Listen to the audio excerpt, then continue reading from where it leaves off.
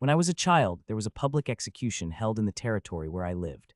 It wasn't the kind of shocking event you would normally have for just any death row criminal, but this particular prisoner was special. A heinous criminal who had committed dozens of serial murders over the past 7 years in the territory. His motive, something incomprehensible, apparently a twisted personal hobby. Everyone who had ever crossed paths with him wanted to see his death with their own eyes. Considering the public sentiment, the Lord gave the special order to set up a public execution ground. He even announced that anyone who wanted to could come and watch the man die. Mideh, it's time to go. My mother didn't want to be a spectator to such a brutal spectacle, but in the current mood of the territory, saying I don't want to see it was practically asking to be stoned to death. Even I, just 7 years old, was no exception.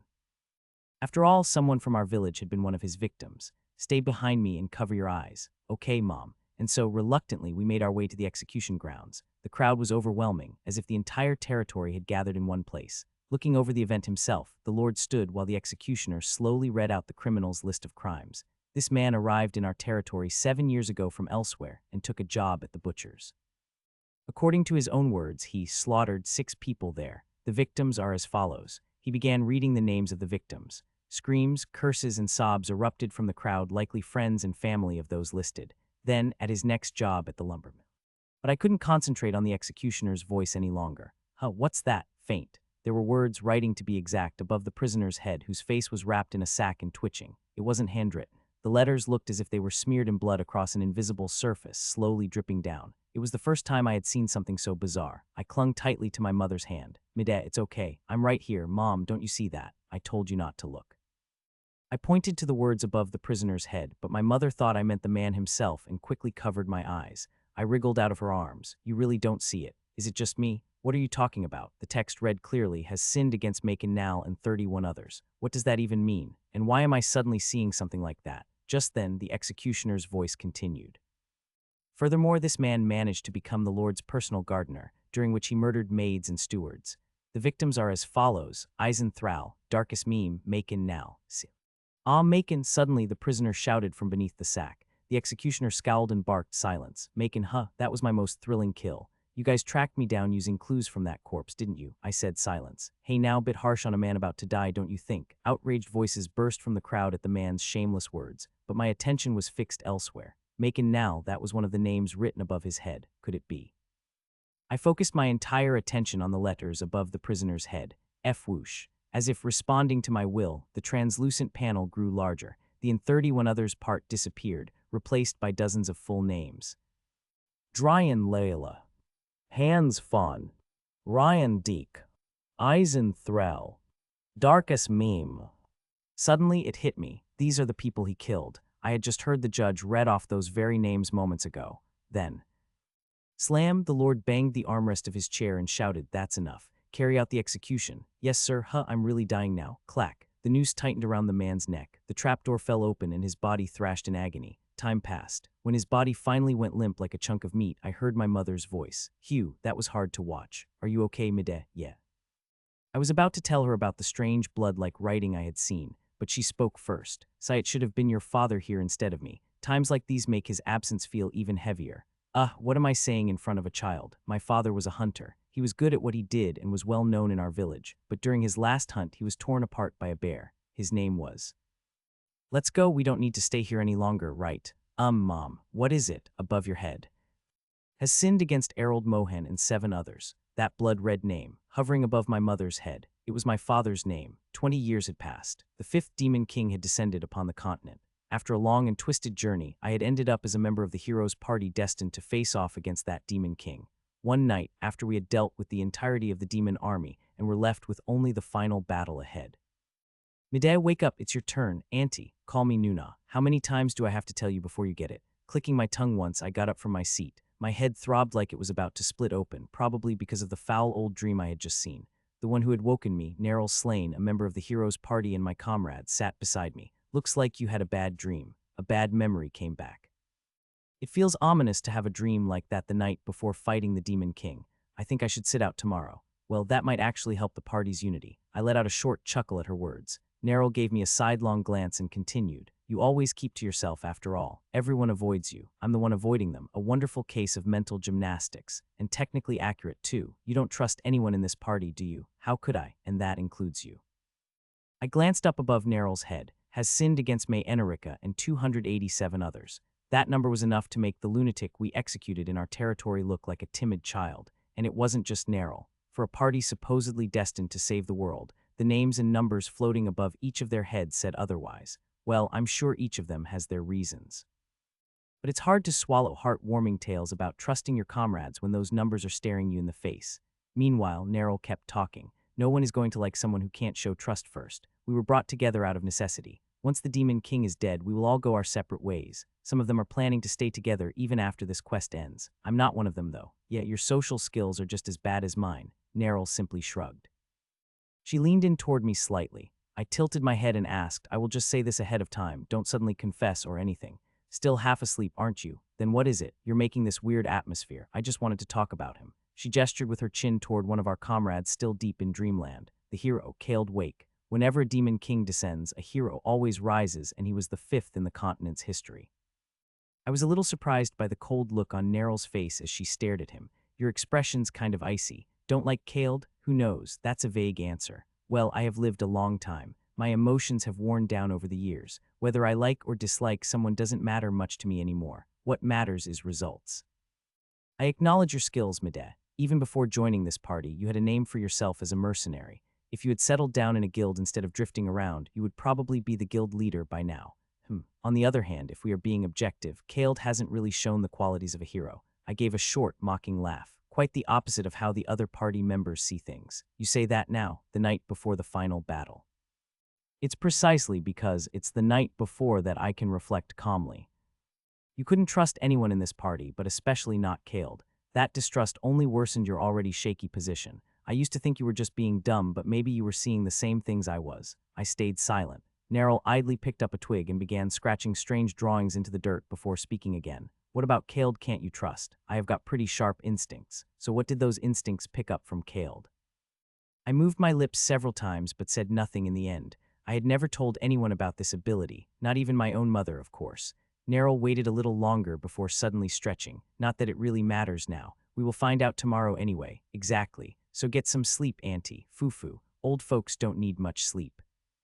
And if you call me Auntie one more time, I will kill you. Didn't she just say she was old herself? Is she expecting me to call her Granny? After she went back to bed, I was left alone with my thoughts. Naturally, they led back to Kaled. I could see people's sins, and if I ever saw my name or someone connected to me among them, I would start digging. And I always found the truth. I always made them pay. But that guy. I stared quietly at his peacefully sleeping face, or rather, at the crimson blood like letters floating above his head. Has sinned against Bien Kunz and 148,304,291 others, roughly 148 million people. As far as I know, that's about the population of this entire continent, an absolutely absurd number. I couldn't even begin to imagine what kind of crimes he had committed. I dug like mad dog, but I still couldn't find out whether my own name was on that list. Just what the hell has he done, that bastard? The night our party finally became whole, for the first time at night I joined as the final member Kaled brought up a suggestion. Let's bury our pasts. It just so happened that I'd made up my mind to ask him who Bien Kunz was. When there are multiple victims shown in the blood writing I see, there's a rule to the order they appear. The higher up they are, the harder it is to determine what sin was committed. In other words, the higher ones are covered in deeper mystery. To put it simply, that bastard Kaled committed the most hidden of sins against Bien Kunz out of over 148 million different sins. How could I not ask? As if he'd been expecting it, Kaled met my eyes squarely and continued. Not everyone has lived a life full of glorious deeds, you know. Are you saying that because of me? Probably. But before I could say anything, Neryl raised an eyebrow and spoke up. Kaled shook his head as if the idea was absurd. Of course not. This applies to everyone here. Now that we face the Demon King, our shared enemy, we can't afford to argue about each other's pasts. If anyone tries to stir up conflict over that, I'll expel them from the party in the name of the hero. That would be bad. The overwhelming reward I'd be getting after killing the Demon King with it. I'd plan to spend the rest of my life in luxury. Everyone agrees, right? Yes, good. It's only natural when you think about it. Truly wise. The hero-obsessed idiots of the party agreed without hesitation. I was the last to nod reluctantly. Fine, but after we kill the Demon King, there's something I want to ask. Especially you, Kaled. Kaled replied with a dazzling smile. Ask anything. That smile was so bright it could be called blinding, and in that moment I made up my mind. One way or another, the Demon King must die, and only the hero can kill him, so for now I'll wait. I'll never trust you to the end. My resolve to never trust Kale didn't change, even years after I joined the party. Not even now in this final battle against the Demon King. Finish it. Kale, this was probably the first time in my life I'd shouted like that. Maybe that's why my blood-soaked teammates barely clinging to life looked at me in shock. What is it that strange for me to raise my voice? There are more important things to focus on right now. Like say watching our hero cut off the Demon King's head. At my shout, Kale's God-blessed hero calmed his breath and replied, "It's rare to hear you yell like that. Quit the nonsense. Just do it." Heh, very well. This is the end. Demon King of Lies and Deceit, Idriaparish. Kale's holy sword flashed so fast it couldn't be seen by the eye. Guh, the head of Idriath, one who had driven the world to the brink of darkness, fell to the ground with shocking ease. We did it. That's our hero. It's finally over, that cursed war. We literally saved the world. Hugh, our teammates staggered to their feet. Kale, the hero, didn't respond. He just stared down at the Demon King's fallen head. I was the only one watching his back. Everyone else was too preoccupied, too happy over the fact that we had just slain the Demon King of Lies and Deception. Sarene, heal me. I'm seriously about to die. Sorry, I'm out of divine power. Anyone got a potion left? No way. We all used every last drop.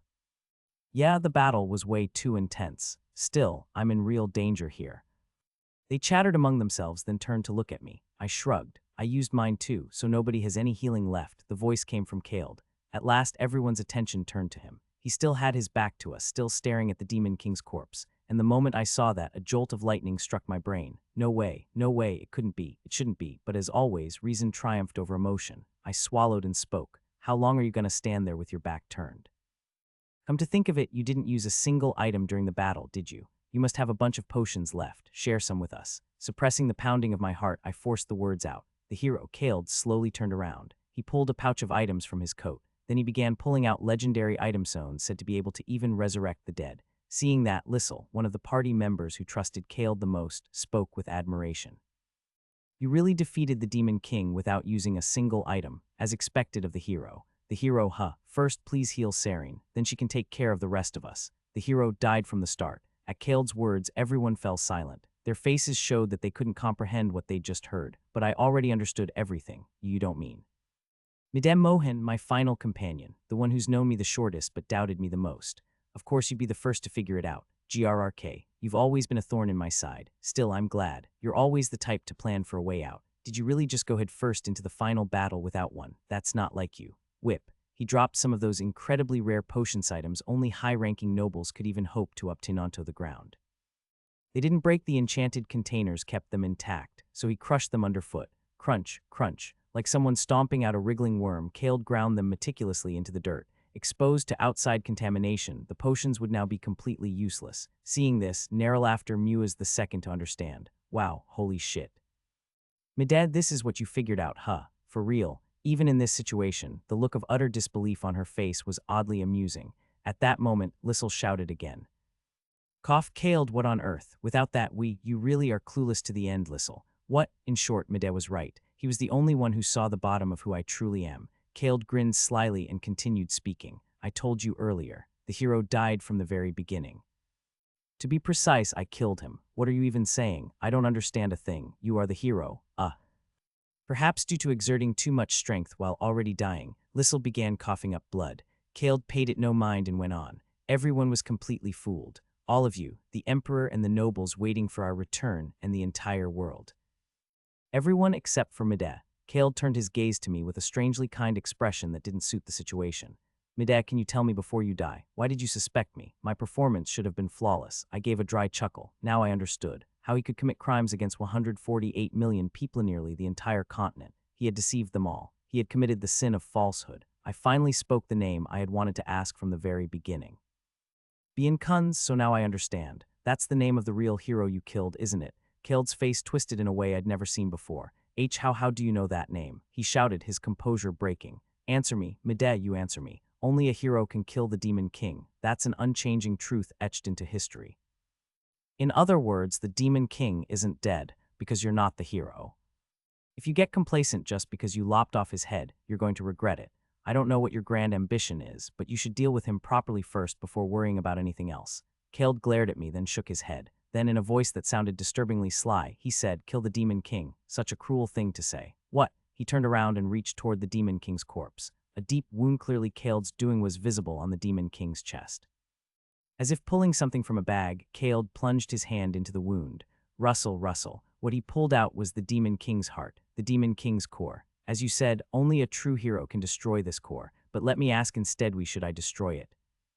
With this core, I can control all the monsters on the continent. I intend to put it to better use. Better use. Listen, Mide, a hero needs a crisis. A twisted smile spread across his face. If the Demon King is dead and peace arrives, the world will no longer need a hero. Will be forgotten from people's memories. Their gratitude will fade. In a few generations, our names will just be bedtime stories for children. That can't happen. The continent, the empire, they must always be in crisis. That's the only way they'll keep needing me. My power, the power of a hero, I understood now. He planned to use the core to periodically unleash monsters and threaten the continent. Then, as the hero, he would appear to resolve each crisis, so he could be worshipped forever, so he could be loved forever, without ever considering how much blood would have to be shed for that. I've watched you all for a long time, and I realize none of my party members understand my deeper intentions. Of course not, you lunatic. That's why, unfortunately, this is goodbye. If you won't answer my question, that's fine. Once you're all dead, everything will be buried in darkness anyway. I slowly reached into my cloak. It really was the right decision not to trust him until the end. I'd prepared for this. I spoke. Fine, I won't answer, but you will. What do you think this is? In my hand was a communication orb, a long-distance communication device developed in the past by the Archmage Yoriotics. The so-called hero's eyes went wide. I never trusted you, not even once, so I made preparations of my own. Why you?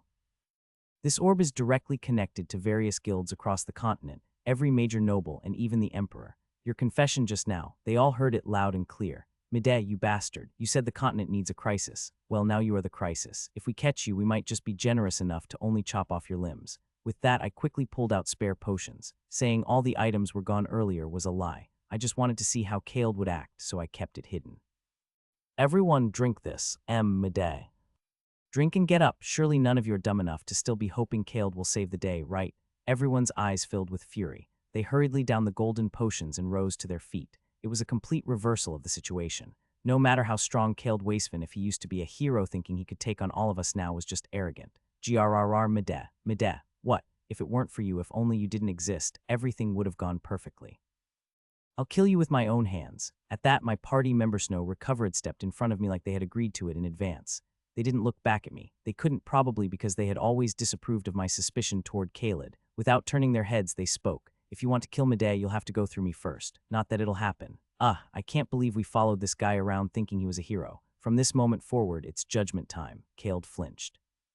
Neril turned to me with a smug expression. In the end, you were right. You really live up to your name. Well, that's how it turned out. It was a wild ride, but I'm glad it ended well. And then, suddenly the core that Kaled was holding began to vibrate. It pierced into Kaled's body in an instant. What the hell? Kaled writhed in agony. Blood gushed from every hole, his eyes, nose, mouth thick and dark red. A few seconds later, his eyes had turned golden, and with Kaled's voice but not his voice spoke. What a dull conclusion. What the hell are you? Did you think I played dead just to watch it end like this? I merely stepped off the stage for a moment to become part of the audience, but I was so disgusted, I climbed right back on. You're all fired. Actors who can't entertain their audience have no reason to exist, someone muttered in a daze.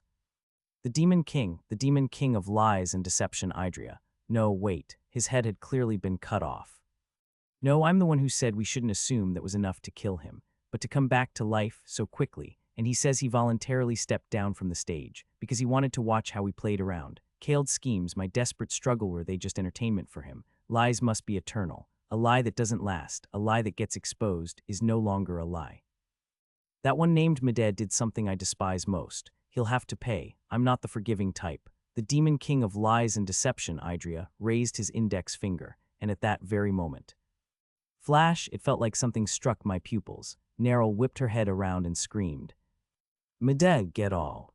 But she couldn't finish her sentence. Her entire body disintegrated in an instant, vanishing, just like the other party members, just like me. I see. Only a true hero can kill the Demon King, but the real hero, Bien Kunz, is dead. Kaled killed him, which means from that moment the continent's fate was already sealed. Stupid bastard Kaled. If you deceived the entire continent, then you should have taken responsibility for it. If you couldn't, you should never have killed the real hero, Bien Kunz. Because of you, all my glorious retirement plans were destroyed. If it were me, I wouldn't have done that. Then what would you have done? I'd have taken responsibility. I would have actually killed the Demon King. Not stepped off the stage, I would have thrown him out of the whole damn theater. Oh, but wasn't the Demon King only able to be killed by the true hero? Then I'll become the true hero myself. I burst out laughing the moment I said it. Become the hero? What the hell does that even mean? A hero is someone blessed by the gods to oppose the Demon King, a miracle determined from the start. Kaled was still a fool, but even if I were in his place, nothing would have changed. But the voice rejected my thoughts. That's an excellent idea. What? Become the hero. Not a half-wit like Kaled, but a real hero. Now that I think about it, thighs is kind of a weird thing to say at this point, but who are you? And with that thought, my memory cut off. Whoosh, the first thing I saw when I opened my eyes was brilliant flames. Ah, so it really is hell. Through my eyes, I can't see the sins I've committed. Still, I thought I'd tried to live sincerely and decently, but I guess that wasn't enough. I let out a small sigh. The flames of hell, huh? They really are scarily ho, they're not. The flames are weaker than I expected. Rather than hot, they feel warm. What the hell? Is this some kind of special section of hell reserved for model prisoners? It's a campfire. Not hell. Startled, I jumped to my feet. The scenery slowly came into focus. A deep forest, thick trees and underbrush. From the chill, it looked to be somewhere between fall and winter. Let's have a little talk. Then came a heavy voice echoing in my ears. What is this? Calm down. You try calming down in this situation. What is this? Calm down. You try calming down. The voice chose silence. I wandered about, breathing heavily, and after a while, I finally calmed down. Then I quietly sat down and crossed my legs. Hugh, to think you got me so worked up, you're not ordinary, are you? I didn't even do anything. Ever since I started mercenary work, it's been a while since I met someone of your caliber. In honor of your skill, I'll spare you a moment for conversation. Even now, you won't admit you got excited all on your own. What the hell are you? Why don't you show yourself first? The voice replied calmly. Don't you already know? You can tell where my voice is coming from. And besides, you're not speaking out loud either. Anyway, take a look at this. I summoned every ounce of my life experience and mental discipline to barely keep my expression from faltering. What is this? A translucent screen floated in front of my eyes. At the top, it read, How to become a hero. You can be a hero too. User, Midem Mohan. Level, Novice. Reputation points to next level, 121,000. The voice returned. Didn't you say this before you died? Then I'll become the true hero myself. I did, but just saying it doesn't make it happen, does it? Wanting it, treeing none of that matters. Who says it doesn't? I mean, heroes are chosen by divine prophecy. Then how do you explain that Kaled, or whatever his name was, became a hero? That bastard wasn't even a real hero, which is why he couldn't kill the Demon King. Half right, half wrong. He was a half-baked hero. In other words, he was half a proper hero. I don't get it. You said a hero is someone who receives an oracle, right? But that doesn't mean the gods of the heavens directly bestow the power of a hero. The oracle's role is simply to inform everyone that this person is a hero so that they can build up fame. The fact that a god personally guarantees it is what makes an ordinary person a hero. It's only half making sense. The voice continued on calmly. In other words, what makes someone a hero is the recognition and belief of the people on this continent. I call that fame. You're saying someone becomes a real hero just because people believe he is. Yeah, sounds easy, right? Of course, it's easier said than done. Gaining that belief and recognition, in other words, building fame, is a grueling task. We're not just talking about a knight commander or general here, but a hero. You need to build a truly unparalleled level of fame. Well, you don't have to understand it all right away. You can learn it step by step. For now, just memorize the main point to become a hero. You need to accumulate fame. Fame, huh? It didn't quite click with any strong sense of conviction. And just then, rustle, along with the sound of bushes being disturbed, someone's voice rang out. Heh heh, what do we have here? Seriously. Boss, our luck's finally turning around. Hey there, I'm not asking for much, just leave us two things, the money pouch in your head. Before I knew it, more than 20 rough-looking thugs had surrounded me. Wait a second, deja vu, I'm sure I've seen this scene before long ago. Of course you have, it happened 7 years ago. What are you talking about now? It means we've gone back in time. The Demon King hasn't even appeared in the world yet. What did you say? Calm down. Would you be calm in this situation? Ah, this again. Anyway, just like the voice said, I clearly remembered this scene. 7 years ago, when I was starting to make a name for myself as a wandering mercenary. I'd been staying in one place too long and was about to move on to the next territory when I ran into this scene. To put it simply, it was your typical group of bandits. Look at the punk flinch. Don't worry. Our bros got a sharp blade. Won't hurt a bit. Got any last words? They sneered as they slowly closed in on me. Just like I did 7 years ago, I instinctively checked the blood letters over their heads. My name's not on any of them, as expected. What were you planning to do if it was? I'd have made sure to destroy them more thoroughly and mercilessly. I don't forgive anyone who commits a crime against me. But wait a second, do you even understand what I'm saying? Can you see the letters too? No idea what you're talking about. I'm just reading your thoughts like usual. Yeah, sure, usual. Just then the most hot-headed looking guy charged at me. Die Yuhaarg. His laughter turned into a scream. Thud, I had launched a front kick straight into his stomach. He flew through the air and slammed into a giant tree. Boom. Whoosh. Tree, already weakened by the weight of deep autumn, couldn't withstand the impact and gave up its leaves. It wasn't until the fifth maple leaf landed on the fallen man's face that the rest of the bandits snapped back to their senses. Huh, what the hell, Drail, bastard, what did you just do? I slowly lowered my raised leg and said, I was in the middle of interrogating this fool, you know. Don't interrupt. Are you talking about me? Come at me all at once. I'm already in a foul mood. When faced with an unbelievable situation, most people start with denial. Even though they had just seen a clear display of my skill, the idiots foamed at the mouth and charged. This bastard's hiding some moves, but it won't work. Die, gut, arrogant little heck, date, het, thwack, swoosh. Who knows how many colorful screams rang out. After about 5 minutes, 20 grown men were sprawled on the ground before me. I casually dusted off my hands. The bandits sobbed like children and rolled around on the ground. Ugh, it hurts, it really hurts. Sniff, Mom. Grandma, I miss you. Shut up. At my final words, the wailing stopped. Now it was finally quiet. All right, let's continue the conversation. You're really something. Your skills are no joke, doesn't match your appearance. That's kind of a backhanded compliment. I wasn't trying to hide it. Anyway, let's move. This isn't a good place to have a deep talk. I gathered my things and was about to put out the campfire. That's when the voice hurriedly stopped me. No, wait. Hold on a sec. You don't have to repeat yourself. I get it the first time. You're just going to walk away from this golden opportunity. Sigh. From the look of it, even before the regression, you just beat those guys up and left. Try a different approach this time. Before your death, your total fame barely hit 10,000, not even close to the soles of Kaled's feet. If you live your life the same way as before, your fame will just hover around that same 10,000. I didn't know if 10,000 was high or not. But the transparent screen I saw earlier definitely said this. Fame points needed for next level, 121,000. In other words, my current fame was 120. If this really was 7 years ago, then it was a time when I was already known in the field as a fairly skilled mercenary, and yet I only had 120. That made it easy to imagine just how impressive the 10,000 from right before my death was, but even that 10,000 wasn't enough to reach the soles of Kaled's feet. Remember this.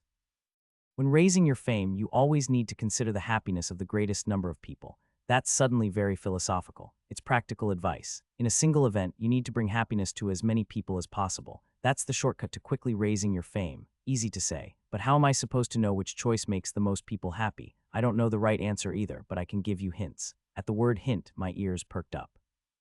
Listen carefully. Everyone has secrets they want to keep hidden, and I have the power to pull back the curtain on those secrets if the conditions are right. Conditions. It's nothing difficult. The name of the person, and the names of the people related to the secret they want to hide. That's all you need to know.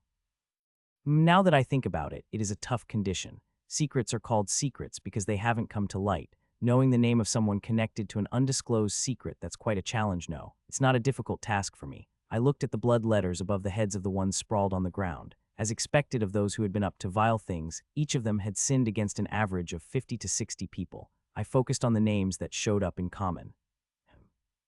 Sinned against Renam McCreary and 52 others. Sinned against Renam McCreary and 68 others. Sinned against Renam McCreary and... There were a few exceptions, but over 70% of them had the name Renam McCreary among their victims. She was even registered as a representative. In other words, it meant she was tied to the crime they most desperately wanted to keep hidden. I casually kicked the bald guy rolling around in front of me. Thud, Gurk, hey, what's your name? I was wrong is your name. No, it's not. Then is your name? No, it's not. L. Lion. I'm Lion Swin. I shrugged and spoke to the voice. Let's see what happens. Show me the secret between this guy, Lion, and the person named Renam McCreary. Sounds like something caught your attention. Very well. Suddenly, a screen appeared again. The next moment, the entire screen flickered black, and then a scene began to play. The bald man was laughing alongside the bandits, now lying crumpled in front of me. On his shoulders was a blonde girl, maybe 15 or 16 years old, unconscious. I could tell at a glance that this girl was Renam McCreary.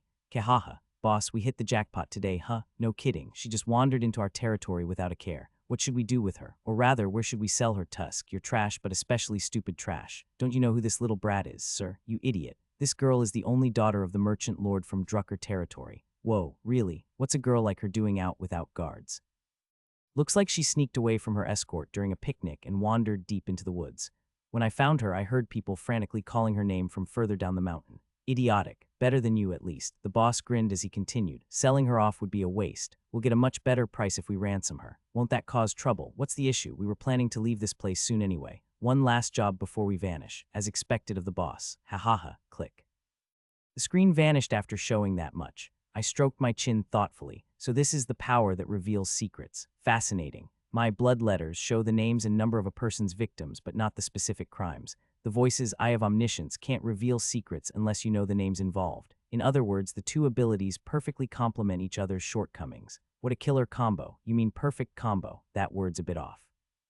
Anyway, this is definitely a chance to raise my reputation. Before regression, I had punished these bastards and just walked away. Even then, I had seen the name Renaa McCreary among the blood letters, but I thought it had nothing to do with me. Back then, unless someone had wronged me personally, I didn't care what they did, but that has to change now. I need to build up my reputation. Pile it up high over and over until I strip that bastard Caled of his mask and prove that I am the true hero. Right, to save the world from the Demon King, for the sake of my glorious retirement plan. All right, let's do this. Having resolved myself, I opened my mouth. You have 10 seconds to get up. Now make that 5 seconds. You have 3 seconds. Get up. Snap. As if lying had never been an option, they scrambled to their feet. I glanced around and spotted the boss from the earlier scene. The guy with a face full of knife scars was trembling like a child. I smiled sweetly and asked, "Hey, where's Renaa McCreary?" 2 days later, I visited Drucker territory under the guidance of a girl named Renaa. "Mister, over here, this way." Renaa now refused to let go of my hand as she led me eagerly. It seemed the bandits had at least considered her an important hostage. Her clothes were a bit torn, but she wasn't badly hurt. "I told you I'm not a mister." "Ah, sorry, Appa. Much better. Get a grip, would you? You've said that more than 100 times. 1,000 times wouldn't be enough." Sniff. Renaa's eyes, already swollen, welled with fresh tears. I heard it had been her birthday just a few days ago. She had planned to go on a picnic with her father, the merchant lord, but an urgent meeting had come up, and only the guards and maids could accompany her. Apparently, she'd been so upset that she decided to slip away from her escort and wander deep into the mountains, just to make her father worry a little. "Be more careful from now on. There are plenty of people like that out there." Thump. I lightly smacked the bald guy who was following behind me. For reference, behind me were 22 bandits, all bound together in rope. After finding Renaa at their hideout, I had very kindly and personally tied them up and escorted them all the way here. The bald guy who'd been struck on the head glared at me. "GHK, you bastard, remember this. This isn't over between us. If you let us go now, I won't come after you. But if you hand us over to the guild leader like this, I will come for you. I'll find you and..." "Oh, go on, I'll find you and maybe treat you to a drink or something." Hee hee. While I was chatting with the bald guy, Renaa had gone home to let them know she'd returned safely. The guild leader literally ran barefoot to the gate. He grabbed Renaa in a tight embrace and burst into tears of joy. "Hue, you little brat, what were you doing all this time before showing up now?" "Daddy, I'm really sorry. I was wrong." Sniff, sniff.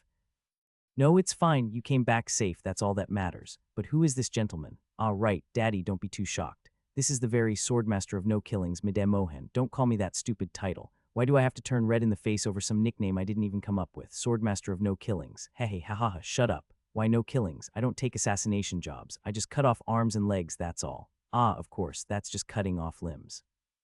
"Sure, why are you suddenly being polite? But why avoid killing? Being a mercenary doesn't exactly make for a luxurious living. I'm a top-tier mercenary. Even after turning down jobs, I get flooded with work from across the continent. It's no exaggeration. Why else would I be planning retirement at 34? Even so, killing jobs would pay more."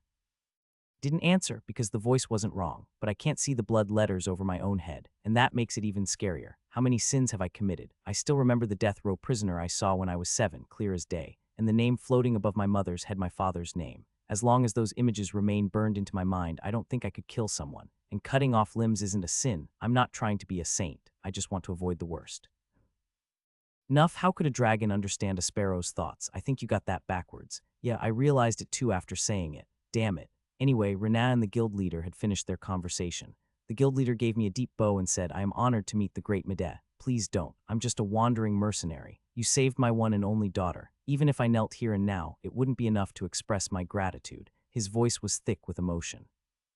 Trembling all over with joy and gratitude, he continued, "Please come inside. I'll welcome you with all my heart. What about those guys behind me?" I gestured toward the bandits, bald guy included. The guild leader's expression changed completely from when he'd been facing me. His voice turned cold and full of menace. "By Empire law, I should report this, but there's no need to trouble important folks with such trivial matters." When I came to my senses, I noticed a crowd of people behind the guild leader. All of them looked strong. Among them were fighters who gave off the presence of well-honed blades, so you were preparing for a full-scale search. Yes, I gathered all the renowned mercenaries in the area. You might not need the search now, but I paid them in advance. I can't just let them stand around. Well, you're a merchant, can't be taking losses. Saying that, the guild leader gave a nod to one of the mercenary. He seemed to be the temporary leader of the group. He kept glancing at me for some reason, then ordered his subordinates to take the bandits away. GHK, where are you taking us? You'll find out soon enough. This is madness. Spare us, please. Their voices grew fainter as they were dragged away. So is that handled? First time I've ever gotten involved in someone else's business like this, so I'm not really sure. Well done. This should help you figure it out. That familiar translucent screen appeared in front of me again. I moved my eyes to the corner to check the display. Ding, you have gained 50 fame points. Points needed to level up, 171,000. Total fame points to be gained from this event, 700. Overk Mekri sees you as the man who saved his daughter's life. Renam Mekri sees you as the uncle on a white horse. Uncle on a white horse. Isn't that a contradiction in terms? What's wrong with uncle? What's wrong with being an uncle? Judging by how defensive you're being, I'd say you're no spring chicken yourself. Shut up, you're 34. I came back 7 years in the past, so I'm 27. Just then the guild leader spoke. Maid Nim, please come inside now. Then I'll be in your care for a few days. A few days? Don't say such things. I'll serve you for the rest of my life. If that feels too burdensome, then I'll employ you for life instead. Please don't say you'll leave. Slip. Renat suddenly clung to my arm and said, yeah, mister, live here with us, okay? Renat, that's not what I meant. What did you mean then, that thing? I soothed the two of them as best I could. I was planning to stay here for a while anyway to sort out my thoughts. But I had absolutely no intention of settling down for good. Why not? Isn't your retirement plan falling into place automatically? Sigh. No, I can't stay in one place for long. I'm not in a position to live closely with others. The voice fell silent as if it didn't understand, but it couldn't be helped. I looked up at the space above the guild leader's head, sinned against Id Blackett and 71 others. This man, who seemed like a kind uncle, had sinned against more people than the bandit leader who'd just been dragged away. This is why I'm a wandering mercenary. While I stayed at the guildmaster's residence for a few days, Renat came to see me every single day without fail, chatting away endlessly. But aside from my time with her, I devoted all my hours to talking with the voice. You did well. Only 50 points have come in so far since the incident hasn't spread much yet, but this father and daughter will soon start making your name known. So the points I'll be getting from this incident are. Right, over the past few days, I've seen many people celebrating Renat's safe return. She must have been a local celebrity. You made a lot of people happy. That means you'll be getting an extra 700 points. Now do you get it? Before you start anything, always think of the greatest happiness for the greatest number. This absolute principle will elevate your fame, and one day it'll make you a hero. Sure, I get it. But hey, there's something I've been meaning to ask you. Why were you talking down to me from the very start? The voice went silent for a moment. Then in an unusually hesitant and cautious tone it asked, is that not okay? No need to sound so dejected about it. Then I'll keep talking like this. You can speak casually to me too. Still, I can't keep calling you forever. You already know my name, so tell me yours. I've forgotten it. Call me whatever you like. Or you can give me a new name. You sure you won't regret it? I'm notorious across the continent for my naming sense. Invisible. What? You're not visible, so invisible. I just remembered. My name is Trail. It's Trail, really. Got it, Trail. I rubbed my palms together. The new ability was great and all, but what I was really interested in now was something else. My memories from before the regression. All the countless quests and information I went through until I defeated the demon Kingthy are all still in my head. Let's see. I went back 7 years, right? Kald once said the hero died from the very start. In other words, by this point in time, the real hero, Bien Kunz, is already dead. Tracking him down to disturb Kald's scheme is impossible, but there's no need to be discouraged. Yeah, for example, tap tap. I tapped the table with my index finger, deep in thought. For example, Kald hasn't even gathered all his party members yet. I was the last member of his party. According to my memory, it's still 3 years until he comes looking for me. And I remember when each of the other party members first met the hero down to the year and month. At this point, there are probably 3 of them still left. Heroes the hero hasn't met yet. Soon, I smirked. Then I should be the one to meet them first, with the memories from before the regression and my new abilities. Just wait, I'll be the one to unmask you. Fake hero Kald, it's Trail. Believe me, I said I got it. More importantly, tell me what you want. From the look of it, you're going all out to help me with some weird power, but I don't accept favors without knowing the reason. You're a cold one. How could I not be? Every day, I'm surrounded by sinners. Of course, no one lives without committing a single sin, including me. But being aware of exactly who you've wronged and how many times, that's something else entirely. So, what's your goal? The world is still beautiful and worth living in. It would be good to fix your habit of viewing kindness with suspicion. Okay, let's go our separate ways. Wait, what's the rush? Calm down. Why the sudden polite speech? The guy seemed flustered for a moment, then spoke in a placating tone. My only goal is to kill the demon king of lies and deception, Idria. Before the regression, you succeeded in exposing Kaeld's lie. But when it came to the actual demon king, Idria, you couldn't even lay a finger on her before dying. Nice and tactful choice of words. I have my reasons for needing to kill Idria, but a demon king can only be killed by a hero. Ah, so that's why. So that's why you want to make me a hero, helping me gain fame and all. Yes, it's what you wanted before you died too. You become a hero and gain glory, and I defeat the demon king. A perfect win-win relationship. To be precise, all I ever wanted was to enjoy a peaceful retirement. Well, I suppose it all leads to the same place in the end. Someone has to kill the demon king. Kaeld can't do it, so I will. It's a logical conclusion and a perfectly aligned goal. I smiled softly and said, all right, let's work well together, invisible. Its trail, well, that's not really important. It is important.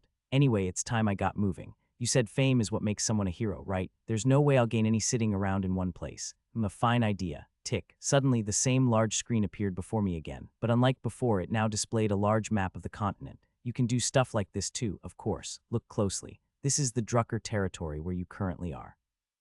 At those words, a point on the map began to glow. Think of the brightness and size of this white light as the fame you've earned. Over the past 3 days, your fame has spread enough to reach about 450. Even if you squeeze out the rest, you probably won't even hit 1,000. In short, you're a firefly. Nice metaphor. No, I mean it, compared to this. Snap. There was a sound like someone snapping their fingers. Then in the southwestern region of the map, a gloomy and malevolent black mist began to rise up. Unlike me, who was barely a glimmer at a single point on the continent, that mist had already completely engulfed 3 or 4 territories. In both scale and darkness, it was incomparable. That's the fame that bastard Kaeld has right now. What? He's already acquired 3 heroes. Since the Oracle hasn't descended yet, his name hasn't spread across the entire continent. But in the southwest, he's already considered on par with a champion. That's the size of the fame you have to catch up to. Getting the picture now, I swallowed hard. Looking at that, my light really is nothing more than a firefly. I'm in the northeast right now. The continent is long from top to bottom, so I'll have to build my fame gradually starting here. I shouldn't even glance at the southern regions for a while. I think the same. So what's your next plan? I crossed my arms and fell into thought. What should I do? What famous event happened around this time before regression? Something that may not have shaken the whole continent, but at least caused a stir in this region. I sprang to my feet. That's it. Indeed. Don't act like you know. I haven't said anything yet. I read your mind, remember. Trails spoke in a subtle tone. It's been a while since the last reunion. Right, the voice was right. Soon, not far from here in the Quelk territory, a fairly famous and brutal incident will take place. There's a terrifying woman who's kept the entire continent on edge for years. A villainess who roams from region to region committing all sorts of atrocities. The so-called Witch of Carnage, Neril Slain, she was once a member of my former party, to be more precise. At this point in time, she's still a party member Kaeld hasn't sunk his claws into. Then I have to get to her first. Time to go see that lady again. Hua, Mister, don't go. Renah, who still thought of me as her white horse-riding uncle, clung to me, bawling her eyes out. The guild master, seeing his daughter like that, gave a strange expression somewhere between a smile and a grimace. I have to go. I've got something to do. What is it? Just stay here. I'll make you happy. Sorry. But I'll come see you again someday. You promise? You're not lying, right? Of course. Renah soaked my clothes with tears and snot before finally letting go. Sniff, fine, but you have to come back. By then, I'll have grown so much that you'll regret the choice you're making today. Heh, all right. She wiped her tears and stepped back. Then the guild master stepped forward and spoke. It's truly regrettable to send you off like this. You're just as the rumors say. I heard the sword master of no killings never stays in one place. Please stop calling me that. Just call me swordmaster. So you did like the sound of it. Was the treatment I gave you lacking? It's not that. Besides, wouldn't it be uncomfortable if I really decided to stay? I gestured with my chin toward Renah, who was still sniffling in the back. The guild master's expression stiffened slightly as he caught the meaning. I whispered to him. A man of your standing surely has things more important than your daughter's romance. Don't make that face. I'm not against political marriages or anything. I'm just saying, no need to keep up appearances with me. His expression turned a bit unpleasant. You think I'm that kind of man? I'm disappointed, Sir Medeh. I swear I have not a speck of shame before the heavens. What sin did you commit against Id Blackett? At my words, the guild master's eyes wavered. He was a seasoned merchant, so his expression didn't betray anything but the eyes. The window to the soul couldn't fully hide it. What do you know? Truth is, I know nothing. I didn't bother using the Eye of Omniscience to uncover his secrets, but I do know one thing for sure, that he wronged that person, Guild Master. Live a good life, let's not meet again. Leaving the stunned Guild Master behind, I departed from Drucker territory. Inside the carriage headed for Quelk territory, I reviewed the plan with Trail. So far, Kald had secured 3 party members, and the remaining, once excluding Menubird 3. If I want to balance the scales, I have to get all of them first. Nerl was the one most aligned with me, at least in terms of opinion. It's a bit of a late regret, but sometimes I wonder what if I had spoken to her while standing watch the night before our final battle with the Demon King, told her that Kald was guilty of crimes against 148 million people. She probably would have laughed in disbelief, maybe even twirled her finger at her head like I was crazy. But eventually she would have listened seriously. Sounds like you trusted that woman, Nerl, quite a bit. Not sure if trust is the right word. But at the very least, she wasn't someone I could dismiss lightly. But even if you'd said something earlier, it wouldn't have changed anything. You wouldn't have stood a chance against the Demon King anyway. God, the way you phrase things. In any case, she was the only one besides me who ever doubted the hero Kald. Unlike me, she didn't have concrete evidence, or doubts were more like, does Kald really have what it takes to be a hero? But that alone puts her legs above the others. Still, Witch of Carnage is a pretty fearsome title. Not as bad as the No Killings sword whatever, though. Nah, even the Swordmaster of No Killings is nothing compared to the 2-syllable name guy. My bad. Besides, the title Witch of Carnage is honestly pretty unfair. I didn't even realize it until I joined her party later on. I stayed quiet for a moment, then answered. Most of it was false accusation. At the word false accusation, Trail let out a low groan. He was pretty quick on the uptake too, so he must have figured out what that meant. Before the regression, Kald had shown a unique approach from the very start when recruiting party members. He would cleverly identify a person's weakness or trauma and approach them with a warm attitude, pretending to heal or solve it. Everyone fell for it. I was the only one it didn't work on, so he had to try something else, but well, let's move past that for now. Anyway, the way he approached Nerl wasn't all that different. Didn't he clear up the false accusation placed on her? Apparently Nerl didn't bawl her eyes out or anything pathetic like that. It wasn't in her nature. But instead, she'd felt a strong curiosity toward Kald. I remembered what she told me in the carriage on the way to the region for our quest before the regression. I'd never met someone like that in my life. Everyone else either ran away in fear of my reputation or didn't even bother to find out if it was true, let alone try to clear it. Yeah, I mean, sure, there are hundreds of bad rumors about me, so one of them being cleared didn't mean much. Still, it was fascinating. His approach was just completely different. Okay, you're so damn dry. She really was a strange person, Nerl. Even with my blunt attitude, she was always the one to start the conversation with me, judging by how clueless you are where you may be single your whole life before regression. Nope, forget I said anything. This guy always gets all polite when he's cornered. Anyway, let's get started. With what do you think? I'm going to use that grand-sounding ability of mine, the Eye of Omniscience or whatever. Nerl's not the type you can win over easily. Even if I ask her to join forces, she won't give a damn. I need to have a card to show her. Aha. Whose secrets are you going to reveal? I recalled what I saw before the regression. More precisely, the bloody letters that floated above her head, sinned against manhwarecaps and 287 others. Manhwarecaps, very well. Feel the majesty of my Eye of Omniscience throughout your body. I ignored him. Soon a screen appeared. Now then, what kind of adorable secret was our dear Witch of Carnage hiding? Let's take a look slow. Error. The secret between Nerl Slain and manhwarecaps is of rank B, requires Eye of Omniscience level 3 or higher to view. To hell with the Eye of Omniscience. Say that thing you just said one more time. I have no excuse. His voice dropped, then he immediately pushed back. Wait, logically this isn't my fault. It's your fault for having a low level. I didn't even say anything. Why are you getting defensive? Well, nothing I can do about it. Honestly, when you think about it, it's weirder if a party member of a hero just had their secrets laid bare like that. So you need a high level to peek at higher tier secrets. Looks like I won't be able to view Kald's or Bien Kun's secrets either. Most likely not. Can't be helped. I put all my focus into recalling my memories from before regression. Surely there was something in our conversations, attitudes, expressions, or glances, some hint. You can actually recall all that. I have an extremely good memory, practically inhuman. Do people usually say that about themselves with a straight face? Of course, most of it's probably useless, but thankfully my instincts are also inhuman. Every once in a while, I'd get this sudden flash in my head, like lightning. Yeah, to use an example. Like when I saw my father's name appear above my mother's head. Useless memory. That's not what's important right now. Anyway, instead of just replaying conversations or actions from the past, I had to recall those moments when the lightning struck, and focus on the memory that flashed through me then. Soon enough, a vivid memory sparked in my head. It happened during the journey for the quest before the regression, when we were staying at an inn. I'd gotten up in the middle of the night to pee. On my way down to the first floor, I saw Neryl sitting at a table in the inn's dining hall with a rather chilling atmosphere. Caled was seated across from her with a serious face. On instinct, I suppressed all sound and presence. I'd already figured out by then that even my party members, including Caled, couldn't detect me if I really wanted to hide, calling someone out for a private meeting in the middle of the night. How classy, Mr. Hero. You're rather sharp with me, Ms. Neryl. It's not just you. I hate everyone. So, what do you want? This might sound sudden and rude, but Ms. Neryl, you're the infamous Witch of Carnage, right? Caled usually spoke casually to all party members, but not to Neryl. She was a bit older than the rest of us. So what? I did my homework before recruiting you. I know that most of your terrible reputation wasn't from things you actually did. You were framed. You used that line when you recruited me, remember? But I also think that some of it, especially the last atrocity right before we met, was something you really did. Neryl crossed her legs in silence. Caled kept speaking. It was in the Quelk territory, wasn't it? You brutally killed the tool shop owner there. He deserved it. There's no such thing as someone who deserves to die. This guy, who fooled 148 million people, sure looked saintly saying that. Even if there were, was that shop owner really someone who deserved death?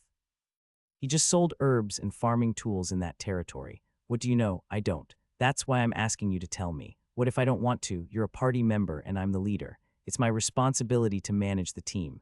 If you continue causing atrocities, it'll be hard to keep traveling Tojith.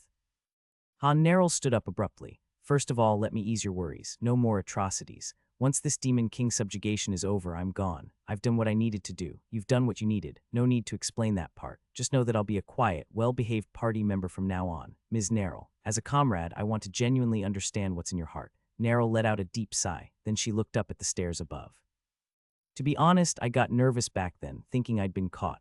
But she hadn't seen me. When my party members found out I was the infamous Witch of Carnage, their expressions were hilarious. At first, I just introduced myself as a mage who'd turned her back on the world. They all had different reactions. How could you bring in a witch like her? That monster should be killed. But one of them stayed pretty calm. Like, as long as she does her job well, who cares? That kind of face. You're talking about Medea. That's the most desirable attitude. The next best is being wary or scared of me. The absolute worst is. She glared coldly at Caled. Doing what you're doing. Trying to console me or soothe me by digging into my past. You think I joined the party because you cleaned up my reputation, that I'm here out of gratitude or some emotional debt.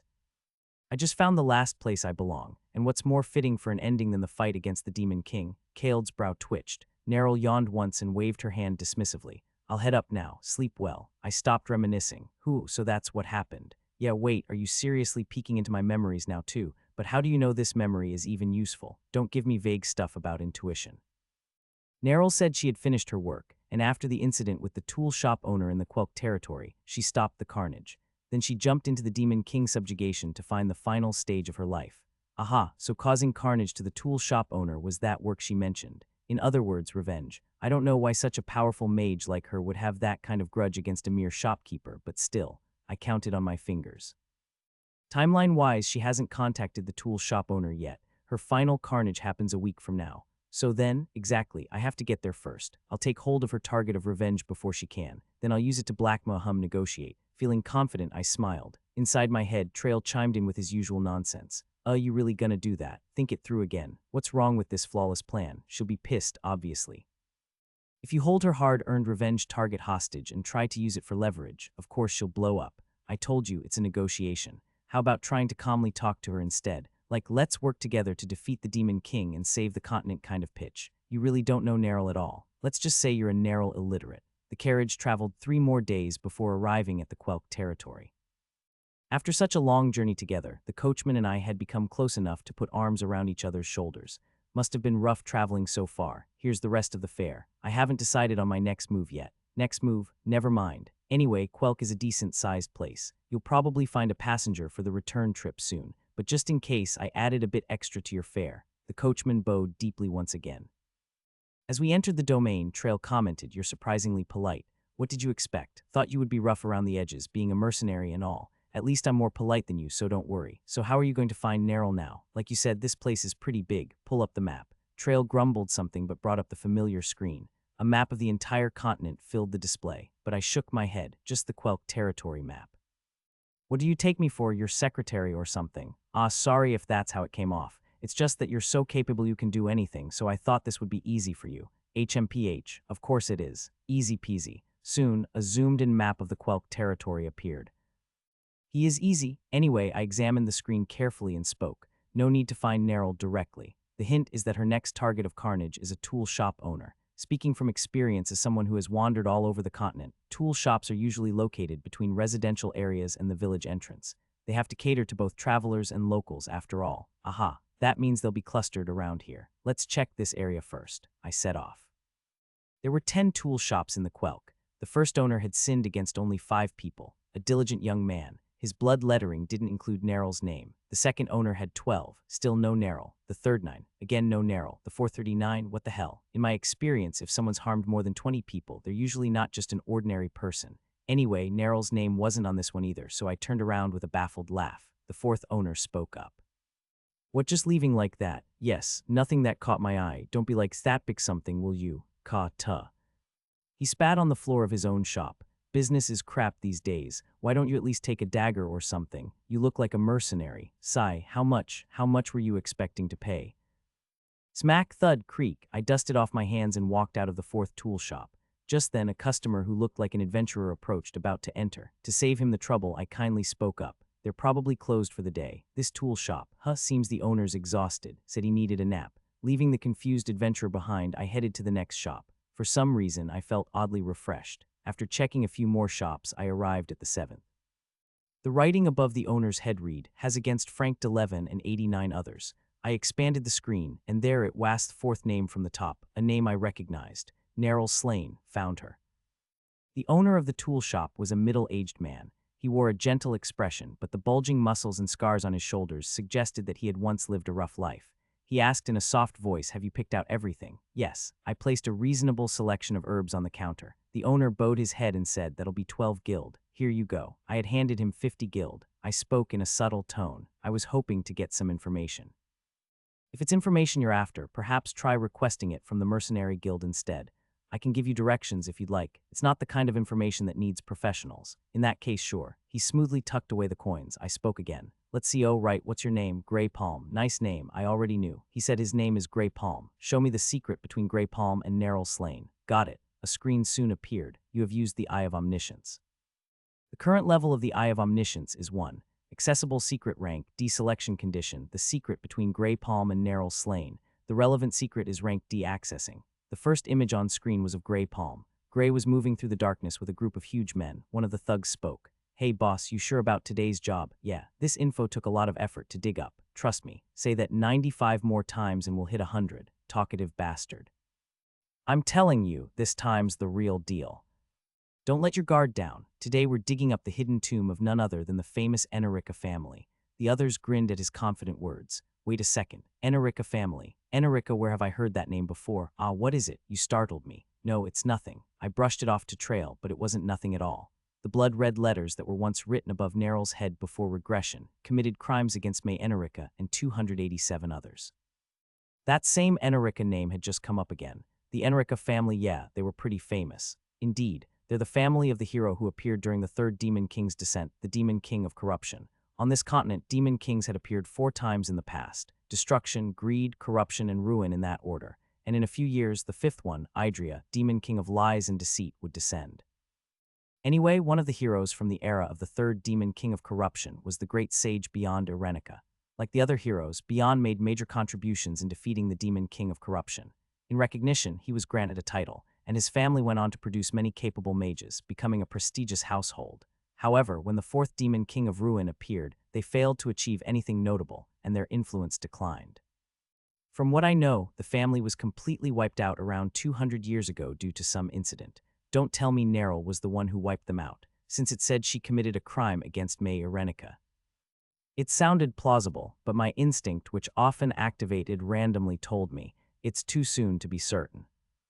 Well, it wasn't the most pressing matter right now anyway. The scene shifted again. Climbing a mountain path, they finally arrived at a few rather shabby burial mounds. Gray looked visibly baffled. One of the men spoke as if he had expected this. "Knew it. Damn, wait, I think there's been a mistake." You can say that looking at this garbage. Even if they were wiped out, this was a noble family. No village elder would bury their dog here. Just wasted our time. I'm heading back. That's when it happened. Who goes there? A voice rang out, one that didn't belong to anyone in the group. An old man appeared holding a torch. He looked to be nearing 60, yet his posture was straight and his voice clear. He was in excellent condition. And his outfit, not something you'd wear to hike up a mountain. He's dressed quite nicely. To be precise, he's dressed formally. Maybe he came to pay his respects to this grave. Of course, Gray and his crew had no sense of respect. One of the men spat on the ground and said, "Move along, old man." "Wait, hold on. Boss, what is it? Don't you think that old guy's dressed a bit too well? And wouldn't be easy for someone his age to climb all the way here in clothes like that?" They started whispering among themselves, speculating. Meanwhile, the old man spoke with a displeased expression. "Leave, this is private property." "Oh yeah, yours? No, it belongs to the one I serve." "So it's not yours then. Don't waste time with nonsense. Just leave."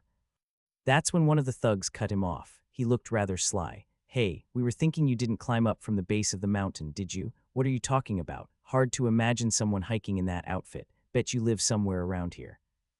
And judging by what you said, you must be the caretaker of this tomb. A tomb of a noble family at that. I bet you get paid handsomely." I knew where this was going. The old man seemed to realize it too and quickly backed away, but it was already too late. Cough. Before anyone realized, Gray had slipped behind him and stabbed a dagger into the old man's chest. "Why, you bastards." "Geez, tough old man, rest in peace." He twisted the dagger. The old man let out a bubbling, bloody sound and died. Drip. With that, the screen cut out. I folded my arms and tapped my index finger. That's when Trail cautiously said, "By the way, when you use the Eye of Omniscience, time in the real world stops. No matter how long you watch, it won't cost you any time." Just as he said, Gray showed no sign of awkwardness and asked, "Is something wrong? You said you had a question." "You've gotten quite polite with age, haven't you? Pardon, where are your men, you grave-robbing scum?" Gray's face froze instantly. A moment of silence passed between us. Slide. Slowly, very slowly, he reached under the counter. Knowing exactly what he was doing, I calmly turned and shut the tool shop door. I flipped the sign hanging on it to closed. By the time I returned, Gray had a dagger in hand, ready for combat. He asked, "Who the hell are you? Just a freelance mercenary?" "So you couldn't get hired anywhere. Sounds like you're not much. Or maybe I'm so skilled I don't need to tie myself down. Haha, you saying you're the second type, don't laugh." At my words, the man's laughter stopped like a lie. Sweat began to bead on his forehead, because I wasn't hiding my pressure anymore. "Compared to you, even bandits are cute. What? Let's start by putting that down." Crack. I dashed in like lightning and twisted his arm. Gray let out a strangled cry and dropped the dagger. I saw his white bone burst through his flesh. "Oog, grrgh." Gray foamed at the mouth and swung his another fist. I casually leaned my torso back to dodge, then hooked his leg and tripped him. Thud, ag, hrk. He struggled to get up, but I was already pressing firmly on his back with my foot. "Don't move, unless you want your spine broken." Why are you doing this to me? I didn't do anything." "No, you've done plenty." Crack, creak. A sound that shouldn't have come from a back echoed. I continued, giving him just enough pain to make him pass out, but not quite. "Let's go through this one by one. This case involves recruiting Nerl, but I also need to build my reputation. Please spare me. First, let's see, who should we look into first?" I expanded the blood-lettered window floating above his head. As always, the phrase and several others disappeared, and 90 names were listed in a long column. Plop. I sat down on Gray's back. Let's go through them one by one before catastrophe arrives. For the next 2 days, Gray's tool shop didn't open. I was still sitting comfortably on Gray's back, leisurely watching through the Eye of Omniscience. Uog ngh. Gray clutched his broken arm, drenched in cold sweat.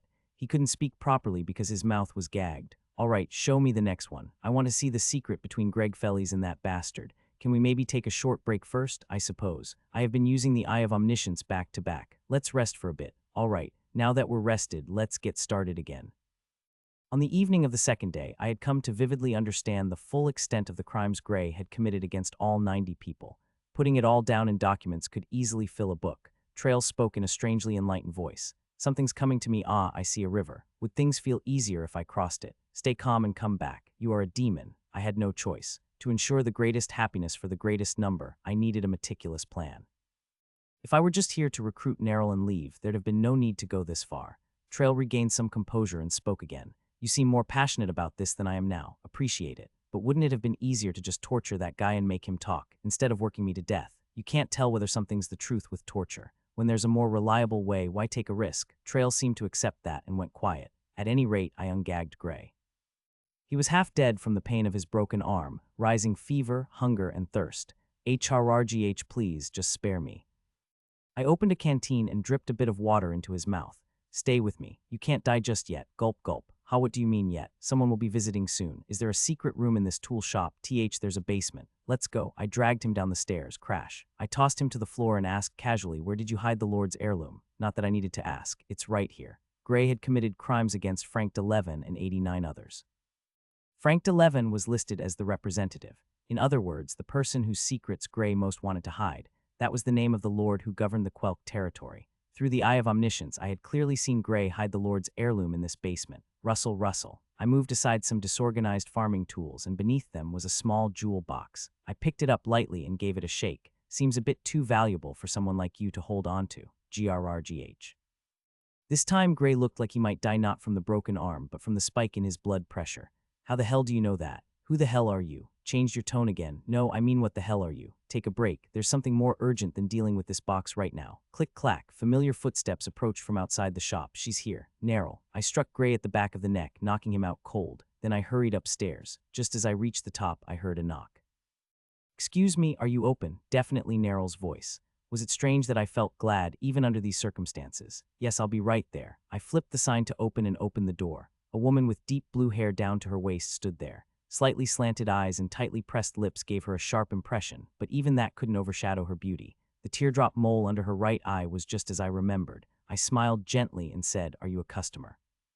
The owner stepped out for a moment. "Do you work here?" "Yes, just for today, for this one time only." "Why don't you come in?" Neril nodded and stepped inside. I returned to the counter and asked in a relaxed tone, "Is there something you're looking for?" Neril stood with her arms crossed, staring at me silently. "I'm looking for someone. His name is Gray Palm. He's probably around 41 now, bald except for the hair right above his ears. Sounds like someone I know. You'd have to. He's the owner here, isn't he?" Her tone changed. She continued in a voice as cold as winter. "You're not just some part-timer, are you? You weren't hired just to mind the shop." I already took care of all Gray's other lackeys, one by one, over 5 years. They were living successful lives all over the continent. Guards, guild masters, branch heads of merchant unions, their deaths made waves. If Gray heard those rumors, I figured he might start hiring bodyguards. She seemed to think Gray had hired me as one. But would he really have the money to hire someone of your caliber? Do you know who I am? No idea. But I can tell from your posture alone you've been through a lot. The tension in the air began to thicken. I straightened my back and changed my tone. You're mostly right, but let me correct one thing. I wasn't hired by Gray. I was actually waiting for you. What, would you like some tea? I heard you especially love black tea. Absolutely crazy for it, in fact. Neryl's eyes wavered slightly. Nice to meet you, Witch of Carnage, Neryl Slane. Neryl had always been cold and composed, both before and after my regression. Even after I spoke her true identity aloud, she didn't get flustered or lash out. Of course, her rigid face alone was enough to make it clear that if I misspoke even slightly, she would take my head off right then and there. She spoke. "Shall we talk?" I was waiting for just that. At that moment, a new customer entered the tool shop. Uncle Gray, huh?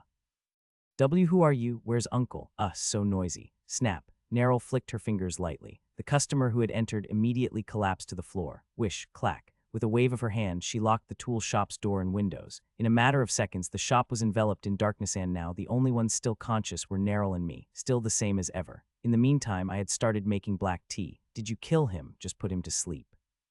These days, killing people carelessly tends to bring on unsettling dreams. That's just age catching up to you. But you could kill without remorse and sleep just fine. I gave a casual shrug. Clack. Then I placed the tea in front of her and spoke in a serious tone. "Pardon the rudeness for our first meeting. Have some tea. I'll pass. The aroma's too faint, it's clearly low-grade tea. Let me ask the important thing first. You said you were waiting for me. How did you know I was coming to this territory?" Naturally, I didn't answer with my memories from before regression. But of course she'd be curious. As far as I know, there have only been 2 people in the entire Empire who managed to track down Neryl after she disappeared. One was Kratz, vice commander of the Empire's elite unit Alcahad. The other was Dame Said, commander of the Holy Knights of Light. Incidentally, that was 50 and 30 years ago, respectively. Hopefully that explains why I call her madam and she lets it slide. Let's start with introductions. Oh my, but I couldn't care less about your name. Just answer my question first. Madame Mohan, freelance mercenary. Nice to meet you. You really know how to get on someone's nerves, don't you? Wait, Madame Mohan, doesn't that answer your question? That name should explain it. Not to brag, but I'm a fairly well-known mercenary across the continent. Even the title of Sword Master, which mercenaries don't normally get, has been attached to me. Not just any Sword Master either. Shut up. Almost as if responding to Trail's words, Neryl spoke. The Sword Master of no killing. You look much younger than I imagined. Compared to you, everyone must seem young. You've got a real knack for saying things that get under the skin, huh? Sorry, just trying to lighten the mood. If someone like the sword master of no killing managed to track me down, then perhaps your reputation is actually underestimated. Still, I'm not exactly thrilled. At least her curiosity seemed satisfied. I carefully gauged the mood before speaking. Mind if I ask something now? Go ahead. Why don't we work together? Her expression shifted into something subtle and hard to read. It was the look of someone not quite sure they'd heard correctly, but I kept speaking calmly. I don't think it's that strange of a proposal. There are plenty of mages who work as mercenaries. If you've got the skills, no job pays better. This is so absurd I don't even know where to start. Take your time. I'll wait. I folded my arms and made a show of waiting patiently. After a moment, she finally spoke. Hand over Gray and get out. Whatever he paid to hire you, I'll double it. I told you I wasn't hired. You said you're a mercenary, didn't you? Mercenaries do anything for money. Guarding a murderer is nothing to them. She studied my face, noting my lack of reaction, then continued. You don't seem surprised. I take it you know something about his past, so you're rejecting my offer to work together. Why, HMPH kid, do you know why I'm called the Witch of Carnage? If you're looking to recruit me, you probably know many of those infamous accusations are false. But isn't it strange? Just claiming Neryl Slane did it is enough to pin any crime on me. Of course I knew that. I'd heard it from Neryl herself before regression. Still, I put on a face like I was thinking about it for the first time. Then I looked as if I'd suddenly figured it out and said, I see. You made a deal with someone high up in the Empire. Oh, Neryl didn't hide her surprise. You're sharp. I looked at the timing of the crimes attributed to you. Every time there was a disaster, drought, flood, public unrest matched with your alleged appearances. Now it makes sense. The higher-ups used you as a scapegoat for all the people's rage and grief. That way the resentment wouldn't turn toward the Empire or the royal family, but toward you. Neryl was silent for a moment. I went on. The Empire fought you twice, right? Once 50 years ago and once 30 years ago. I heard those battles were intense. You were in real danger. Especially 30 years ago. I heard you came close to dying. That must have been when it hit you. The Empire's getting stronger. Next time, they might actually kill you. So you sought a deal, or maybe the Empire came to you first, suggested cooperation instead of continued war. At first, she looked only mildly surprised, but now Neryl's eyes were wide open in astonishment. This is why, before regression, Neryl hadn't been especially moved when Caled cleared her name. Those accusations were something she had willingly taken on herself. She asked, her voice now deeply cautious. Just what are you? Even for a top-tier mercenary, how do you know all this? Still doesn't explain why you rejected my offer. I still have ties to the Empire. If they need something covered up, they contact me. I get paid, go to the designated location, and well, leave just enough evidence behind. You scatter your magic so investigators can pin the blame on you. You figured that out too. You really are sharp. That was something she'd often told me even before regression. Neryl crossed her arms and continued. I hate smooth talkers who only say what people want to hear. That stuff's fleeting. In the end, only results matter, and to get results, you need real skill. In that sense, I do like you, so I'll spare your life. It was quite the memorable conversation, but my answer is still no. I made those dirty deals with the Empire because I had something I desperately needed to protect. I can't just go roam around for fun like you. Something to protect? Don't tell me she means that old man. That seems to be the case. With the eye of omniscience, the image of the old gentleman who had met a tragic end at Gray's hands surfaced in my mind. Operating under the assumption that my hunch was correct, I opened my mouth. It sounds like you're saying they're wasses if there isn't any more. Yeah, he's dead. Gray and his gang killed him, so you came here for revenge, and the rest of the gang is already dealt with. Then if I hand Gray over to you, will you cooperate with me? You don't have anything left to protect anymore, do you? Neryl seemed to hesitate for a moment. Her eyes wavered. Looks like I misunderstood. You're not working for Gray. I told you that from the beginning. Fine. If you hand Gray over, I'll join forces with you. Ha ha ha. I burst into cheerful laughter. Neryl looked conflicted, as if unsure whether she was supposed to laugh along. Just as she tried to force a small smile to match the mood, I spoke again. Don't lie. What? You're planning to disappear after killing Gray, aren't you? For the first time, Neryl's expression showed a hint of panic. I resurfaced a memory from before the regression. Back then, Neryl had clearly said this, that the owner of the tool shop had been the final tragedy, that she accepted Caeld's offer to join him because she wanted to find a final place to make her stand against the Demon King, which meant you don't seem to have any lingering attachments to this world anymore. A fifth Demon King will soon descend upon the continent. What are you suddenly talking about? And a hero will surely appear as well. From the certainty in your voice, it doesn't sound like a bluff, which means you know this somehow. Wait, don't tell me you're the hero. Let's say I'm a candidate. Neryl tilted her head in puzzlement, but I pressed on without concern. The hero will be publicly revealed elsewhere through an oracle. But I'm going to become the true hero of this continent. You're insane. To do that, I need capable companions. I'll take down the hero chosen by the oracle and rise as the real hero myself. 7 years? Just work with me for 7 years. That's how long it'll take for me to become the hero and defeat the Demon King. She didn't answer. A heavy silence settled between us. It was so quiet I could almost hear the flow of the air itself. Only when my eardrums began to ring did Neryl finally speak. When will you hand over Gray? In 7 years. After I'm done. Payment upon completion. The air froze in an instant. I thought I'd grown used to her due to our past dealings, but I was wrong. The murderous energy Neryl exuded when she was dead serious was overwhelming even for me. Crack, clink. The teacup between us couldn't withstand the pressure and shattered. Is he hiding underground? Gray, yeah, what if I burned down this whole tool shop right now, in front of a top-tier mercenary? You'd be the one to die first. Who? Fine. Neryl slowly rose to her feet. Looks like I'll have to kill you first. Neryl set the time and place and left. Though her rage was boiling over, she must have decided that causing a scene in the middle of the village wasn't a good idea. Even that alone proves something. There's no way someone that rational would go around committing atrocities. All that talk of wiping out entire villages, it was all a false charge. Is this really the time to be talking so leisurely? Don't shout. My head's ringing. What are you doing? Just hand over Gray and get her on your side already. Then I'd just end up boosting Neryl's infamy, like in the previous timeline. Would that be so bad? Of course it would. The infamy of my allies reflects on my reputation too. Trail fell silent, seemingly not having considered that. I explained calmly. If my interference can raise someone's reputation, the reverse is also true. Someone else's reputation can drag mine down. You might understand this stuff better than I do now. I can retire. I never asked you to hike with me in the first place. You're surprisingly thoughtful. If Neryl causes any more atrocities, it'll definitely hurt your image. Yeah, in fact, I'll eventually need to clean up her existing reputation too, but we'll deal with that later. Trail seemed satisfied, but then posed another question. One more thing. Why did you blurt out your whole plan like that? That bit about becoming the hero, which means you're not the hero yet. Why'd you say that out loud? That. There were a dozen ways to spin that. Even if Kaled gets the oracle, you could have played it off as a mistake or misunderstanding. You're good at lying, aren't you? So why open with a full-on confession that you're a fake hero? You think she's going to side with you after that? Seriously. Trail's point was valid, but this was one thing I couldn't change my mind on. Then I would be no different from Kaled. What? Kaled was a fake, but he lied to his party and companions, pretending he was the real thing. If I start by lying to Neryl, I become the same kind of person. Well, that's true, but still. And more than anything, I can't trust a relationship built on lies. I've lived my whole life without trusting others. In a world where I saw every sin committed by everyone around me, mistrust had taken root deep within me. This time I want to build a team I can genuinely believe in. If I hide the fact that I'm a fake hero, then I'd be lying to them from the start. How far could I possibly go, putting my faith in a relationship built on lies? If I do that, I'll just repeat the same failures as before the regression.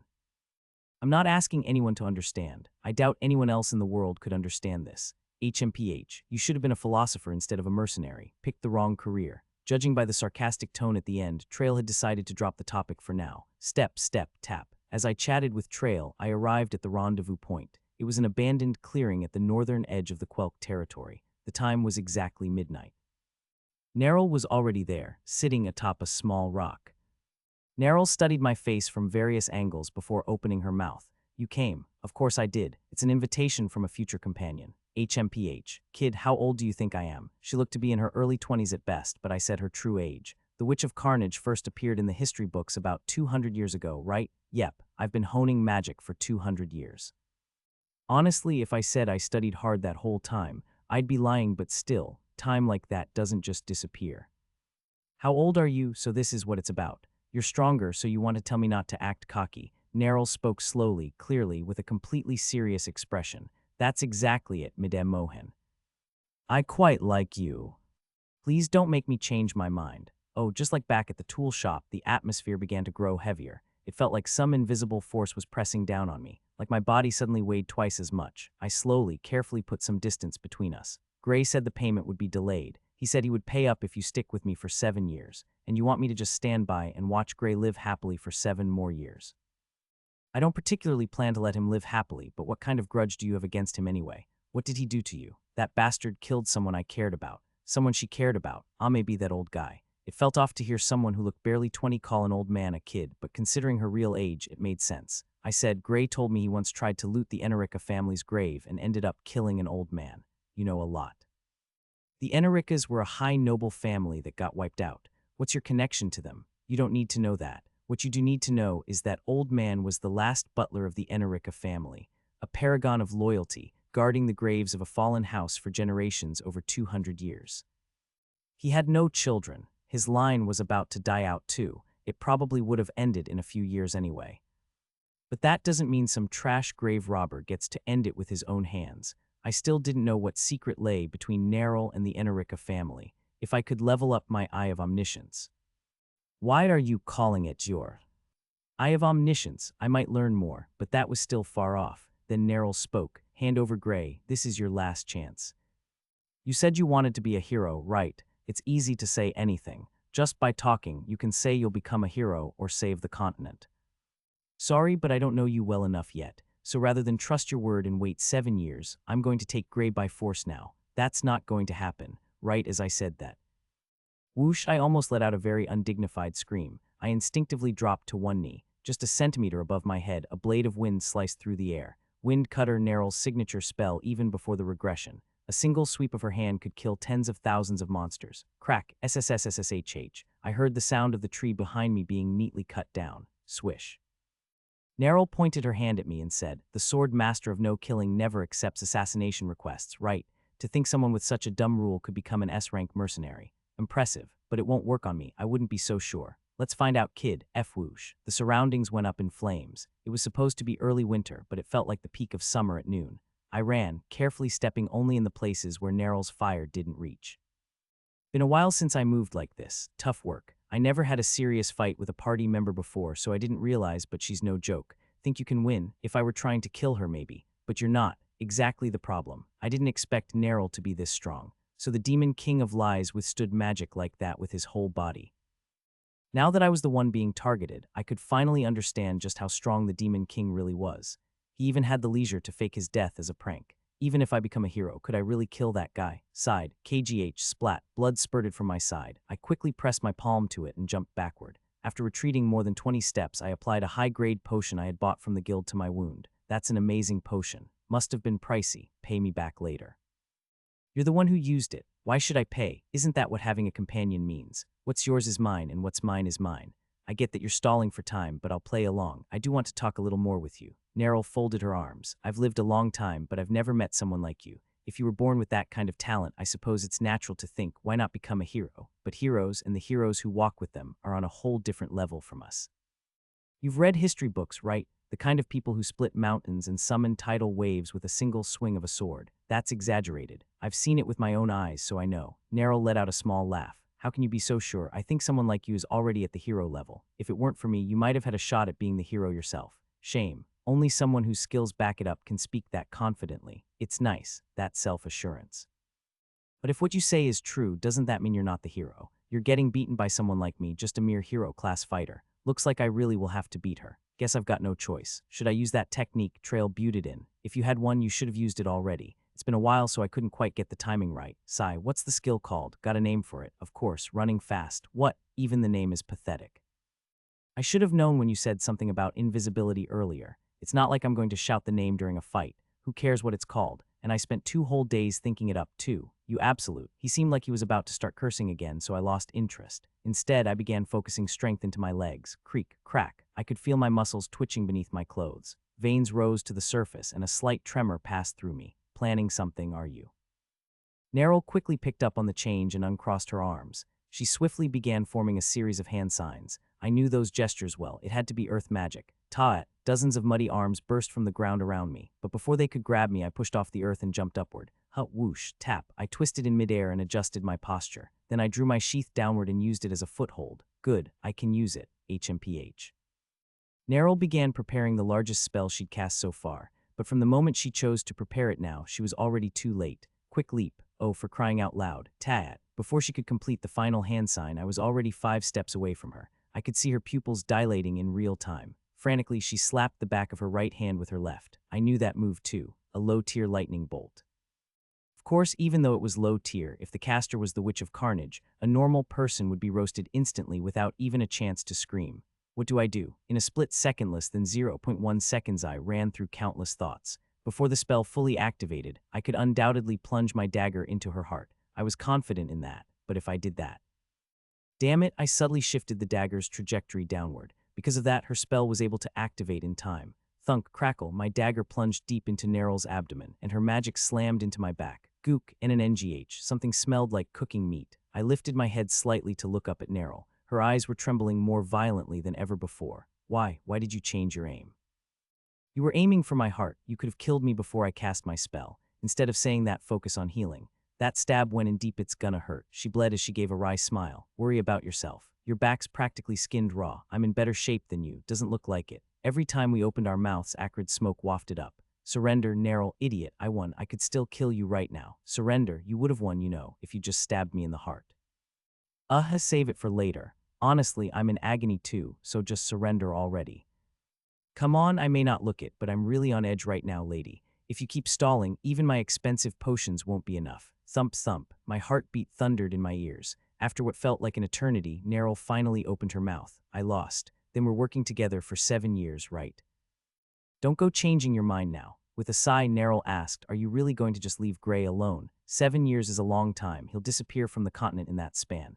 I've got a plan for that. HMPH, a plan, sure, I mean it. If you don't believe me, just give it a few days. I grinned and spoke. As a celebration of our partnership, I've got a gift for you. A few days later. It cost me a fortune, but that wasn't a problem. Neryl covered the entire bill.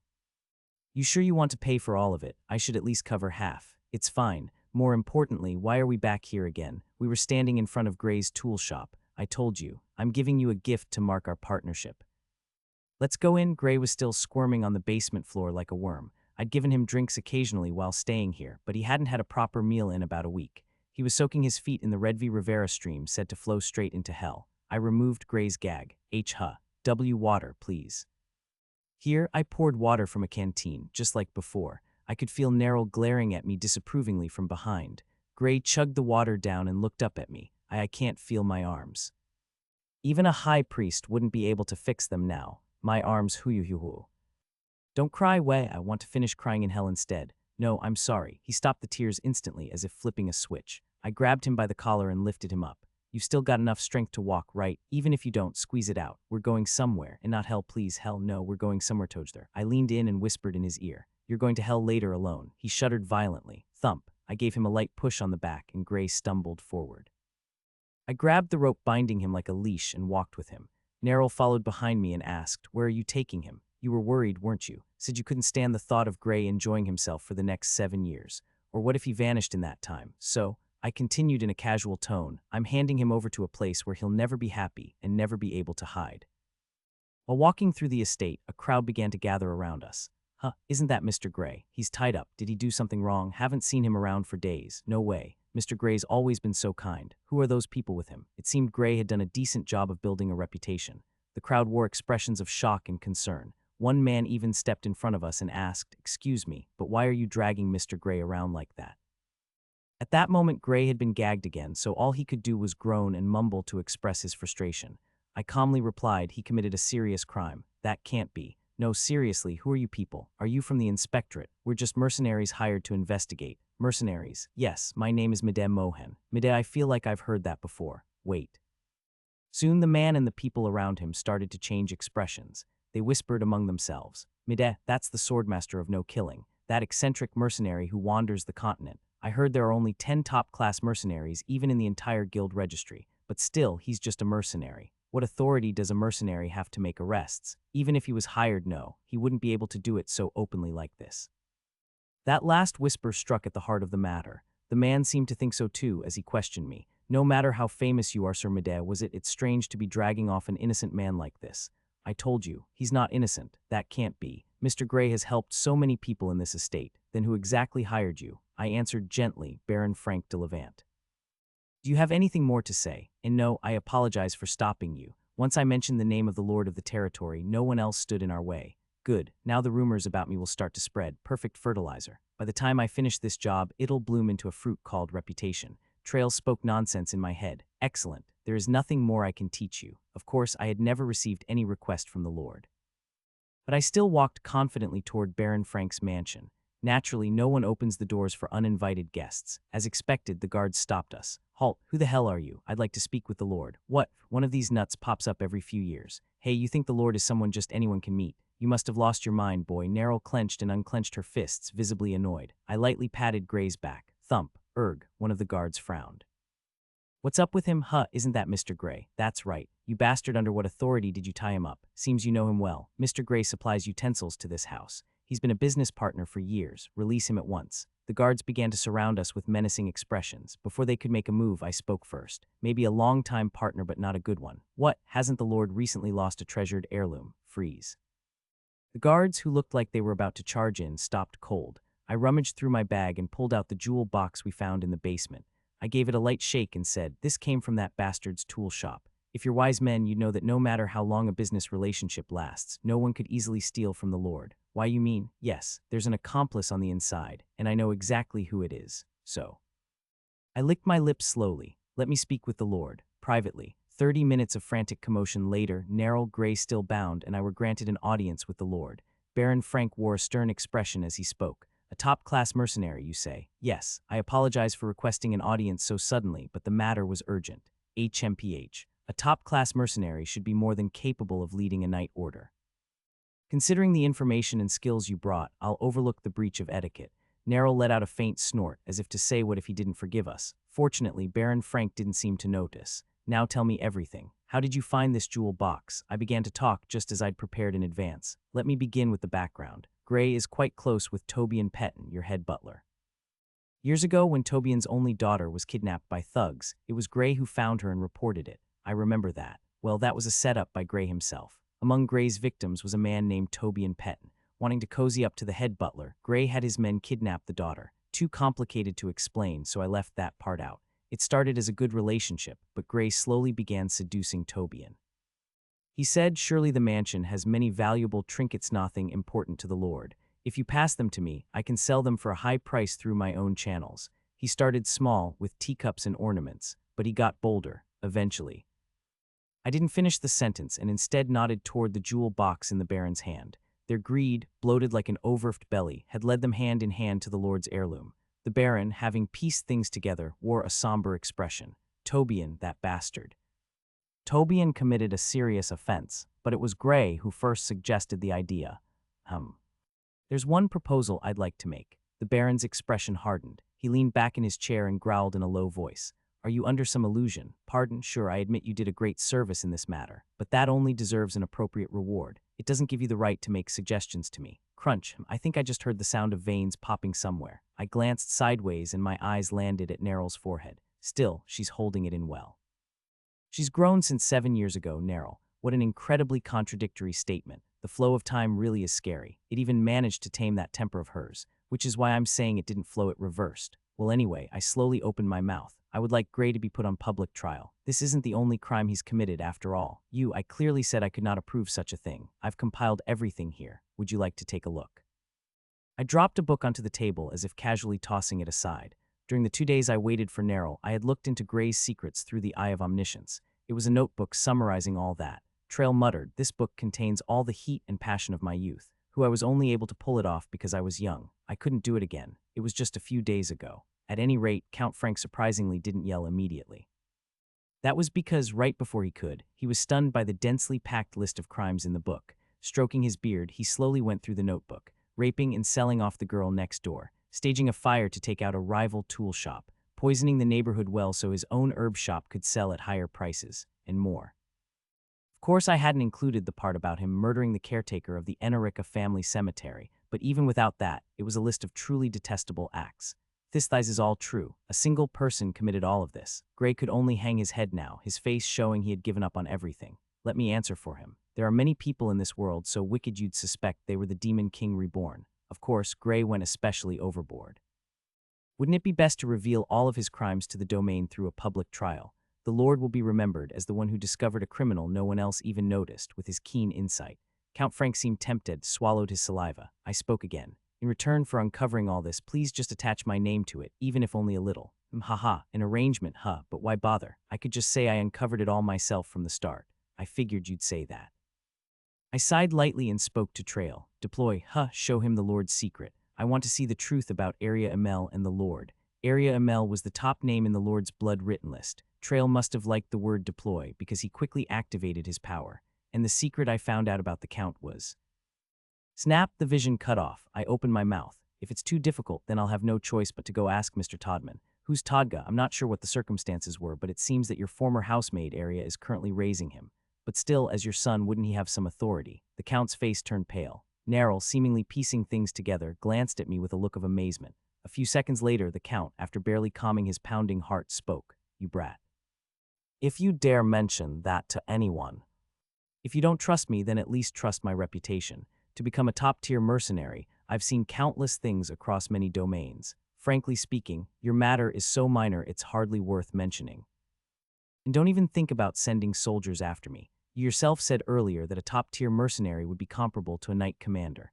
In other words, don't foolishly try to apprehend me. The Count nodded with a grim expression. Then will you grant my request? So be it. Another request, it's not much, just don't execute Gray. He won't be escaping a life sentence anyway. And why is that? I glanced at Neril. Her mouth was slightly open in surprise. Because someone's already claimed him. 1 week later, a public trial was held in the domain. Perhaps he decided he couldn't go down alone, readily admitted that Gray was his accomplice in the recent incident. Furious, the Lord unleashed the entire military force to dig up the rest of Gray's crimes, and within a week, they were all exposed in broad daylight. Rumors had already spread throughout the domain after Gray was dragged away in chains a week prior. So with a public trial now happening, it was no surprise that the place was overflowing with people. This brings back memories of the public execution I had witnessed in the place I used to live in. That one wasn't a trial, but an execution, yet the overall setup and the crowd scale were more than enough to stir up the past. Gray Palm. The charges against you are as follows. First, conspiring with the head steward to steal the Lord's heirloom. Then raping and selling Arya Crescent, daughter of Taylor Crescent. You bastard, where's my daughter? Someone abruptly stood up during the trial. The presiding judge made no effort to calm him. Murmurs filled the air. Poor Mr. Taylor, what a tragedy. I can't believe it was Gray, that monster. In the end, Lord Meded saw right through him. You've heard the rumors, right? About Lord Meded dragging Gray off like a dog. I thought they were just exaggerating, but turns out it was all true. He really caught that monster under the Lord's orders. No, I heard he was the one who first reported Gray to the Lord. Wow, I thought he was just a skilled swordsman. Not only skilled, but what a noble heart. If he comes to our tool shop, I'm giving him everything for free. That was the general sentiment. I hear it, the sound of my fame rising.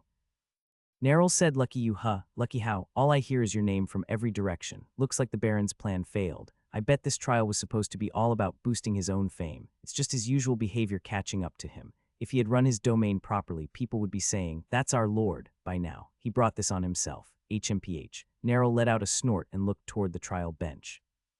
There sat Gray, looking up at the sky, with barely a flicker of strength left in his expression. Neril clicked her tongue. That bastard's not gonna die in prison, is he? People like that don't give up their lives so easily. The more lightly they treat others' lives, the more precious they think their own is. Don't worry, he'll last at least 7 years. Neril didn't respond. I kept talking. Let's come back here together in 7 years after I deal with the Demon King. By then I won't stop you. You could probably storm that prison and take his head off on your own, but if it's too hard, I'll help you. I don't get it. Why is it okay in 7 years but not now? Because you can't let yourself become a butcher anymore. I mean, most of those accusations against you were probably false to begin with. Neril tilted her head slightly and looked at me. I crossed my arms and gave a wide grin. You're about to become a member of the party that'll save the whole continent. Did you really think I'd let your rampages slide anymore? Ha, so basically you don't want my bad reputation staining the radiant path of your heroic journey, is that it? Nailed it, before the regression. At that end table, Kale had said the exact same thing, that he couldn't allow any more bloodshed. In a way, I was saying the same thing now. Except back then, Kale had been far more serious about it, and the mood had been gentle. But Neril's response had been ice cold. Yet now. Dahahaha, she burst out laughing, clutching her stomach. This is weird. I said it way more lamely than Kale did, so why is she enjoying it so much? After a while, Neril wiped away tears and said, you really don't hold anything back, do you? Huh, yeah, you say it straight up and it's kind of refreshing. All right, no more bloodshed. I was planning to disappear after Gray anyway. She turned to look at Gray, who was nearing the end of his trial, but calling it a trial now felt generous. The crowd had turned into a mob, throwing stones, spitting, and shouting. Normally, the Lord would have stepped in to restore order, but he seemed to think this was a good chance to let people vent their fury and remain silent. Thwack, Gray, blood trickling down his forehead, cried out, why, Your Honor, someone just threw a stone at me. Silence. No, you have to stop this. I haven't even been officially found guilty yet. I declare Gray Palm guilty. The judge cut him off and slammed the gavel. Gray collapsed in his seat, dazed, as if the sky had fallen on him. You, please have mercy. I swear I'll live honestly now. Please forgive me. Shut up, you wretched scum. He's the Demon King reborn. Burn him now. Give me back my daughter. In the hellish uproar where up and down blurred together, Gray's pitiful sobs rang out. Neril folded her arms and smiled in satisfaction. If I had just killed Gray back then, none of his other crimes would have seen the light of day. People might have even pitied him. Yeah, probably. Thinking about that made me sick. I'm glad I listened to you. This really must have been the right answer. So, Neryl scratched her cheek and turned slightly away from me. Sure, I actually struggled a bit to say that, and you just answered right away. Were you waiting? HMPH, talking like you've known me forever. I just smiled. Neryl scowled at me. You really think you can become the hero? Yeah, but you won't. Heroes chosen by divine oracle have this glow about them, and the hero's mark appears. Well, she's not wrong. Before regression, I had doubted and doubted Kaled, but not once did I think maybe he's not the hero because of that mark. The chosen hero gets a symbol on their forehead. Neryl said, so the first thing we need is a fake symbol. I'll have to find a good makeup artist. There should be some in the mercenary guild. That won't cut it. It might fool commoners or low-tier nobles, but the higher you go, the quicker they'll see through it. I'll make it for you, the mark. My eyes widened. Neryl continued. With my magic I can fool anyone. Well, not the real hero, but that's your problem. Neryl, there's a lot more you need too. You've got to be able to wield the hero's sword, earn the spirit's recognition, and overcome the trials of past heroes, right? She stared off into the distance and added, you can't do all that alone. I'll help, and for some reason. My heart thumped. I started to wonder why, but before I could dwell on it, a screen popped up. You've earned 100 fame points. Your name echoes throughout the Drucker territory. All available points retrieved. Points needed to reach next level, 971,000. Points expected from this event, 790. Neryl Slane now sees you as a man her eyes keep wandering to. What is this? What the hell, Mr. Trail? You're flustered. Your tone got weird. Sorry, no, I get it. A man her eyes keep wandering to. Is this what I think it is? Is it that? You're the one with the weird tone now. I changed the subject. Anyway, bring up the map. Good idea. Time to fix your tone again, too. The map of the continent appeared on screen. The light that had only faintly glowed over Drucker territory now shone far more brightly. Quelk territory was glowing as well. My fame was spreading across the land. I stared quietly at the map. What about Kaled's side? Let's see. Oof, it's no joke. Last time Kaled's famine, that is, the Black Aura was affecting 4 territories, but in less than 2 weeks that number had increased by 1. Now the guy's influence reached across 5 territories. What's his total fame right now? It's still hard to get an exact figure, so level up quickly. Once you raise your level, you'll be able to check. I guess I'll have to. I once again examined the Black Aura. It wasn't just the size of the area, it was also the density of the glow. That suggested his fame must be quite high. Trail. The empire can be divided into a total of 40 territories. What, are we having geography class now? Just listen. There's a mountain range called the Koskart Mountains running horizontally across the center of the empire. It practically splits the empire in two. I pointed at the map with my chin, and by coincidence or maybe notice almost perfectly divided with 20 territories on each side of the mountains. I need to claim the northern half first. I have to hurry. Kaled's already way ahead. All right, so what's your plan now? What's your plan now? Right on cue, Neryl asked the question. Pretending to think for a moment, I opened my mouth. First, I need to spread my name a bit more. I figured. I still don't get how that's connected to becoming the hero, though. My plan is to travel through the northern regions first and slowly work my way down. Any idea where I might find some work? Not sure. I'm not some wandering mercenary, you know. I don't keep tabs on that kind of thing. It's fine. Truth is, I've already decided. You're kind of annoyingly smug, you know that. Ignoring her, I pulled a map out of my bag. It used to be one of my prized possessions before I met Trail, but compared to the digital map from earlier, it now looked embarrassingly crude. Do you finally understand my greatness? All right, we're currently here. Excuse me? Next, we're heading Harith Lior territory. Hey, Neryl tilted her head and asked, what's in this place? Nothing much. For now, you're talking like you can see the future. I casually shrugged. Anyone trying to make a living needs a few trump cards up their sleeve, right? You're the same. Neryl flinched and shot me a sideways glance. I thought it was strange how you listed off all those dirty secrets about the Baron and that gray bastard. Do you have some kind of power that lets you dig up people's secrets or something? Indeed, that is the power of my all-seeing eye. If only, just think of it as insight built from long years of experience. Hey, listen to me, whatever. But if you try digging into my secrets, you're dead. Oh, would it kill you to acknowledge me a little? I'll be careful. I may be younger than you, but I'm not ready to die just yet. Now that we're on the subject, use honorifics. Yes, ma'am, just talk normally. Will do. And so we bickered over nothing as we began leaving Quelk territory. Behind us, the heat of the ongoing trial could still be felt. Once we had secured a wagon and were completely out of the territory, I suddenly heard Trail sniffle.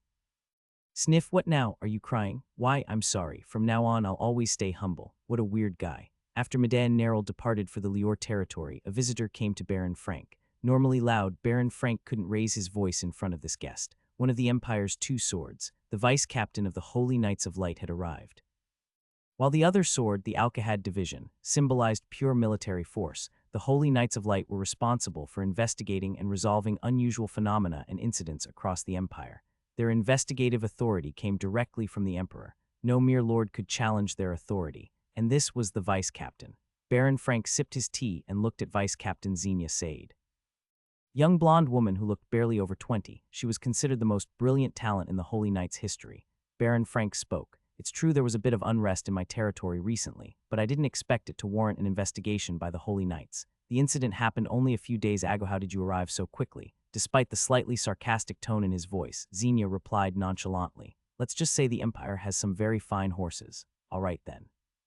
But still, why the urgency? I didn't think that trial would draw this much attention from the capital. No, I'm not interested in that matter. Excuse me, weren't you here to investigate that scum Gray? Who's Gray? Actually, never mind, don't answer. Like I said, I'm not here for that. Her indifferent tone made the Baron's brow twitch. This brat's getting cocky. Giving a rookie like her lofty titles like God's Agent, the Holy Knights sure love their exaggerations.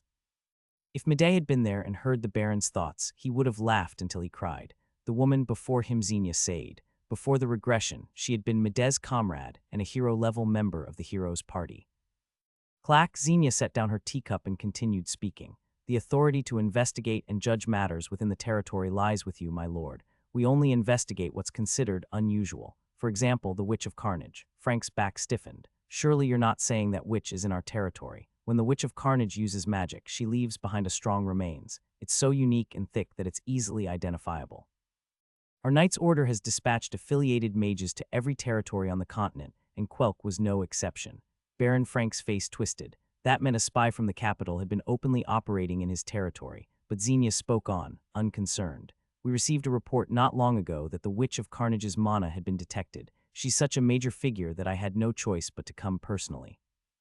Before I came to see you, I found traces of a battle in the open field north of the territory.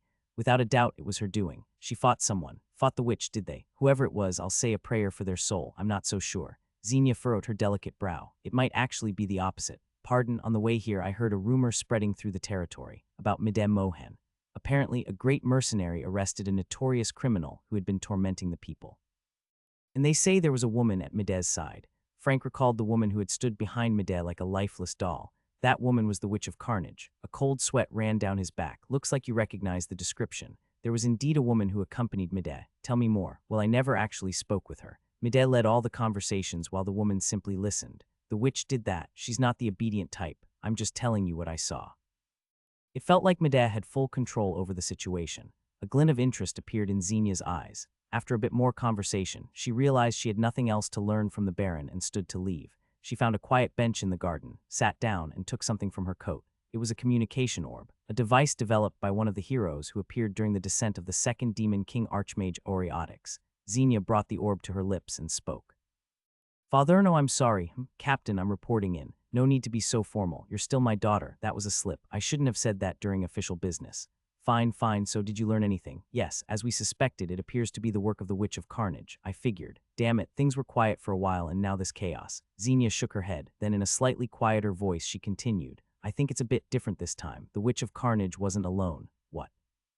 My impression is, well, I don't know if this term suits that witch, but it seems she has a companion. That's impossible. And not just any companion. Apparently, some lowlife caused a disturbance here in the territory, but the witch delegated everything related to the incident to her new companion. And that companion was... Go on, Madame Mohan. You may not know him well, Captain, but in the mercenary world he's already reached the top. He's a formidable expert. There was silence on the other end as if he were gathering his thoughts. Xenia waited a bit longer and then asked, what should I do? What happened to the lowlife? Another one of the witch's poor victims. No, and that's what's strange. Medea turned him over to the Lord and exposed all of his crimes. He was tried through formal procedures and is now imprisoned.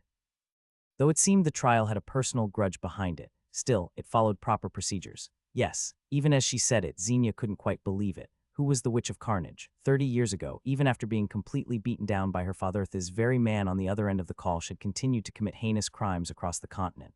A criminal whose name would be etched into human history. And now she'd gone and reported a petty criminal, and been welcomed by the people.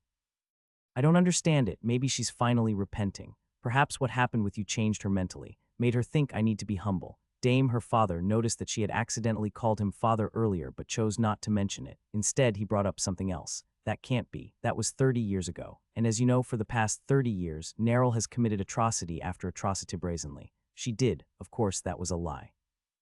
A hidden deal between the Empire and Neril. The Empire promised her safety and compensation. In return, Neril accepted infamy under her name. Nearly all the atrocities attributed to Neril after that event 30 years ago were actually committed by the Empire. And leading that dark enterprise was the captain of the Holy Knights of Light, Xenia's father, Dame. The tragic part, Xenia didn't know any of that. As Dame listened to his daughter's report, he pondered why. The Empire gains a villain to carry the blame, and the witch gains safety and rewards. I thought it was a fair tradiso. Why would she have a change of heart?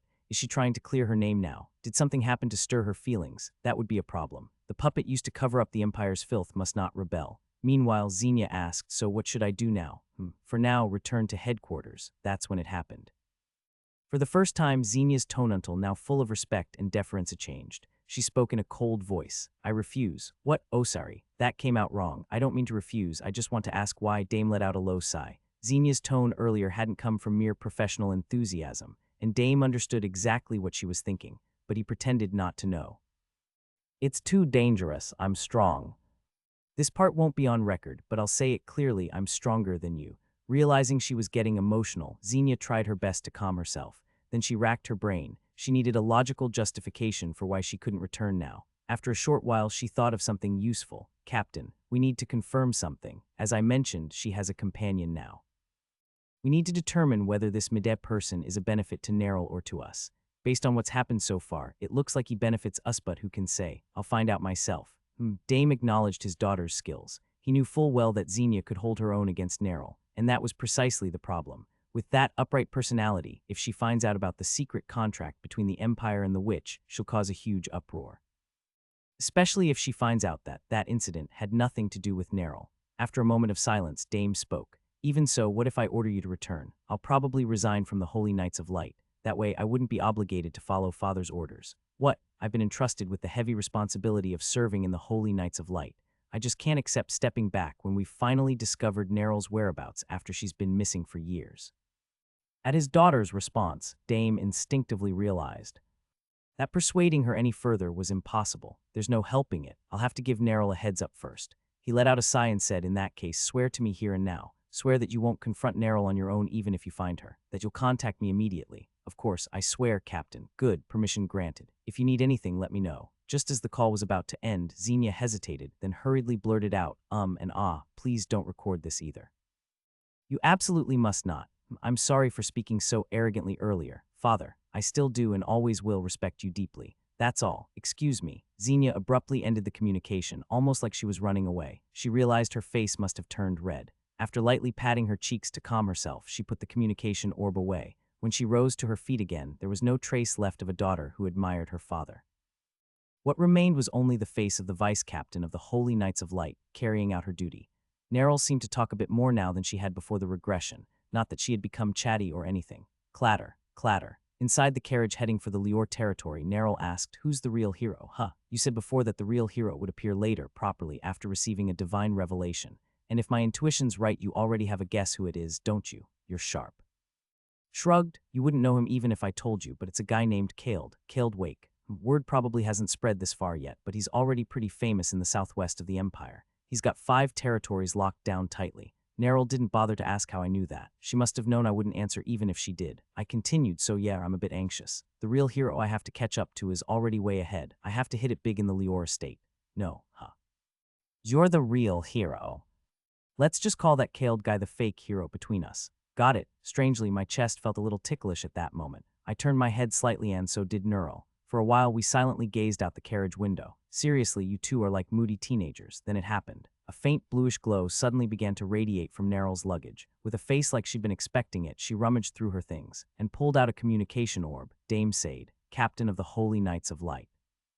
Know him? Yeah, let's listen together. Pretend you're alone for now, sigh. Haven't heard this bastard's voice in a while. As Neril gently touched the orb, a deep, middle-aged voice came through. Neril, Dame, long time no see. Not that I'm happy about it. I feel the same, so I'll be blunt. What the hell is going on in the Quelk territory? Already finished your investigation, Dame responded cautiously. Yes, for reference, the one who led the investigation is my own daughter. Xenia was it.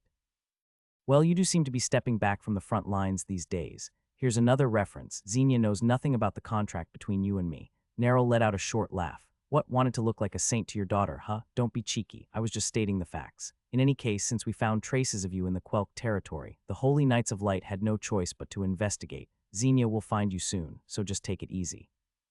You mean don't bring up the secret contract and comply quietly with the interrogation? No, you won't even meet her in the first place. I already told her to contact me immediately if she finds you. Dame lowered his voice. I'll be sending a subordinate who knows about our contract soon. But if Xenia tries to contact you on her own before they arrive, just play along for a bit. Do I really have to go along with that? If it was going to be such a mess, you shouldn't have sent your daughter in the first place.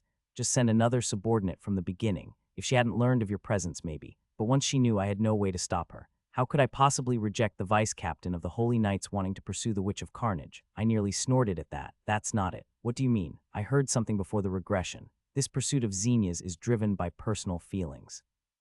So much so that even her captain's orders couldn't change her pursuit. Trail looked like he wanted to ask more, but before he could, Nerl spoke.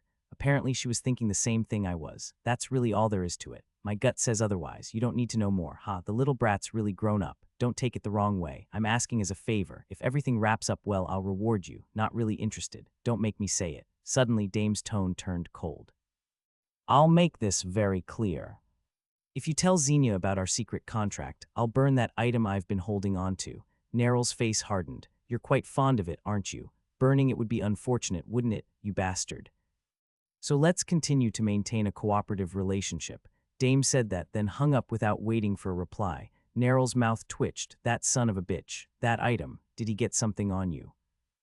Well, it did seem weird from the start. I couldn't imagine someone as free-spirited as you cutting a deal with the Empire just for safety or some reward. I waited for a reply, but Nerl's lips never opened. Then Trail suddenly spoke. Wanna take a look? No, wait a minute, was what I meant to say, but the screen popped up first. Error. The secret between Nerl Slain and Dame Sade. This is classified as B rank. You must reach Eye of Omniscience level 3 to access it. Got nothing to say? A woman with many secrets is always attractive, you know. I ignored Trail's answer and fell into thought. A secret involving someone named manhwarecaps was also B rank.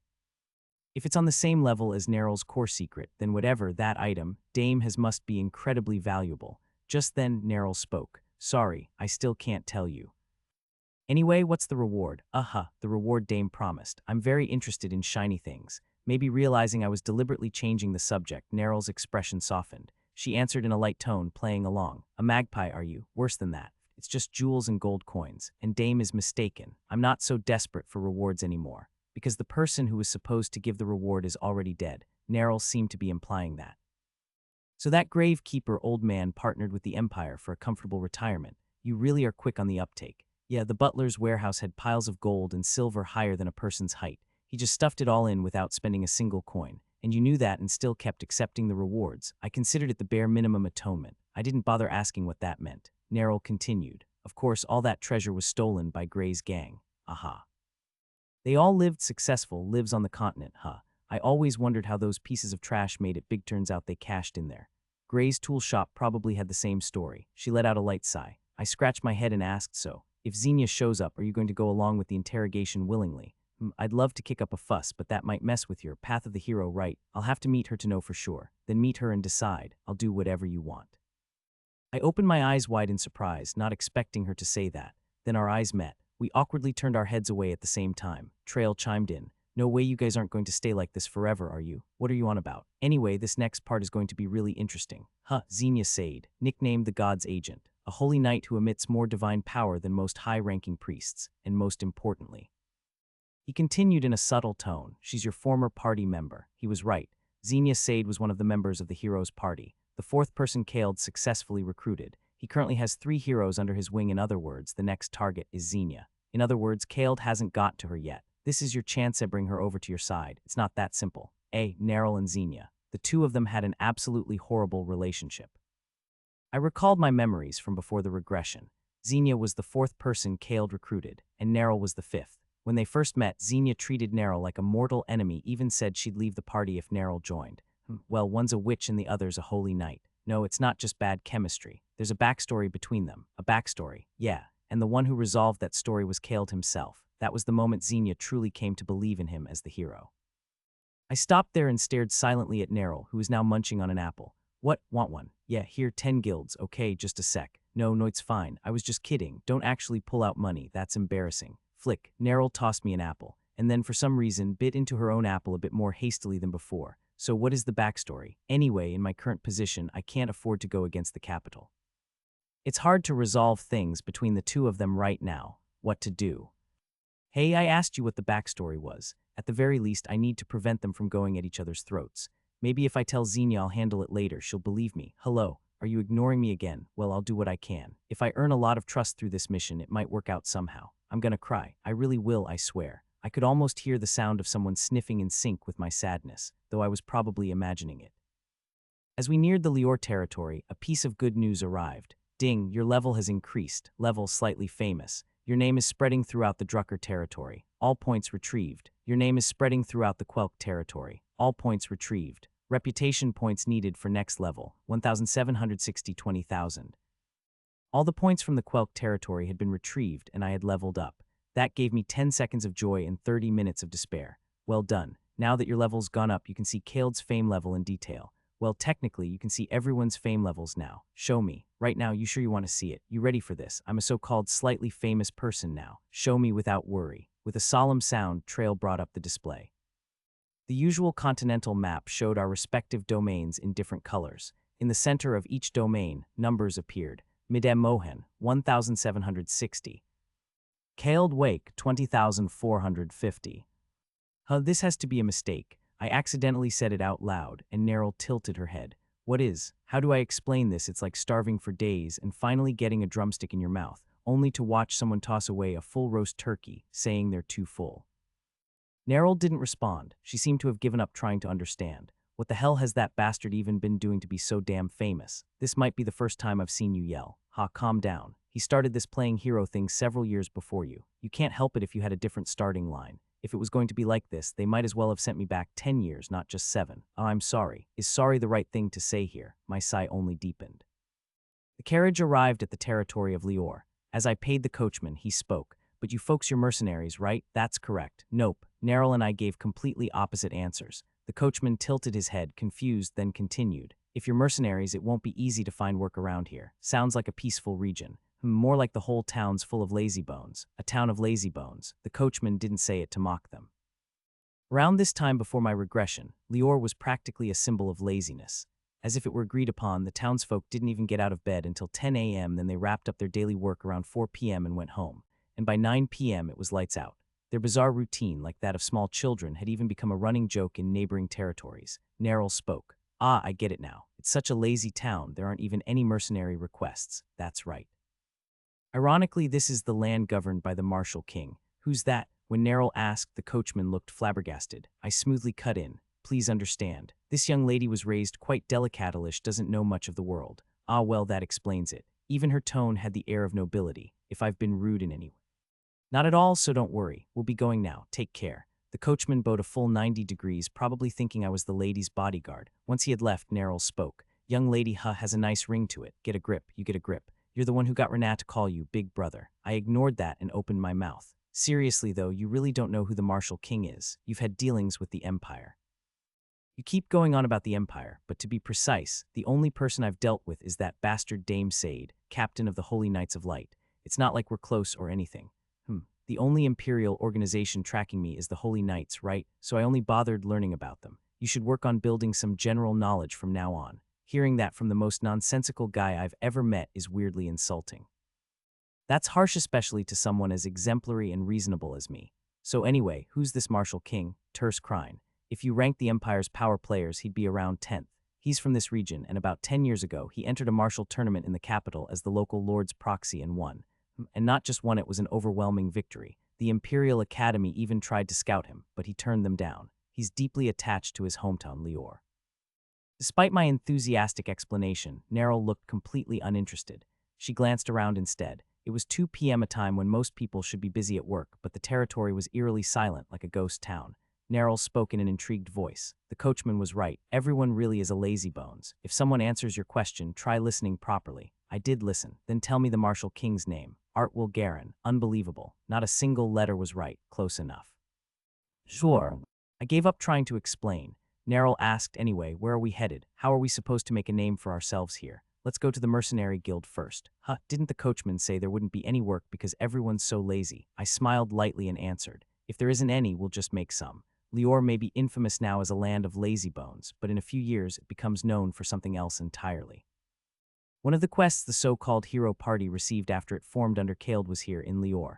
Wasn't the quest to kill the Demon King. Kald judged the Demon King too powerful, so instead of charging straight at him, he decided to tighten the party's bonds and level up through various quests around the continent.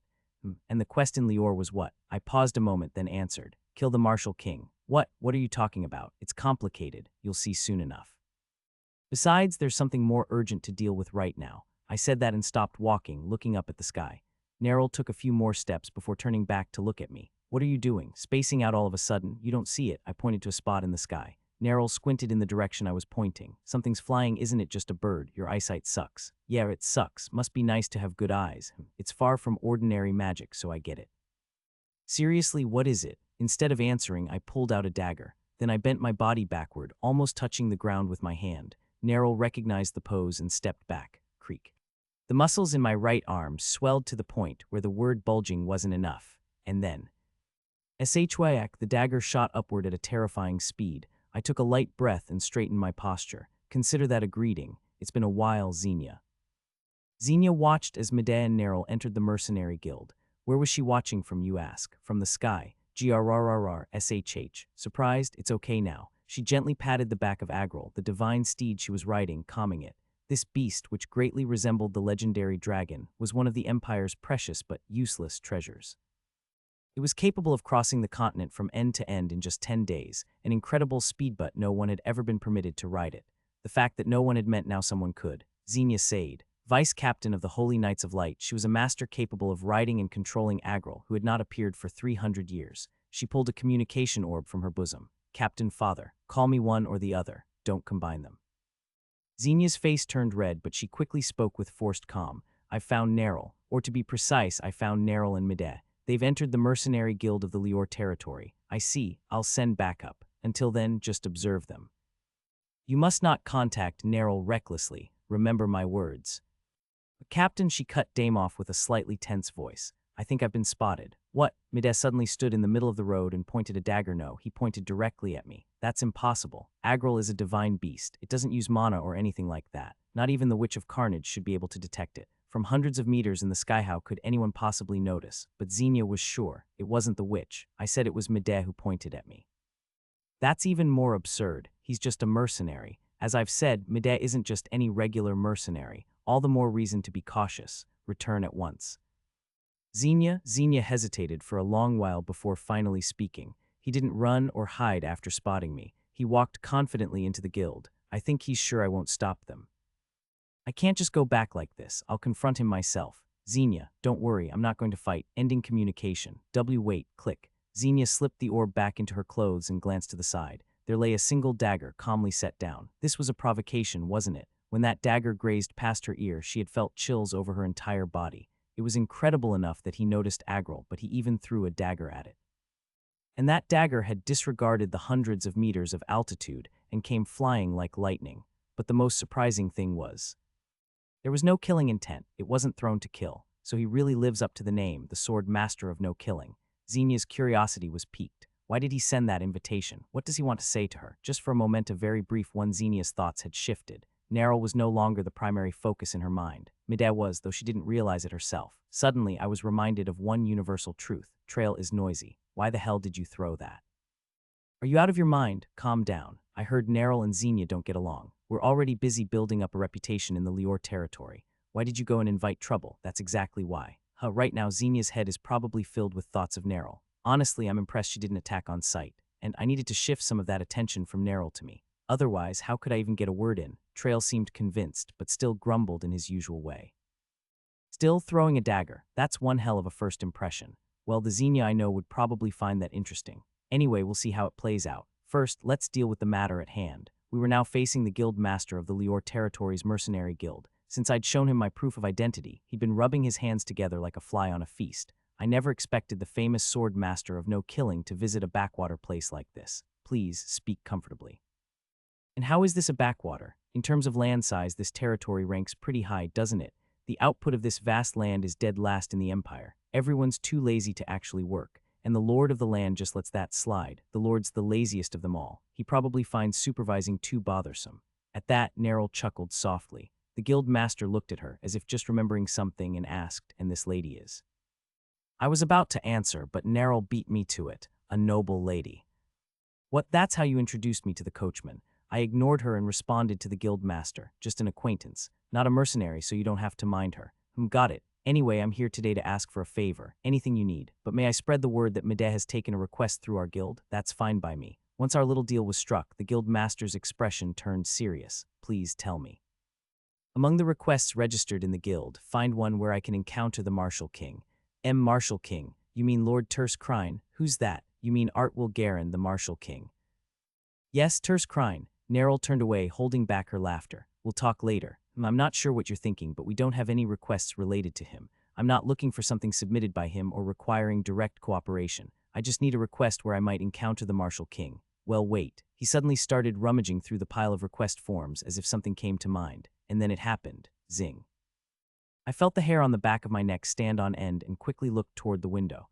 Neril did the same. Whoa, that's a sharp killing intent. Looks like the guild master doesn't notice it. It's being aimed only at those it's meant for. They're controlling this thick intent very precisely. Definitely hero-level skill. Xenia, the dagger I threw had done its job. Even while she held hostility toward Neril, she refrained from immediately arresting, interrogating, or attacking us. At the very least, she had developed a curiosity about me enough not to act right away. At that moment, the completely oblivious and calm guild master spoke up. "Did you know? This place may be called the land of the lazy now, but it used to be bustling 20 years ago. Really, about 20 years ago, an unexplained laziness started spreading through the land. Half a year later, the Lord submitted a request. Tap. He placed a very old, worn document on the table. Find and resolve the cause of the laziness spreading through the territory." The guild master spoke in a gloomy voice. "It's a request that's remained unresolved for 20 whole years. If you accept this request, you'll likely be able to meet the Lord. And always by the Lord's side is the Martial King, Lord Terce. I understand what you mean. I'll take the request. I'm sorry to dampen the mood right from the start, but this might stain your reputation, Sir Mede." In the past, I might have brushed that off, but not anymore. Reputation. Just that word made my body flinch. I carefully accepted the document and said, "I'll have to go all in. Hugh, I don't know what's going on, but all right, I'll send word. 2 days should be enough." I nodded and asked another question. "What exactly does the Martial King do in this territory?" "He's the commander of the Lord's personal knights, but it's mostly an honorary title just listed by name.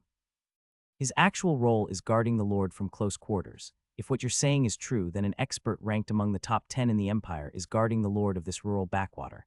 He first set foot on the path of the sword when he joined the Knight Order of this land. He must have deep ties to it. Doesn't seem like that's the real reason. Anyway, now that I'd gotten the gist, I stood from my seat. Understood. Let me know when preparations are ready. I'll be staying at the inn." But Neril didn't stand with me. I motioned with my eyes, but she remained seated, gazing distantly out the window. Did I do something wrong to her? "What are you talking about? Don't play dumb. You can feel this weird vibe too, can't you?" I scratched my head. Both Neril and I had lived lives that made us sensitive to hostility. Maybe that's why she seemed unusually upset. This is so annoying. I've never even crossed paths with that woman before, so why is she picking a fight the moment we meet? No, even before that. There was a time, never mind, it's nothing. Let's just get up. You're staying pretty calm even with all this pressure, Unless I'm mistaken, that woman seems to have already surpassed Dame. She should have. Dame is only ranked 3rd in the Empire. I see. Only 3rd ranked.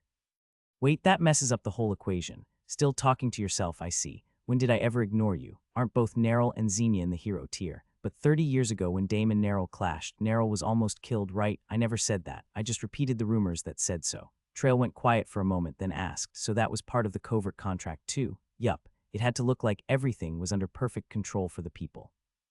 Even if Neril slipped away, the message was that the Holy Knights of Light are much stronger, so the public could rest easy. Phew, the world's just overflowing with lies. No wonder Idria was so strong. His cryptic remark made me tilt my head. What's that supposed to mean? You'll see. Or maybe not. Doesn't matter. I pressed him a few more times, but Trail never opened his mouth again. That night, just as I was thinking about lying down, something slipped under the door. A letter, no, just a note.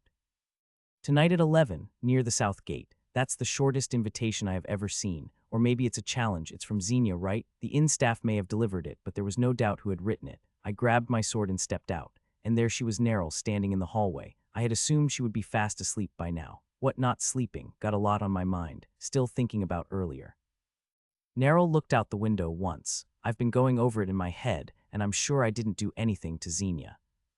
But maybe I did something I didn't realize. That's not it, I answered firmly. Neryl's blood-written list had many names, far more than the number of true culprits, but Xenia's name was nowhere to be found. Neryl widened her eyes and asked, "How can you be so sure? Most of the horrors you've been blamed for were false charges you willingly took on. This is probably just another case of that. It's a matter of probability." Doesn't feel that way to me. Still, I hope you're right. I tilted my head. Not sure how this'll sound, but you never struck me as the kind of person to care about this stuff. I wasn't, but now if my infamy affects you negatively, that's a problem. What? You said it yourself, you won't let me keep racking up infamy. Doesn't that mean the bad reputation I already have is an issue too? I'm not really sure, but I just don't like that idea. I was honestly stunned. Never imagined she would say something like that. Neryl frowned at my surprised expression and said, "What's with that face? HMPH. Nothing. Anyway, going somewhere." Yeah, did Xenia send an invitation or something? Strange. Neryl stretched and added, "I don't need to tag along, right? More like you shouldn't." Fair enough. Well, have fun. I'll head to bed. You could at least pretend to worry. I'm meeting the vice captain of the Holy Knights of Light, you know. Neryl laughed like she'd just heard the world's funniest joke. There are better people to worry about. I arrived at the meeting spot and scanned the area. Then I heard the sound of footsteps approaching. Golden hair and blue eyes. Except when dealing with Neryl before the regression, Xenia usually wore a gentle expression. Whoosh. Tap. She tossed the dagger I'd thrown earlier into the air and caught it. And before any greeting or introduction, she said, "I'm returning this."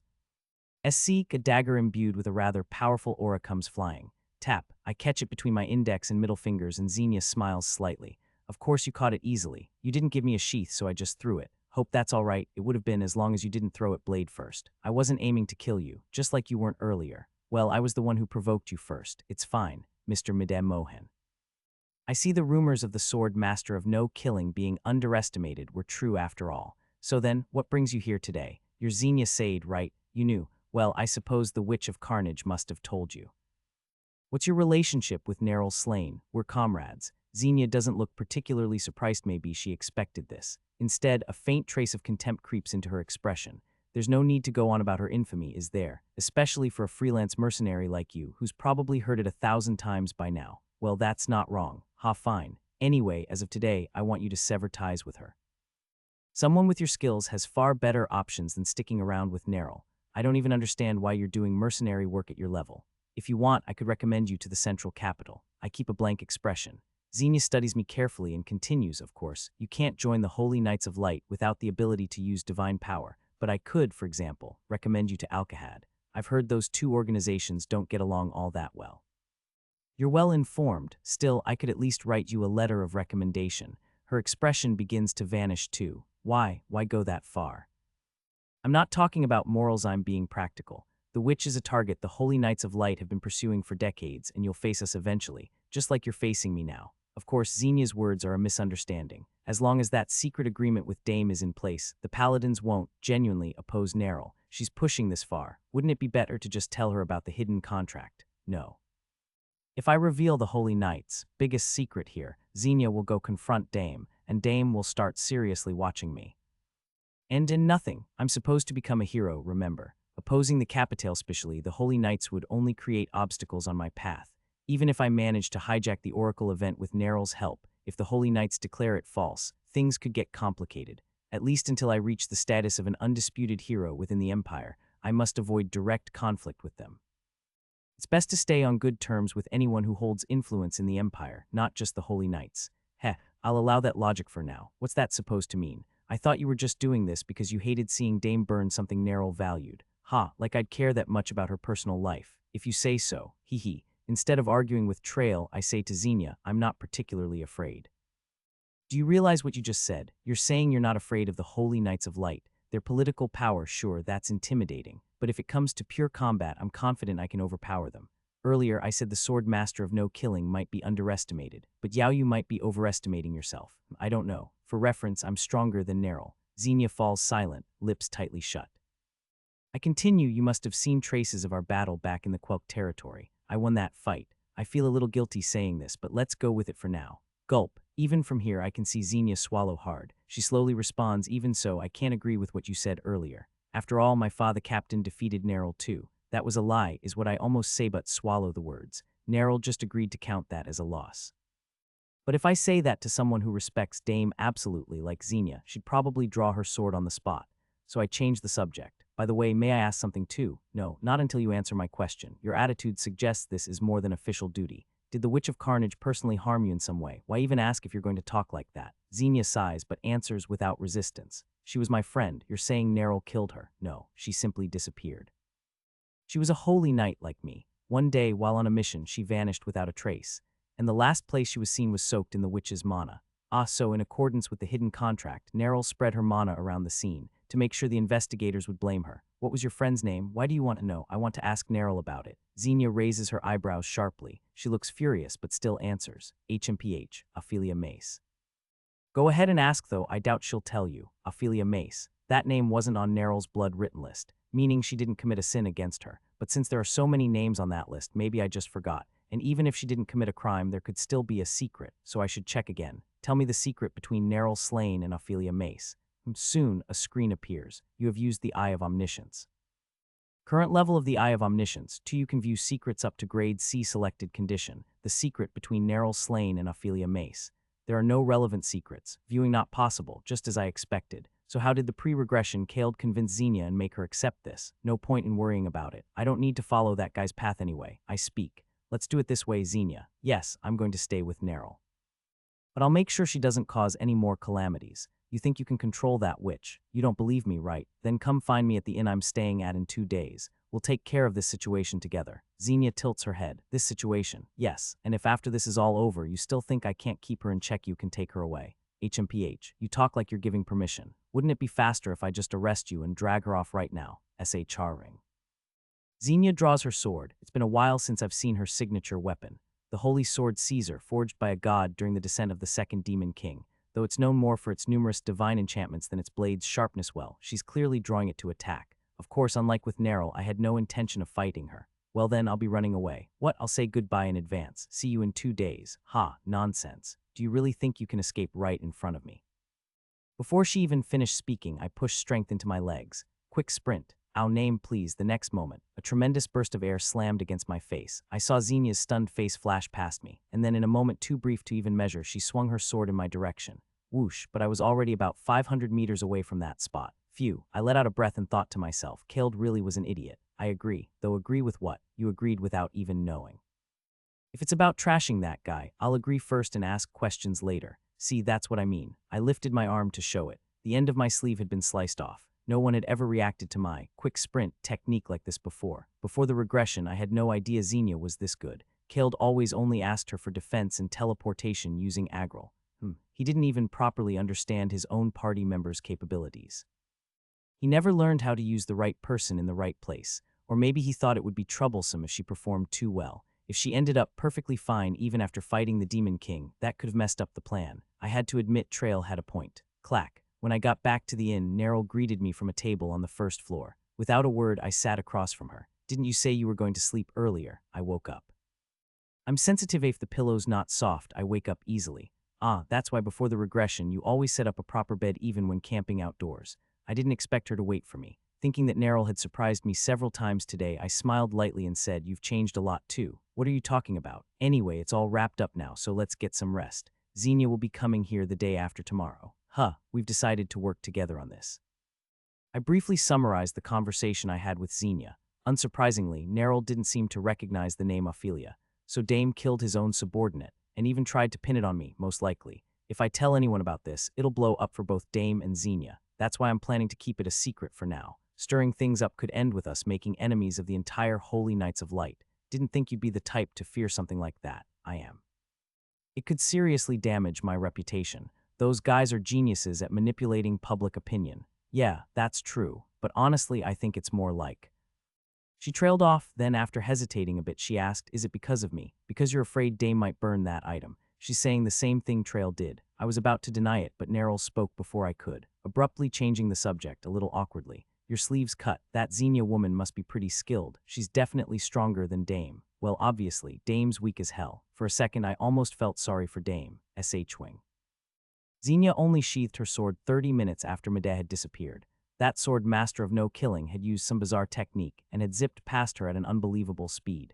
She had swung her sword at the afterimage, but of course she didn't hit anything. though it had felt like something brushed against her blade, and when she came to her senses, he was completely out of her line of sight. All of those actions and reactions had occurred in just 0.5 seconds. And for a full 30 minutes, Xenia had been replaying that 0.5 seconds in her mind. What if I'd reacted the moment he began gathering strength in his legs? Could I have cut him then? She had asked herself that question multiple times, but the answer was always the same: I don't know. Tremble. She realized her right hand was shaking and grabbed it with her left, but it didn't help much. Her left hand was shaking too. For the first time, Xenia asked a different question out loud. Would father have been able to cut him? This time, the answer came much more quickly. It wasn't. I don't know, it was no way. She had already surpassed her father. She had no doubt about that. And if even she couldn't track that afterimage, how could her father possibly have cut him? Xenia bit her lip. She needed to find out how Medea had become so absurdly powerful, and what exactly he was planning to do in this territory. By now, the existence of Neril had completely vanished from her mind. 2 days later, the guild master came to the inn, saying preparations were complete. Since we were just eating breakfast, we offered him a meal. I've already eaten, so I'm fine. Besides, I have another appointment to get to. Is that so? Understood. It's already been arranged, so there shouldn't be any issues, but take this letter of introduction. Don't mention it, but Go ahead. When I reported to the Lord, the Martial King was also present. He looked rather uncomfortable.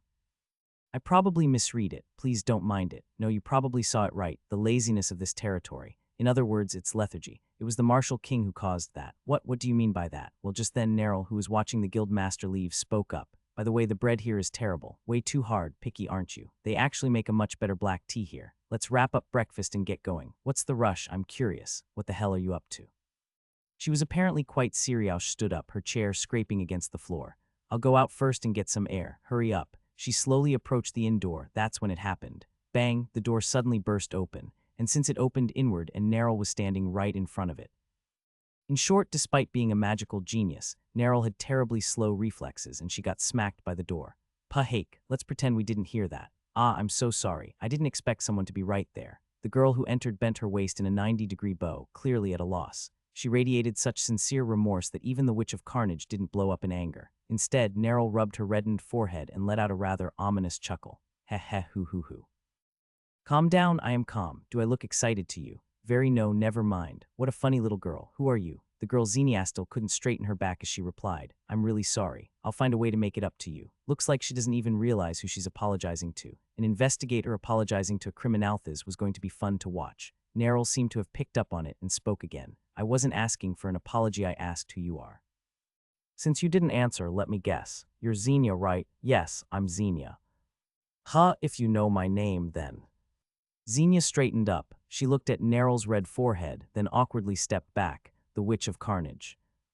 I can't believe I apologized to you. Why, want to take it back? No, regardless of who you are, this was my fault. She bowed her head, but when she raised it again, her face barely concealed the hostility. Did Mr. Medea talk to you about my friend? You mean that little girl named Ophelia? At the mention of that name, Xenia clenched both fists, but unlike before, she didn't draw her sword. After taking a few deep breaths, she spoke. Yes, where is she? Did you kill her after all? Neril, bound by her position, simply stayed silent. Xenia waited a bit longer, then said, "Sigh, fine, don't answer. One way or another, once this job is over, you'll fall into my hands, HMPH. You don't say kill, so I guess Dame raised you right. Don't speak my father's name so lightly. I'm old enough to call even Grandpa Dame by name, sweetie. I've noticed this before." Neril seems oddly proud of her age. She hates it when I call her ma'am, though. Anyway, the two of them arguing less than a minute after meeting is exactly what they were like before the regression. Shouldn't you stop them? Even pre-regression Kaled couldn't manage those two. Not even that perfect hero could get them to cooperate, giving up before even trying. I did not raise you this way. Yeah, well, you didn't raise me at all. I calmly sipped my milk and turned to Xenia. Would you like to join us for breakfast? The Lord was 55, technically not yet old enough to be considered elderly, but he slouched like a man 20 years older as he greeted us, and behind him, that must be the Martial King, Terse, the man standing behind the Lord with his hands behind his back. He did nothing, just stood there, but his presence was overwhelming. Even future heroes like Neril and Xenia couldn't ignore him. Feeling sidelined, the Lord awkwardly cleared his throat and spoke. Ahem. So you intend to take the request? Yes, my lord. As I answered, I checked the list Terse had sinned against. Wow, haven't felt this kind of shock in a while. Sinned against Gert Brits and 2,103,340 others. Good thing I'd already seen Kaled's blood script, where he had 148 million victims. Without that reference, my jaw might have dropped. How can one person commit crimes against that many people? So you really can see the sins people have committed. Yeah, I can't see the actual crimes, just the number. Interesting ability. So how many sins does this so-called martial king have? Over 2 million. Trail was silent for a moment. This one deserves a closer look. Agreed. The target's name is Gert Britz. Without another word, he activated his ability. This was the first time I got to see a grade C secret. Good thing I leveled up earlier, otherwise this would have been a problem. The screen flickered to black and then an image began to play. It showed Marshal King Terse overlooking the territory from atop a high castle wall. I tilted my head. Doesn't seem like an old memory. His face looks just like now. Look in the upper right corner. Oh, unlike the previous visions granted by the Eye of Omniscience, this time, text appeared at the top right corner. December 10th, 1529, 700 a.m. It's showing the time now. That's another effect of leveling up. Helpful, right? Very. The Eye of Omniscience really is magnificent. Why are you thanking me when I said the eye is magnificent? Don't you think I've been getting treated a bit unfairly lately? In any case, I turned my attention back to the screen. December 10th, 1529, 700 a.m. That's this morning. In other words, this secret is about something the Marshal King did this very morning. He committed a C-grade secret just this morning. I tilted my head in confusion, and then the Mercenary Guild is up to something useless again. Just in case, I'd better take more than usual today. Terse muttered that to himself, then pressed his index and middle fingers together and shoved them deep into his mouth. What the hell is he doing? Uyuig. He gagged a few times and soon vomited something up. Covered in disgusting digestive fluids, what he pulled out was a red gemstone, roughly the size of 2 finger joints. What kind of insane ritual is this now? Though I mumbled that, I already had a suspicion. The man held the gem high in the air and shouted, "Come, grant me your strength again today. More power to me." The red gem began to glow. Moments later, across the territory, something like a summer heat haze began to rise. It floated upward into the sky, gathered together, and was absorbed into the gem. The Marshal King then casually wiped the gem off with his sleeve and swallowed it whole again. Few been doing this for 20 years, and I still can't get used to it. He tapped his abdomen as if checking that the gem stored in his stomach was still safely in place. Click, and with that, the vision ended. Trail spoke in a bewildered tone. I've seen all kinds of maniacs in my life, but that one's a first. What does that insane display have to do with this Gert Britz guy? Nothing. Gert was just one of many victims. Let's test it. I should look into some others. I randomly selected 10 names from the list written in blood and used the Eye of Omniscience, and every one of the 10 had the same vision as Gert. So then, Gert wasn't chosen because he suffered a particularly unique or terrible crime. The Marshal King Terse committed the same level of sin against everyone in the territory. What the hell are you saying? Don't you get it? Just like this morning, he committed the same crime against all 2 million residents of the territory. He stole their life force. Life force, vitality, stamina, spirit, call it whatever you want. Anyway, this place became the land of the lazy because of that bastard Marshal King, and I'd already known this. What I didn't know was how he stole the territory's life force. Remember the quest from before Regression, the one that said to kill the Marshal King? Yeah. He took advantage of the chaos brought on by the Demon King of Lies and Deception and massacred every single person in the Lior territory. Back then, we only knew there were no survivors. We didn't know how they were all killed. He must have used that mysterious gem inside his gut to drain everyone's life force. In other words, he starved them to death. The Marshal King, who had stolen the life force of over 2 million people, had become monstrously powerful. So strong we couldn't even dream of capturing him alive. It took all of us, attacking at once, to barely bring him down. If Neril hadn't used her trump card, Disintegration, we might have been the ones who died. Disintegration? Yeah. A spell that completely erases someone from head to toe, obliterates them from the world. It was Neril's hidden card. Anyway, because of that, we didn't even get a chance to examine his corpse, and the quest ended with that nagging mystery still unresolved, how he absorbed all that life force. Now it makes sense. He'd hidden his weapon inside his own body. What on earth is that gemstone? And why is the Marshal King doing something so insane? How are we supposed to stop him? My thoughts were a mess, and then, Lord, allow me to handle things from here. Sir Terse, you've been worn down in many ways lately. You accepted this request boldly, but in the end they're just mercenaries, hardly worth your time. At the Marshal King's words, Neril scoffed. On the other hand, Xenia seemed quite flustered, perhaps unused to being treated like this. Realizing neither of them would give a proper response, I quickly opened my mouth. It saddens me to hear such words from the great Marshal King I have always respected. This quest has gone unresolved for 20 years. It's nothing more than a long-winded definition of impossible. Don't give the Lord false hope. Lord Viscount, let us go. The Marshal King, outrageously rude, jerked his chin toward the door right in front of the Lord himself, and that told me everything I needed to know about their relationship. The Marshal King's towering fame, the weakened, feeble Viscount. Terse had already become the true ruler of Lior territory. The Viscount glared at Terse but lowered his gaze immediately under his "what are you a barking dog" expression. Ahem, I see. Very well then, I'll leave this to you. You may not, I calmly cut off the Lord's words. The Martial King's brow twitched. What did you say? I must apologize for one thing, Martial King. I lied to you. I've never respected you. The Lord and I were not finished speaking. If there's an unwelcome guest here, it's you. Would you kindly leave? Martial King Terse blinked as if he couldn't understand what I'd just said, but it didn't take long for his thoughts to catch up. You bastard. His hand reached for the hilt of his sword, but he couldn't draw it. Calm down. Xenia was gently pressing down on the sword's hilt. SSSHHH. A chill-inducing silence settled over the room for a moment. Terse tried to draw his sword with force, while Xenia held it in place with her own strength. Even if it had been drained little by little, it was still 20 years' worth of stolen vitality. He was practically at half-hero level, and yet Xenia didn't break a sweat.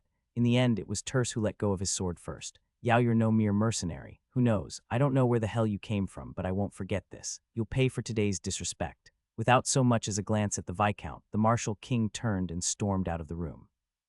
Neril puckered her lips, looking amused. I'm not interested in brainless sword fights, but the Martial King's presence just now wasn't a joke.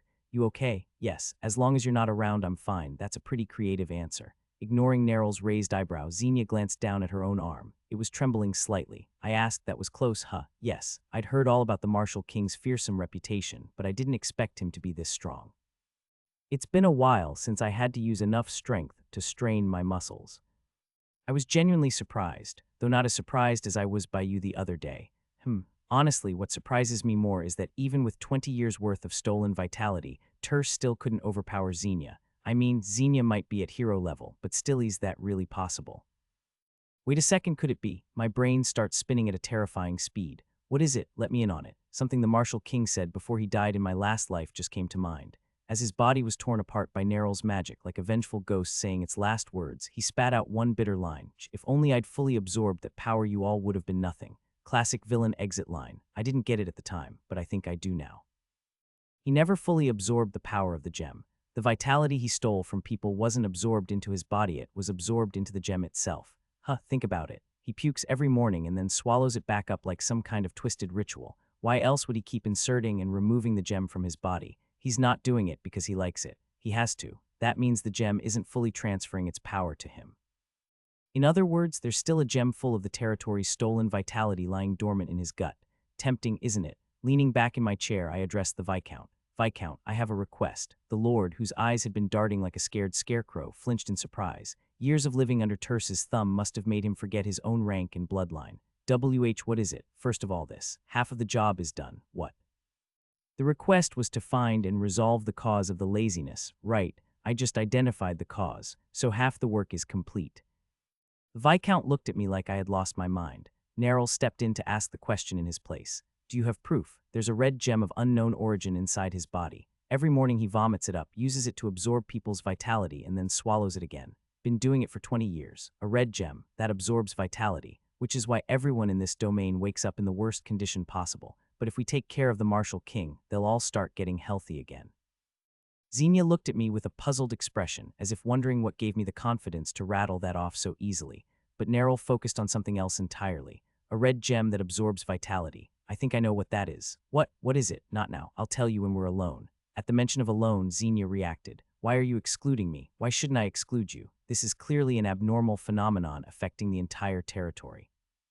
In my position, I can't just ignore such matters. As the vice captain of the Holy Knights of Light, the organization that oversees all supernatural phenomena in the Empire, her words had weight. Neril didn't seem to care in the slightest, but I took a different view. Let Xenia in too, Neril. What? We'll need her strength for what comes next. With that, I turned back to the Viscount. As you've heard. Heard what? I didn't understand a single word you people said. We'll take care of the Martial King and restore your land's health. But to do that, we'll need something from you. What now? Host a duel between me and Terse.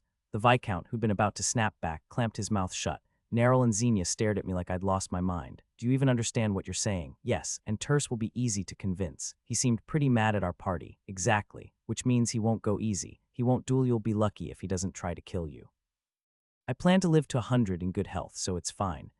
So the name, Sword Master of No Killing, was earned with your tongue, You really think a lowly mercenary like you can beat the Empire's 10th ranked warrior? Yes. My short answer made the Viscount's face grow more serious. Tilting my head, I continued. Since I'm already being plenty rude, let me say one more thing. You seem to be quite afraid of the martial king. Am I wrong?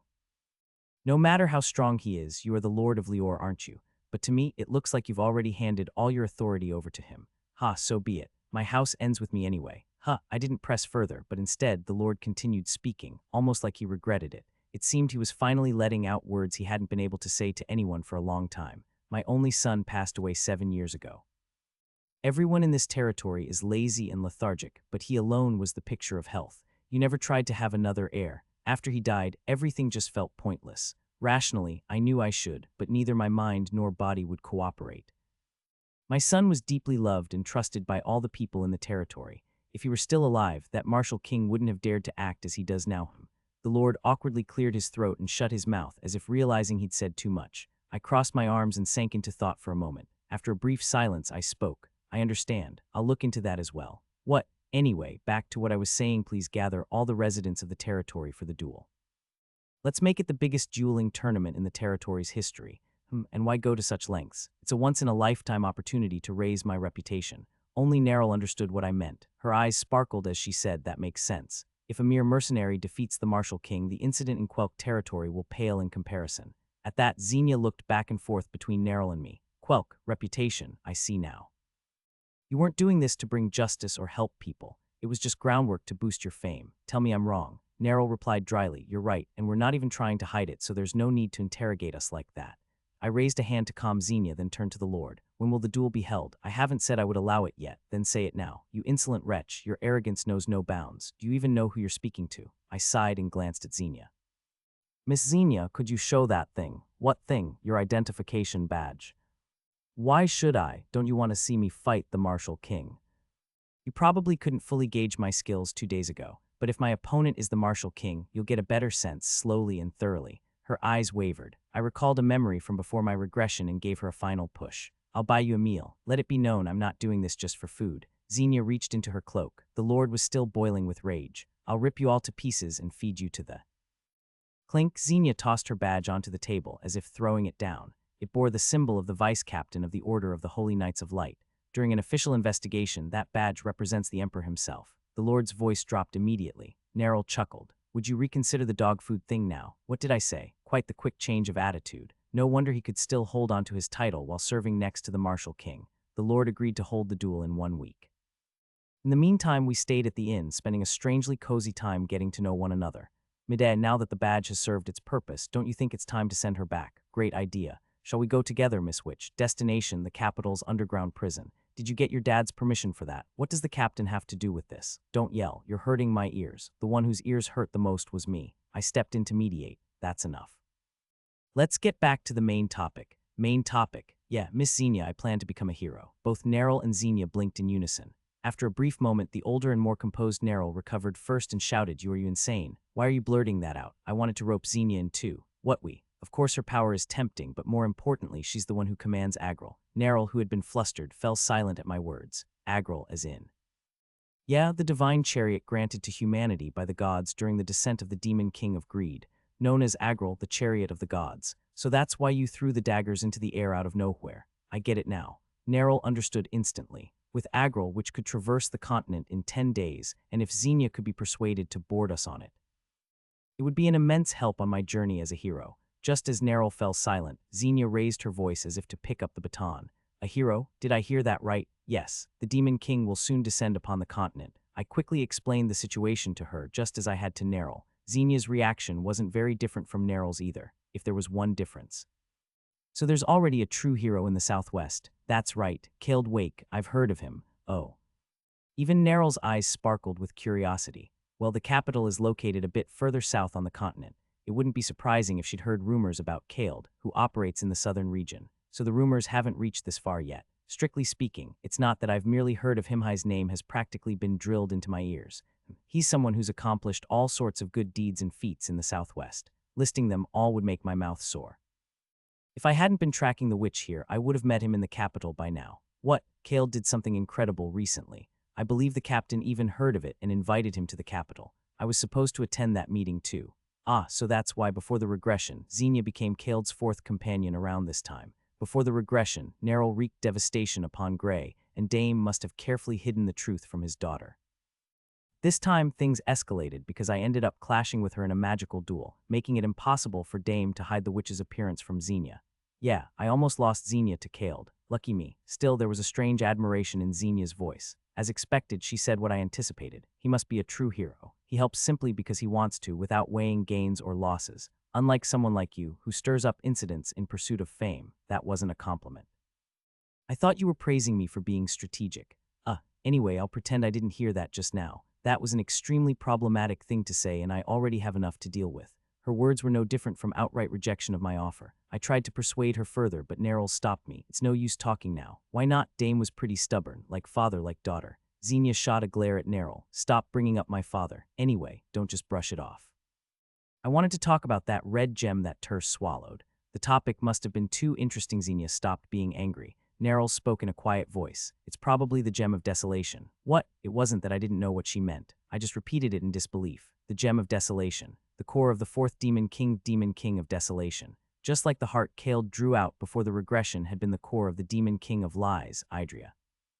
If someone else had said it, I would have laughed it off as a joke, but the name of the Witch of Carnage wasn't so easily dismissed. I swallowed a sigh and muttered. No wonder it was tough, even with all of us combined. What do you mean, it's nothing? But how can you be so sure that gem is the Gem of Desolation? That was originally the Demon King of Desolation's power-wilting crops and plants, making people and livestock sick. All of it came from draining vitality. I get that much. But it sounded like you know the gem itself. Yeah, I mean no, she says. Well, guess I'll leave it at that. You're really just going to let that slide. She's clearly hiding something she doesn't want to say. Want me to use my eye of omniscience? No, I'm not going to pry into something she's deliberately hiding because she's my companion. As I said that last part, my chest stirred strangely. You're too soft. Trail sounded a bit annoyed, but didn't push any further. Just then I heard murmuring from a table behind us. Did you hear? The Sword Master of No Killing and the Martial King are going to duel. Ha, Sword Master of No Killing, my foot. I used to think he was decent, but this time he's really crossed the line. Seriously, who does he think he is, challenging the Martial King? He's out of his mind. Just because he's a bit famous among mercenaries, he thinks he can go up against the Martial King. Well, they say he's kind of a celebrity in the nearby Quelk territory. Yeah, I heard he's made a name for himself. Is that why he got cocky? He's about to get a harsh reality check. That was the general tone of the conversations around us. Not just them, people all around were gathered in groups, gossiping and slandering me while singing praises of the Martial King. It seemed I was being resented for challenging the one local pride of this otherwise unimpressive region. Neryl asked, so they say. I just shrugged. Well, now I'm too scared to slice open the Martial King's belly. Wait, slice open his belly. Yeah, I want that gem. I'm going to take it. Are you tossing away your title already? I'm not killing him. I'm just going to extract the gem from his stomach. People usually die when you do that. There's a pretty great paladin around here, not quite a priest, but still. I'm sure he'll patch him up fast enough. I said that while looking at Xenia. She responded with an expression of exasperation. So you were planning to use me from the start, even back at that meeting 2 days ago. My desire for you to join us as a companion was sincere. Just think about it. You think I'd ever accept that? Honestly, just not arresting the witch here is already testing the limits of my patience. And now you want to put that terrifying gem of desolation in the hands of you and the Witch of Carnage. No way. Then all the more reason to come with us. You'll need to monitor us. Xenia bit her lip furiously before replying. All of that assumes you win against the Martial King. I'll decide after watching the duel. The technique you showed me 2 days ago was certainly impressive, but that alone doesn't guarantee victory. That was probably your trump card. Maybe I should copy Neryl's line. Yeah, no, all right, time to draw up a plan. First, I quietly called Neryl over without Xenia knowing. There are 2 goals this time, getting the Gem of Desolation and making a name for myself. Got it, but the 2 conflict. Right, to get the gem, you'll have to slice open the Martial King's stomach. No way the people here would like that. Exactly, so I need to create a situation where even if I do something that brutal, the people here will find it understandable. Surprisingly, Neryl even crossed her arms and gave it serious thought. It was a rare Scyther racking her brain over someone else's matter. She didn't even notice me watching her as she muttered uncertainly. This isn't easy. I can't think of a way. It's fine. Just do what I ask. All right, what is it, so?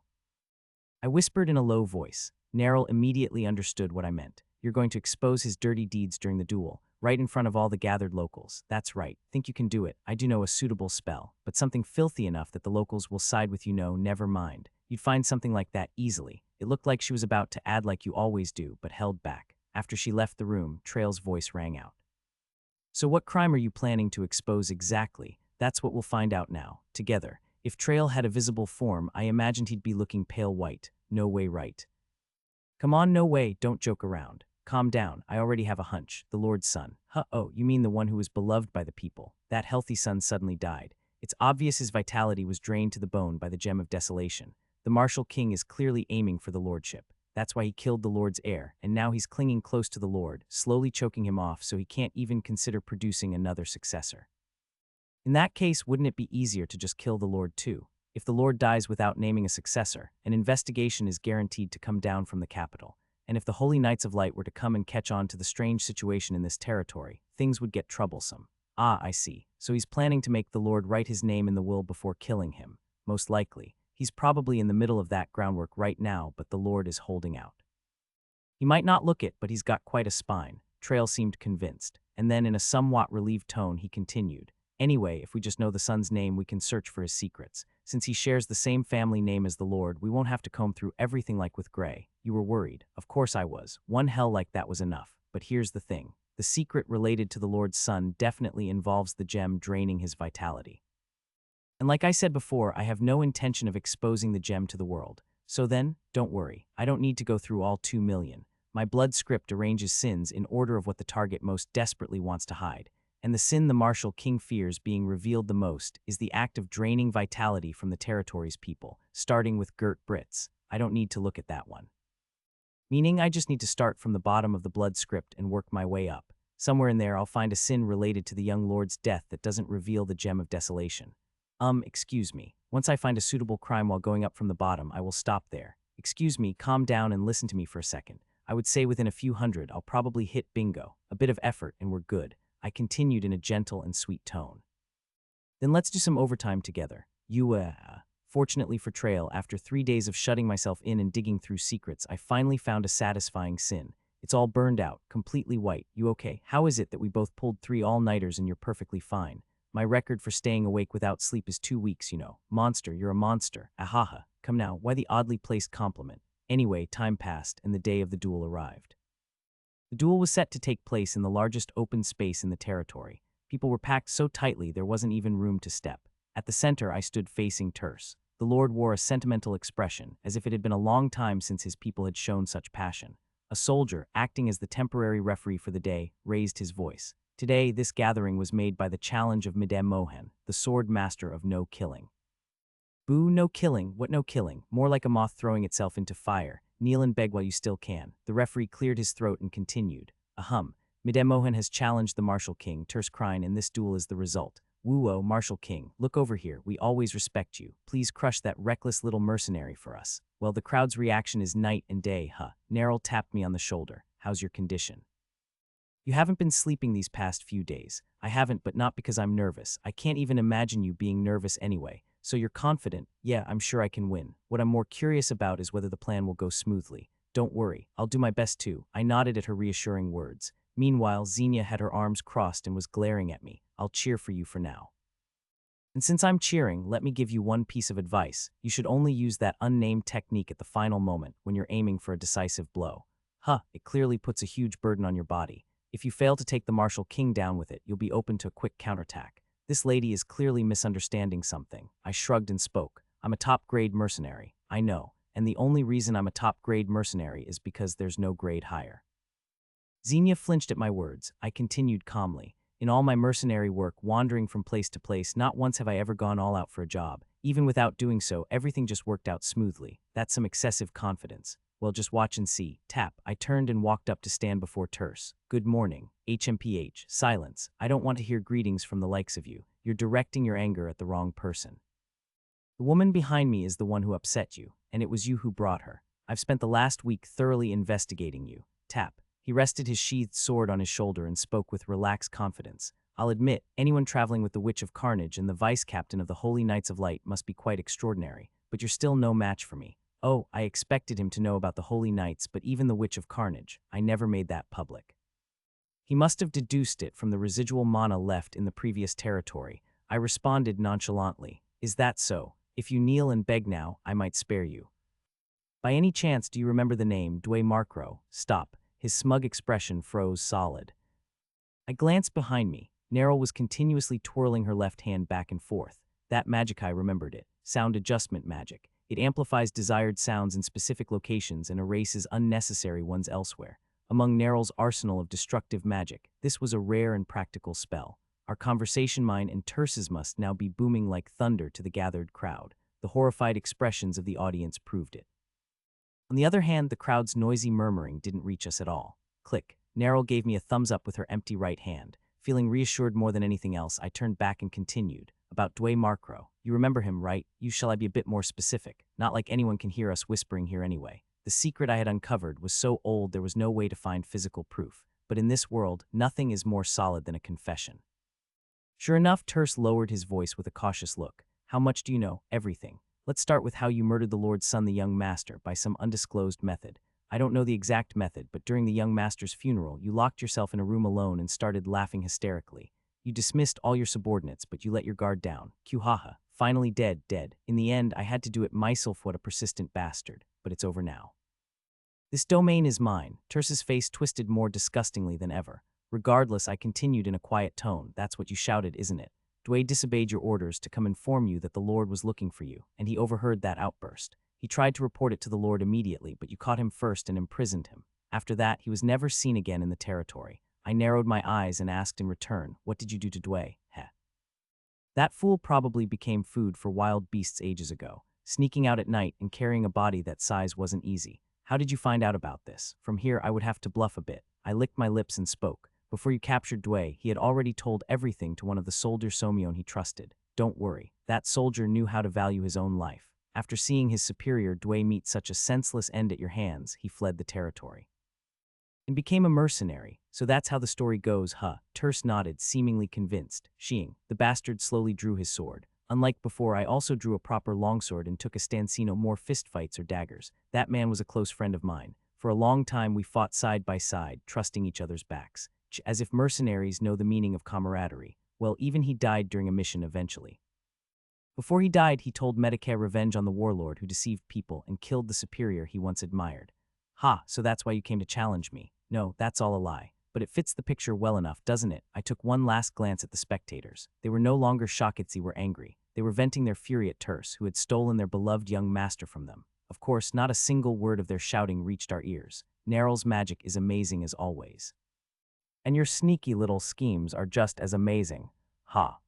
Anyway, I guess the interrogation and confession part is over. That guy's aura has changed. Clang. Terse pointed his sword at me and said, now I have one more reason to kill you. Who's killing whom? Even before the regression, when you stole the life force of 2 million people, you still couldn't kill me. Not that I plan to kill you either. Boom, boom, boom. Xenia couldn't believe her eyes. It had only been a few minutes since she'd learned Terse's shocking secret.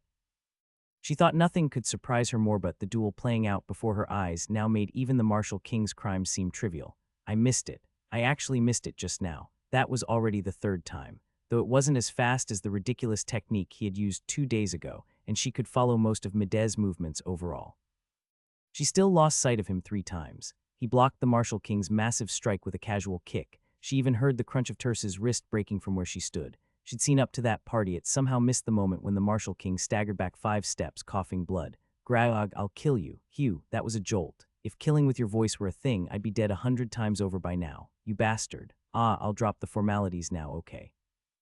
Not that I'm asking for permission, so don't answer. Swish. Medei slashed his sword again. The Martial King flinched and blocked with his great sword across his body, but Medei twisted mid-charge like a salmon swimming upstream and cut into the man's side. Slash. Blood sprayed from his flank. 4th time. I missed how he landed that attack at the last moment again. Beads of cold sweat were forming on Xenia's forehead. Then Neryl spoke. Seeing that confirms it. He really was holding back 2 or 3 moves when we fought. You mean back in the Quelk territory? Yup. You're oddly calm about the fact he was going easy on you. I'm not like those hot-blooded warriors who cry about being underestimated and demand full strength. Medei's stronger than me and he liked me, so he held back. I'm proud, honestly. Xenia bit her lip in silence. The duel was nearing its end. The Martial King staggered, drenched in blood. Medei approached him slowly and calmly. Xenia muttered without realizing it. I thought I could beat that Martial King too, but I couldn't have overwhelmed him like this. Just who is he? They say he's the next hero. Funny, right? I thought so too at first. But the more time I spent with him, the more I started to believe it. From maybe he could really become a hero, she hesitated for a moment, then said with conviction, to if he isn't the hero, then who could be? Is that why you're with him, forgetting everything you have done until now? Kid, that girl Ophelia. Never mind, I hope I get the chance to tell you about her someday. Xenia, annoyed by Neryl's evasive tone, snapped back. Still, Medez way too calculating for a hero. And that's a bad thing. He's insanely strong and smart. That's basically your definition of a perfect hero, right? Xenia fell silent. Then a moment later, she whispered so faintly even Neryl standing beside her couldn't hear it. That's certainly true. It was at that moment. Yua, a scream louder than any before, tore through the air. It came from the Martial King's throat, his voice trembling. Medea had sliced through the Martial King's abdomen cleanly with his sword. Xenia's expression turned into someone who had been caught off guard and taken a hit. Ah, he really did it. From the way I see it, you didn't seem all that intent on stopping him either. Don't you despise scum like the Martial King, just like you despise me? Well, either way, it's too late now. Since it's come to this, join the act. I'm going to pull the gem of desolation out of his stomach. I'll handle concealing it from the spectators. You heal the warrior king. Why is Medea trying to heal him instead of killing him? Neryl simply shrugged. Well, some things don't change. Oh, so that's the gem of desolation. I spotted the glowing red gem inside the split-open stomach of the bastard. It was buried in partially digested food waste, but its presence was unmistakable. Enough gawking, just take it out and close his stomach. The stench is horrendous. Wait, you can smell. Is that a problem? Do you have taste too? Yes. Is that a problem? Don't tell me you even need a bathroom. No, don't be ridiculous. Of course, Trail was always quick to deny anything inconvenient. In any case, I frowned as I reached into the bastard's stomach. The Martial King foamed at the mouth and yelled, "Goo, what are you doing? Relax. Neryl's using illusion magic to hide this gruesome scene. How did you even know about this gem? I get told I'm pretty talented. Anyway, I think it would be best if you just passed out. Want help with that?" I raised my hand to knock him out. Tap. But the Martial King grabbed my arm. With a blazing glare, he shouted, "I won't give it up. I can't give this to anyone. I was weak all my life, born the youngest son of a lumberjack, but so frail I couldn't help the family at all. My father saw me as useless. My mother called me a failure openly. Everything changed when I got this gem. I started as a lowly guard, and I rose to lead the knights, became one of the top 10 strongest in the empire. This gem is my life. If you take it away..." "Shut up, just pass out already." Thwack, I lightly struck the back of his neck. He stuck out his tongue and fainted. By then, Neryl and Xenia had come up behind me. Still not done, hurry it up. Casting an illusion over an area this wide is no small feat. Sorry, almost there. The gem's all slippery with stomach acid, harder to find than I thought. Xenia muttered anxiously. God, forgive me for taking part in this horror. While you're at it, could you include my name in the prayer, just as a bonus? Oh really, I seriously can't stand you. I get that a lot. Tap. At last my fingers touched the gem, the moment I grasped it. Vrrrrrrr. The gem suddenly began to vibrate violently. Startled, I instinctively pulled back. The gem slipped from my hands, but it didn't fall. It hovered in midair, as if suspended by an invisible thread. Then, whoosh, it flew at Terce's chest faster than anyone could react. Wriggle, wriggle. The gem burrowed under Terce's skin. I recognized that sight. Damn it, isn't this just like that thing? Yeah, the false demon king's core that fused with Kaled. It looks exactly the same, though there was one key difference. The Idria that possessed Kaled had a mind. She calmly mocked me, Kaled, and our companions. But this Thingthi's one has no such restraint. Grrrgh. Terce growled like a beast, drooling. Get back, it's dangerous. At my shout, Neryl and Xenia leapt dozens of steps back from Terce. What is that thing? Then Neryl spoke gravely. He's going berserk. What? Why? Whoever gave him the Gem of Desolation engraved a message into it. If someone other than Terce touches it, it must fuse with Terce and trigger a rampage.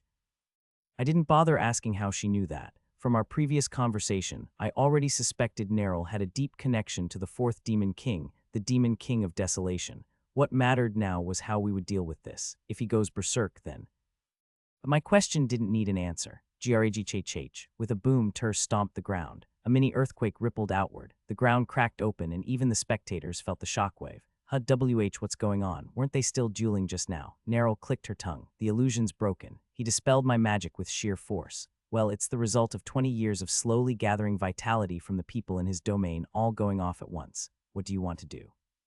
I recommend we run. I don't think anything short of a real hero could stop this. What are you talking about? I shrugged and replied, I am a hero. Neryl and Xenia's expressions turned oddly complicated. Kugwagwang. At that moment, Terce suddenly kicked off the ground and launched himself into the air. The deranged man's target was the spectator stands. Yuya, the Martial King's gone mad. Somebody help, save me. Mamiwaya, damn it. I stood in front of the crowd, shielding them with my body. Calm down. Grrrrrr. Kwang, a strike completely unlike any before slammed into my sword. He hadn't used any elaborate swordsmanship. He hit my sword with his bare fist, and that alone shattered my prized longsword to pieces. The impact traveled down the blade and burst the blood vessels in my hands. Mide, even for you, this is too dangerous. Yeah, seems like it. Jay, just wait, just hang on a little longer. It was probably the first time I'd seen Neryl stammer. She frantically stomped her foot and unfolded a magic circle. I recognized the spell and cried out in horror. Hey, that's a disintegration spell. Huh, how do you know that? If you use that, this guy's gonna die. Don't tell me you're still trying to keep your reputation at a time like this. Just shut up. Let me think for a second. As I shouted, Terse swung a punch at me. I twisted out of the way in a hurry, but the gust from his punch tore my jacket and left my chest bloodied. AHGHH, his momentum carried him straight toward the spectator stands. If a regular person took that punch, their face would be pulverized. O divine being of the heavens, grant us your shield here and now. Suddenly, a translucent dome filled the entire audience area. It was Xenia. She had driven the sacred sword, Caesar, symbol of the holy knights of light, into the ground and pressed her hands together in prayer. Phew, thank goodness. Don't worry about the spectators. I've created the strongest shield I've ever made. Boom, boom, boom. As if to prove her point, Terse hammered the audience barrier with crazed fury, but the translucent wall didn't even ripple. Of course, the lack of physical damage didn't mean the mental trauma was prevented. Seeing a completely unhinged man pummeling the ground hard enough to shake the earth made some people literally wet themselves. Ugh, please, save us. Lord Medad, please help us. We're sorry for our arrogance. Please forgive us. I don't care what happens to me, just save my son. They pleaded desperately for salvation. Huh, wait a second. Isn't this turning into a perfect stage for me? Are you seriously thinking about that right now? Prove me wrong. All right, let's do this. I raised my voice and shouted with strength. Everyone remain calm. Lord Medad, I'll do whatever it takes. Please believe in me. A faint light of hope returned to the eyes of the despairing crowd. That hope seemed to resonate between them, multiplying until it formed something massive. Sob, we believe you. We believe. Lord Medad, we beg you. I'll give you anything. Good. The mood's heating up just right. I turned to Neryl and said, Neryl, once again, no disintegration magic.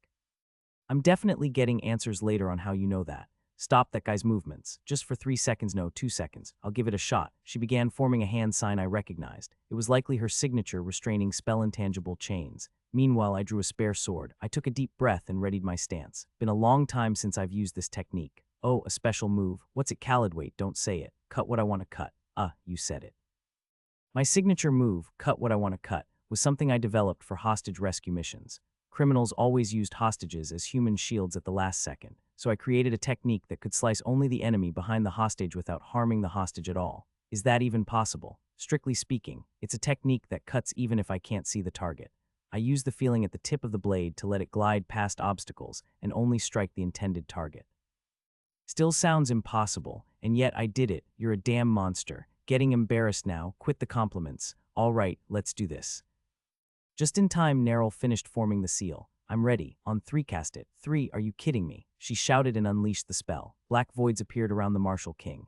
From within, shadowy chains shot out in all directions. They wrapped around Terse completely and held him tightly. GRGH, he twisted and struggled, but the chains didn't budge. Luckily, his arms were raised, leaving his chest wide open. Cut what I want to cut. I drew my sword. Swaa, time seemed to slow down.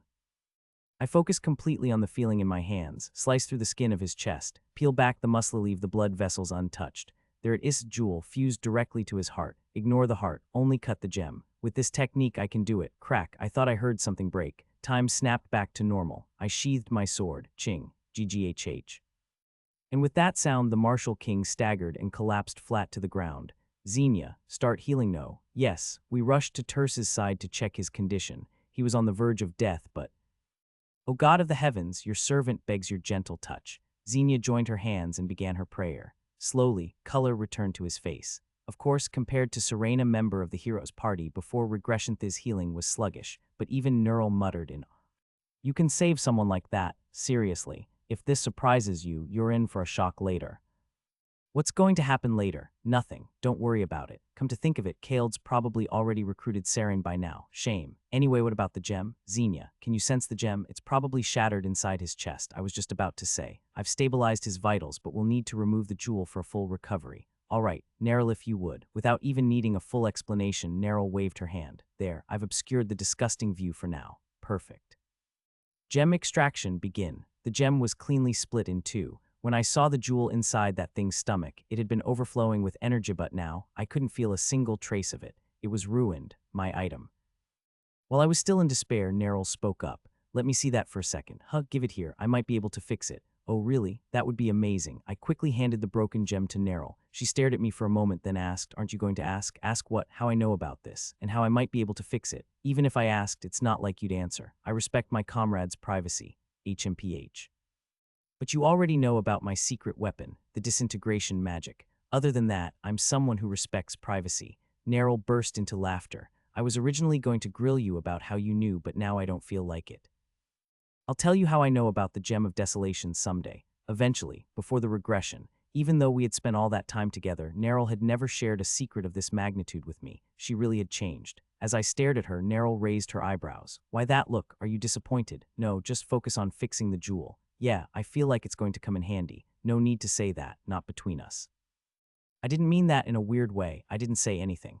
At that moment, Xenia, who was in the middle of prayer, grumbled in clear irritation. Can you two take that somewhere else? I'm trying to concentrate here. 3 days later, the incident concluded as follows. The Martial King poisoned the young lord, and when Dway discovered the truth, he killed him too. The Sword Master of No Killing had been carrying out a mercenary mission with Dway's subordinate and challenged the Martial King to a duel in order to fulfill the dying wish of his close friend. When cornered, the Martial King completely snapped and attacked, trying to take the territory's people as hostages. Finally, Ith Sword Master of No Killing completely subdued the deranged Martial King and locked him away in prison. That's a conclusion perfectly tailored to your taste. Very satisfying. He was a far cry from the man who had initially looked down on me. Please, speak comfortably. I don't hold a title. No, it's not about status. I just believe this is the proper courtesy owed to someone who revealed the truth behind my child's death. Please tell me if you need anything. Actually, how about settling down here? I'll give you the best land free of charge. Even Neryl and Xenia looked genuinely surprised by the generous offer. I gave a small laugh and shook my head. I'll have to decline. We'll be leaving soon anyway. I thought you'd say that. The kind of man who doesn't stay in one place. Yes, it might be rude to ask in return, but there's something I want to know. Go ahead. What will you do with the Martial King? At that, a flash of killing intent sparked in the hollow eyes of the Lord. I'm sorry, but as for that bastard's fate. Of course, I have no intention of interfering. The Martial King committed grave crimes not just against you, but against everyone in this territory. I'd just like a chance to speak with him once. That's all I ask. Understood, that much I can allow. The Lord immediately summoned someone to guide us to the Martial King. He hadn't had proper food for 3 days, and now he was skin and bones. His lips were cracked and dry, and streaks of white were showing in his hair. Creak, thunk. Once the guard stepped aside, Neryl spoke first. He looks completely different from just a few days ago. You could almost mistake him for someone else. He lost the power of the Gem of Desolation. Even so, he's a lot skinny. He said from the beginning that he had a weak body. If he had aged without the gem, this is probably how he would have looked. I removed the gag from his mouth. Terse looked up at me with hollow eyes, then let out a bitter laugh. Heh, what, here to laugh at my misery? No, I'm not even interested enough to mock or pity you, you bastard. After doing this to me, that's all you have to say. I have a question. How did you get your hands on the Gem of Desolation? Though I asked the question, the person whose eyes gleamed the most was Neryl. Of course, Xenia also looked serious, likely due to the implications for the Order of the Holy Light, but Neryl's interest seemed more personal, like it was directly connected to her somehow. As expected, the Martial King didn't answer right away. Haha, like I'd ever tell you Thagok. I crushed the severed muscle in his leg before he could finish. Oops, misstep, ahu. Oops, I think I might misstep again. Wait, I'll tell you, just move your foot. I calmly stepped back. Such a refined gentleman. Didn't you use your eye of omniscience during the Grey case instead of torture? I didn't know the name of the one behind it then, and the names of culprit aren't written in your blood script. I can only see the names of the victims. Possessing the gem isn't a crime in itself, so no name shows up. We already confirmed that after pulling all-nighters for 3 days, remember. Don't bring that up again. Makes me want to throw up. Anyway, I said, now explain in detail how you acquired the gem. Leave nothing out. I went up into the mountains once to cut down the thickest tree in the land, hoping to contribute something to my household, but I slipped and fell off a cliff. Apparently accepting his fate, he kept talking. There, I met a woman. She gave me the jewel. Told me to swallow it and once a day, draw it out to absorb people's life energy. If I did that, I could become the strongest in the empire. A woman carrying the Gem of Desolation. She couldn't be ordinary. What did she look like? It was a casual question, but the Martial King's description made the hairs on my neck stand on end. She had purple hair. I'd never seen anything like it, and most of all, her eyes were completely empty, nothing reflected in them at all. Strange as it sounds, I thought, maybe those eyes could hold the whole world inside them. I had seen someone like that before. After a moment of steady breathing, I asked, do you know her name? The Martial King nodded and replied. She said her name Idria, I'm sure of it. It felt like my thoughts had come to a stop for a moment. Instead, I screamed internally, Idria, don't copy me. Is that really important right now? Idria isn't the demon king I'm thinking of, right? Idria, the demon king of lies and deception. After a moment of thought, I opened my mouth. With your eye of omniscience, can you uncover the demon king's secrets too? Yeah. As long as the target has intelligence, it's basically possible. Great, I'm using the eye of omniscience. Oh, okay. Trail stuttered, but activated his ability for me. But error, the secret between Terskrine and Idria, is classified as Grade A access, requires Eye of Omniscience level 4 or higher. I had a feeling it wouldn't work. Trail looked visibly sad, so I tried to console him. Don't let it get to you. Not like this is the first time I've been disappointed. Was that supposed to be comforting? Anyway, why the hell is Idria's name coming up here? Don't tell me the Demon King has already descended at this point in time. I had subconsciously assumed the Demon King hadn't arrived yet. From what history records, the Demon King's descent in the Oracle happened simultaneously, so I figured the Demon King's appearance would coincide with the moment the Oracle descended and recognized Kaled as the hero. But Idria already existed. Are they laying the groundwork already? Damn, with all that power and still such meticulous prep work, maybe my expression was too grim. Xenia, now also looking serious, asked Mr. Mede, what's wrong? Is it a name you recognize? It's a very famous one. Famous. Even I, who know all the bizarre happenings across the continent, have never heard it before. It would be famous in a few years. I simply shrugged and asked Terse, still hiding anything? Heh. Well, at this point, what's left to hide? In truth, there was a woman I loved, but she caught the Lord's eye and they got engaged. So nothing else, got it. Wait, at least let me finish. Not interested. You're not curious why I killed the young lord and plotted rebellion? Nope. That's the Lord's job to interrogate you for. Then why even bother doing this to me? I thought you held a grudge. I tilted my head. Did I ever say I had a grudge? Why, you said it was to fulfill a comrade's dying wish. That doesn't mean I had a grudge. I honored his dying wish. That's all I needed to do. There wasn't even such a comrade to begin with. I casually walked out of the prison. Neril and Xenia hurried after me. Neril asked, I've never heard of anyone named Idria either. Who is it? No need to know just yet. You'll find out soon enough playing hero like this. You're such a mysterious man. Charming, isn't it? If only you didn't talk. Neril shook her head in exasperation. Xenia looked deep in thought before asking, what will you do now? My business in the Lior territory is finished. I plan to head to the next destination. Why are you coming with me? Xenia opened her mouth to say something, then clamped it shut. It looked like she hadn't made up her mind yet. Since pushing her wouldn't help, I simply headed for the estate gates. That's when it happened. Ah, there he is. It's Sir Mede, the sword master of no killing. Wait, is he leaving already? Please wait, just a moment. Suddenly, a large crowd began to gather around us. In their eyes was a deep sense of gratitude and admiration. Even I, who had seen it all, couldn't quite hide my surprise at the situation. As I stood, awkwardly surrounded, someone who appeared to be their representative stepped forward. Sir Mede, please forgive us. There's nothing that needs forgiving. The Marshal Kinno, that bastard Terse, deceived us and murdered our beloved young lord. He even killed my subordinate to cover it up. Since Terse was arrested, we've all felt a surge of vitality in our bodies. Perhaps all this time, our laziness was because the young lord's soul was trying to convey his injustice. So that's the conclusion they reached. Well, it was a conclusion I had every reason to be thankful for. I nodded with a deeply sympathetic expression. I'm sure that's the case. Hey, bring the gift. At the representative's command, another man grunted and dragged over a sack nearly the size of his torso. The clinking inside left no doubt it was filled with coins. I blurted out without thinking. Calm down. Let go. I'm warning you nicely. Let go. I'm not holding you back. Just think before you grab it. Which choice will help your reputation more? Reputation's all about maximizing happiness for the most people, remember. Can you see how much that sack's worth? If this much came from an already poor estate, they must have scraped together every last coin. GRRGH. I had never been more conflicted in my life, but in the end I had to admit Trail was right. Even if I accepted the money, my fame would rise, but if I showed a more heroic image. I made my decision, holding back tears. I can't accept this. Neril smiled as if she'd expected that. Xenia, on the other hand, looked at me like I'd said something utterly ridiculous. Sir Mede, please accept this token of our gratitude. No, I'm well aware of the Lior territory situation, and this is winter when work is hard to come by. Other estates might get by with the food they stored in summer and autumn, but your harvests haven't been that plentiful, have they? Since you were all struggling with the young lord's grievance. The representative and the people of the estate grew teary. I clicked my tongue and continued. When that happens, isn't the very funding you're trying to give me your lifeline? You should use it to pay the merchants and buy food for the territory. Sniff, Lord Mede, I never imagined you were thinking about us to that extent.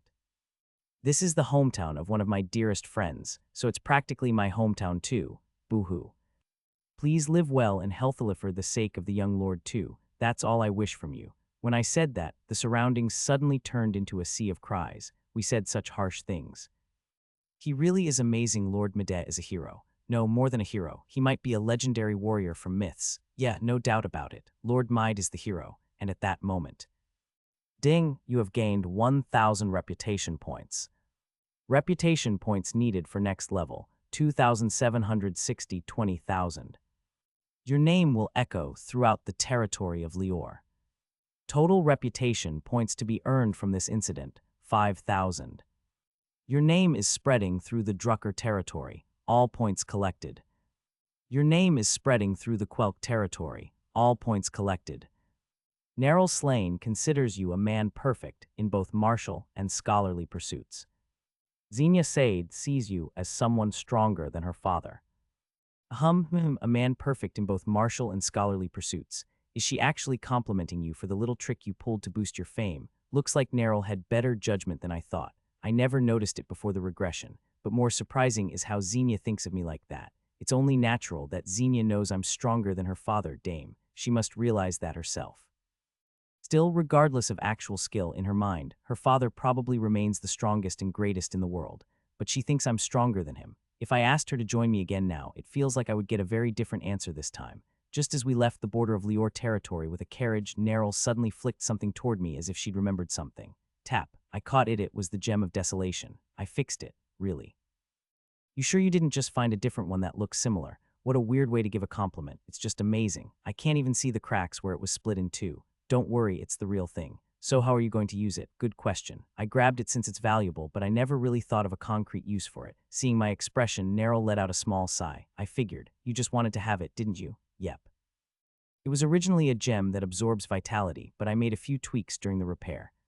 It now holds the collected life force of the people of Lior, gathered over 20 years by Terse. That's a massive amount of energy. Would have been a waste to let it rot. She continued like it was no big deal. So now it doesn't just absorb, it can release energy too. Release?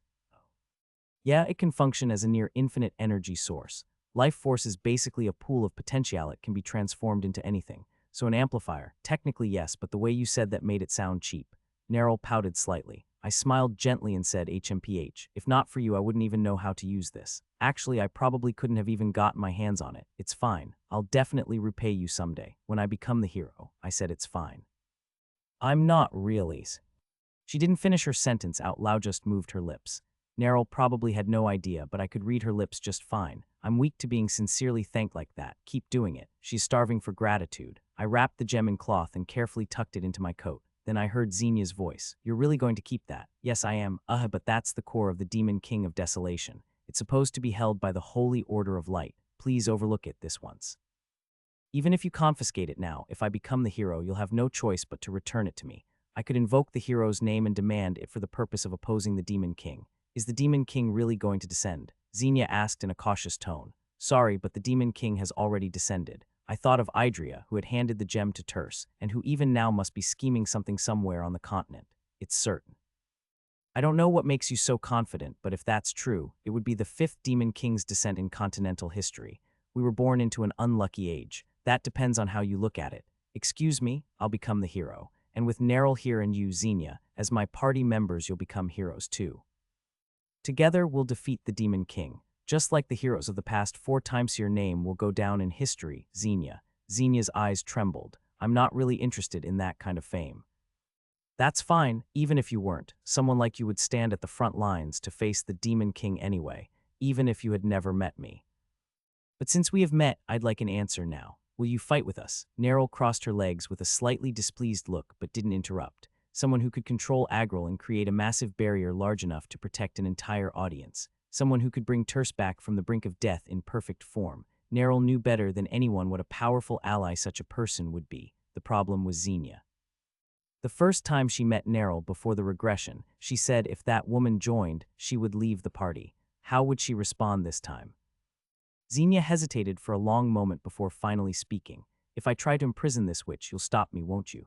Neril cut in. Could you even imprison me? I was asking Mr. Medet, but if I had to answer, I think it's possible. HMPH. Neril only let out her usual nasal scoff, surprisingly not angry. I said Neril is already my companion, and if you spend more time with us, you'll realize she's not as vicious as the rumors say, but still.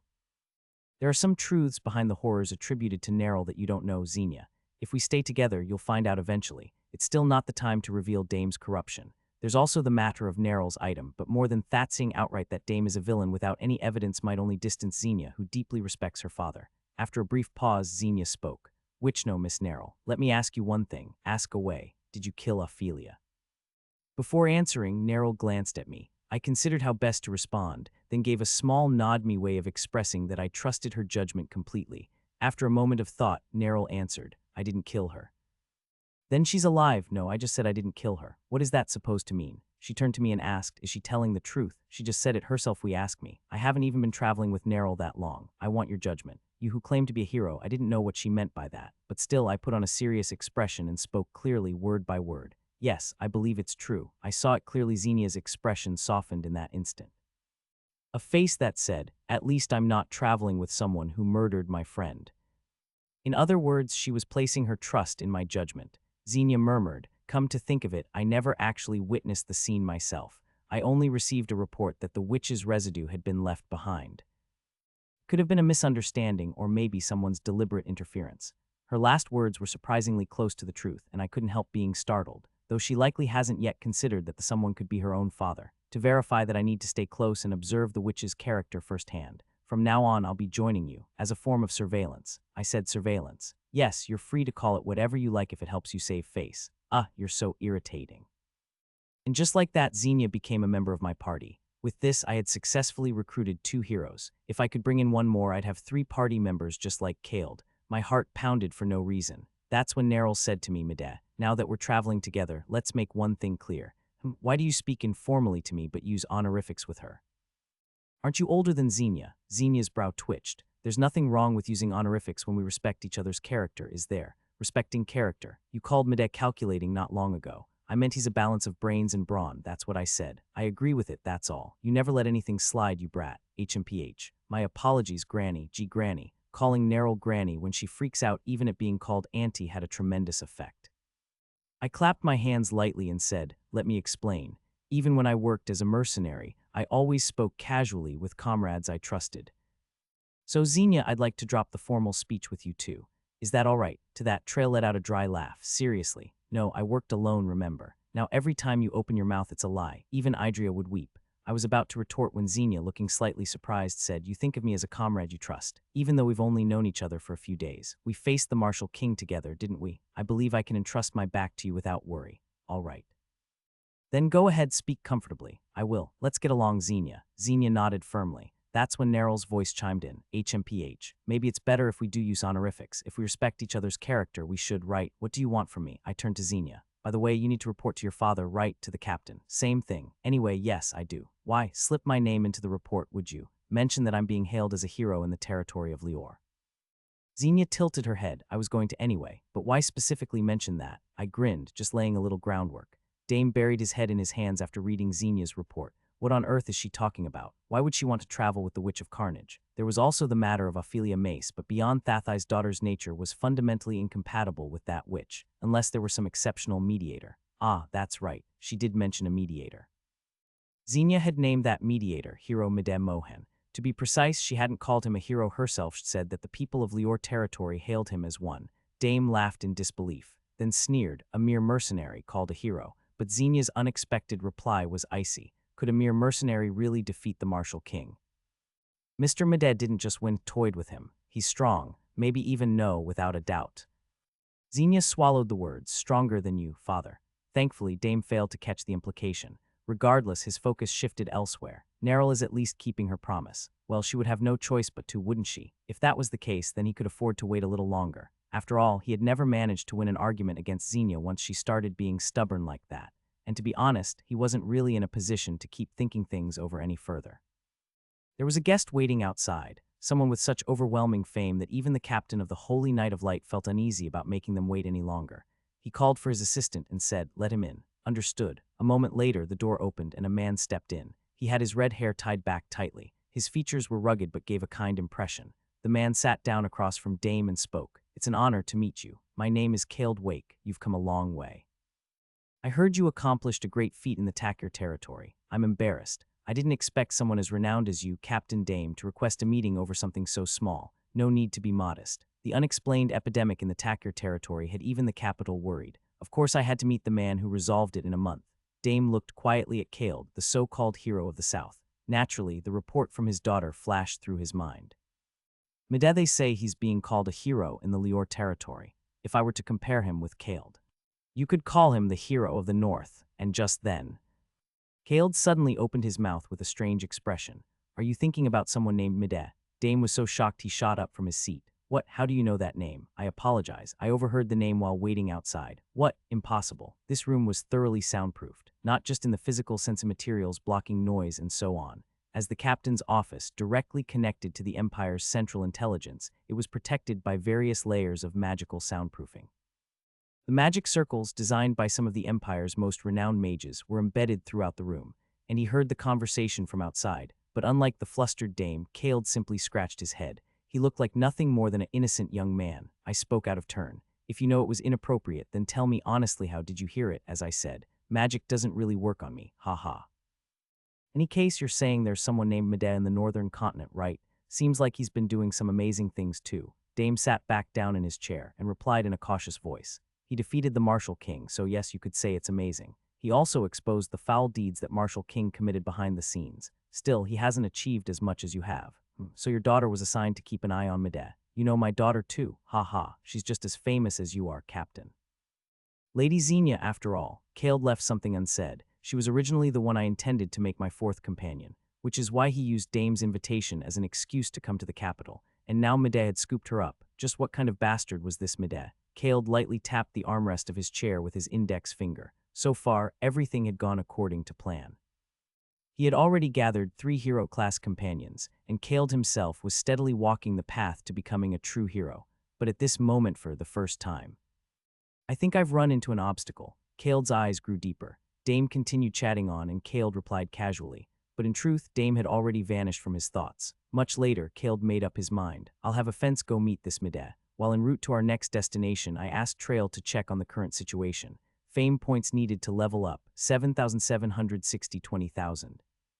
Your name is echoing across the Drucker territory. All points collected. Your name is echoing across the Quelk territory. All points collected. Your name is echoing across the Lior territory. All points collected. I'd been waiting for this moment. Map, sure. Trail responded a bit sarcastically and projected the continental map onto the screen. It had been hard holding back from looking. Why hold back? You could have asked to see it any time. I wanted to wait until I had collected all the points from Lior. I folded my arms and smiled in satisfaction. My influence in the northern continent had spread significantly. Lior territory had a wide area, sure, but even accounting for that, the growth was impressive. Looks like my reputation is starting to spread into other territories too. Yeah, good momentum. But compared to Kale, Trail suddenly sounded discouraged. Kale's black fog hadn't expanded much compared to last time. Sure, it had grown somewhat, but it looked like that came from natural word of mouth rather than him actively doing anything new. Is this guy not working or what? If he's not working, that's good news for us. Show me the numbers. Just a sec. Mide Mohen cumulative fame, 7,760. Kaled Wake cumulative fame, 20,980. If I remembered right, Kaled's fame last time was 20,450. Yep, he's been sitting on his hands. You're acting like you knew this would happen. I did make a move. Couldn't be sure it would work though. Let's hear it. Xenia said she was originally supposed to meet Kaled together with Dame in the capital. In other words, he's there now, and probably had a meeting with Dame. I had asked Xenia to report my achievements to Dame, so now Kaled likely knows about you through Dame. Yeah. Didn't expect it to go this smoothly though. But why would you want to make yourself known? You've just made him wary, so simple-minded. Take that back, I'm complex. Is that really the right word? In any case, I shrugged and explained. Kaled may look simple, but he's actually extremely cautious. Just look at how he deceived the entire continent. And he probably never even considered that someone else might be walking the same path he is. If I know him, he'll prioritize investigating me over starting anything new. So you intentionally steered him in that direction. By having Xenia report to Dame, I nodded. Right. It's important for me to catch up quickly, but it's just as important to keep him from widening the gap. Still, he knows about you now. You sure it's worth the risk? I figured it was a risk I had to take. And even if he knows, he's not the type to just fly over here and challenge me head on. He'll probably send someone to scout first. And if he does send someone to scout, one name comes to mind. If Kaled sends a fence, that would be ideal. That guy is at least someone you can talk to. How far had we ridden by carriage? Suddenly, Neril asked, "Isn't it about time you told us?" "Huh, your next little scheme." Though it was Neril who asked the question, Xenia also had the gleam of a curious child in her eyes, just as I was about to respond. Nay, with a startled noise, the carriage came to a sudden stop. Xenia and I managed to brace ourselves in time. Thud. Neril, on the other hand, had her face planted into the cushion on the opposite seat. Russell, she rose as if nothing had happened and calmly returned to her seat. Crossing her legs, she repeated, "Isn't it about time you told us? Your next little scheme." "Ah, all right, let's just pretend we didn't see that. Of course I'll tell you, but first, let's find out what made the carriage stop. I have a feeling it's related." Excuse me, what's going on?" I knocked on the small door leading to the driver's seat. It slid open, and the coachman answered, "Apologies.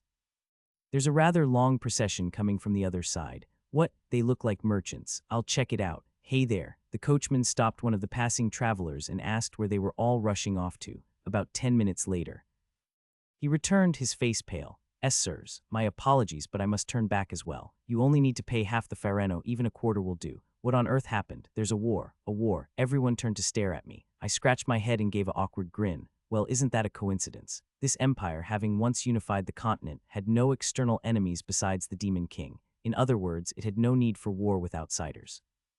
So when someone says war in the empire, it refers to conflicts between the empire's own divided 40 territorial wars.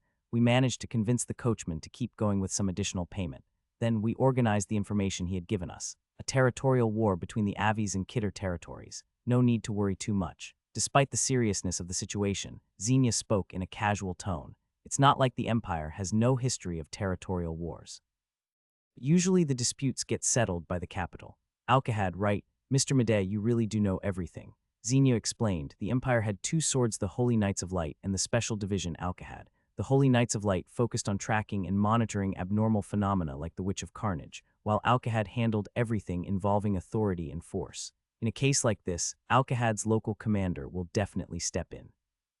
The one in charge of the Avies region should be him. That would be Derek Kyle. You know him, not personally, but I've memorized the names of all key personnel from our rival factions. Apparently, there was always some quiet rivalry between the Holy Knights and Alcahad. Neril asked, so if they step in, what exactly do they do? Word is that the Lord of Avies started the war, but no one just wakes up one day and goes, "I want that land." There must have been some justification. HMPH.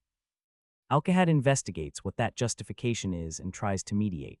9 times out of 10, their intervention resolves things, and the one time it doesn't. If even Alcahad agrees the justification is valid, then nothing can be done. The safety lock comes off, so to speak, and the emperor just watches his lords fight like rabid dogs. Xenia replied with a shrug, not bothering to defend the system. This empire started as a small southern kingdom that conquered the continent by force. Initially, power was centralized, but over time, the lords gradually reclaimed their freedom. So now the central authority's powerless, not just powerless, apathetic. Unless something shakes the entire empire, if the justification is solid, they won't interfere. At most, they'll clean up afterward. That explained most of the situation. Neril turned her head around to face me. "So, what exactly do you plan to do with this mess to milk fame out of it? Could you put it more gracefully?"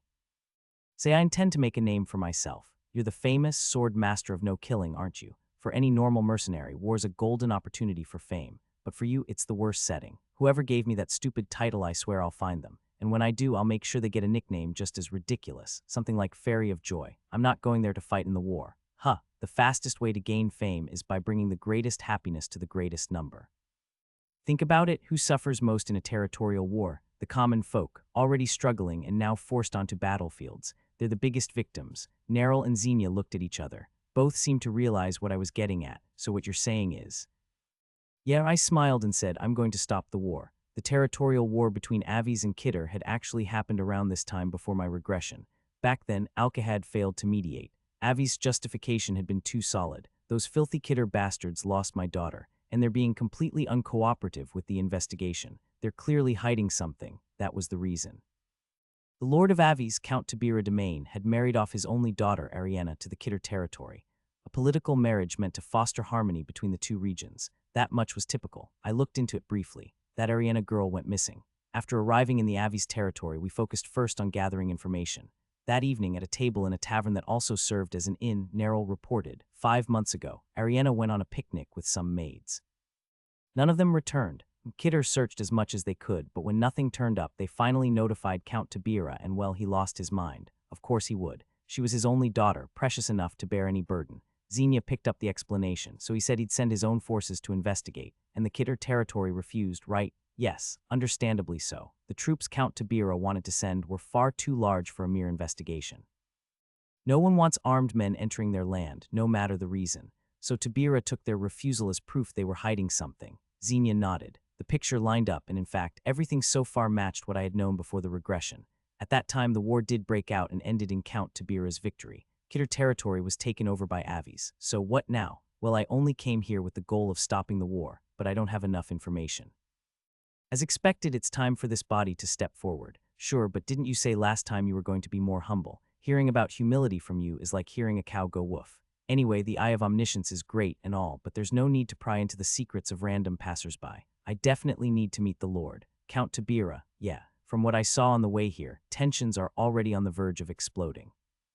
All the young men have been drafted non were in the village sand. The women and elderly are drowning in sighs and tears. In other words, it's a risky situation. With things already this far along, they can't just stop over something trivial. That's why I need to meet the one who started all this. Check his face, check his blood script, then find a secret heavy enough to make him abandon the war. Pressure Reno, persuade him with it. How should we meet him? Should we ask the mercenary guild master to mediate like we did with Lior? There's someone better. We both turned to look at Xenia.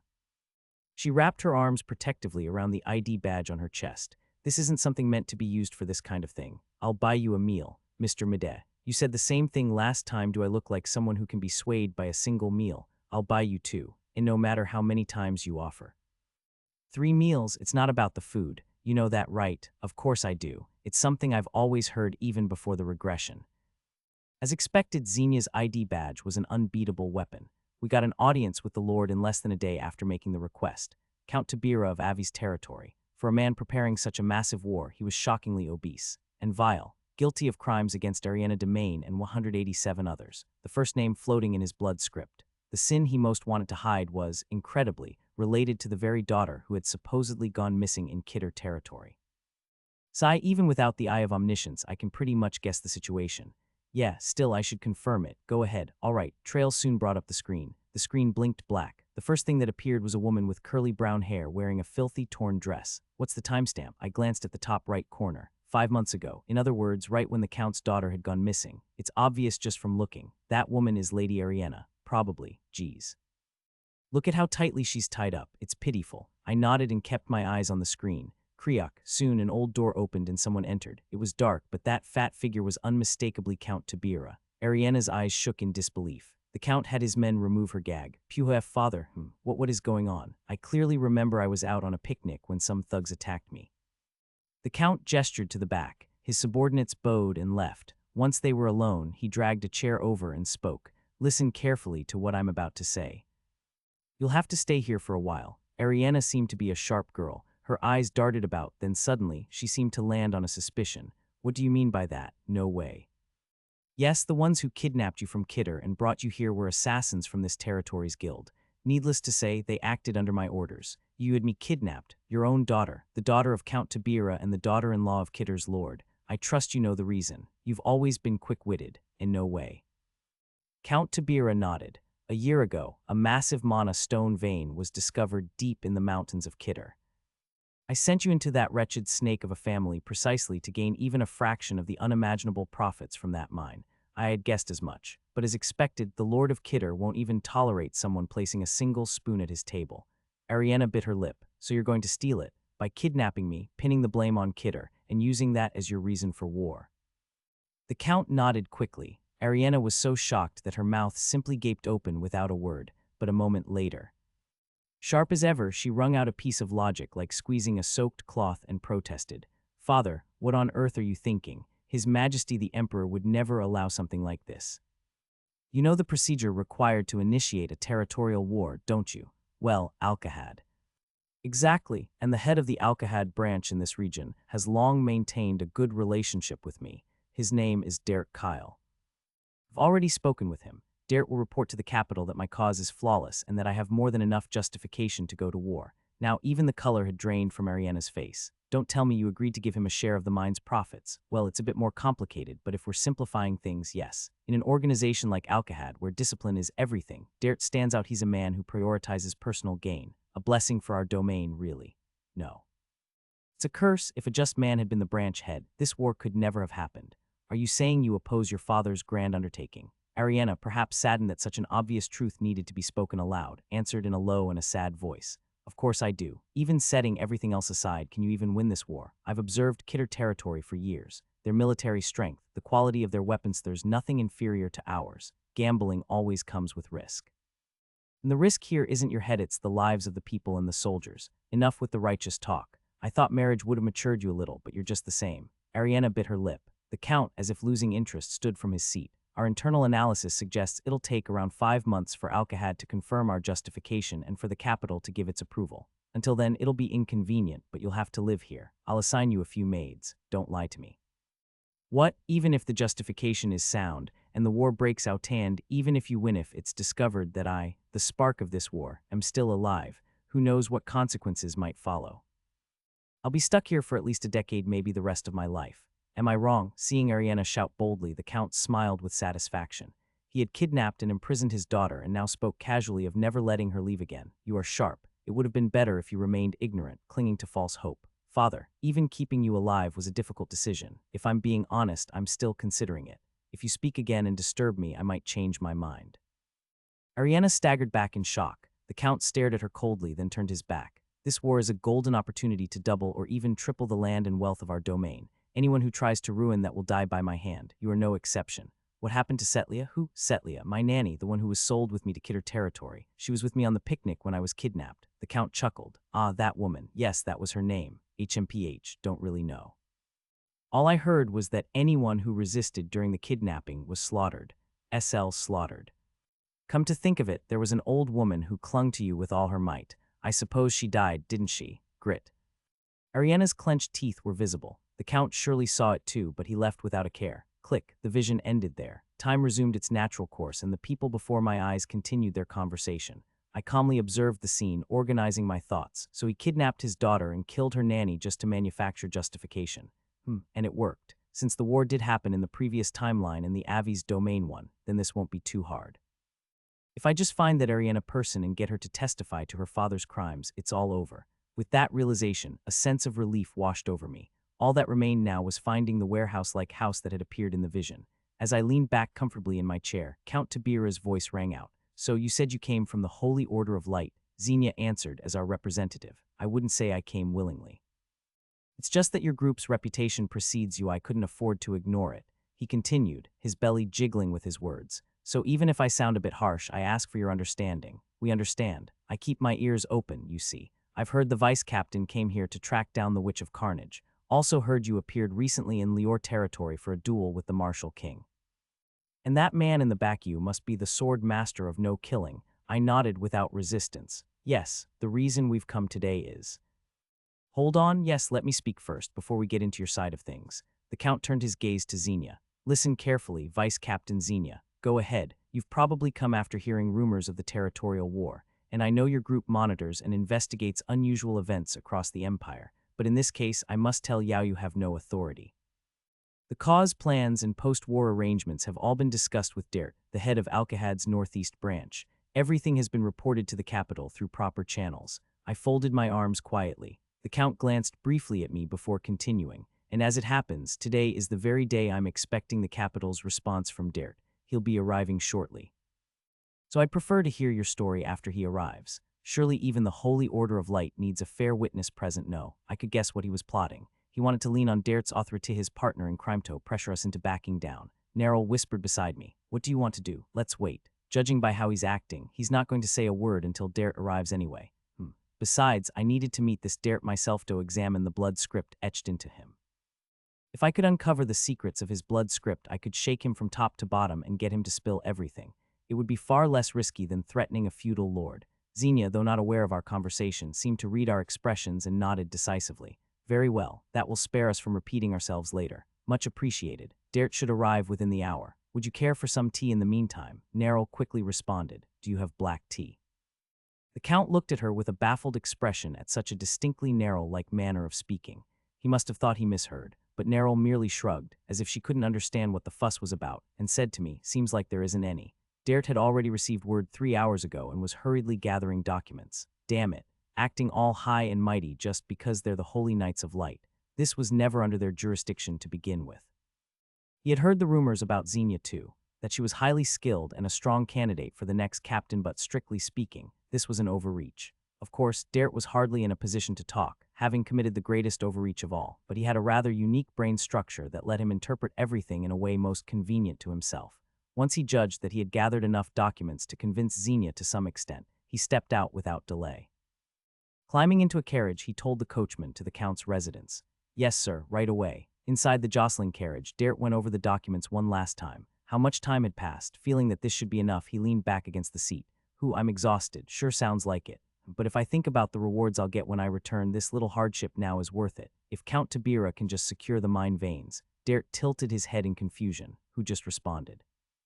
He quickly looked across from him. He could have sworn he'd been alone when the carriage set off. But sitting there, comfortably, as if he'd been riding along from the very beginning, was a young man with light brown hair. The impression he gave could be summed up in one word: ordinary. Dert didn't receive any particular impression from the man in front of him.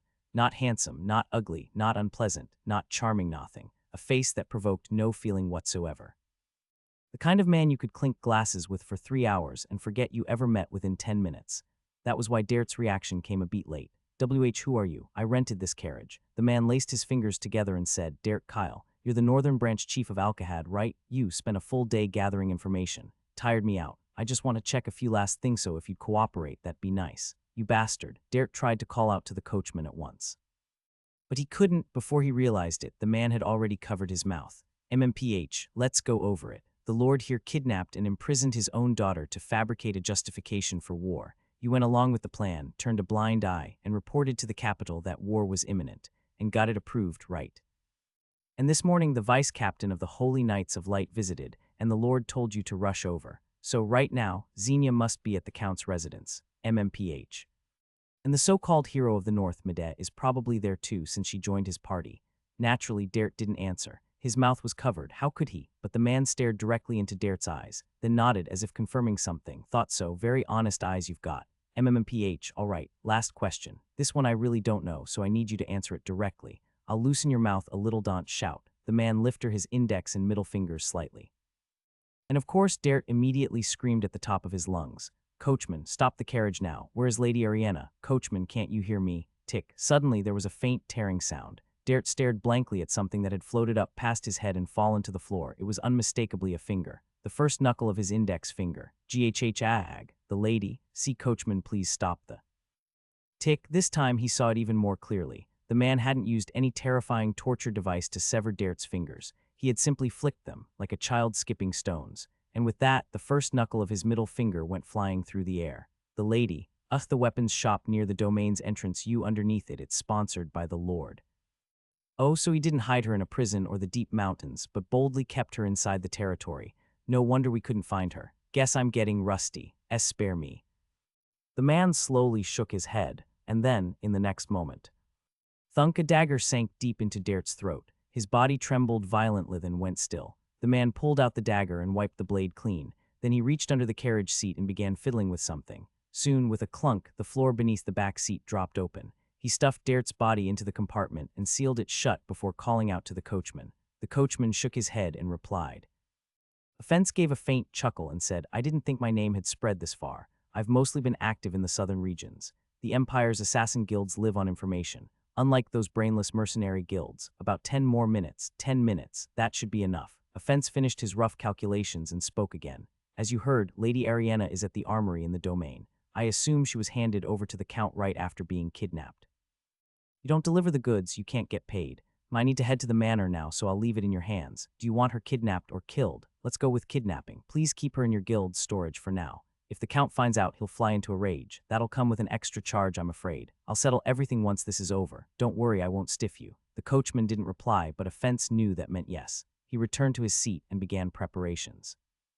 Crack. Soon, cracking sounds came from inside his body. His skeleton shifted and his muscles swelled. He grew a little taller, wrinkles formed on his face, and even the color of his hair and eyes changed. After about 5 minutes, he had transformed into a completely different person. It was none other than Dert Kyleth, man who had just become a corpse. "Oh right, I forgot the voice." Offense gently touched his throat. Just then the coachman spoke. "We've arrived, Branch Director Dert. Good work." Click, as the coachman opened the door, Dert Kyle stepped out of the carriage. Now then, what to do? To screw over the northern hero, midday. Dert had arrived. Count, apologies for the delay. Sit here, I assume you've been briefed. Yes, I heard the Order of Holy Knights of Light have paid a visit. Indeed, they seem to have many questions about this war. I've already spoken at length enough to make myself sick of it, so I'll leave the rest to you. Do the hard part for me. Understood, so then you must be Vice Captain Xenia. What would you like to know? Before answering, Xenia looked at me. Her face clearly said, why are you just sitting there? Aren't you the one who should be speaking now? But I delayed answering for a moment, overwhelmed by a sudden pain in my head. What's with that look, like you just tore your anus after 3 years of constipation? Is that from experience? No, it wasn't 3 years, okay. That man's not Dert. Trail clamped his mouth shut. I continued. His blood script says this, has sinned against Hiren Goys and 376 others. Who's Hiren Goys? I don't know, huh? But I've seen that name on someone else's blood script before. One of the hero party members from the timeline before regression. Offense Dake. A legendary assassin known as the Bright Death, who eliminated countless powerful figures throughout the Empire, is standing before me. Offense, were you hoping he would be the one sent on recon? You said he was reasonable. Yeah, but this wasn't how I wanted to meet him. I'd rather he came to assassinate me. Then I could have subdued him and had a calm chat.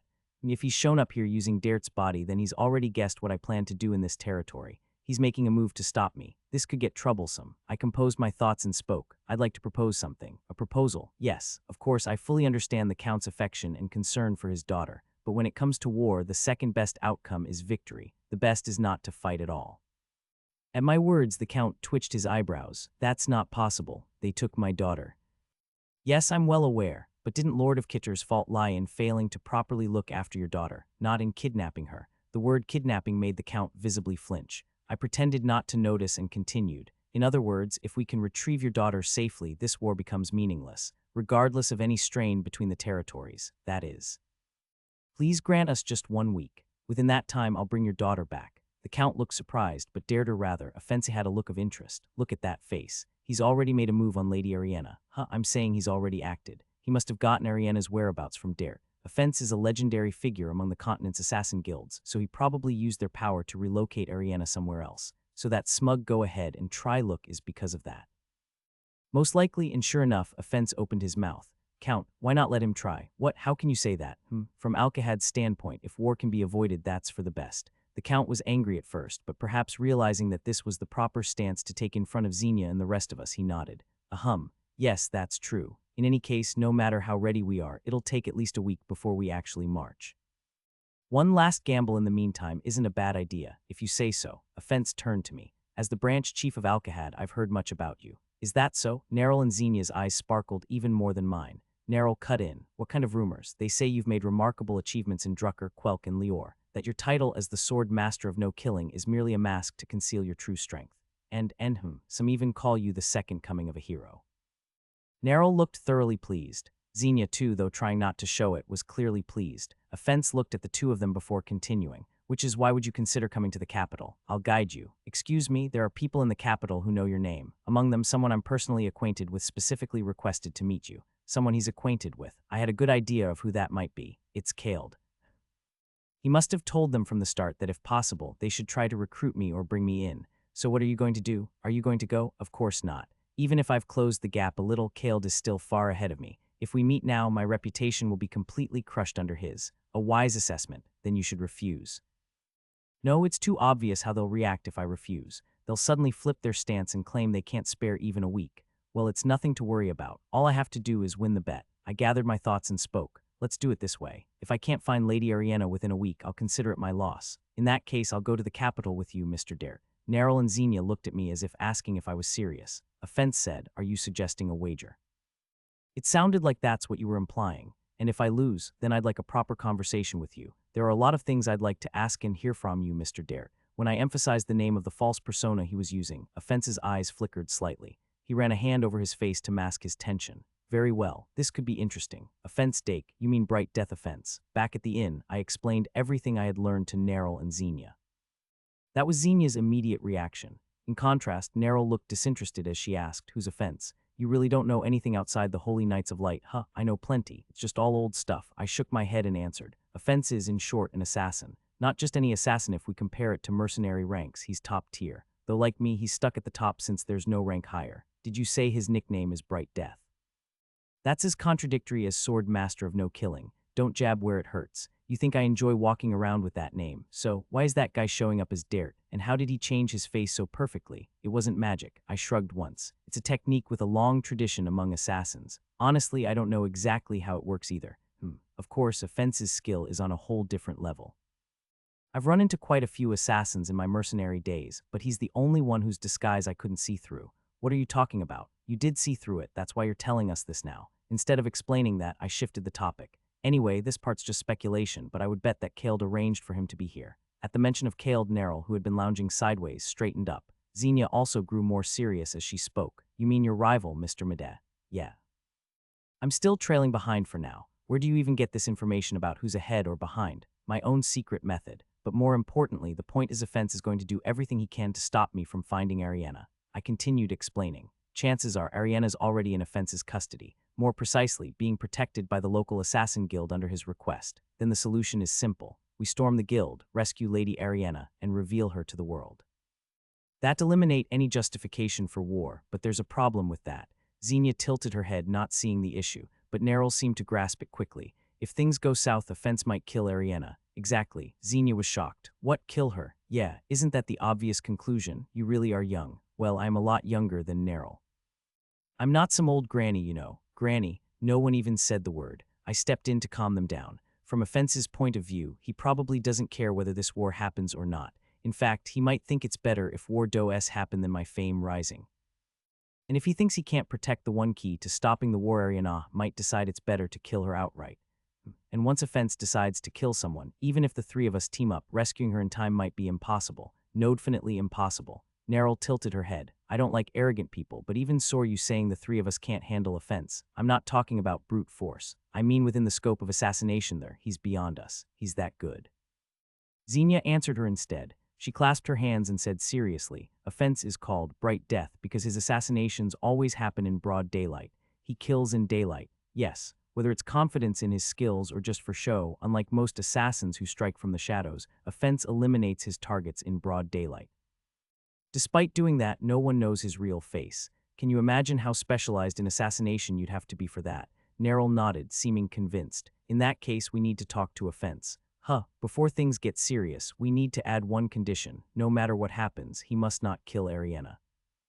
If he can't accept that, then we have no reason to get involved. You're not wrong, but will Offense agree to that? If you really do stop the war, he'll be disobeying Kald's orders. That's why we'll have a talk. A heartfelt, meaningful conversation where I open up and share my true intentions. Then Offense will understand. Neril and Xenia looked at each other. Then, like they'd rehearsed it, both turned to me with identical expressions, their earlier bickering forgot. Why those faces? I'm someone who doesn't like killing, you know. I believe in nonviolence, too. Say something, anything. Their silence felt like it could pierce skin. Well, whatever. Not like I was serious about that deep, heartfelt conversation stuff anyway.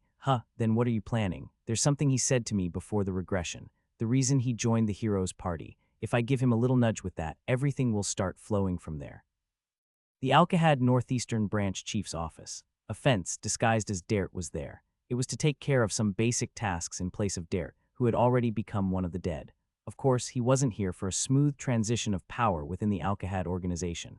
It was simply because it would be problematic if Dart's absence was discovered during the 1 week he was supposed to remain in the territory.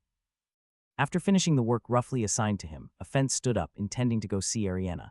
That was when it happened. Wigging, a bluish light flared from within his robes. It must be Kald. Sure enough, when he pulled out the communication orb, a familiar voice rang out. Offense, Mr. Kald, to what do I owe the pleasure? I just couldn't resist. The report I heard this morning was far too interesting. You said you went to meet Mede, right? What kind of guy is he? Offense scratched his head. He was a man who saw through my disguise at a glance. I met him while disguised as the Alcahad branch chief, but he challenged me to a bet, said he would find Ariana within a week, and in return asked that we postpone the war. He figured you out. What do you mean? He didn't say it outright, but he made a point of calling me Dart and stared straight into my eyes. You know how much I can read from a person's expression. Kald didn't doubt that in the slightest. Ironically, despite his keen insight, Offense had failed to grasp the most important secret that Kald was deceiving everyone on the continent. He's a dangerous man, I agree. What should I do? I'm not particularly fond of war, but I can't just sit by and let someone who'll get in my way grow unchecked. So at the very least, we can't let Mede find Ariana. I'll kill the woman right after this call. Kald was satisfied. Unlike his two other companions, Offense was someone who understood these kinds of grimy conversations without needing things spelled out. That was precisely why Kale had sent him for this job. I'm counting on you. Just make sure the war breaks out, then return. Since you sent me this far, wouldn't it be better to kill Midet too? That would be rational. Yes, but that guy has the Witch of Carnage and the vice captain of the Holy Knights with him. Especially that Xenia, God's agent. They do have intimidating reputations, but if it's an assassination, I'm confident, I don't doubt that. What I'm worried about is what comes after the assassination. Offense understood what he meant. You mean there could be fallout? Exactly. If Dame really does cherish his daughter like his own life, he would mobilize everything to find the culprit. Even so, Offense didn't believe he'd be discovered. But as he had always felt, Kaled was a very cautious man. Besides, I've started to need you again. It's time we moved. We've stayed in the capital long enough. Understood. Click. The communication ended. Offense smirked and put the orb away. Guess I'll kill her right away then. He did feel a bit sorry for the woman named Ariana and her tragic fate, but being unfortunate didn't mean you got to live. That was when. Knock knock. Along with the knock, he heard voices outside. What's the point of knocking? Just break it down. Your violent tendencies really know no bounds. It was Medea and Neryl's voices. Offense tensed, but soon covered it with calm and opened the door. What is it? I don't recall making an appointment. Greetings. I was doing well until I saw you two. Sorry, but I'm busy. Please leave. Naturally, neither of them budged an inch. Feeling a slight sense of urgency, Offense looked past them. How did you even get in here? Wasn't anyone stopping you? I put them to sleep. I think we all know who each other is, so let's skip the introductions. Offense hadn't felt his hair stand on end like this in a long time. Getting through these two head-on won't be easy. Then maybe the window. It was the third floor, but he could leap directly to the neighboring rooftop. He let out a quiet sigh and turned. Step, step. The distance to the window looked miles long. Well, whatever this is, come in for now. At least let me offer some tea. He said this casually, as though he was just opening the window to let in air. However, tea. Smoke rose from his hand. For a brief moment, incomprehensible letters flickered in the air and vanished. And then a new voice-on that hadn't been there earlier spoke. I'm a bit late, but not too late, right? You do realize those two sentences contradict each other, yes. Neryl, you're being unusually hostile today. You did call me grandma earlier. I told you I didn't mean it like that. The new arrival was Xenia. She had likely cast a divine spell on of the prison, type switch had burned his hand. From the looks of it, it wasn't just the window, but the entire building that had been turned into a prison.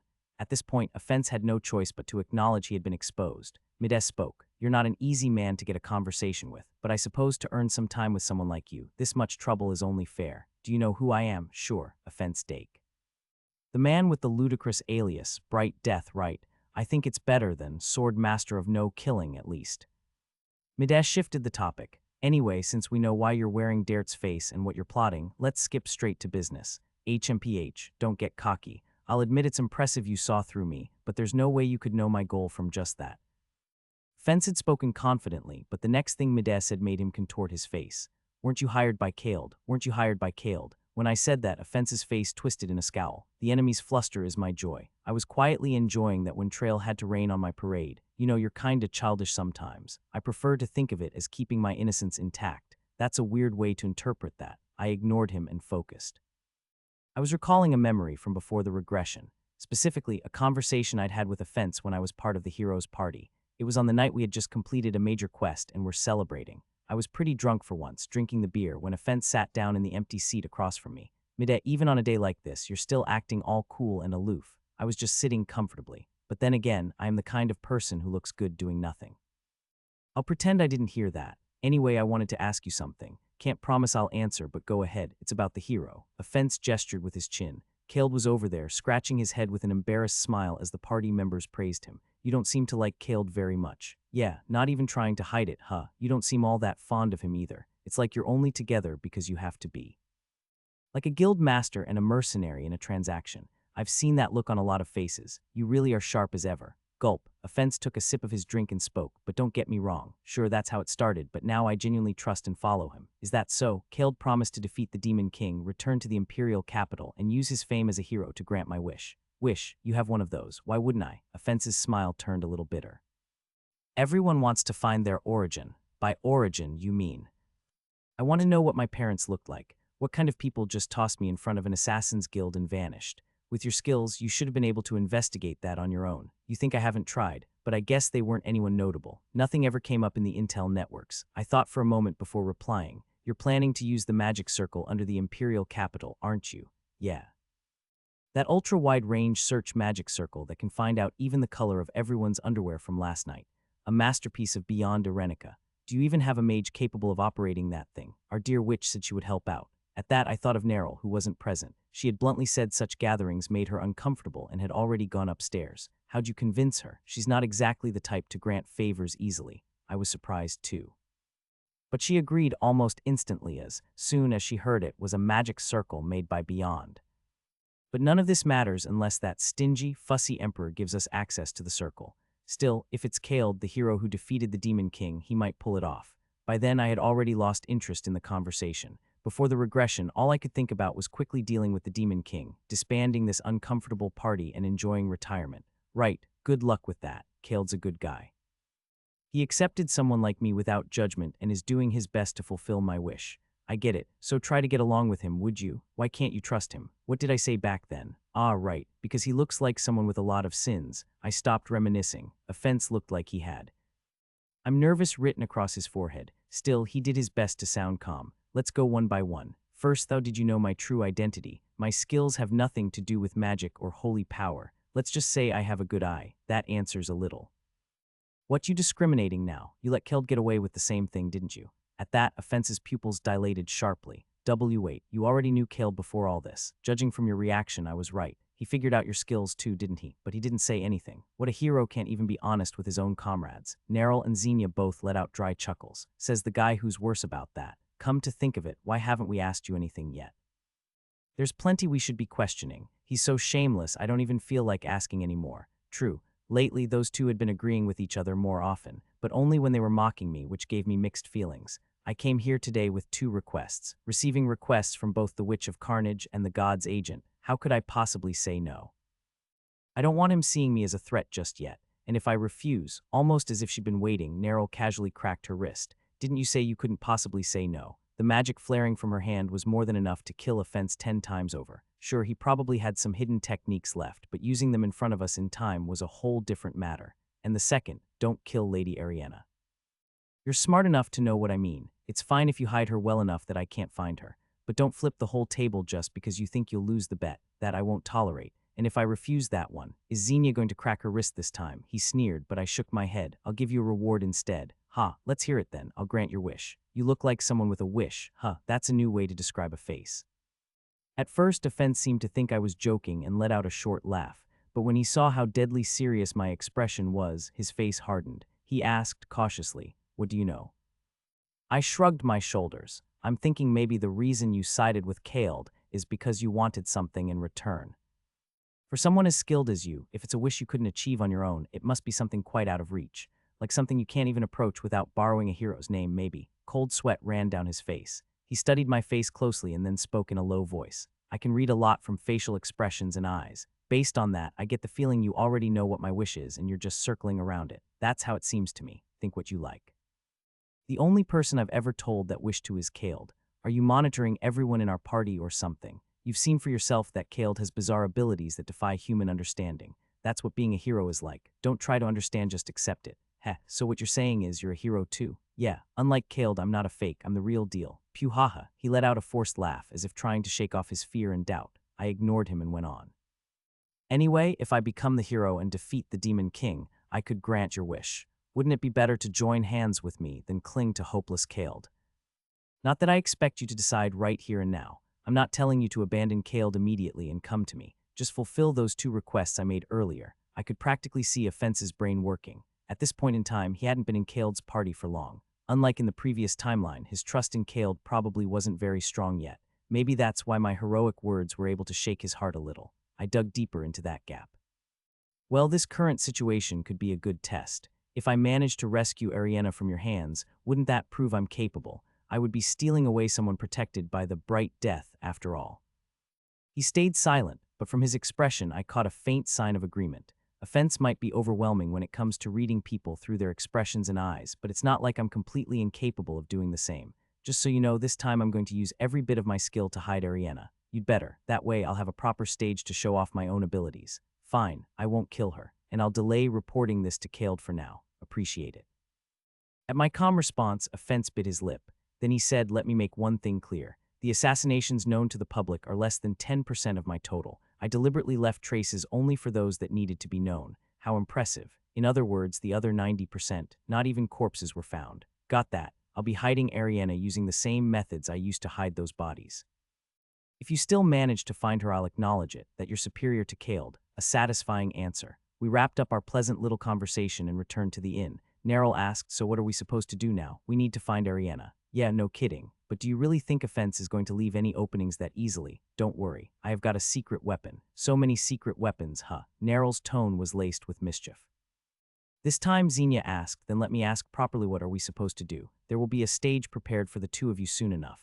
Until then, why not take a stroll to deepen your bond as teammates? Neril and Xenia blinked in unison. Oh, all right. Let's go, Mide. No, you and Xenia go together. Where should we go? I passed by the central fountain earlier and it looked pretty nice. Stop trying to escape reality. Neril's eyebrows shot up. Seriously.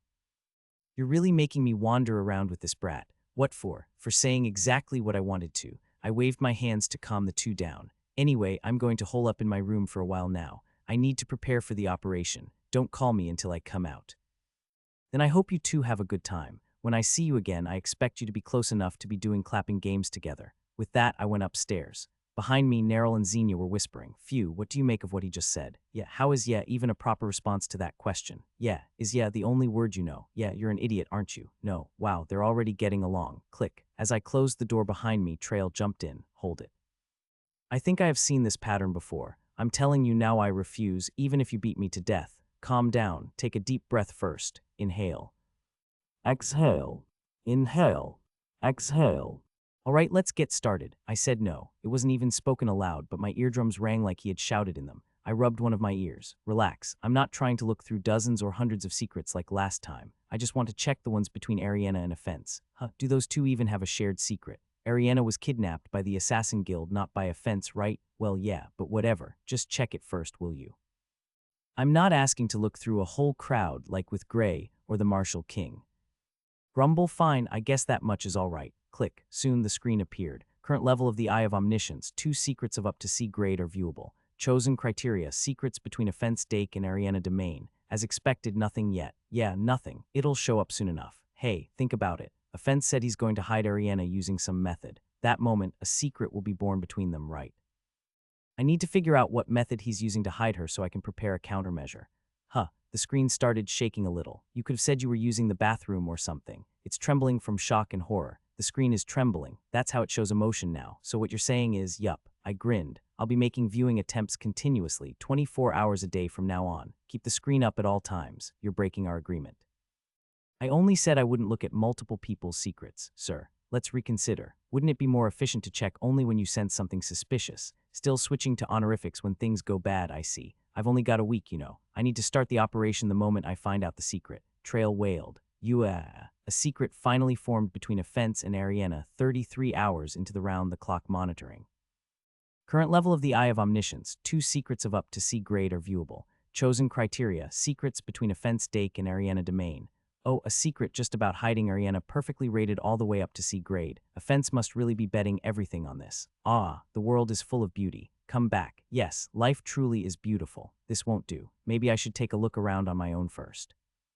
On screen, Ariana was still lying face down on the bed, her arms and legs bound. Creak, the door opened and someone stepped inside. It was Offense. Not Offense wearing Dirt's face, but the real Offense. Still such an ordinary face. Feels like I'd forget it the moment I turn around. Oh, you're back. I came to my senses after puking a few times. I glanced at the time in the top right corner of the screen. Roughly 10 minutes earlier. On screen, Offense opened his mouth. I'll remove your gag. Please don't scream suddenly. He slowly removed Ariana's gag. As expected, Ariana was quite a clever woman. Instead of lashing out or struggling, she calmed her breathing and spoke. Who are you? You were sent by my father, weren't you? He finally decided to just kill me, didn't he? Offense let out a soft sigh. Regrettable to meet under such circumstances. I can't help but pity your situation. To answer your question, there's no intention to kill you. You'll just need to disappear from the world for a week. I already am disappeared, if you ask me. Somewhere even deeper than here. A place where neither Miden nor anyone else in the world can reach you. Ariana didn't seem to understand what he meant. Nosh did understand. Mide, you mean Sir Mide Mohan, the sword master of no killing. Oh, I didn't expect even a noble lady like yourself to know the name. I heard the stories from Quelk and Lior. What he has done is being called the return of a hero. So he's coming here now, isn't he, to destroy my father's vile schemes to stop the war, and to save me. Oh well, that's technically true, but why does it make my chest ache like this? So you do have a conscience left. I'm tearing up over here. I ignored the voice and kept watching the screen. Offense shrugged and said, he's got a few hidden motives too, but if you're just looking at the surface, you're right. Sir Medea even defeated the martial king, the empire's 10th strongest. You'd best stop what you're doing and let me go while you still can. Sigh. How about this? Whoever you are, if you let me go now, I'll give you half the gold and jewels from the territory's treasury. Even Offense couldn't help but look surprised at that. His eyes widened as he replied, you speak as though you have the right to make that offer, but aren't you already married off? You really think I can return to the Kitter estate after all this? Even if we manage to prevent war, my husband's family and mine are already enemies. Luckily or unluckily, I haven't had a child yet. HMPH, even so, offering half the treasury is a wild exaggeration. Count Tabira wouldn't allow it. He doesn't need to, I allow it. Anyone else hearing that might have laughed, but neither Offense nor I did, because we realized what Ariana's words meant. Are you saying? Yes, I'm going to overthrow my father and become the lord of this land. You're planning a rebellion. I am, because he's committed an unforgivable sin. Well, I can understand being upset about your current situation. It's only natural to resent your father. That's not the only reason. Grit. Ariana ground her teeth. My nanny was with me when the assassins kidnapped me. Your nanny, Setlia Rice. She raised me from when I was a baby. She died trying to protect me. Tears welled up in Ariana's eyes. As she quickly wiped them away, Offense said something unexpected. Ah, the old woman you mean. She's alive. Ariana flinched in shock and blurted out, she's alive. But there's no way they'd leave a witness alive. I heard it directly from a guild member posing as a coachman here. He said it was the guild master's order. What, after all, the lord might suddenly turn his back on the guild. They needed a bit of insurance. Also, they kept her alive as a witness who knows of my father's schemes. Very sharp. For the first time, a flicker of life returned to Ariana's face. Practically clinging to him, she cried out to Offense, let me see her. Now that's enough. The conversation ends here. Just stay hidden in the shadows for 1 week. What, if all goes well in a week, I'll let you meet her. That's when it happened. The darkness in the room suddenly seemed to deepen, especially under the bed where Ariana lay. What? Slide. Ariana and everything in the room was sucked into that shadow. Like someone falling into a swamp, she flailed but she couldn't escape the shadow. What the hell is that? Was that Offense's trump card? But he never used it, not even once before I returned. Not even in the final battle against that demon king. Please, don't kill me. I told you this isn't to kill you. Is my face really that untrustworthy? Your face is more than untrustworthy. It's just entirely forgettable. Swoosh. And just like that, Ariana vanished without a trace from the world. Click, the footage cut off right there. The screen disappeared, but neither trail nor I made a single sound of pain. To lighten the heavy atmosphere, I stretched deliberately. Crack, my entire body screamed. Come to think of it, I'd been staring at the screen without changing posture once for a full 33 hours. Your trashy tenacity never fails to amaze me. There you go again, only hearing what you want to hear. Trail let out a sigh. Anyway, that technique, no, can you even call that a technique? Number assassin's skills are called sorcery. For mercenaries, it's technique. For paladins, it's divine arts. For mages, it's magic. It's the same idea. Still, I didn't expect that kind of sorcery to exist. That's not the real surprise. Before regression, Offense never once used that sorcery in front of us. It might seem like a small thing, but it's actually huge. It means he kept that trump card hidden even during the battle with the Demon King. Maybe he thought he could win without using shadow sorcery. I mean, you guys did push the Demon King of Lies to the brink of death, even if it turned out to be a misconception. Why hide your ace in the final battle? That was the last fight anyway. Maybe Offense never truly trusted Khaled. Trail quietly drew in a sharp breath. I mean, look at the situation, doesn't it seem that way? If Khaled hadn't kept his promise, maybe Offense planned to use that trump card to pressure him into honoring it. But he told you he genuinely believed in Khaled, didn't he? He lied truthfully. It was always hard to read emotions from that guy's face. His expressions gave nothing away. If that theory's true, then Offense wasn't just some ordinary guy either. None of our party members were ordinary. Every last one of them was a weirdo. Maybe, just maybe, but still maybe the other heroes in the party had their own doubts about Khaled deep in their hearts, whether they realized it or not. If that's true, there might be a lot of openings to exploit. Set that idea aside for the time being. Anyway, shall we head down? We need to talk with Neril and Xenia. I went downstairs. The two of them were just walking into the inn, arms full of shopping bags like they'd come back from a market run. You some kind of black tea maniac, Neril. How many bundles did you buy? Better than you buying beef, lamb, chicken, and pork like you're stocking a butcher shop. What? Why? If our trip drags on, of course we'll need meat. We'll need tea too. And could you take a step back? I'm not that close to you. About 100 meters should do. Did those two just go shopping together? Before the regression, Khaled explained the backstory involving those two, but it only barely justified them being in the same party, not that they ever got along. They're still bickering now, but it's better from the pre-regression vibe of. Once we kill the Demon King, you're next. You two seem to be getting along. Shut up. Please shut up. Yes, ma'am. Anyway, take a seat. I've got a rough plan. Wait, before that we need to address something. Let's hear it. Narrow looked unusually serious, so I straightened up too. This idiot bought so much meat it won't all fit in the carriage. Who are you calling an idiot? We either separate from Xenia or reduce her appetite. The former seems more realistic. My stuff is bulky and heavy, but Narrow's stuff costs a fortune. If we think about our financial situation, I'd say it's better if you sit this one out. Seriously, I quickly sorted out the situation. I pulled a money pouch from deep in my always carried bag and scattered a handful on the table. Clink. Gold coins, it's money I saved up from my days as a top-tier mercenary. We won't have financial issues for the duration of this trip, so don't worry. Got it. And if carrying meets the issue, let's just buy our own wagon. A big, sturdy one with a cargo hold. I was planning to get one eventually since our party keeps growing. That sound good to you, Narrow? Why yeah. All right, now you two shake hands.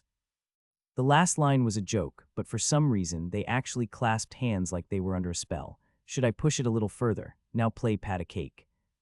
They finally came to their senses and glared daggers at me. Pity. We decided to look for the coachman first. More precisely, the coachman who was actually a member of the Assassin's Guild in disguise. He was the one offense had mentioned during the conversation with Ariana. Sure, coachman was probably just a cover for gathering information, but officially he'd be registered with some transportation guild. After scouring the area for about a full day, we finally found a promising suspect. Above his head, glowing in blood-red script, was Setlia Rice. That was Ariana's nanny's name. All right, tell me the secret between that coachman and Setlia. Have you lost your touch? You need the coachman's name too. Not falling for it, huh? The fact that you thought I would is what's ridiculous. No choice. We casually picked a destination, a neighboring territory, and selected a wagon and coachman. The man flinched slightly when he saw us. But maybe he didn't think his identity had been compromised, because he quickly smiled and led us aboard. Just before closing the wagon door, he said, "Well then, have a pleasant journey. We'll be off shortly." Before that, sir. Yes, why don't you ride with us for a bit? I said, "Get in." I grabbed him by the collar and shoved him into the wagon. Thud. As Xenia shut the door, the coachman, realizing the situation, had already pulled a dagger from his coat. Click. So I've been found out. How's offense doing, you bastards? I figured you'd barge in looking for the lady any day now, and here you are wasting time chatting. We are looking for her through you. You think I'm gonna talk? What a joke. I'm a top-tier assassin of the guild. Narrow looked at me. She seemed to be asking, can I? I nodded lightly. You should just give up and leave. You can't stop this war. Trying to rescue the girl is utterly pointless. Boo. His voice slowed, slurred, and finally stopped as his whole body froze stiff. I saw Narrow release her spell gestures. I cast 2 spells, Painter and Bind. The second one freezes the body to prevent resistance. The first amplifies pain 5-fold. Perfect. I'm terrible at torture, so I was wondering how to get him talking. Narrow let out a short laugh in agreement. I scratched my head and glanced at Xenia. This might be unpleasant for a paladin to see. You okay? I gave up on that kind of thing the moment I decided to travel with you. Still, I'll do my job. If the torture ends up damaging him too much, I'll heal him. You can go back to torturing him afterward, but you won't stop me from healing him, okay? You do realize that's even more brutal, right? I slowly drew the dagger he had been holding. Then, waving it back and forth in front of his eyes, I said, all right, follow this dagger with your eyes. Move them left if you don't intend to answer. Move them right if you're ready to talk. Keep them still in the center, and I'll just start torturing you right away.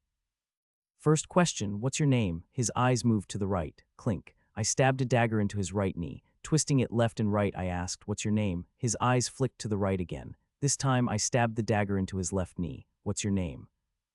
His eyes moved to the right once more. You're pretty stubborn. Wait a second. I turned around. Narrow and Xenia were giving me awkward smiles. Didn't you say to look right if he intend to answer?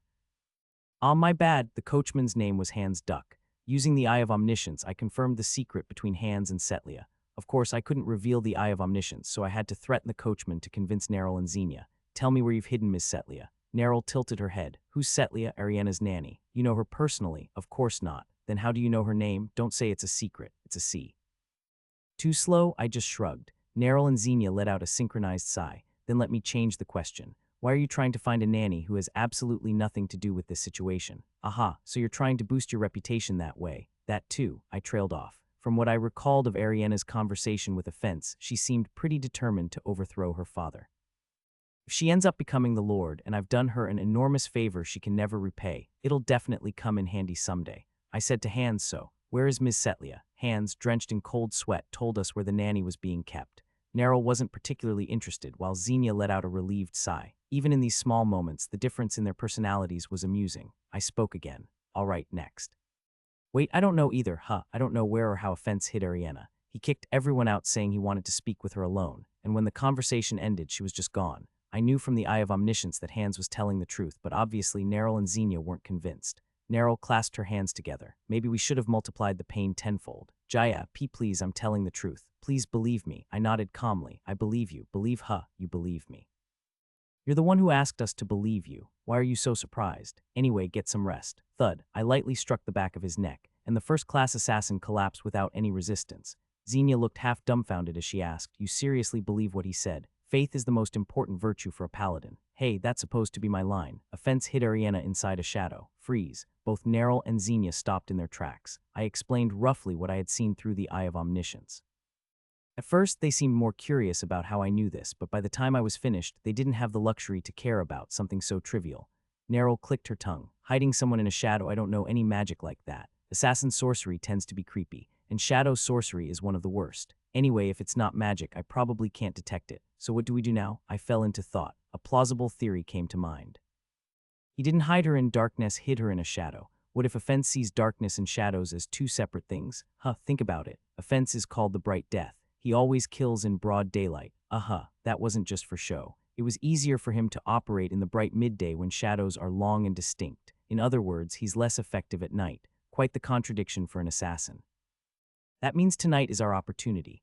Xenia folded her arms and muttered, Just because it's night doesn't mean there are no shadows. Tonight's a new moon. Moonlight isn't the only thing that casts shadows. The Lord's manor and the walls are full of torches, and the townsfolk will have lamps or candles in their homes. Shadows can appear anywhere. I looked to Neril as if to say your turn to respond. She frowned and muttered, What now? Can you cast darkness over the entire territory? A perfect darkness without a single shadow. There's no magic that convenient. I'm not so sure. I've seen too much before my regression to just nod and accept that. I think that magic could do it. Neril tilted her head, then her eyes widened. That magic, Element erasure magic. It was one of Neril's trump cards, along with disintegration magic. A grand spell that completely erases one of the so-called four great elements: earth, fire, water, or air within a designated area. Originally developed by Audiobook's in his later years to suppress fires or stop floods, but in true Witch of Carnage fashion, Neril frequently used it for attacks. Neril pretended not to know. That spell has been lost since Audiobook's time. But you could probably pull it off. How do you even know that? Anyway, that spell will work, right? Just erase all the fire in the domain. It's a dark night without a moon. If we get rid of all artificial light, we can cover the domain in complete darkness. Hey, you're telling me to use element erasure on the entire domain of this size. Do I look like Audiobook's to you? More than that. I smiled slightly. Don't compare some Audiobook's to you. Even if you put it that way, impossible things are still impossible. Even with this, tick, I flicked something to her, Gem of Desolation. A limitless amplifier that had steadily accumulated the vital energy of the domain's residents for 20 years. Looking at Neril's dazed expression, I said, You explained it yourself, remember. This thing is a cluster of potential that can be converted into anything. Obviously, it can be turned into mana. You're right. With this, I could. Neril nodded blankly. Holding the gem in both hands as if it were something precious, she held it to her chest. Xenia, looking vaguely dissatisfied, spoke up. So what should I do? To which Neril responded, Eat meat, it's what you're best at. I was asking Mr. Manhwaedit. I answered for him. Neril was wrong. Of course, Xenia had a role too. You're going to be the one who actually locates Ariana. Neril's job is to eliminate the shadows. Once they're gone, Ariana will appear again. You find her and tell me where she is. I'll extract her. My tone implied that I fully expected Xenia to be able to do it. Neril scoffed, but Xenia's expression turned serious. Mr. Manhwaedit, do you know something? About what? No, never mind. All right, I'll handle locating Ariana. Neril looked puzzled. Tonight's the new moon and it's cloudy, not even starlight. On top of that, I'll erase the fire element to make it completely dark in the domain. It'll be pitch black, can't even see your own arm. And you're saying you'll find Ariana in that? Yes, it's not like Neril is the only one with a trump card. Why the tongue click? Why, those two really have grown closer. Good to see as a leader, Trail interjected. They look close to you, seriously. I ignored him and said, The Ariana rescue mission is ready then. Let's carry it out tonight. Got it. All right. Then let's warm up a bit during the day. Both tilted their heads in confusion. I continued nonchalantly, Let's go rescue Setlia. Rescuing Setlia was laughably easy. She was imprisoned in the basement of the Assassin Guild's headquarters, though the sign out front disguised it as an herb shop. The guild master was guarding her. The conversation with the guild master was too trivial to mention. Heh, you managed to find this place. It'll be your grave. Heck, wham, crash. Didn't I say I'd skip this part? Huh, when did you? I said I'd skip it. Oh, yes, please do. Just as I was intimidating the guild master, Neril and Xenia came down the stairs, casually dusting off their hands. Everything's taken care of outside, too. That's her, Setlia. Looks like it. She's in a pretty weakened state.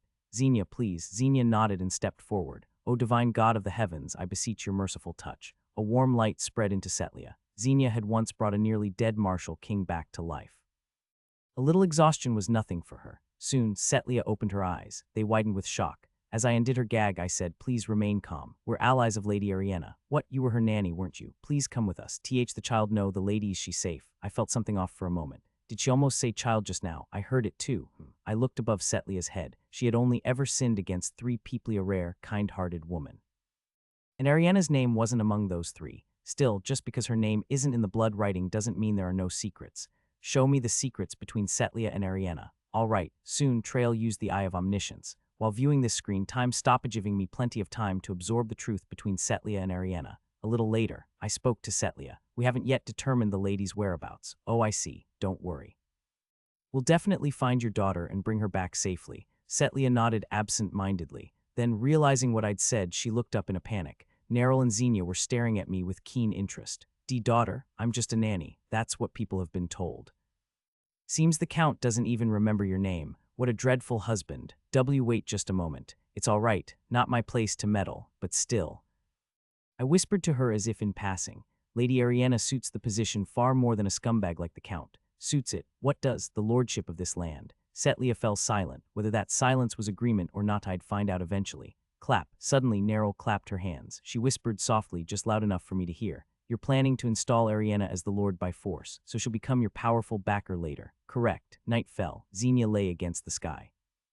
It sounded like an odd expression, but it wasn't wrong. She was lying several hundred meters above the ground, because she was on the back of Agril, the divine carriage. Agril, Midem must know right about my ability. Otherwise, he wouldn't have asked me to find Ariana in this pitch-black darkness. GRRR, what is with that guy? Are all heroes like this? KRRK, my common sense is falling apart more and more each day, especially because of Miss Neril. Spin. She turned from gazing up at the sky and flopped down on Agril's back. No matter how I look at it, that old lady doesn't seem like a bad person. I must be crazy, right? GRRGH. Maybe it's just me, but lately it feels like we've gotten kind of close. Don't you dare tell Miss Neril I said that. This is our little secret. That was when it happened. Suddenly, someone's voice came from her hand. Hey, what are you doing? Jake, you throwing up, motion sickness, and Miss Neril. You were listening to what? So she didn't hear it. Xenia let out a deep sigh of relief from the bottom of her heart. It's nothing. I just got startled because the communication orb turned on by itself. I turned it on. At this distance, it's easy for me to forcibly activate the other person's orb. Timing is everything in this operation, and I can't have you spacing out and missing the moment. Xenia grumbled inwardly. HMPH. So much for getting close. She's still just as mean. Still, work was work. I'm ready. Good. Then let's begin. True darkness began to fall across the territory. It was already a moonless, starless night. Now all the flames that had been burning throughout the domain were being erased one by one. The guards' torches went out, campfires died, and even the candles inside the houses flickered out. Perfect darkness engulfed the Avi's territory in just 5 minutes. Xenia swallowed hard. To erase all elemental flames over an area this big, even if she's borrowing the power of the gem, Miss Neril is seriously impressive. Of course, it wasn't something she would ever say out loud even in death. Confirmed. I'll begin as well. I'm logging off now. That took more out of me than I thought. You did great. You too. Good work. Click. The orb deactivated. Xenia would probably never know. That Neril had activated the communication orb long before she spoke. And that her face had flushed just slightly red. Xenia gently stroked Agril's mane and spoke. Okay, Agril, we need to find someone. I'll share your vision. In the next moment. Xenia could see more than what human eyes allowed. The world seen by Agril, the chariot of the gods, was vastly different from what humans could perceive, and the person chosen by Agril with Agril's permission could share that vision. Even a faraway target could be zoomed in on as if it were right in front of her. No darkness could block Agril's vision. No obstacle could escape his sight. It was like gazing into a transparent crystal orb, man-made buildings and walls. Natural caves or the leaves in a forest, deep underground and inside pits. Xenia could see through them all. Because it had been a while since she last used shared vision, a wave of nausea surged through her, but she clenched her focus and began to scan every part of the estate. Around 26 years old, wavy brown hair, a light pink dress, all tattered with the edge torn. A small laugh escaped her. If Mide could describe Ariana's current appearance that specifically without ever having met her, he probably could have found her without her or Neryl's help at all. Maybe Mide is giving us a chance to play our part too. He did say the fame of his companions would benefit him as well. But was that really all? As she pondered it, Xenia answered herself. That's just the kind of person he is. Mide is a good man. Soon, she took out the communication orb and attempted to connect to Mide. Mr. Mide, I've found her. Offense first grew suspicious when every source of light in the room went out, and when his own flint failed to produce even a spark, that suspicion turned to certainty. Element erasure magic. The Witch of Carnage was this powerful. He'd heard about that great spell supposedly developed by Audiobook's, but to think a mage in the current era could actually cast it. No, that's not even the most surprising part. Mide had extinguished every flame in the estate. Why would he do that? Does he know about my ability, my shadow sorcery? Drip. Cold sweat ran vividly down his back, making his skin crawl, and then… Huff huff where am I? With all light gone, shadows disappeared, and naturally, Offense's sorcery was broken along with them. In the room he'd just been alone in, another person's breathing began to echo. It was Ariana. Is someone there? Where am I? Where's my nanny? Offense hesitated. If it were for Kale's sake, he should kill this woman right now. But could Kale really order the Emperor to activate the Grand Search Magic Circle? Could he even defeat the Demon King in the first place? No, that guy really is he even a hero? There can't be two heroes. If Kale is a hero, Mide isn't. But if Mide is the hero instead? Having trouble deciding at that moment. There were now 3 sets of breathing in the room. TL, bro is aura farming everywhere he goes. Having trouble deciding, Offense answered my question after a few seconds. Mide. Thankfully, that answer allowed me to pinpoint his location and posture. In this darkness, that information was as precious as gold. Idiot, you just gave that bastard priceless information too. Offense is an assassin. If you sensed him, you should assume he sensed you too. Well, I'm confident I can win if we fight. In this darkness, just as I was about to reply, a woman's voice rang out. Mide. The sword master of no killing, Sir Mide. Lady Ariana, is that you? Why yes, I'm Ariana. Please save me. Of course, that's why I came, sheeing. At that moment, the sound of a sword being drawn echoed through the darkness. Offense spoke. Lady Ariana, do not move. I don't think I've ever been this on edge in my life. My senses are razor sharp. If I feel any presence that isn't Mide or me, I'll cut it down without hesitation. I could practically see Ariana trembling in fear. Then Offense addressed me. Did you know about my ability? Yeah, it's a remarkable technique. No need to ask how, I suppose. You'll just say that's what heroes do, right? Yup. Are you finally taking me seriously? Think Kale could do the same as I did. Drop your weapon quietly, then lend me a hand. I'm planning to kill the Demon King, but I'm short on manpower. A low chuckle reached my ears. I tried to assassinate Kale. Some bigwig felt threatened by the man who called himself a hero and won the people's trust. I got the job from them. Now that was a secret I hadn't known even before the regression. My ears perked up with involuntary curiosity. But I failed, even with that shadow sorcery. No, that sorcery requires me to first visually confirm the target's shadow. I start by observing the shadow from afar before activating the spell. It was at that very stage that I locked eyes with Kale. He smiled and waved at me. I suppressed a groan. Needless to say, Offense must have been completely hidden using every ounce of his assassin's skill. Yet Kale saw right through it through the concealment of a hero-tier assassin. As expected. Say what you will about Kale's personality, but his skill is real. Offense continued. At that moment, I felt a strong curiosity toward Kale. I wanted to fight him head-on, not with shadow sorcery. That's quite the absurd notion for an assassin, I admit it. It was the first time I felt such an impulse. He let out a light laugh. Anyway, we had a big fight. You lost, didn't you? Yeah, he's terrifyingly strong. Another light laugh echoed, but then it stopped cold. Are you as strong as that? Heck, try me and see. With those words, I swiftly drew my sword and swung. Clang, clang, clang. Though I couldn't see in the darkness, something clashed with my blade and scattered to the ground. It was the little star, a throwing weapon often carried by assassins. He had launched it straight at my head without making a sound. Offense spoke again. Lady Ariana, you're under the bed, correct? Why, yes. Well, it would be advantageous for me if you died in the crossfire, but if that happened, Mide would probably take my head. He seems to think highly of you. Ariana seemed to quietly crawl under the bed, but then unexpectedly she said something strange. He won't kill you. What? The sword master of no killing? No, wait, that's not right. The hero doesn't harm people. We haven't even properly seen each other's faces yet, and she's saying this. I appreciate the sentiment, I guess. Soon her presence disappeared. Offense gave a soft laugh and said to me, popular, aren't you? I smiled back and replied, just another day in the life. Whoosh, clink. As the battle began, Offense started launching his throwing weapons in earnest. I had no idea how he did it, but the little stars that should have come from the front kept changing trajectory mid-air. Ta, I jumped to the side. Tatadak, the sound of projectiles embedding in the floor echoed in my ears. Quit messing around with these toys and come at me head on. The only reply was the sharp whistling of a projectile cutting through the air. I hurriedly twisted my body to the side. That one was classy so close that it tore my collar as it flew past. No response. He's probably going all in on hiding his position now. Exactly, so you shut up too. Why are you giving away your own position? I was trying to bait him into attacking. If I know the direction of the weapons, I can figure out where he is. Reckless, seems like it, and pointless too. The projectiles were coming from every direction. Either he was controlling their trajectories, or he was constantly shifting his position. Given what I remember from before the regression, the latter is more likely. Despite me listening this closely, there's not a single sound of footsteps as he moves. Unreal. He didn't earn the title Bright Death for nothing. And then, whoosh, this time the projectile's direction was bizarre. From above, startled, I threw myself to the ground. Boom, crackle, a tiny weapon no bigger than 2 knuckles smashed into the floor with terrifying force. But what shocked me wasn't the power, it was the direction. How the hell did you aim for the top of my head? Are you stuck to the ceiling or something? I didn't expect a response, but surprisingly, Offense answered. Can't tell you, that's how I make my living, but I will say this, what is it? I don't know how you're dodging my attacks in this darkness. It's like watching a circus act. I sincerely want to compliment you.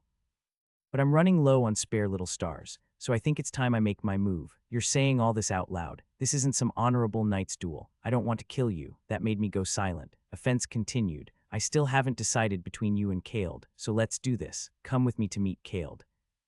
And then between the two of you, settle who the real hero is. Whether it's a war of words, fists, or gambling, whatever you like. So you're saying you'll side with whoever wins. Childish. To me, it's a very serious matter. What if I refuse? Refusing would mean you're afraid of Kaled. And in that case, I won't hesitate to kill you. I smirked. Then I lowered my blade and bent my right knee. I distributed an equal amount of force between my right arm and leg. I'll tell you something too. I'm about to use a technique. Better be careful. Oh, hiding something, are we? Plenty. I'm just pulling out one of them. I don't want to kill you either, so if you want to live, you'd better run straight to the bed where Lady Ariana is. I'm planning to cut down everything except that spot. SSSSSSH. An overwhelming silence filled the room for a moment. Let's see you try. In less time than it takes to blink. Suddenly, from all directions, front, back, left, right, above, and below, hundreds of little stars shot toward me simultaneously. With my senses razor sharp, I could tell they were all targeting my head. So you're coming at me with quantity, then I'll respond with quantity too. Quantity. You're facing hundreds of stars and you have only one sword. Not if I use this technique. What techniquino, don't say it. Ridiculously intense slashing. One of the requests I had taken before involved fighting against overwhelming odds. Facing many enemies at once isn't hard. The issue was that the job had a time limit, so I developed a technique that could cut down hundreds of enemies in one go. That's what ridiculously intense slashing is. Whoosh. Kagging. I swung my sword at such high speed it stirred the air like wind. In the time it would normally take a swordsman to draw and sheath their blade once. I slashed 211 times, and in each path my sword traveled, little stars were deflected and dropped to the ground. What is this? It's like the entire room is filled with swords. Is this one of your secret techniques, wall of blades or something? Ridiculously intense slashing. Sigh, I even gave it a proper name. Slash, one of the many swords that had neutralized the little stars, now flew toward Offense. Impossible. Offense had taken my warning seriously. Without worrying about pride or appearances, he flung himself toward the bed. Where he'd just been standing, a sonic boom from my sword rang through the air, burning the ears. SSSSS, SSSHHH. When the technique ended, only silence remained. My limbs are throbbing like crazy. It had been a while since I last used this technique. Huff huff. I could hear Offense breathing heavily. Someone of his caliber wouldn't be out of breath just from running to the bed. So I asked, shaken up, are you? Got anything left? Heh heh heh. Clang. The sound of metal clattering to the floor rang out. He dropped the rest of his concealed weapons. I lost. Take the lady. I gave a small smile and pulled out a communication orb. I contacted Nerl. Nerl, it's over. Please cancel the spell. That ended quicker than I thought. I've undone it. Okay. I put the orb away and lit the room. Offense was sprawled on the bed like a fish on a cutting board. And beneath the bed, Lady Ariana was trembling under a blanket. I spoke to her. It's an honor to meet you. My name is Medea. Offense did not return to the inn with me. As I supported Ariana, he spoke. When all this is wrapped up, let's meet again. I want to see how you handle this to the end. I want to compare you with Kaled, see what sets you apart. Suit yourself. You know where I'm staying. Yeah, how long do you think it'll take? Kaled's been pestering me to return, so the sooner I confirm things, the better. 2 days at most. Enjoy the show from the best seat in the house. Offense nodded and took his leave. Once the ominous presence of the assassin disappeared, Ariana's legs gave out in relief. Ah, are you all right? Sorry, I suddenly leaned on you. After all you've been through, that kind of reaction is more admirable than anything. Lean on me as much as you need. Ariana blushed and leaned against me. As we walked quietly, she asked, when is my faith Count Tabira planning to start the war? I asked him for a week to find you. We've got about 3 days left. I see. Then we need to hurry. She bit her lip tightly. If he seizes the mine in the Kitter territory, of course the value of the Avi's estate will skyrocket. Everyone knows that. But if it were me, I wouldn't have chosen a war that drives innocent people to death just to gain riches. I'd have found another way. I'd have made even greater wealth through different means. I believe you would have. Stop. She halted at my response. When she looked up at me, her eyes were full of tension. As if testing me, she asked, what do you mean I would have? What can I even do? Well, that's something you should discuss with your mother. We've rescued Lady Setlia too. She's waiting at the inn right now. Ariana's mouth fell open in shock. I kept talking. The Count dallied with a maid while his wife was still alive. Whether it was misfortune or fortune, the Countess passed away while recovering from childbirth.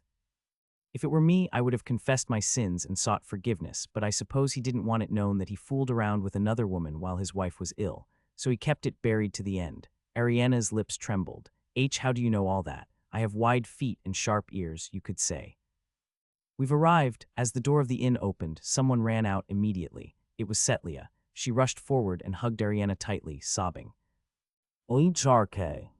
My lady, you've returned safely. Nanny.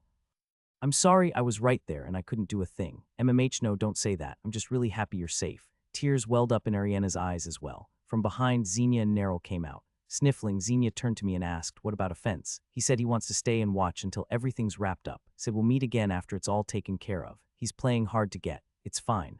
Honestly, I didn't think he'd join our party right away anyway. It's better that he takes his time and acts with caution. Yeah, I shook my head like it was nothing. This time Neril spoke up. By the way, about that wrapping up, what exactly do you plan to do? I'm sure if we let people know Ariana is safe, that'll stop the war. But do you really think the Count will announce that she's unharmed? He's hell-bent on starting a war, though she addressed the question to me. Xenia, Ariana, and Setlia were all looking at me as well. I scratched my head and turned to Ariana first. I do have an idea in mind. But if we go through with it, the Count's dignity will be utterly shredded and trampled. Are you all right with that? Setlia hurried to respond. Grip. But Ariana took her hand and shook her head. Then she stepped forward and took a deep breath. It's all right. I'll take full responsibility.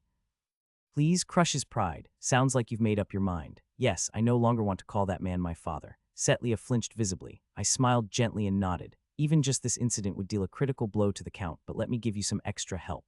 Yes, we'll carry out the plan the morning after tomorrow. And until then, I'll dig up and deliver every last one of the Count's crimes and corrupt dealings. For a lady with grand ambition, there's no weapon greater.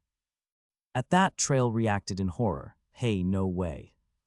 Of course, having a weapon doesn't guarantee victory. How you wield it in the right place at the right time, that's up to you, my lady. No, this isn't right. I object to this plan. You can do it. You're a wise one after all. He's not listening. Fine, I'll just enjoy the ride. Resolve hardened in Ariana's expression. She wiped the tears from her eyes and stood tall, her back straight. You're more politically savvy than I expected, hero. I just pick things up from what I see and hear. All right. Let's do as you suggested. Within a year, no, within 6 months, I'll overthrow the Count and take his place. I'll be counting on it. A strange fire lit up in her eyes. Could you stay by my side during those 6 months? I'm sorry, but I don't think that'll be possible. I have to visit other territories as well. I figured. You're not the kind of person someone like me can tie down. But I do have one request. Please come visit this land again someday. When you do, I'll welcome you as its rightful lord. She was no longer someone who could be called a noble's daughter or young lady. She already carried the dignity of a true lord. I gave a respectful bow and replied, I'll be sure to do that. Just then, Trail's voice echoed in my mind. All right, let's have ourselves a fun little overtime shift. What's gotten into this guy all of a sudden? I organized the information and handed it over to Ariana. Surprisingly, she didn't seem too shocked. These are more or less what I'd suspected. Truly impressive. No, the impressive one is you, hero. I don't know how you uncovered all this from within a single room. They don't call me a hero for nothing. I meant it as a joke, but Ariana took it seriously. I see. A hero really is someone beyond the understanding of ordinary people. The records in the history books weren't exaggerations at all. But I think you're even greater than the 4 heroes of legend, Mr. Mede. I had received plenty of praise in my life, but this was the first time I'd been praised as a hero, and I could feel my face getting warm. Neril and Xenia whispered to each other. I've never seen that expression on him before. Guess he was really starved for someone to call him hero. Should we start calling him that too? He'd get smug in no time. I'm not doing it. Yeah, he'd probably start flaring his nostrils too. We've been in sync lately. Totally, why is it that the only time they get along is when they're making fun of me? I brushed a hand over my face and changed the topic. Anyway, if we want those scandals and crimes to really make an impact, we have to start by letting the world know Lady Ariana is safe. Ah yes, you said you had something in mind for that, right? What should we do? Instead of answering, I turned to Xenia. Let me ride Agril. I'm talking to you, Xenia. Don't look around. What's Agril? Seriously.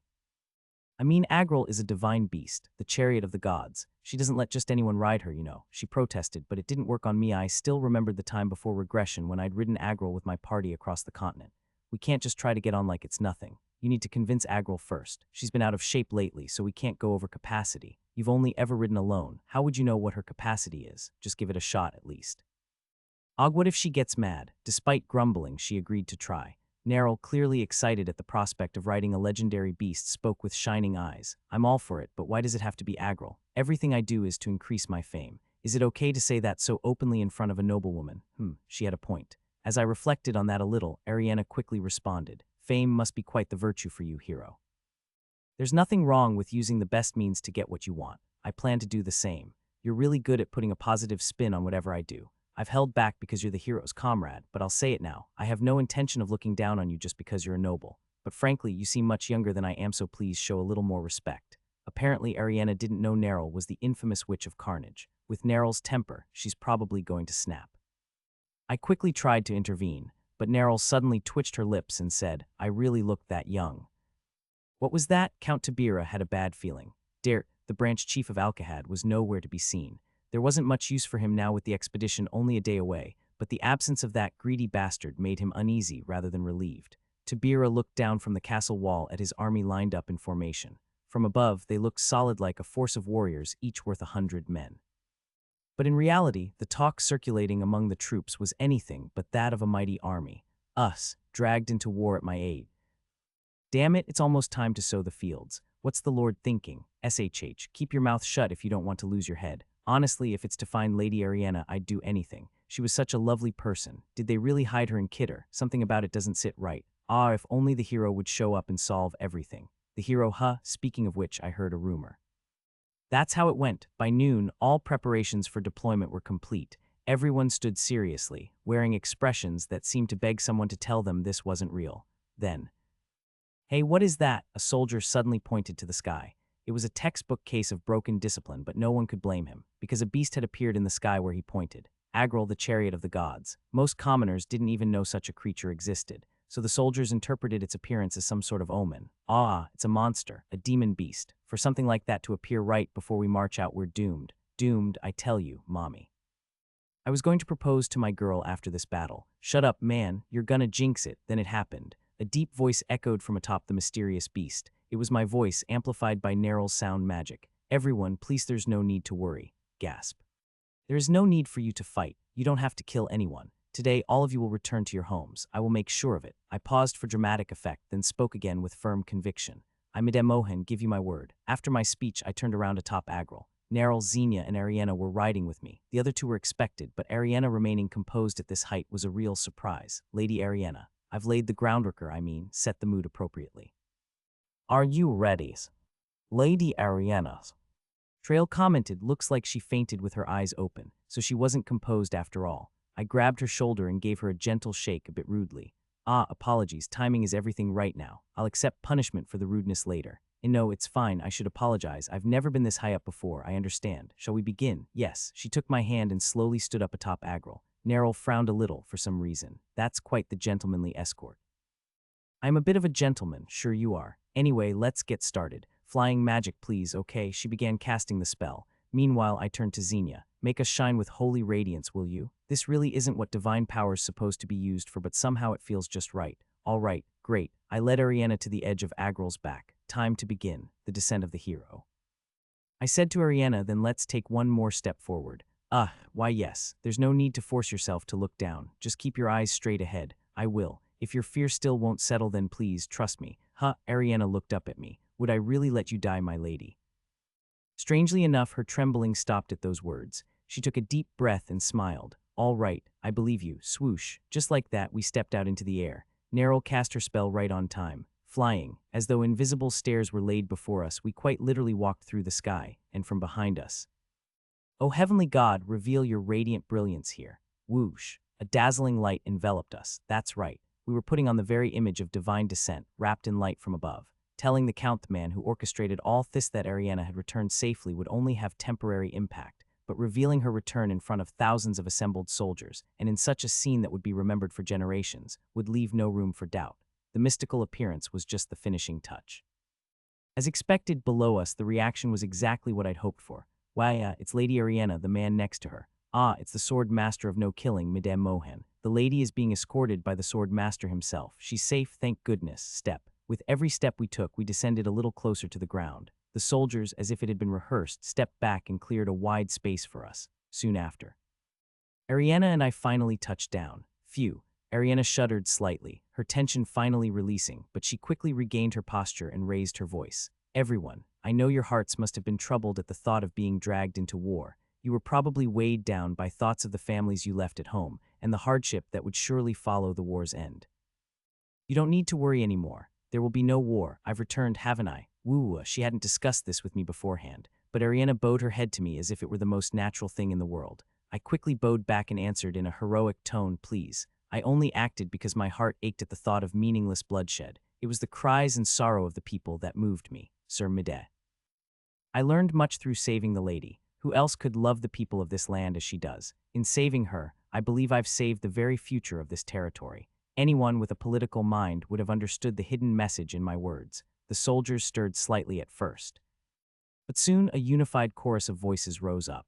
He's right, Lady Ariana is the future of Avies. Please, this way, just look our way once. Long live the hero, long live Lady Ariana. Their cheers echoed across the entire territory. The cries lasted nearly 20 minutes. I enjoyed the heated atmosphere and thought to myself, oh ho ho. I can hear my fame rising. Trail chimed in joyfully. Yes, that late-night overtime fatigue is melting away. After the uproar died down, we finally had an audience with Count Tabira. He looked as if he'd aged 10 years, slumped in his chair. I lifted the corner of my mouth and said, I've kept my promise, Count. I brought the lady back safely. I only did what had to be done. I'd also like to greet Branch Chief Dare. Do you know where he might be? The Count didn't catch the sarcasm in my tone. Looking genuinely curious, he replied, I'm not sure. I haven't heard from him in days, I see. In any case, your task is complete. I'll see that you're rewarded appropriately, so you may go. That's when it happened. Clack. Ariana stepped forward and spoke. Count, Ariana, forgive me, in the chaos I didn't even greet you properly. I'm truly glad you've returned safely. So am I, and to celebrate that return, I have one question. Go ahead. Her voice was soft and calm as she continued. How long do you plan to keep that heavy ass of yours in that chair? A suffocating silence blanketed the room. The Count blinked, unsure if he'd heard her correctly. Ariana went on. What are you saying? Have you lost your mind? You're still saying things like that. Clearly, your mind has suffered from your ordeal. Guards, is no one there? Take Ariana away. Right now, but no one came. The Count tilted his head in confusion and raised his voice again. Isn't anyone out there? There isn't. I asked them to leave. What?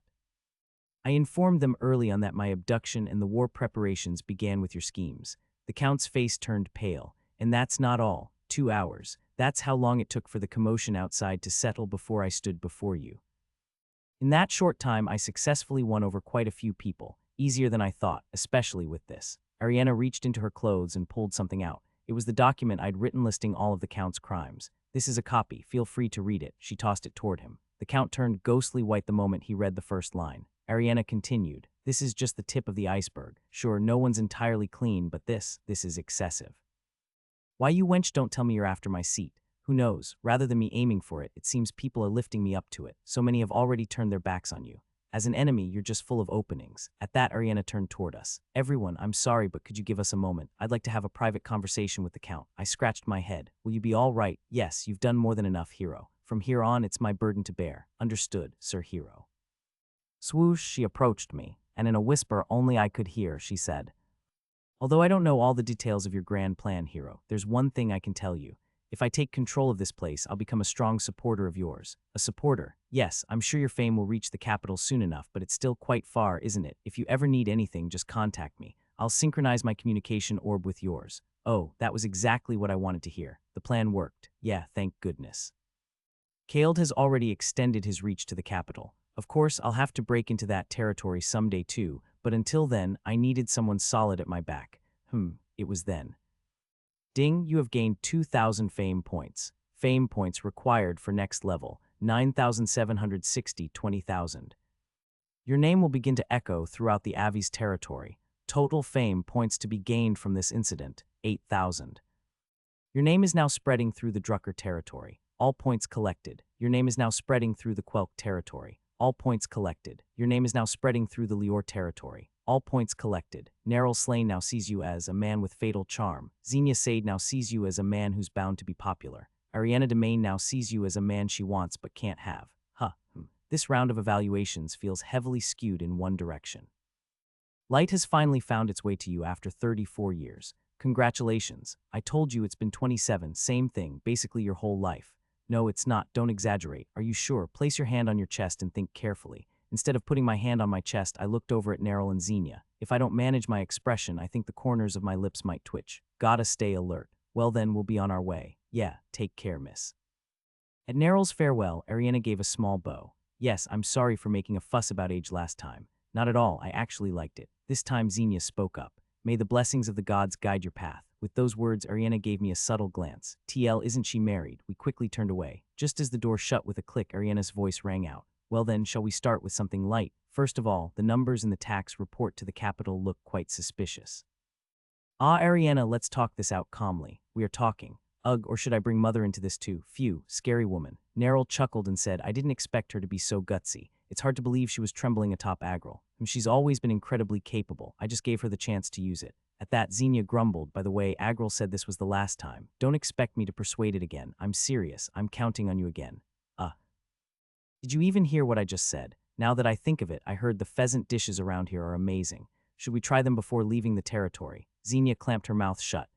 That's supposed to be really expensive, you know. Well, as you know, I've got a bit of money. 3 times 5, 4, fine 4, too easy. While we were tearing into a hearty pheasant dinner, a guest requested to join our table. Even before we could respond, he plopped into a chair. Oh ho.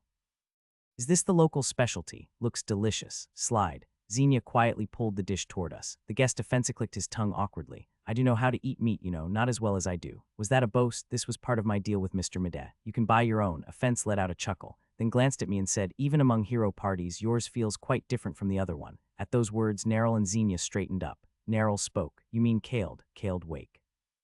He's just playing hero, trying to copy Mede. Honestly, considering who appeared first, it's more like Mede's the one copying Kaled. This guy's the real hero. I'll make sure of that. The fence's eyes sparkled with interest. Yeah, definitely a different vibe from the other party. Specifically how? Well, the others are like Kaled fanboys, if I had to put it bluntly. Kaled will take care of everything. They just stare at his mouth, waiting for orders. I guess I was like that too.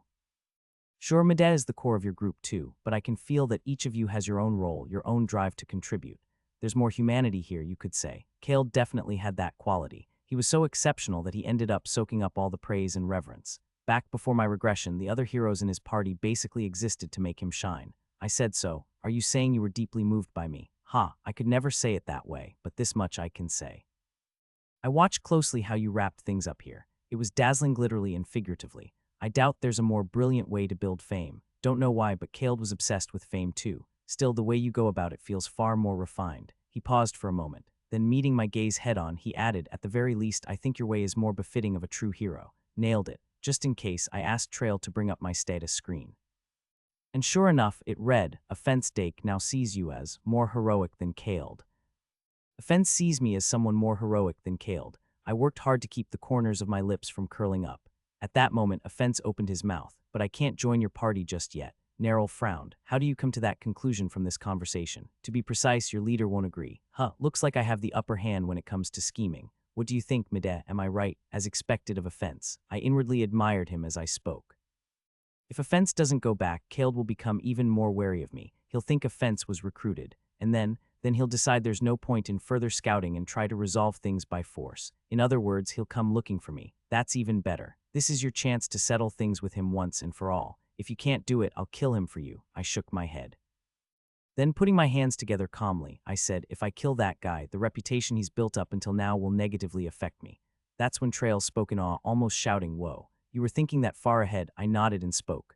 To the people in the southern continent, Kaled is an undisputed hero. But from their perspective, if someone named Mede, whom they've never even heard of, kills Kaled, what do you think will happen? They'll hate you. It won't just be dislike.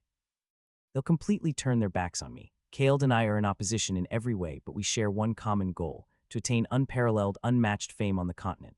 Conquering only the North isn't enough. One day I must make my name known in the South too. If I take care of Hero Kaled now, that journey will be stopped from the very start. Suddenly, Neril asked, doesn't the same apply to Kaled? If he kills you, wouldn't all the Northerners turn their backs on him? Yeah. But there's still a big gap in reputation between me and him. From his perspective, even if he temporarily loses the North's favor, he can recover over time. So for him, it's a move worth taking. But I'm not at that level yet. In other words, if I'm to face Kaled, it should be when my fame is at least equal to or greater than his. Otherwise, it'll be a bad move. That's why we have to send Offense back peacefully right now. Offense gave a small laugh. Well, I hadn't thought things through that deeply. I just felt like now wasn't the time for Medea and Kaled to clash. So, what exactly do I need to do? Go back to Kaled. Tell him Medea wasn't a big deal. Say you barely managed to prevent a war, but he didn't make much of an impression on the people of the territory. Will he really buy that? I think he'll suspect that I betrayed him. Then we need to set something up so he can't doubt you. In fact, I'd already thought of something. Kaled is a cautious person, but that caution has a weakness. He's many times more suspicious than others, but precisely because of that, once his suspicion is lifted, he tends to overtrust his own judgment. Tell him you eavesdropped on our conversation. The topic was the hero's sword. What? You know, the hero's sword. It's probably stored in the tomb of the fourth hero, Padania Brook, right? Here's the report. Medea said that in order to become a hero, he absolutely needs the hero's sword, but it's in Padania's tomb, so it's quite troublesome.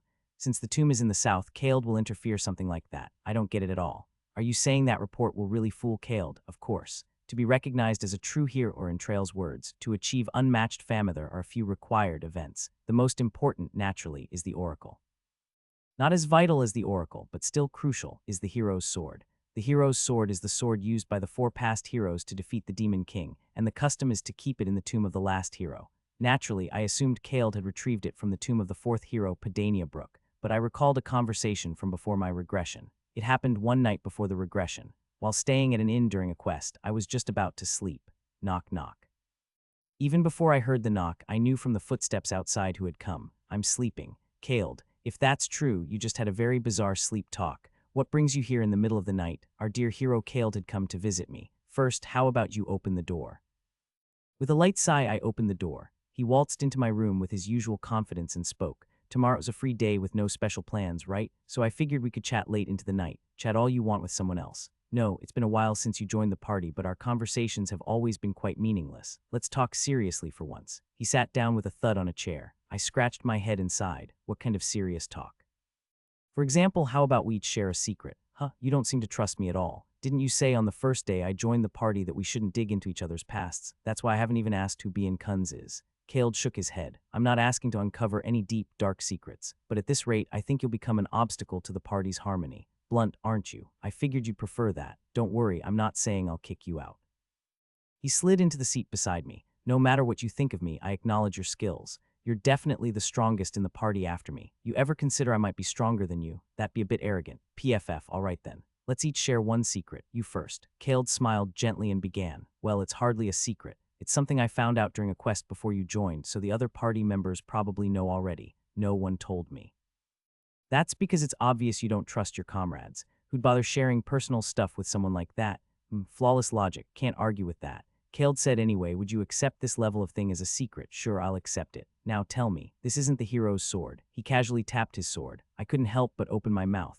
What? There was a quest to retrieve the hero's sword from Padania's tomb before you joined.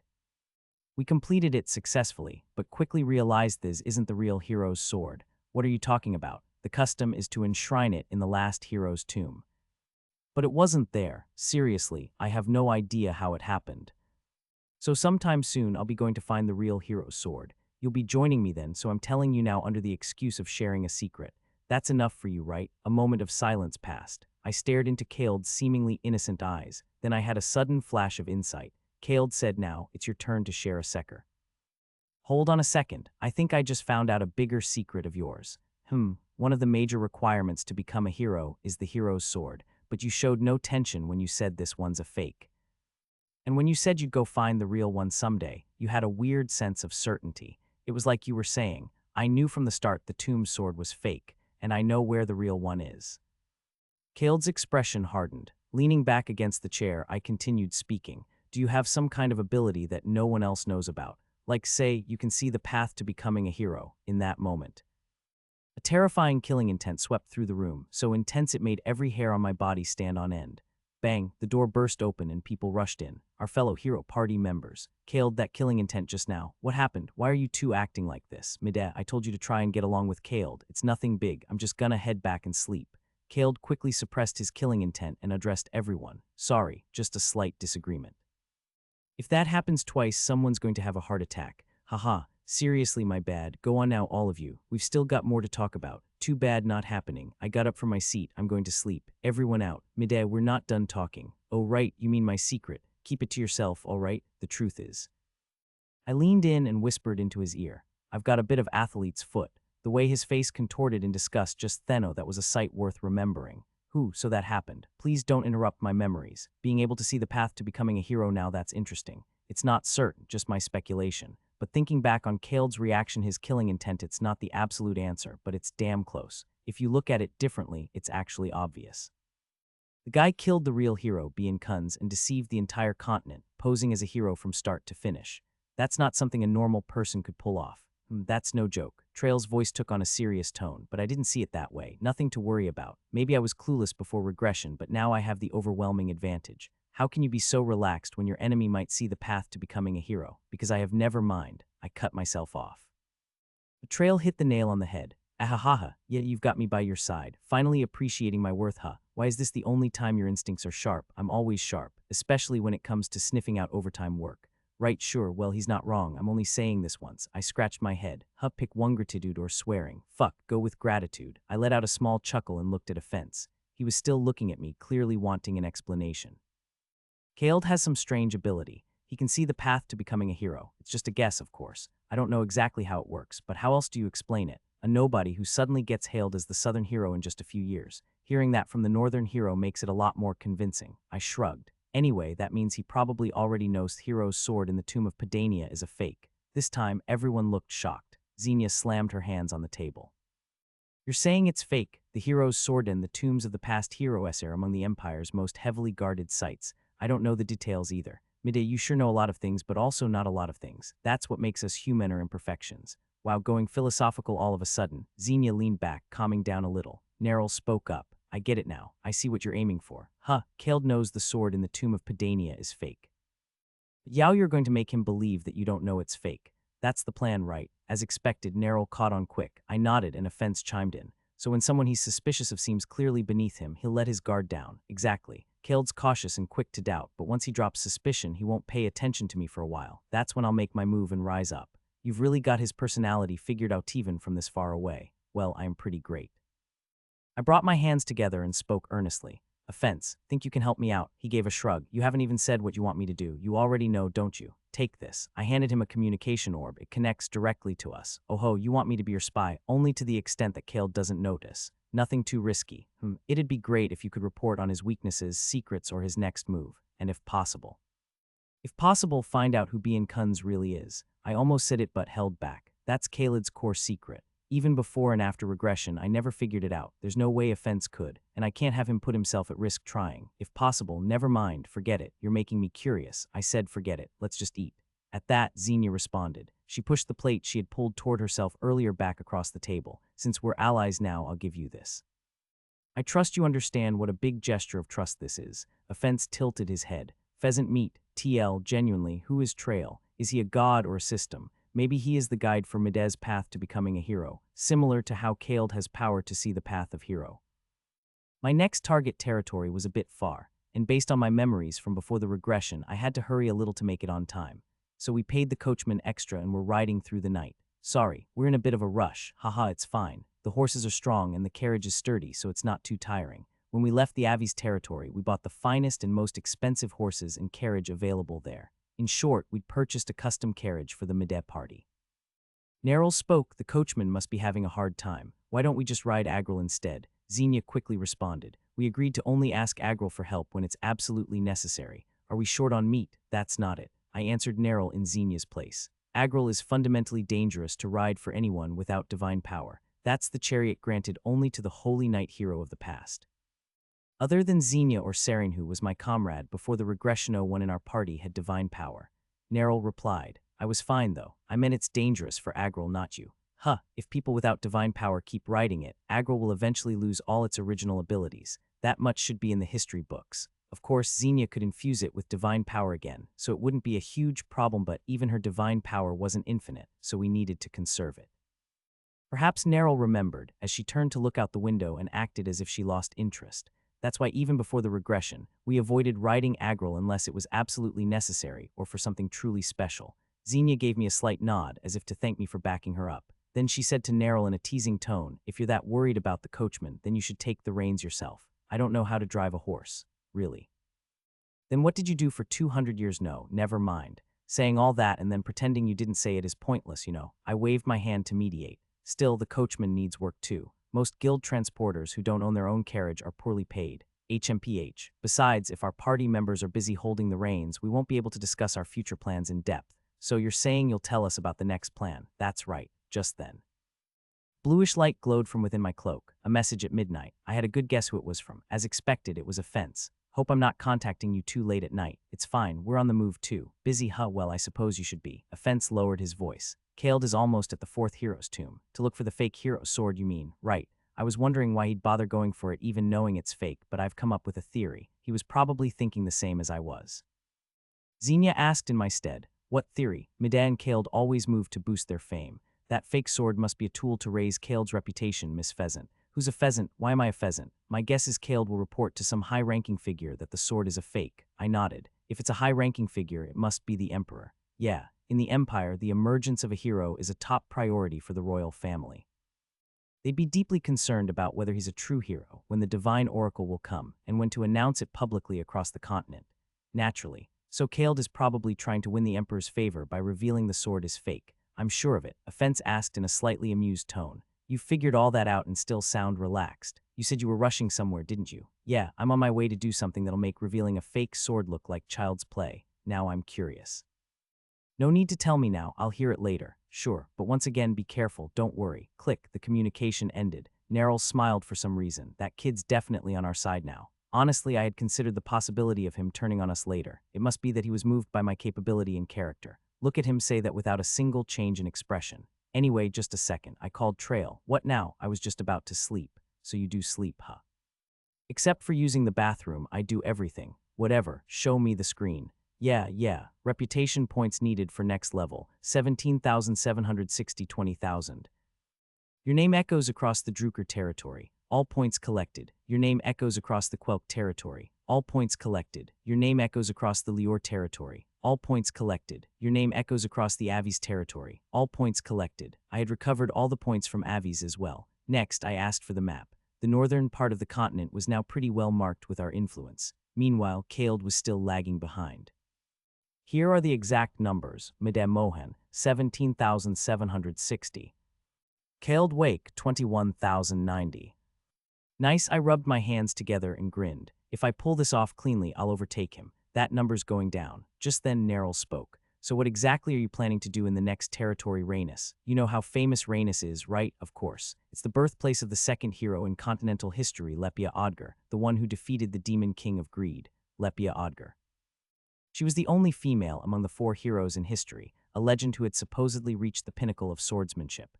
Rhaenys was the territory where she had been born and raised, but that wasn't what I meant. As expected of someone from the old days, you only remember the old news. Xenia calling me grandma is more than enough. I didn't call you grandma this time though anyway. There are 2 famous figures from Rhaenys. One is Lepia Odger, like you said, the other." I dug up a faint memory. "Is Mariana Ein the Empire's greatest necromancer?" Mariana, never heard that name. Not surprising, since Neril hadn't even heard of the martial King Terce. "Mariana is a master of necromancy. You know what necromancers are, right? Don't look down on me. They summon the spirits of the dead into their own bodies to borrow their knowledge, memories, and power." "Exactly. You know, some of the heroes of old had necromancers in their parties, right?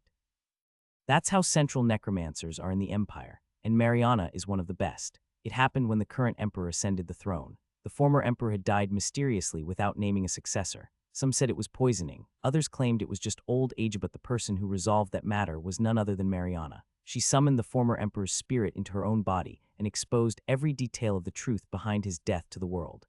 Neril showed interest. "Don't know much about necromancy since it's so different from magic, but I've heard that most summoned spirits just ramble nonsense and disappear. She was really that clear and rational. That's why she's a great necromancer. Anyway, because of that deed, Marionade, despite not being particularly strong in combat, was given the 7th highest rank in the Empire. And she's the one I'm going to meet now. Neril narrowed her eyes. Don't tell me you were thinking of making her our next party member.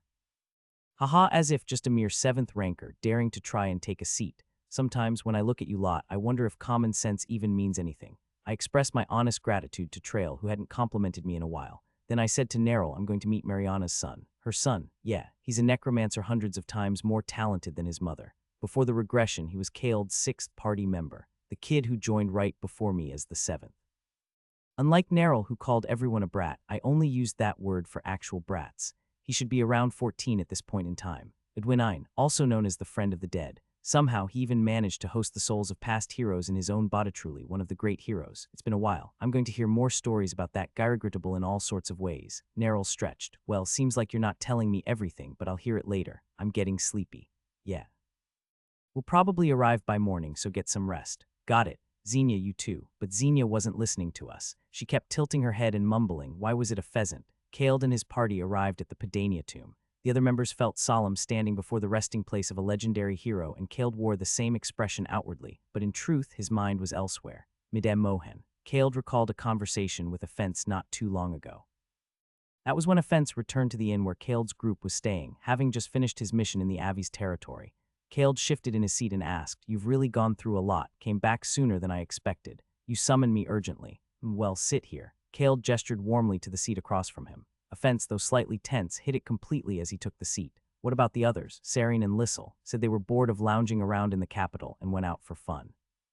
Those two really are like sisters, I see. Kaeld continued with a grin. They were asking me the same thing earlier, where the hell is Offense hiding that we haven't seen a trace of him? This mission, it's a secret between just you and me from beginning to end. I'd appreciate it if you fed them a suitable excuse. Don't worry, I'm quite adept at fabricating cover stories. Kaeld narrowed his eyes and studied Offense. A top-class assassin really is different. Can't read anything from that face. Well, it's impossible to read Offense's expression under normal circumstances, unless he's actively disguised as someone else anyway. Eventually, Kaeld spoke up. I got periodic updates via the communication orb, but that doesn't give me the full picture. Give me a detailed report of what happened in Avi's territory.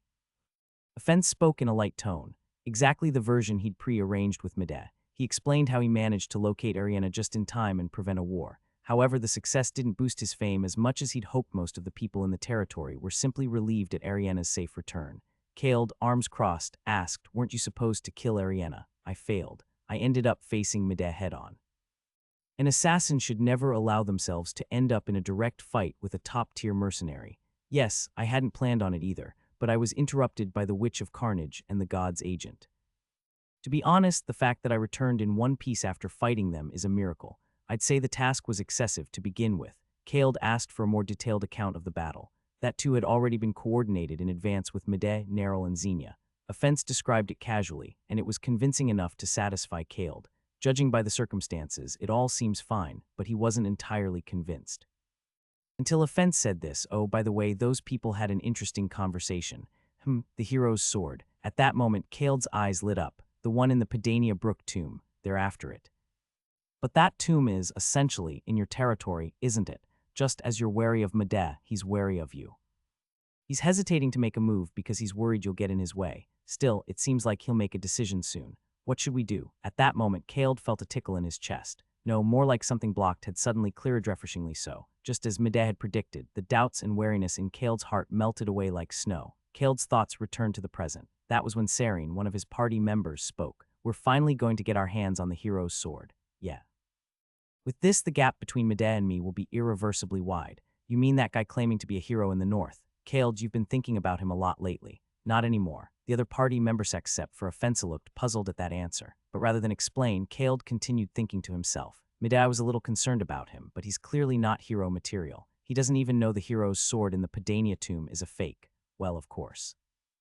No matter how exceptional that guy is, he'd never suspect the sword is a fake, unless he can see this. Kaeld quietly closed his eyes. When he opened them again, he was seeing an entirely different world. Next quest, retrieve the hero's sword from the Pedania tomb. Reveal to the Emperor that the hero's sword is a fake. Kaeld was born in a rural village. Whenever the Lord made an important announcement, a proclamation would be posted on the notice board in the village hall. That notice.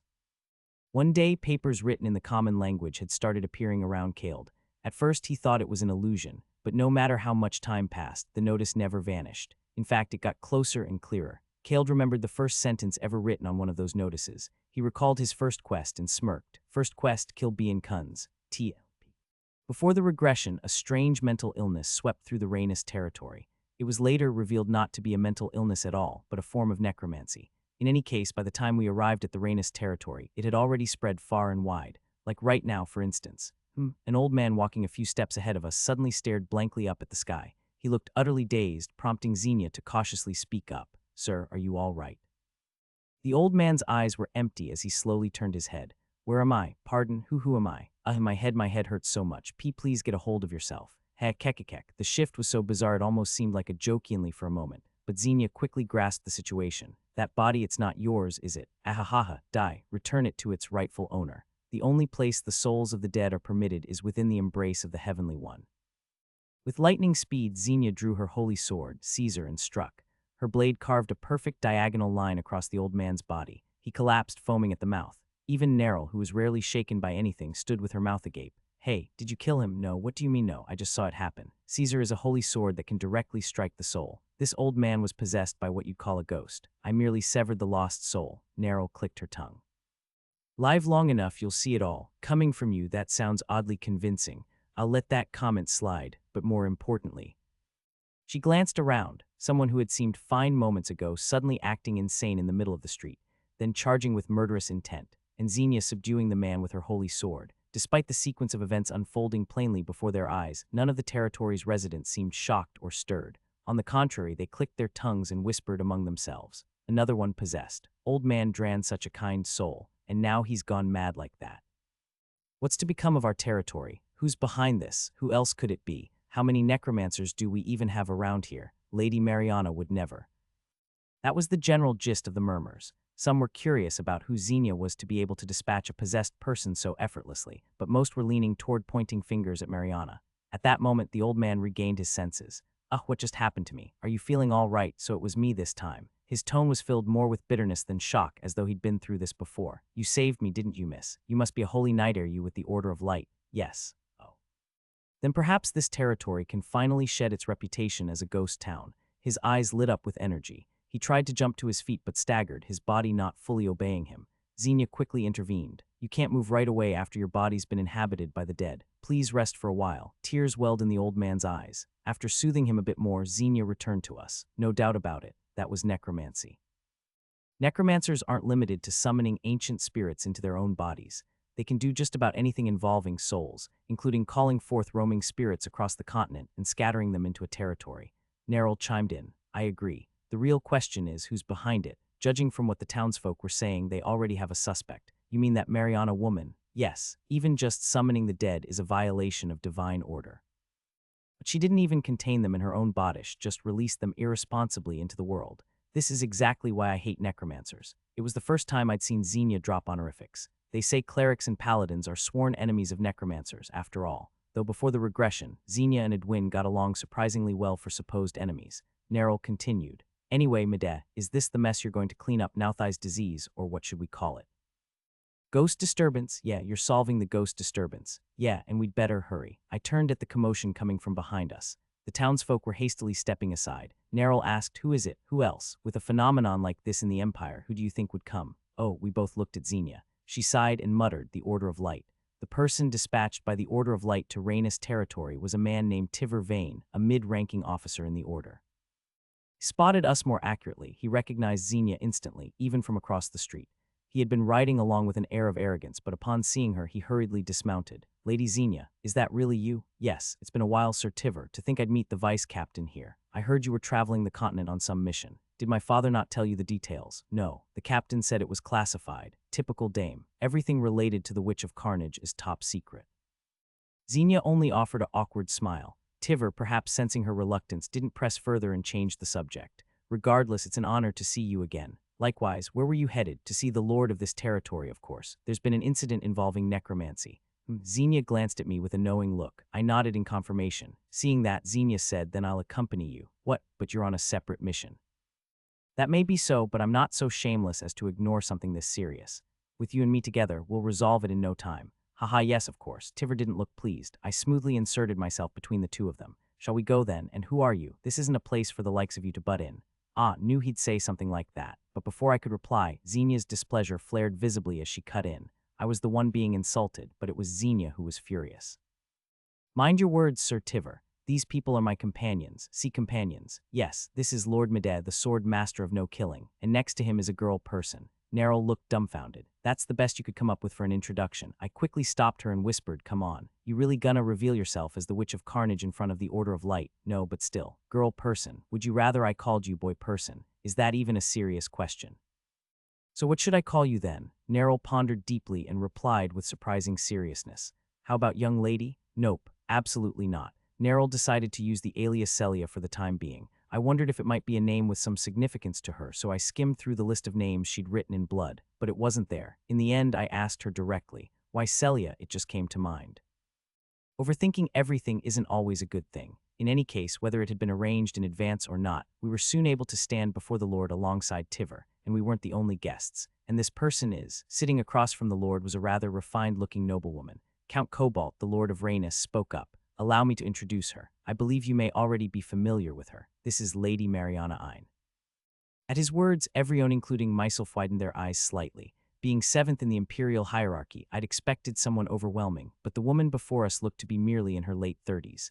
Mariana bowed her head gracefully. I'm Mariana, pleased to meet you. I am Tiver of the Holy Order of Light. Likewise, I am Xenia of the Holy Order of Light. Midem Mohen, mercenary, Celia. Compared to the others, Neril's introduction was incredibly curt, but Mariana didn't seem to mind. She greeted each of us with a smile. However, that smile soon faded, replaced by a serious air. Mariana spoke. I'm not good at beating around the bush, so I'll be direct.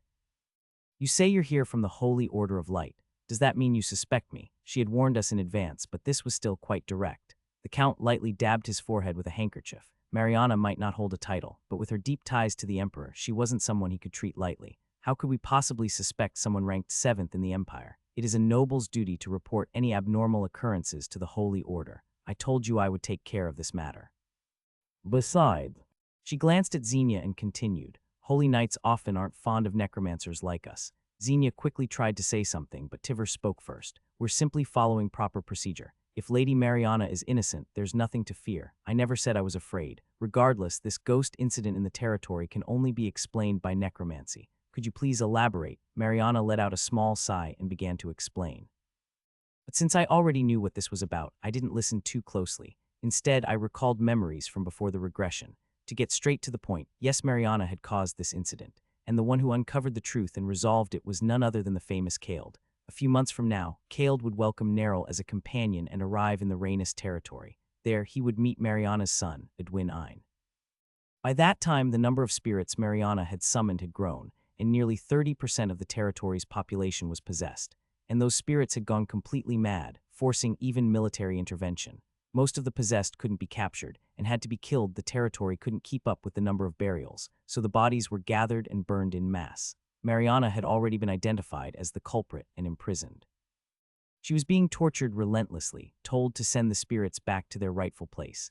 I only heard about this after I joined the party, but apparently Kald had said this to a sobbing Edwin. Edwin, talk to your mother. Ask her to send the spirits back to where they belong. I've told you over and over, this isn't her fault. The Holy Order's preliminary investigation and all circumstantial evidence point to Mariana as the cause. Edwin reportedly cried like a child with snot and tears, and remembering how sensitive he was, I could easily picture the scene. Then, that night. Perhaps feeling threatened by the hero's presence, Mariana blew everything up from within her cell. She flung open the gates to the underworld and forcefully possessed every single person in the territory with spirits. At the time, the incident was resolved through a grand divine ritual called Purification, jointly cast by Sarene and Xenia. It's a spell that forcibly returns all curses and abnormalities to their proper state. I'm not well versed in that field, so I don't know the details. But I remember Xenia once saying this in a bitter tone. Purification is a spell even Sarene and I can barely cast. We got lucky, but there must have been a price. A price, I'm not sure what the celestial god took, but considering I and those around me are unharmed. Her expression grew very dark. I imagine we lost some of our lifespans. After the purification was complete, Kald's party searched day and night for Mariana, but she had vanished without leaving a trace. It must have been a bitter quest in many ways. The only real outcome was Kald's soaring reputation. Despite it being a grand spell cast at the cost of Xenia and Saren's lifespans, the glory went solely to Kale. Just because he was called a hero. I stopped reminiscing. Trail's voice came through. Kale really values nothing but his own fame, forcing a party member to use a spell that requires such a price. I've got no intention of defending that bastard, but maybe things were just that urgent at the time. Besides, with Xenia's personality, she probably volunteered to cast it herself. What would you have done if you were there? Don't ask pointless questions. Trail let out a laugh, then spoke as if trying to comfort me. Whatever the case, I'm sure you'd have done better than Kaled. I believe in you. Obviously, this was supposed to be a touching moment, you know. Just then, Mariana's voice cut in. That's the true nature of the curse as I've identified it. So someone opened a gate to the underworld. Based on the investigations so far, the souls possessing the people of the territory aren't from around here, and it doesn't make sense for lingering spirits from all over the continent to just gather in one place. It's definitely because someone opened a gate nearby. And opening the gate to the underworld isn't something you can do with ordinary spells. It would take enough inscriptions to cover a person's entire body. Perhaps tired from the long explanation, Mariana took a sip of her tea. A spell. Unlike the magic circles used by mages, necromancers usually inscribe spells directly onto their bodies. Supposedly, it helps them better aware to spirits. At that moment, Neryl spoke up. So the person with spells engraved on their body is the culprit. Yes, and for the record, it's not me. I've already been examined. I wasn't particularly suspecting you. Then Tiver interjected. He didn't seem thrilled about outsiders like us interfering and glanced sharply at Neryl. I will conduct another examination. I told you I've already been examined. I've heard that skilled necromancers can inscribe spells small enough not to be seen, or even make them invisible to ordinary eyes. I don't know who examined you, but I imagine it wouldn't be hard to fool someone who doesn't know necromancy. That must have been true. Mariana bit her lip. Then Xenia spoke. Then I'll do the examination. Lady Xenia, there's no need to look at me like that, is there? No petty tricks like the ones you just mentioned could fool my eyes. Fair enough. Not only was she a fellow woman, but she was also far more skilled than Tiver. No one could be better suited for the job. If you're okay with it, why don't we get started right away? Lady Mariana is the most knowledgeable one about this case, and these constant suspicions are just making things uncomfortable for everyone.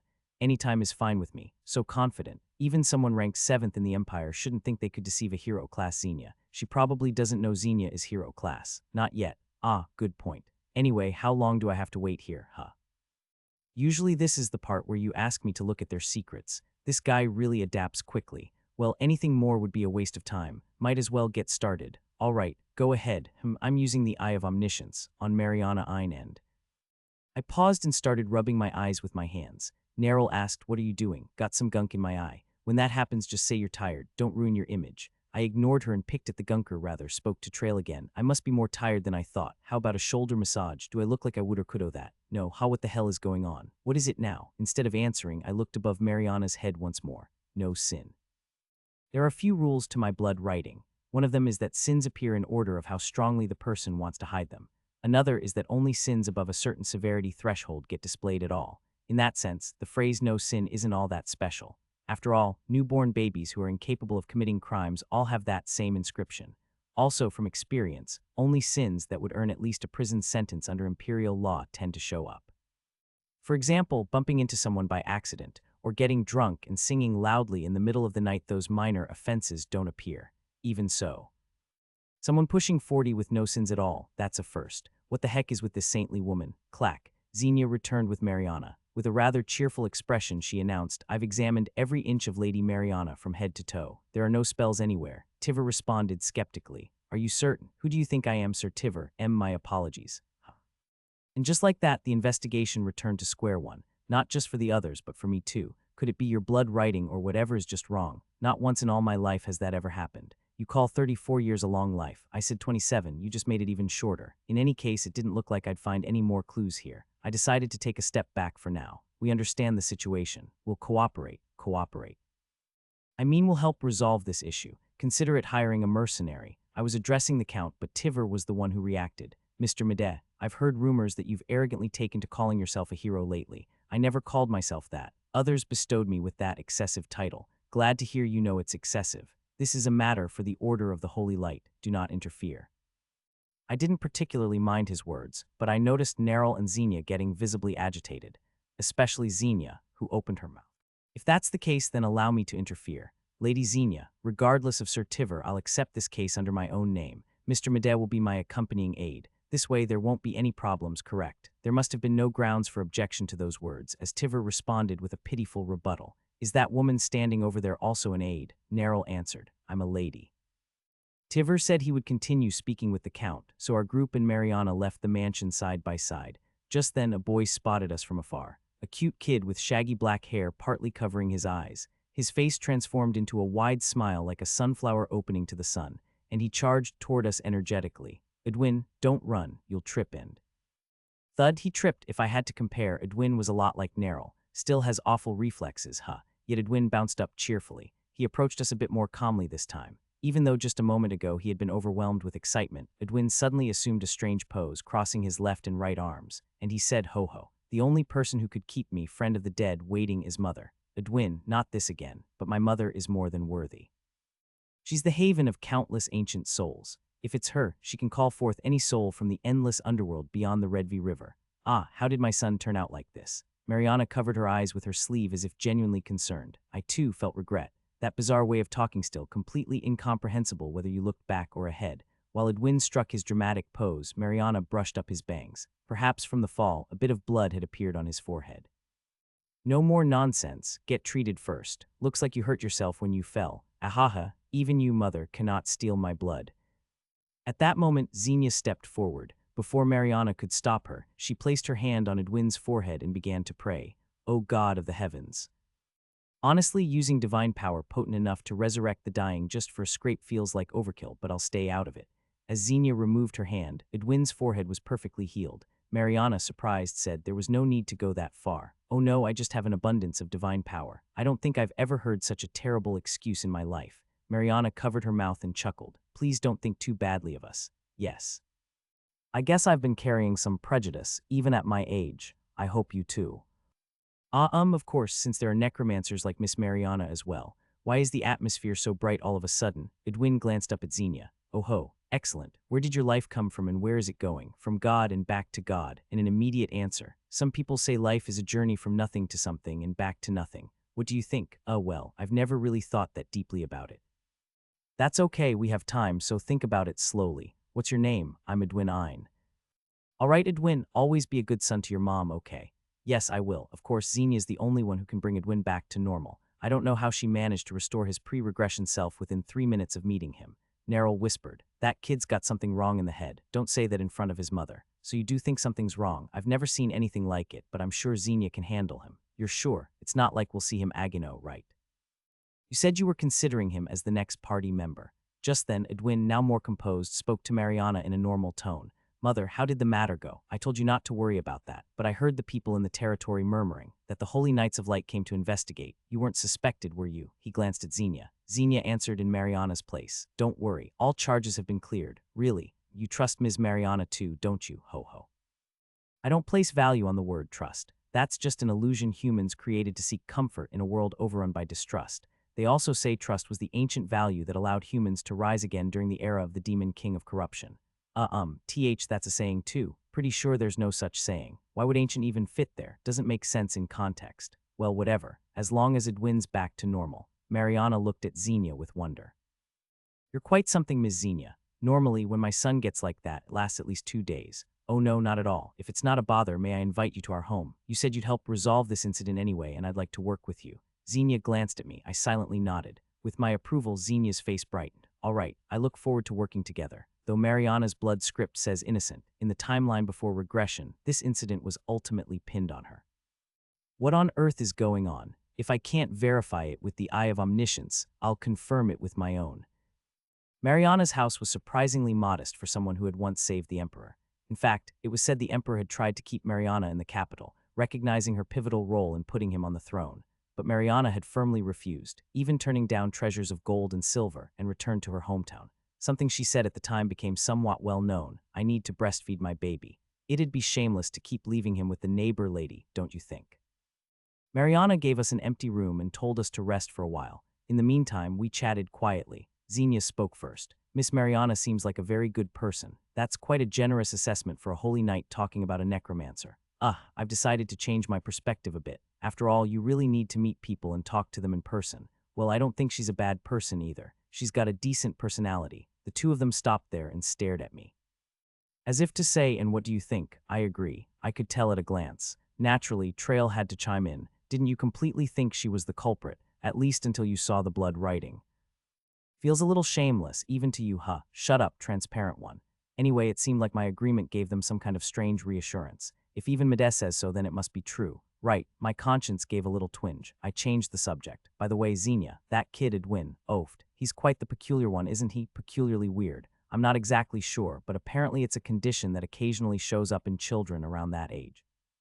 It's not an illness, so no need to worry. For something rare, you seem pretty good at handling it. It was a casual question on my part, something I'd been curious about even before regressing, but back then, I hadn't cared enough to pry into other people's business. But unexpectedly, Xenia's face turned slightly somber. Ophelia was like that too, back in the day. Huh, I mentioned it before, right, that I had an old friend who joined the Holy Knights with me. Actually, we knew each other since childhood. Neryl's expression darkened too. She started saying weird things around 13 or 14. I got used to it because I stuck with her for a long time. Ophelia recovered naturally before she became an adult, so Edwin probably will too. Right, maybe it was because she saw the awkward looks on our faces. Xenia quickly waved her hand. I didn't mean to make it sound so serious. Anyway, let's set some plans now. I cleared my throat lightly. Right. First, we obviously need to find the one behind this incident. You mean the person who put the spell on the body. We can't exactly go around the estate asking people to strip down. What should we do? I asked Xenia, can you do it like you did before to find Agril, Lady Ariana? You can just say we're working with Agril. That's fine. Oh, it's okay to say that. In my memories from before the regression, it seemed like a trump card she'd tried to keep secret until the very end, especially from Neryl. But Xenia's expression now was perfectly calm. Well, we're all comrades after all. I never imagined I'd live to see the day she'd say we're comrades with Neryl right in front of her. Neryl subtly turned her head to the side. Her face seemed a little red, probably just my imagination. Xenia continued. Agril's sight can definitely see underground, but if the spell was made transparent like Sir Tiver said, it'll be hard to detect. I figured as much. Yeah, sorry I'm not much help. I was just about to say don't say that. Don't say that. Only I wasn't the one who said it. Xenia and I both turned wide eyes to Neryl. She frowned. What, did I say something weird? No, not weird, just. You're being more helpful than you think, Xenia. No need to blame yourself. Xenia chuckled softly. It would have been perfect if you hadn't said more than you think. That's the key part, though. The two of them immediately started bickering again like always. I watched with a smile, wondering when to jump into the conversation. Knock knock, a knock came at the door. It was Mariana. Everyone, dinner is ready. Well, let's eat first. At the end of the day, everything we do is so we can keep eating. In the end, we spent more time chatting that day than actually planning anything.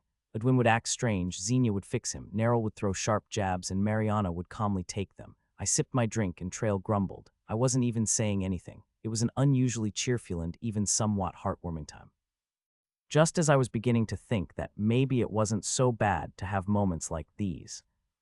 Clink, the sound of armor clashing echoed faintly in the distance, as if to declare the end of our break. Click, I set down my glass with a sigh. Looks like that's it for dinner. No one else seemed to have heard it yet. They tilted their heads in confusion.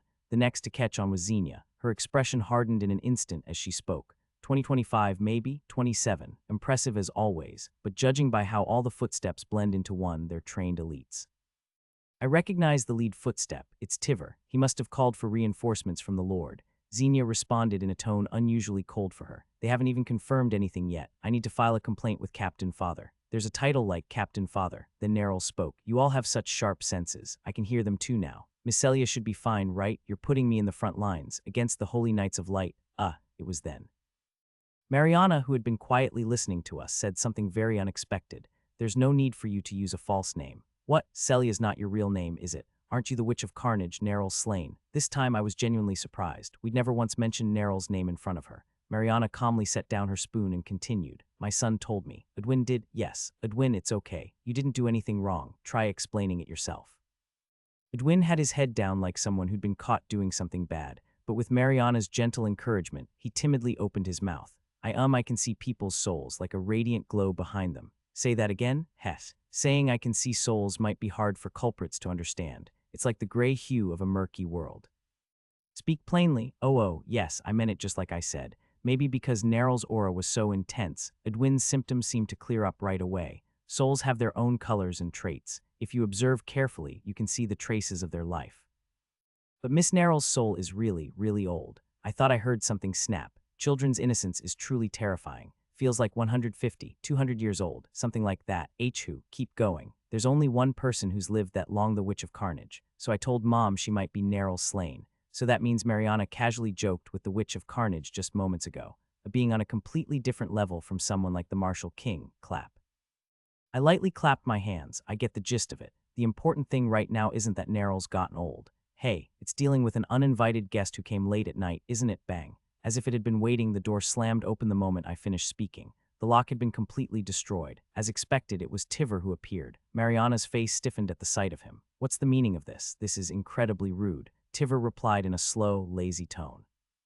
His words weren't aimed at anyone in particular. I heard the Witch of Carnage was discovered in the Quelk territory. Seems like she got into a fight with someone, left a huge trail of mana behind. He must be referring to the fight between Neryl and me. As far as I know, the Holy Knights of Light dispatch mages to each territory, and with Tiver's name, it's not surprising that he'd be in contact with those mages. Yahoo introduced yourself as Celia. You must be that witch, right? So what if I am? Ha.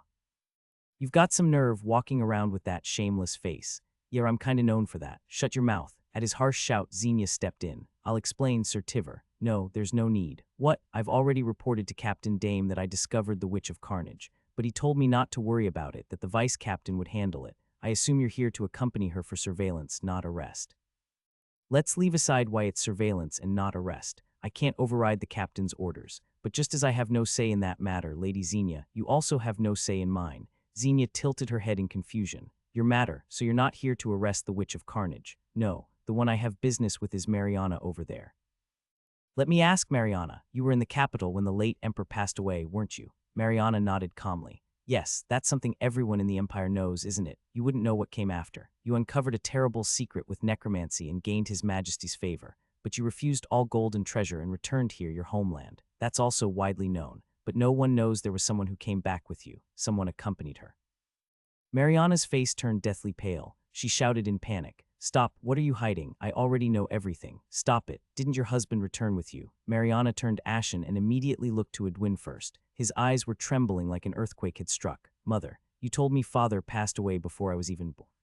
Wait a second, this might be traumatic. Suddenly, I remembered my mother, and the name of my father that had been written above her head. But no guilt. Still, above Mariana's head, that same phrase was written. I believe it. I believe in my ability, which saved my life countless times before and after my regression and gave me more opportunities than I could ever imagine. Meanwhile, Tiver kept talking. Because it was such an incredible feat, everyone around her hushed it up. Even though it was deeply suspicious, there's no spell on your body, so I can't arrest you for that.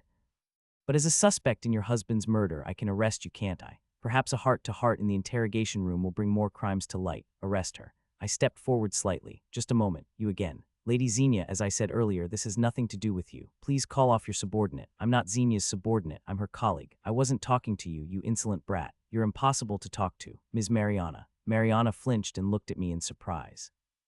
Even then, she kept glancing nervously at the trembling Edwin. Why, yes. What's your husband's name? Please, this is important. Though she didn't understand why, perhaps because she trusted me, Mariana answered obediently. Some line. Good, show me. There must be many secrets between a married couple. What kind do you want? One that reveals the truth behind this matter. Okay, a scene appeared. A man bearing Edwin's featureless blood doesn't lie Summel came into view. He was anxiously staring at the food laid out on the table. Mariana's late. As he murmured that, the door opened and Mariana entered. She gave Summel a light kiss and spoke. Sorry, I'm really late, huh? It's fine. You made it before the food got cold. Hee hee. Let's eat then. They began eating happily. Their conversation revolved mostly around Edwin. I miss our son so much I could die. Just one more week. Then he'll be here. Hang in there. Yes, Sai, I really shouldn't have taken this job. When the Emperor of the Empire gives you a command, you don't get to say no. I don't care who sits on the throne. My Emperor is you. Wow. What a lovey-dovey pair. Summel smiled so wide it could be called ridiculous. From their conversation, it seems they were on their way back home after helping the new Emperor ascend.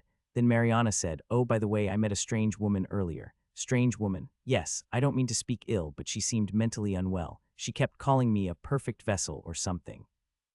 It was such nonsense I almost ignored it, but her expression really creeped me out. The world's full of weird people. All the hairs on my body stood up. It had been a while since I felt such an electrifying intuition. I think I know who that woman is, Summel asked. Did you get her name by any chance? Yes, she said it was Idria. With that, the vision ended.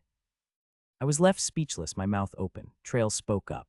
The demon king of lies, Idria. Seems she's extended her reach from the martial king to Mariana now. So there's a secret between Idria and Mariana. You won't be able to see it, not at your current level. Disappointing, but not entirely fruitless. So the blood script wasn't wrong after all. Mariana isn't guilty. But that doesn't mean she's completely uninvolved in what's been happening in this territory. Not guilty, but not uninvolved.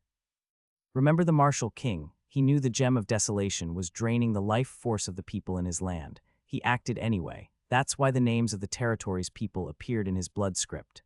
But you're saying Mariana doesn't know, right? This reminded me of something that happened during a mercenary job. One of the guys I worked with stole a client's treasure. Clever bastard even hid it in another mercenary's bag, probably as insurance in case we got questioned. He'd planned to act innocent while pinning the blame elsewhere. But back then, the blood script didn't accuse the bag's owner. It pointed straight at the one who planted the treasure there. This situation was no different. Trail murmured as if he understood. I see. So Mariana's just being used by Idria. That's just a theory, but it's almost certain. The real question is, what did Idria do behind Mariana's back? That wasn't something I could figure out on the spot. I decided to bring the current situation to a close and slowly opened my mouth. More or less understood. Tiver tilted his head. What do you mean? I mean I understand now. I can't hand Mariana over to you. Are you saying you'll oppose the order of the Holy Knights of Light? Lady Xenia, are you just going to let this slide? Xenia reacted as if she just heard a dog barking in the distance. Sorry, my hearing has been getting worse lately. You, Sir Tiver, please return quietly. I'm taking full responsibility for this matter. Even if you're the vice captain, this is absurd. Are you going to force me to act more absurdly? Like, say, calling the captain? Crack. Tiver ground his teeth. After a tense silence, he turned away. We're leaving, but... Now, without so much as a goodbye, he walked out of the house with his soldiers. Once the storm had passed, all that remained was silence. Except... Ooh, ugh. Mariana's sobs filled the room. I didn't know what to say to comfort her. I stood awkwardly, unsure when Edwin suddenly spoke up in a steady voice. Sis, bro, grandmo, big sis, big bro, can you give us a moment alone? I want to comfort my mother. Not you, me, this kid. Even though he'd been lied to about his father, even though he surely had a million questions. He was putting all that aside to comfort his grieving mother first. What a good son. We exchanged glances and nodded. All right, we'll talk more tomorrow. That night, a small incident occurred. I was fast asleep when I felt a prickling sensation at the back of my neck and woke up. Does that guy ever sleep? I sensed an ominous presence heading this way from afar, still distant enough that Xenia and the others hadn't noticed yet. Since the others were still tired from the trip, I decided to handle it myself. In other words, I went out to meet him.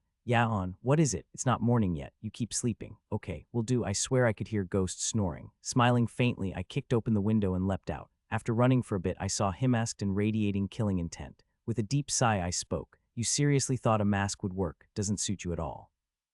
A high-ranking officer of the Holy Knights of Light sneaking around in a mask. Come on, take it off. He didn't remove the mask, but he didn't bother disguising his voice either, as if accepting he'd been caught. How did you know? I remembered your gait, the way you move. Is that even possible? Apparently. So the sword master of no killing didn't earn that title by gambling, The masked man Tiver drew his sword with a hiss. I couldn't help but let out a hollow laugh. This was absurd. Doesn't make sense to me. Didn't the vice captain order you to retreat? Were you seriously planning to abduct Mariana while pretending to be an assassin, take her to an interrogation room? Even setting aside the insubordination, you don't even have the skill to pull it off. You really think you can abduct Mariana without us noticing? A wandering mercenary like you wouldn't understand. His voice was beginning to carry a murderous edge. Xenia may be called a god's agent or whatever, but she's never truly shown her power. Everything she's accomplished was by riding on the captain's reputation. In truth, Xenia had surpassed even the captain long ago.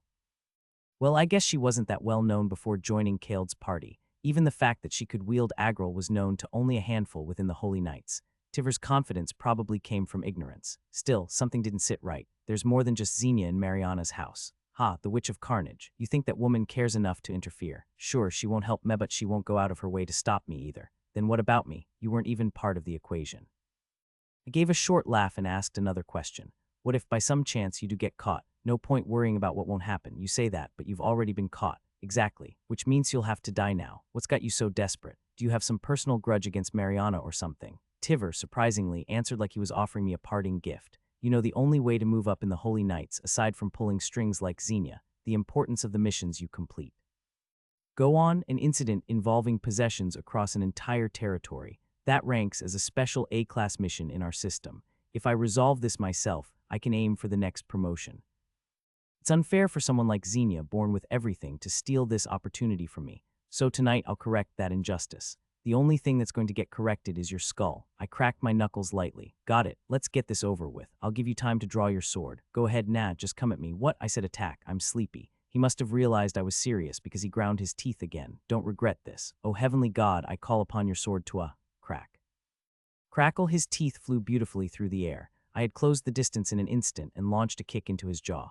Gah! He flew several meters up before falling back down. Thud, this time I punched him directly as he fell. Gah, he spat blood and was flung far away. I slowly approached him. Even heaven wouldn't answer the prayers of someone like you. If I were God, I'd ignore them too. What are you? Is this a dream, you wish?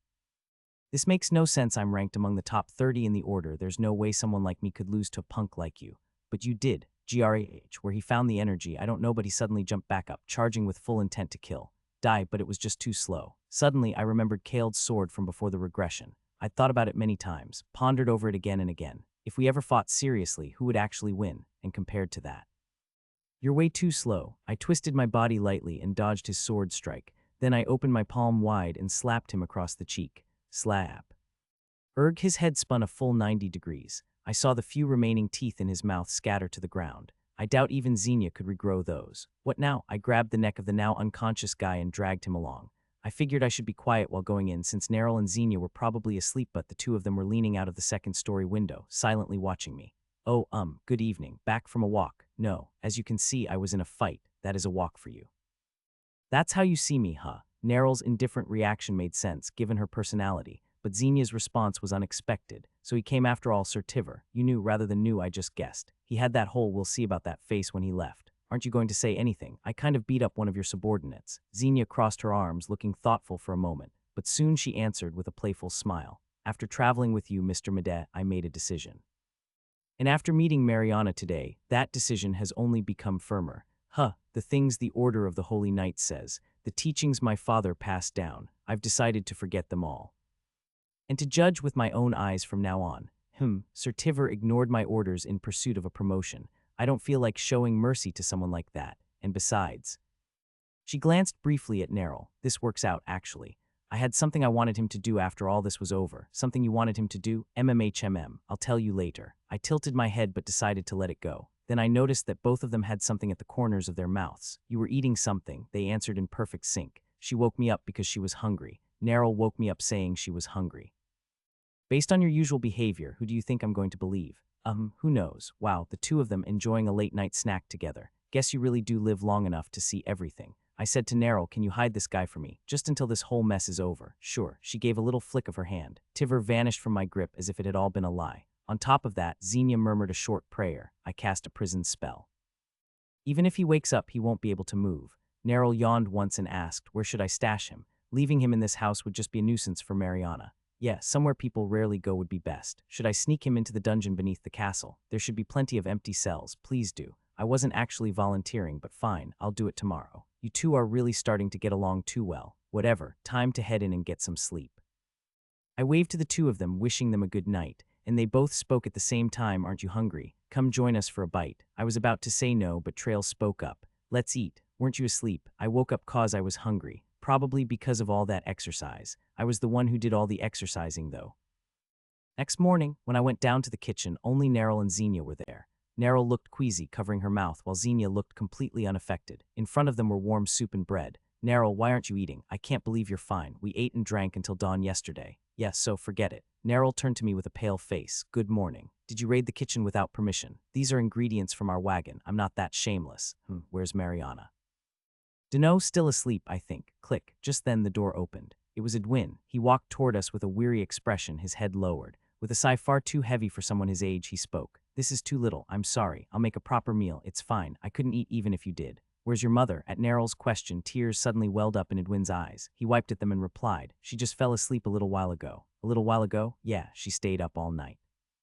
We talked about father and a lot of things. I narrowed my eyes and asked, don't say a lot of things. Be specific. Edwin, we're trying to help you and Mariana. To do that, we need information, right? He hesitated for a long time, then finally spoke as if steeling himself.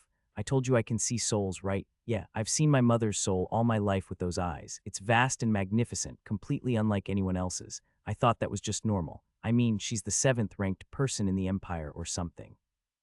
Naturally, I expected him to start talking about some hidden backstory involving his father or something, but what he said next was so far from what I expected that I couldn't keep a straight face. And it wasn't that. While I was comforting her last night, I felt something off. Something off.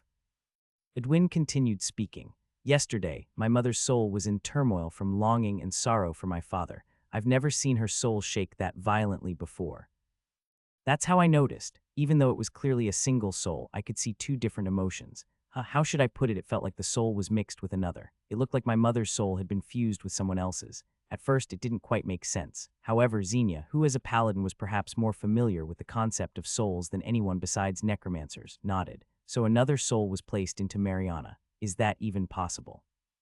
It's extremely rare but not unheard of. Usually happens when necromancy goes wrong. She paused for a moment as if searching her memory. When a clumsy necromancer summons a strong soul into their body, they get overwhelmed. Devoured would be the right word. Edwin shook his head. No, Xenia, it's not being overwhelmed or devoured, it's fusion. The two souls became one. That's impossible. But that's exactly what I felt. It's just judging by the fact that my mother's memories and personality remain unchanged. It seems the fused soul has sunk below the surface. Xenia still looked skeptical, like it didn't add up with common knowledge. But Neril and I, who had less understanding of souls, found his explanation easier to accept. Clap. Neril lightly clapped her hands and said, "Oh, got it. Even if we strip every single resident of the domain, we won't find any spell that opens the gate to the underworld." I asked with interest, "Explain more." It's not that someone opened the gate and summoned the souls. It's more like they sensed the soul that had merged with Mariana and were drawn to it. That's possible. There's a place that necromancers call the underworld, that paladins and clerics call the bosom of the gods, and that mages call the realm of nothingness. Opening the gate to that place isn't easy. So rather than that, it makes more sense to think that the wandering spirits who hadn't yet passed on were drawn to the scent of an old soul and swarmed toward this Rhaenys territory. That would mean the soul fused with Mariana was some kind of celebrity among souls. Who could it be? Judging from the situation, the one who implanted the soul in Mariana must have been Idria. And if it's a soul Idria handled. Sip, then now more composed, Edwin took a sip of tea and said to me, "There's something else I've been meaning to say since yesterday. Yeah, your soul is very unusual too." "What do you mean?" "It's not fused with another like mother's. It feels more like something is supporting you from behind. And that soul behind you seems really special. Yeah, it's like a non-human entity, a black flame rising from the deepest part of the world." Suddenly, Edwin began to have a fit again. While Xenia was calming him with her usual technique, I turned to Trail. "He says you're special, smart kid. While we're on the subject, why don't you tell me your story? It's been a while since we met, but you've never said a word about your background. Or should I take a guess first?" Truth is, I'd had a hunch for a while now. Could it be? That kind of gut feeling, but just as I was about to say more, Trail finally spoke. "I am simply Trail. That's just being evasive." "It's Trail," I said, "punk." The way he dodged the question told me it still wasn't the right time, so I decided to drop the topic for now. Then Neril's voice came. "This is fascinating. So you've got a ghoster, not quite, but something clinging to you too? Who knows? That's not what's important right now. We're talking about a so-called hero's soul. What could be more important than that? Finding a way to restore Mariana to her original state." At that, Neril closed her mouth. I continued. "If your theory is right, then if we can separate the soul fused with Mariana and send it back to the underworld, all the strange incidents in the domain would resolve on their own. That makes sense, but Edwin said the fusion is already complete. Can they really be separated again? That's for him to answer." I looked at Edwin. "What do you think? Is it possible?" Phew, asking whether it's possible or not is meaningless. What matters is whether I can do it or not. That's the same thing. Well, right. Back to his usual self, Edwin fell into deep thought. "I learned necromancy from Mother from start to finish. There's a spell that was developed by a necromancer among the heroes of the past. Then it's doable, but she was the one who taught it to me." "Do you really think she wouldn't have noticed changes in her own body? And yet she couldn't do it, so it's not an ordinary soul. That's why it's difficult." "Exactly." His face darkened, but I wasn't particularly worried. "I think you're way more capable than Mariana. Ha ha ha." "I'm serious."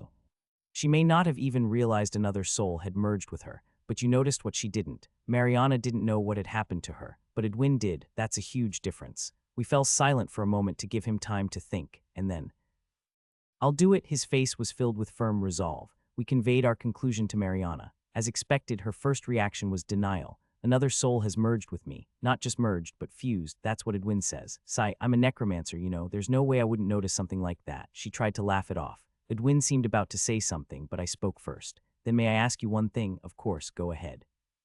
"You met a woman named Idria on your way back from the capital, didn't you?" "Idria. The moment they heard the name, Neril and Xenia quickly turned their heads toward me. They remembered her as the one who gave the Gem of Desolation to the Martial King.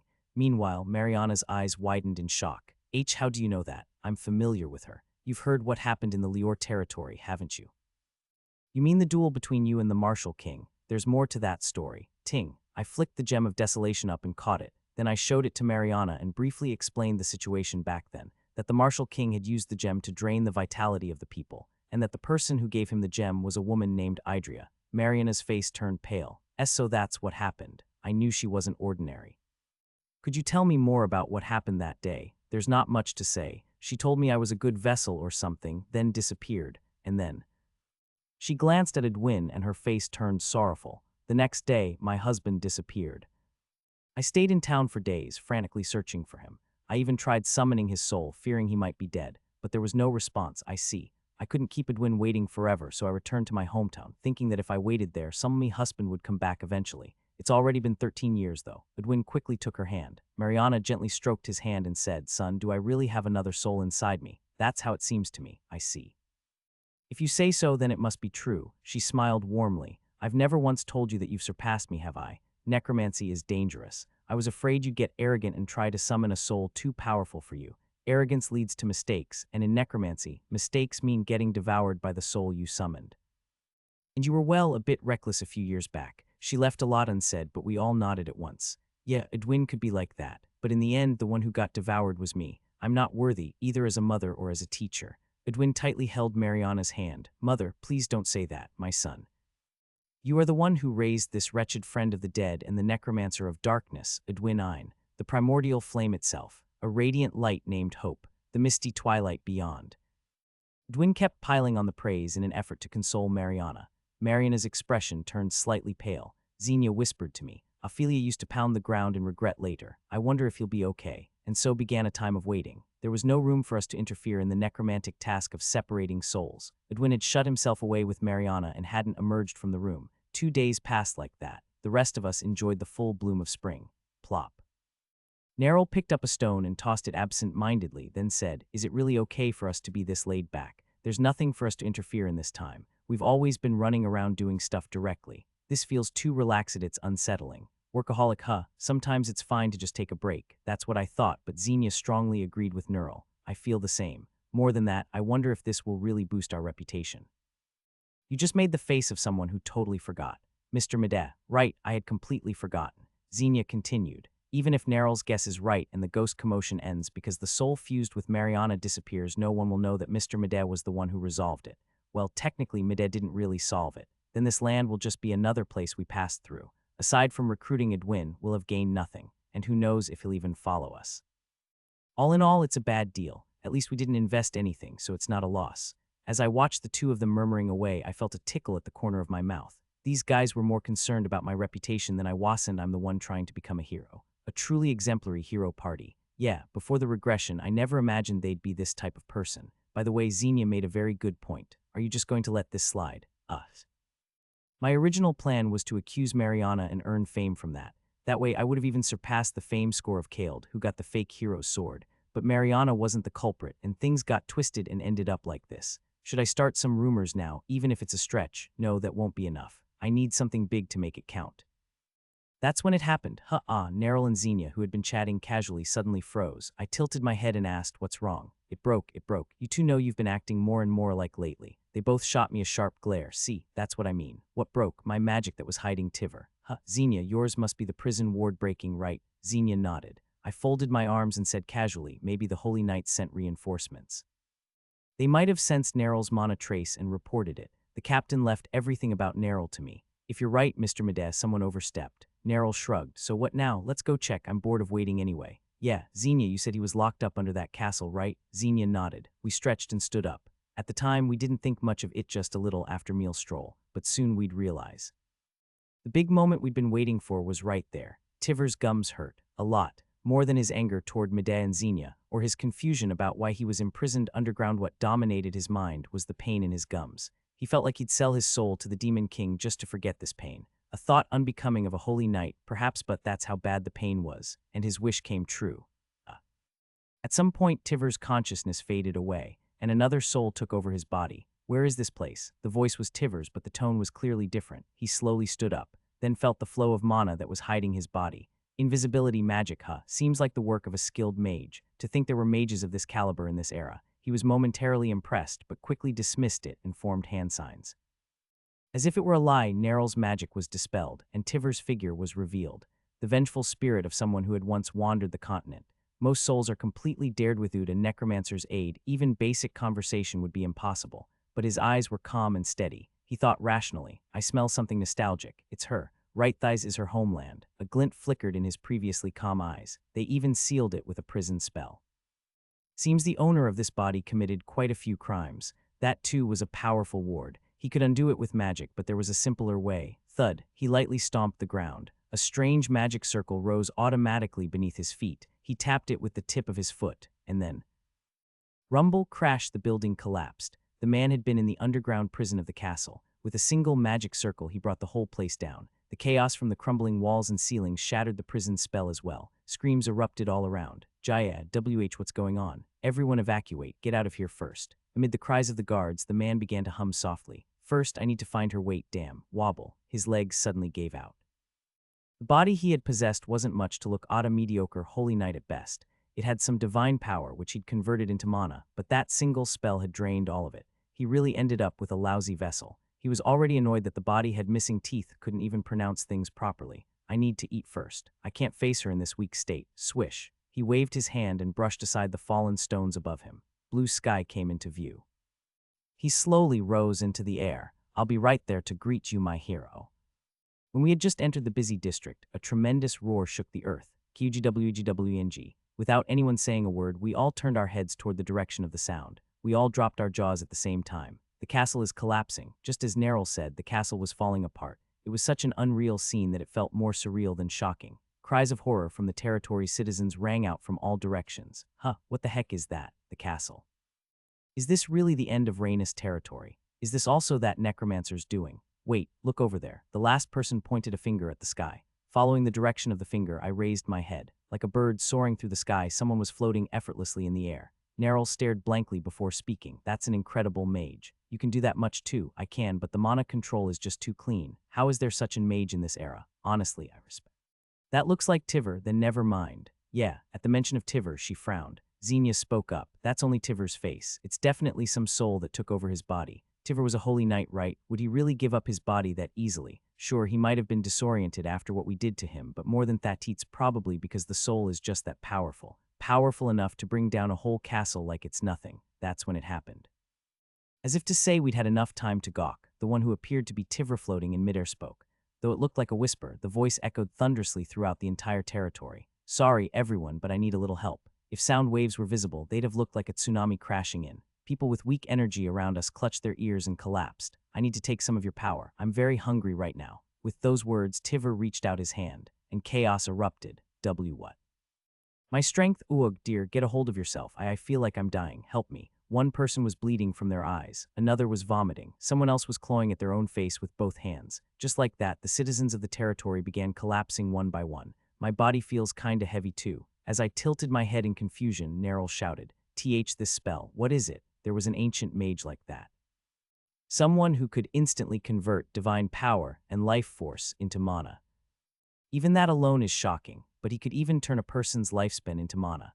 At the word lifespan, I flinched. I remembered how Xenia had dealt with this incident in the timeline before the regression. A monstrous mage who stole lifespans and converted them all into mana, who made the very act of gathering mana into the cruelest possible attack. No way. Yeah, that person right there is the one who played a crucial role during the era of the second Demon King, the Demon King of Greed.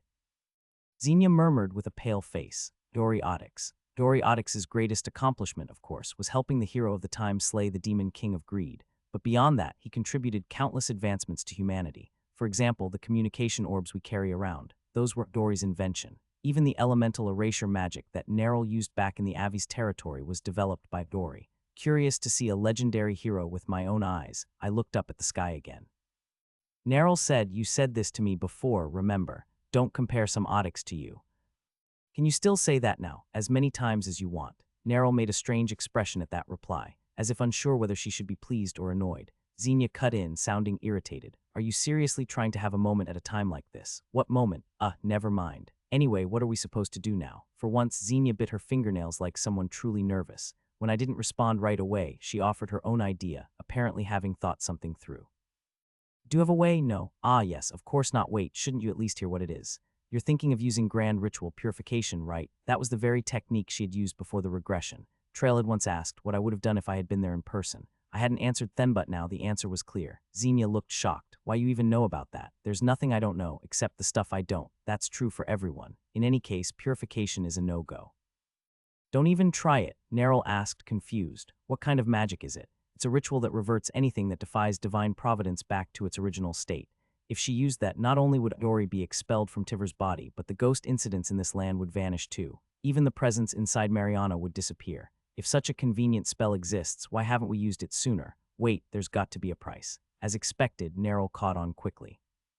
Xenia deliberately acted nonchalant. Oh, how bad could it be? I'm sure the celestial god will cut me some slack. Didn't the price last time turn out to be your lifespan? I spoke firmly. I'll say this again. Absolutely not. Me Mide. The fact that we don't know what the price will be is exactly why you can't use it. What if it takes your life? No way.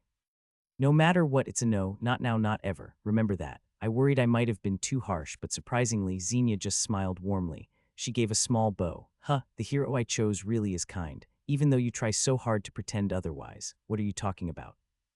She chuckled and changed the subject. So what are you planning to do? We take down Adori. Your holy sword can harm souls directly, right? Yes, but we're talking about a legendary hero from the era of the Second Demon King. Not just any hero, but Adori Odyx, one of the strongest of all time. Before I answered, I glanced at Xenia and Neril. Then I grinned and said, you're heroes too, remember? And I'm a hero as well. That makes it 3 against 1. If we lose this, we don't deserve to call ourselves heroes. We never called ourselves heroes, though. Neril said that and giggled. Then she stepped forward and said, fine, I've always been curious, actually. Just how great was this Ori the Archmage that everyone worships? Is that so? We'll find out after a fight. I want to see how close I've come to his level. Xenia also seemed to have made up her mind. No matter how legendary he is, violating divine law can't be tolerated. I'm with you. Great, then let's go right now. Xenia drew her holy sword, but I quickly stopped her. What are you doing? Obviously, getting ready for battle. No, with a stage this grand, how can we just fight right away? Let me borrow Agril just once. Neril pressed her forehead. You really were born for this. Tane was an ordinary woodcutter in the Rhaenys territory. It was a time when the weather was warming and firewood prices were falling, so his finances weren't in great shape. Still, today had been a lucky day. One of his regular customers, a generous soul, had given him a few extra coins. He had planned to use it to buy his beloved daughter a delicious lunch. That was all. He had simply come out for a stroll with his daughter. Yua Media, please wake up. Cough. The side effects of Yori's life-draining magic were no small matter. It felt as if his internal organs had been forcibly ripped out. Especially for children, some would die outright from the shock, even if they had remaining lifespan. Tane himself was already bleeding from the mouth, but he focused solely on his daughter. Dad, I'm cold. Stay with me, please. I'm so cold, Dad, hold me. Tane wrapped his arms tightly around her. Her body was cold as ice. He instinctively knew her life was hanging by a thread. Please. Unconsciously, his lips began to move. Please, someone help us, someone. Anyone would do, even the damned shop owner who tried to scam him, or the old friend still shamelessly dodging repayment. Even his wife who ran off with another man, or his father who became a drunk. He'd give his life 100 times over just please. Please help us, and then it happened. Whoosh. Suddenly, a shadow fell over him. He looked up without thinking there. High in the sky, a massive monster hovered. Was this what a dragon from the legends looked like? Squinting to get a better look, he could make out a figure standing near the creature's head, arms crossed, wearing a grim expression, glaring at the man who caused all this devastation. That man, no way he'd heard of this before. Just before war broke out in a neighboring territory, a hero had descended from the sky on a strange creature and forced an entire army to retreat. Not just a hero, a champion. Tane shouted until his throat tore. Champion Mide, please save us. And in that moment, the champion spoke in a deep, resounding voice. Stronger than the villain's earlier words, it echoed across the entire territory. In the name of Mide Mohan, I command Yausis this wickedness at once, mage. In the name of Mide Mohan, I command Yausis this wickedness at once, mage. I shouted that, then flicked my hand with flair. You do realize how embarrassing that was, right? Shut it. This is an important moment. Even so, my face was getting hot. Neril snorted with a weird sound. HHNN. He stopped the life-draining spell. Looks like you've got his attention. So even a villain knows a champion when he sees one. Wow, you might be the only person alive who'd talk like that to Iori. Then Xenia spoke. Are we fighting in the sky? If that bastard won't come down, we'll have to. Historical records say Iori enjoyed aerial combat quite a bit. Right, there was that quote where he said he liked the feeling of crushing small monsters underfoot. Frankly, skill aside, he's just a nasty old man. You've become pretty skeptical. I'm proud of you. Not sure that's something to be proud of. The Nerul chimed in. Before we get into a real fight, we need to check on the state of the citizens.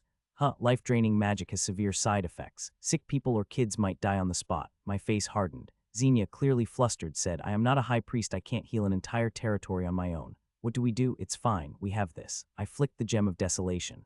Last time, Nerul used this to cast an elemental erasure spell across the entire region. Come to think of it, wasn't that also a spell developed by Iori Audix? Xenia quickly took it and brought it to her holy sword. Heavenly God, please grant us your merciful touch, although this is a demon king's gem, so I'm not sure if it's okay to pray with it, but still, please bestow your grace. What kind of prayer was that? Luckily, the benevolent deity answered. In truth, that gem had long since lost any real connection to the demon king. It was just an amplifier now. The life force of 2 million people was instantly converted into immense divine energy. Whoosh! Spinning gracefully, Xenia swung her holy sword in a full 360-degree arc. A warm golden light began to rain down over the entire territory. It settled on every collapsed citizen. As I watched carefully, they were all safe. Some were even foaming at the mouth and waving their arms at us. That should make a strong enough impression. If we just bring that bastard down, it'll be a happy ending. We'll take him down. If I lose here, I've got no business calling myself a champion. With that, I straightened my back, and then I heard Iori's voice.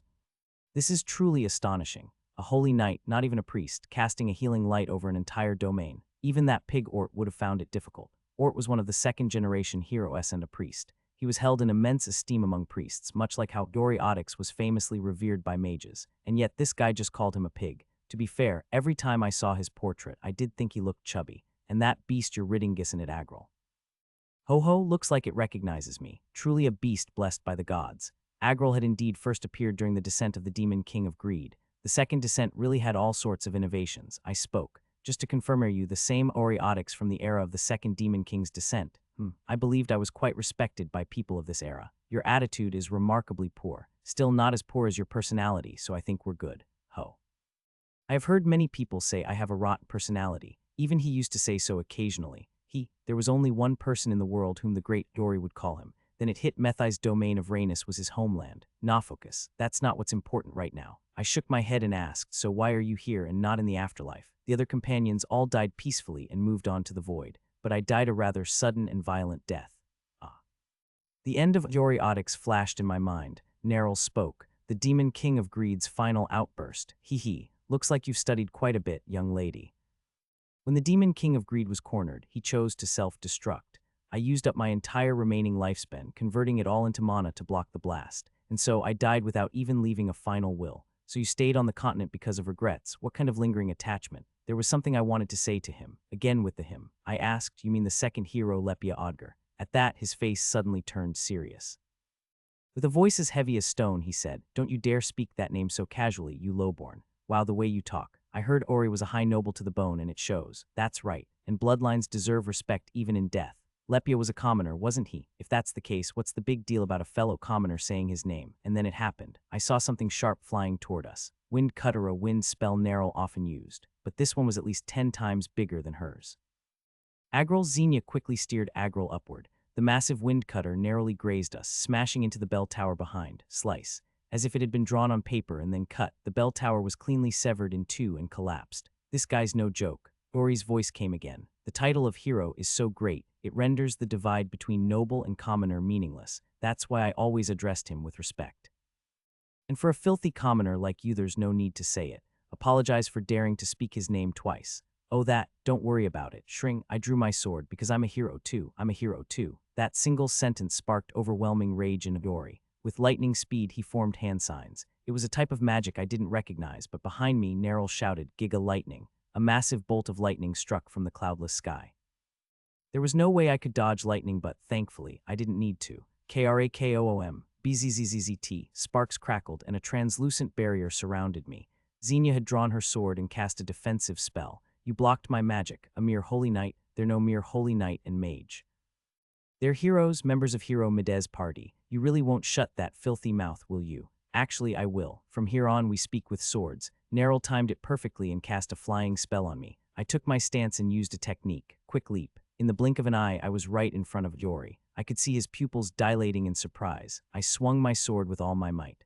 But whoosh, all I cut through was an afterimage. It wasn't that Ori dodged with superhuman reflexes. He had already created hundreds of illusions of himself. When a mage fights a swordsman, they must always remember one thing: I'm slower than him. Hundreds of Yori Ordixes spoke in unison. They surrounded us like an audience at a popular sports match. If you can find the real me among these, I might acknowledge you a little, though you'll probably be dead before that.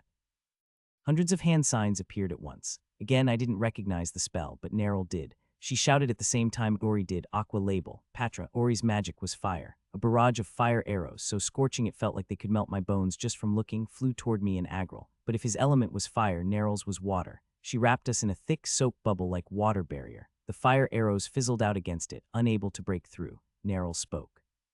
Splitting yourself into hundreds doesn't make you hundreds of times stronger. Mana still comes from one body after all. You are a fine descendant. Can you stop talking like some smug ancestor? Every time you do, the image of you in my mind drops a few notches. Well, I can't help being who I am, but I'll make up for the hit to my image with skill, though you'll all be dead before then. She'd bought me more than enough time. Massive slash. Instead of calling the technique name, I shouted, you already said that earlier. Swoosh SHHHRRK, a technique that slashed through hundreds in one swing. As the secret skill unleashed through my blade struck, all of Dori's illusions vanished simultaneously.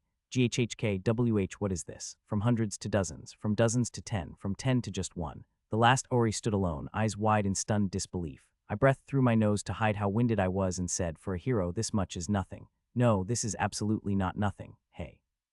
That last comment came from Iori. But it was Neril who answered him. Both she and Xenia had their jaws dropped in awe. Wow, you're really something else. How many skills do you even have? Come to think of it, this would be their first time seeing these techniques. Yori let out a light chuckle. A hero, huh? Yeah, you're probably qualified to spout such nonsense. But I'll teach you that it was an arrogant delusion, not that you'll live long enough to learn. You should break that habit of making bold declarations before the fight starts. This is the third time now. He ignored my advice and once again cast his life-draining spell. The people I barely managed to save down below began collapsing all over again. Ha ha ha. There are plenty of healthy ones here. High-quality mana. You bastard. I can't play around forever. I must welcome his grace after clearing out this filth. Let's finish this, you vermin. He has to welcome someone. Lepia Odger. Lepia's soul is here. Ah, damn it. Why didn't I think of this sooner? That soul fused with Mariana's. It was Lepia. Wait, Idria must have handed over Lepia's soul. The soul of the second hero handed over by the fifth demon king. I don't know what's going on anymore. But now's not the time to keep thinking. That's seriously dangerous. Neril's face had gone slightly pale. Yori, after draining the lifespan of the citizens, had formed a fire orb the size of the sun on his index finger. Xenia clenched her teeth. Agril, let your divine breath strike down that man. It's no use, Xenia. What? He wouldn't cast a spell with such a long cast time without a plan. He's already surrounded himself with multiple mana barriers. That's why even Medea isn't moving. She looked at me as if to confirm. I could only nod. I had planned to use Quick Leap to interrupt his spell, but my instincts told me it wouldn't work. In that case, cut what I want to cut. Would that be enough? Using two techniques back to back like this is risky, but I don't have a choice. I said to Neril, buy me a little time. I need to focus to use a technique. Okay, but that spell of his is. Use disintegration. Will it be okay? It's your magic. You don't need my permission to use it. You didn't let me use it during the Martial King arc. Even as she said that, Neril's hands were already forming signs at a rapid pace. Then I spoke to Xenia. Let me borrow your holy sword. I need to cut Ori's soul without killing Tivur. That's fine, but you're really trying to keep your no-kill vow even now. Yeah, I should at least live up to the name. Not that I chose it. She handed me the sword. I took it and assumed my stance, and I'd appreciate it if you could contain the spell's aftermath from spreading across the domain. Of course, Xenia began her prayer, and just like that, we created a scene where each of us gave the other time to unleash our techniques. A strange standoff. We couldn't breach his mana barrier, and he couldn't move while casting his spell, and then both attacks launched at the same time. All lowly beings shall perish. Sun Overroll, you're the one who's dying. This is your second death today. Disintegration. The sun that Ori conjured began to crash toward the ground. At that moment, Neril's disintegration, something I hadn't seen in a week, activated. It looked like a transparent spear. Everything connected to its point of impact disintegrated like sand and vanished from this world. Whether it was a person, an animal, a building, or a rocket didn't matter. Until the end of its connection, it wouldn't stop until everything was reduced to elemental particles. What a bizarre spell. Let's see how far it goes. GGHH, NGHH. Neryl's disintegration spear continued to break down the sun, but Ori kept pouring the endless mana he stole from the people into it. Destruction and rebirth. A scene that looked like a direct representation of the cycle of the world. Flames and mana from the sun burst in every direction. O Divine One, please grant us your shield. Xenia gripped the gem of desolation and prayed. A massive hemispherical barrier soon enveloped the entire domain. Though the storm of mana darkened the sky and scattered everyone's vision, it could do nothing to the people beneath the divine shield. My ears, now highly sensitive, picked up the noise from the citizens. Am I dreaming? This feels like something out of a legend. Cough, please win, Sir Mide. Please, hero, save us. Hang in there, stay strong. Their encouragement gave strength to my limbs. I steadied my breathing and took my stance. Now's the chance. Yori is distracted dealing with Neryl. Cut Yori, who stands beyond the mana barrier. Those barrier spells after are nothing but rearranged mana. This technique can find the gaps. I can do this. Cut what I want to cut. That's when it happened. A voice I had never heard before suddenly echoed in my ears. What a splendid technique. I shouted in shock. Who are you? You're trying to cut Ori through the barrier of mana, aren't you? Could it be? But if you want to do that, you should bend your knees a little more. Watch carefully. With your current stance, you can't deal a critical blow. Ah, that's right. I need to bend my knees just a bit more. About 3 centimeters, just 2 centimeters. Any lower and you'll lose power. You understand a technique you're seeing for the first time better than I do. As expected of you, Lady Lepia, the embodiment of the sword. Fufufu. I don't like that nickname. It's too embarrassing. It actually fits well in this situation. I don't like being called the sword master of no killing either. It sounds like a good nickname, though, she whispered softly. Before you strike Ori, please give your hand the slightest bit of mercy. Please, understood, I responded, and at the same time activated the technique. Cut what I want to cut. SHHHK. My sword, leaving behind a trail like black light, was drawn from its sheath and then returned, and Ori could no longer infuse mana into the sun. Neryl's disintegration spear embedded itself into his mana barrier. It disassembled the barrier completely, then disappeared as if it had finished its task. All that remained was Tivno, Ori Audix. I spoke inwardly. Would you like to borrow my voice? May I, if it's you, as much as you want. Soon my mouth opened. Ori Audix. It was unmistakably my voice, but Neryl and Xenia instantly realized that I wasn't myself. Mr. Mide, something's off. SHH, be quiet. I realized it midway through the battle. Lepia is the one Ori has been desperately searching for. Likely the soul fused into Mariana, the second hero.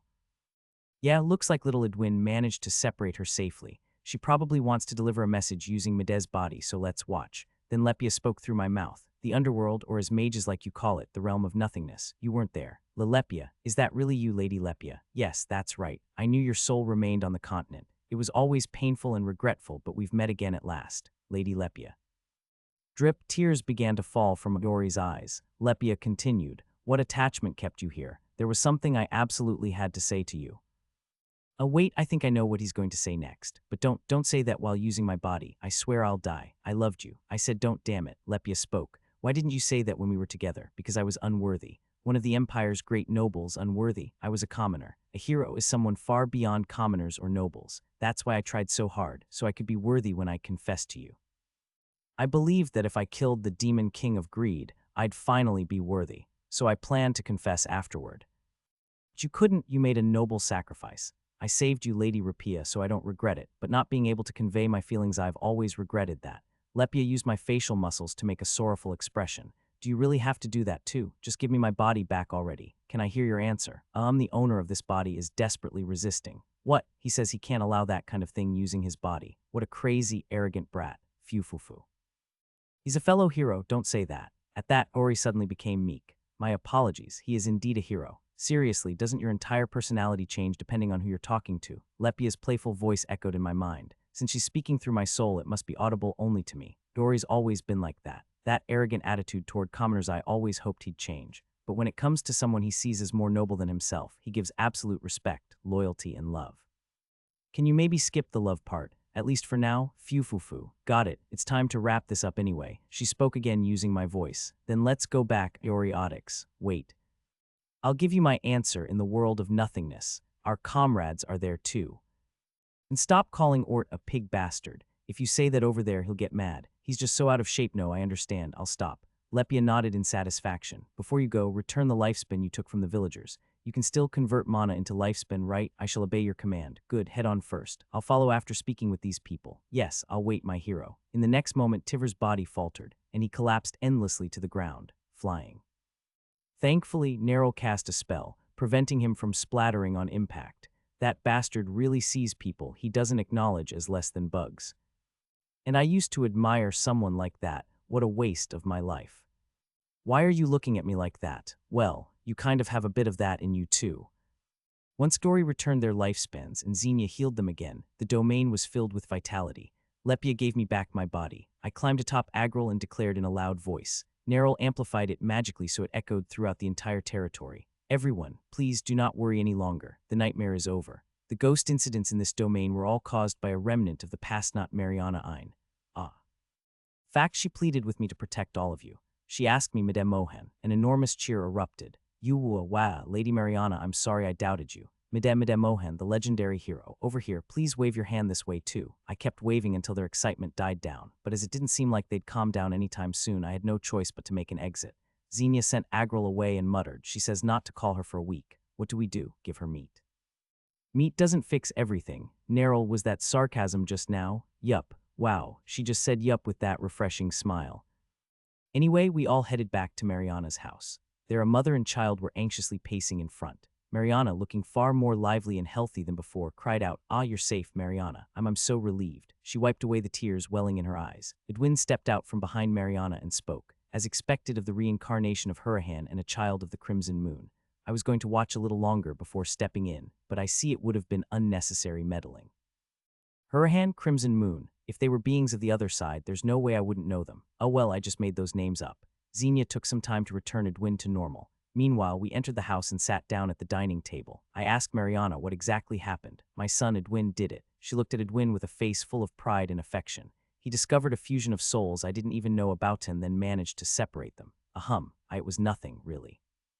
Oh, come on, if you say it was nothing, it just makes me look pathetic, mother. As I said, you're far more gifted than I am. From now on, stand tall and be confident. Yes, but don't let it go to your head, all right? You know what I mean. Edwin looked slightly gloomy and bowed his head. At that moment, I heard Lepia's voice. That boy has a remarkable talent for necromancy. Could you ask that lady if I can borrow his body for a moment? Why not just speak through my mouth? It's uncomfortable. It feels like there's another soul inside you. She must mean Trail. Now that I think about it, he's been awfully quiet for a while. Edwin said something similar too. He's an exceptional necromancer, so he probably sensed it more precisely than I did. I just sense there's another soul besides yours. Who could it be? The moment I asked, I regretted it. This was a question I should have directed to Trail himself and received an answer directly from him. Fortunately, Lepia seemed unaware. Well, I wouldn't know either. I thought you knew. I don't. Anyway, let's ask Edwin. I told Edwin that Lepia wanted to borrow his body. Mariana immediately objected. She instinctively didn't want to allow her son's body to be used by a being that had once fused with her soul. But Edwin calmly reassured his mother. It's all right, mother. But as I said, she's the second-generation hero. There's no way someone like that would be evil, and I'm sure the soul fusion wasn't something she chose. We need to find out what's going on, and I'm the only one here suitable for spirit possession. Except for when he gets a little weird, that kid has an above-average character. In the end, Mariana gave her permission. Soon after, Edwin began to chant something. On the back of his arms, runes and symbols briefly flashed and then vanished. Just as Tiver had said, it looked like he had made the incantations invisible beforehand, a short while later. Edwino, Lepia opened her mouth. Hello, everyone, I'm Lepia Odger, second-generation hero. Yes, I had hoped there would be no more Demon King descents. I wanted my generation to be the last. She glanced at me. Unfortunately, we're already up to the 5th generation, That statement, which clearly acknowledged me as a hero, made Nerol and Xenia smile even more brightly than I did. I was used to shamelessly accepting praise from others, but getting acknowledged by an actual hero made my face heat up. I did something unlike Myselfact did modest. The oracle hasn't come down yet, though. Calling me a hero seems premature. You were going around calling Ori a hero multiple times, though. Well, in front of my senior, I should be a little humble. The oracle will come soon enough. Though now that I think about it, the Demon King has already descended. So why hasn't the oracle come yet? Everyone's faces changed at that last comment. It was probably because of what Lepia had added. The Demon King has already descended. Xenia asked with a trembling voice, what do you mean by that? Since I'm borrowing a necromancer's mouth, let's say I'm speaking from the underworld. While there, I heard a certain voice. A voice, The voice called itself as the Demon King of Lies and Deception, Idria. It said it was showing me respect since I was the hero who fought the Demon King of Greed. He told me he wanted to borrow my soul for a bit, and then literally took me. Her tone was calm, but the impact wasn't. Especially for Neril and Xenia, who both turned to me at once and said, that's the name the Martial King and Mariana encountered. The Demon King of Lies and Deception, and she's already descended. I felt sorry, but I couldn't quite share in their shock, partly because I already knew, but also because my mind was fixated on a different point. This is strange. Can a demon king really interfere with the underworld? Necromancers can open the gates to the underworld and summon spirits, but that's done by politely asking for their cooperation, not by forcefully taking them. Lepia's soul, especially, should be in a completely different league from ordinary spirits. That's when I finally heard Trail's voice again, after a long silence.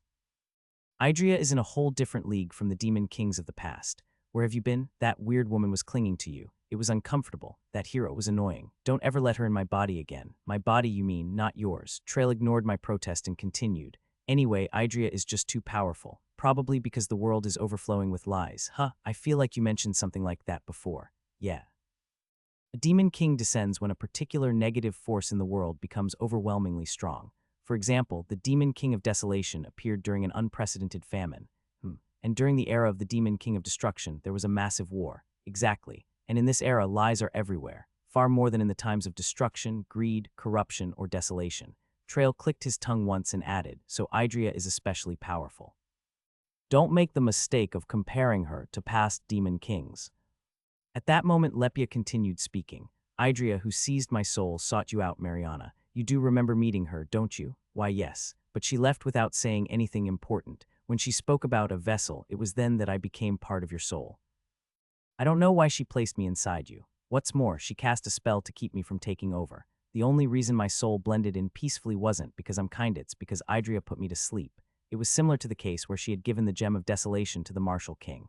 Idria, for reasons utterly unknown, was throwing so-called growth items to those with potential across the continent.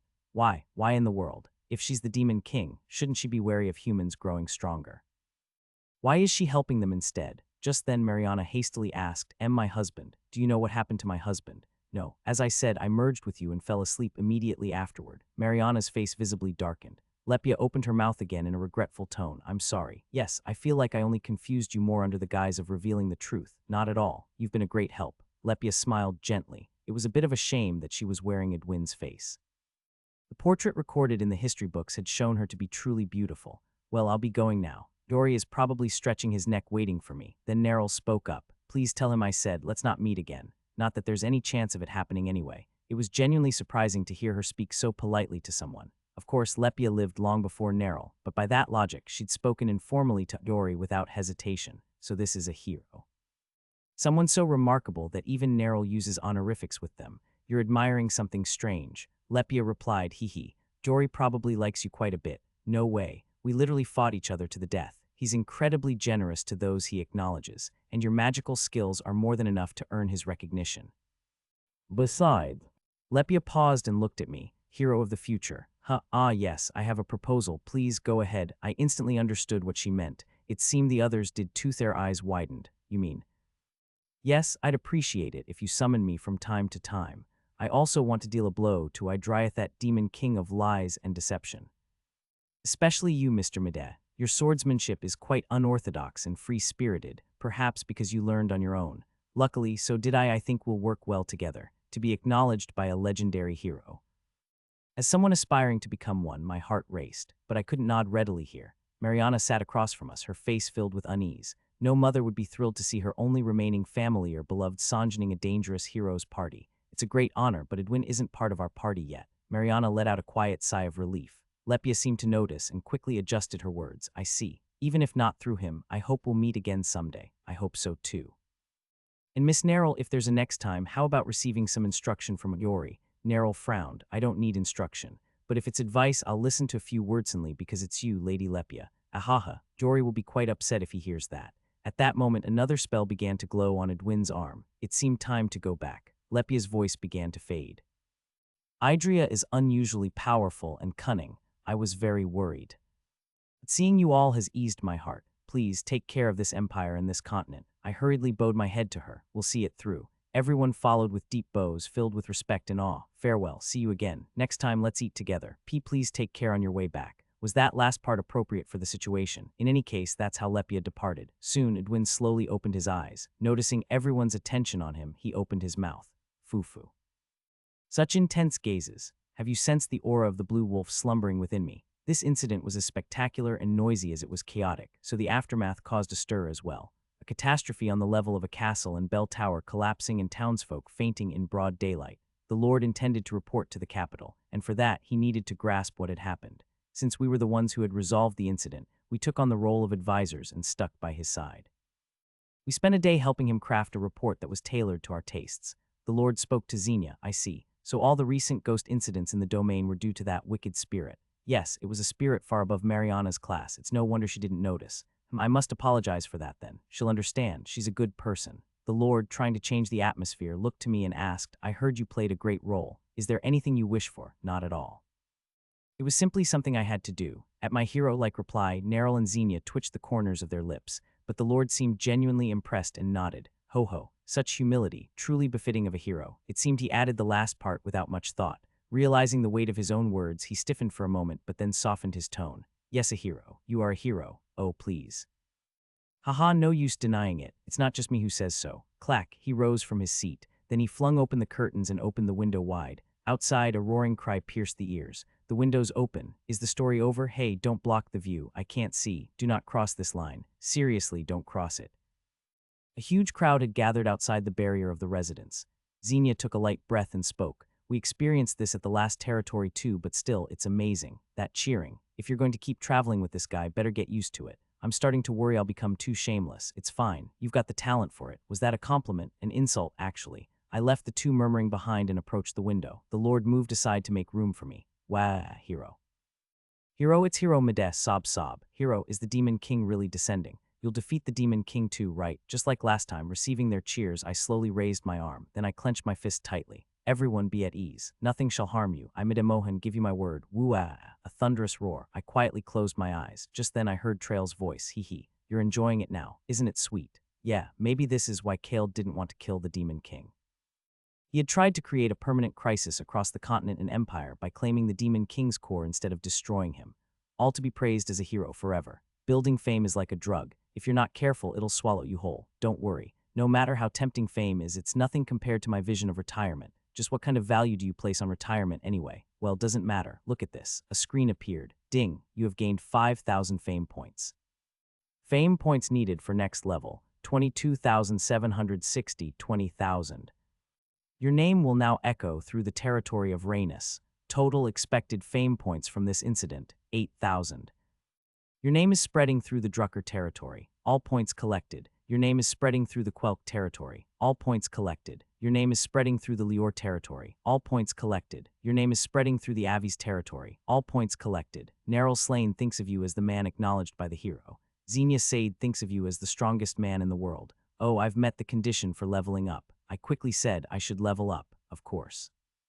He sounded just as excited as I was. Soon, new messages appeared on the screen. Ding, you've leveled up. Level fairly well known. Fame points needed for next level, 22,760, 100,000. So I've gone from slightly famous to fairly well known.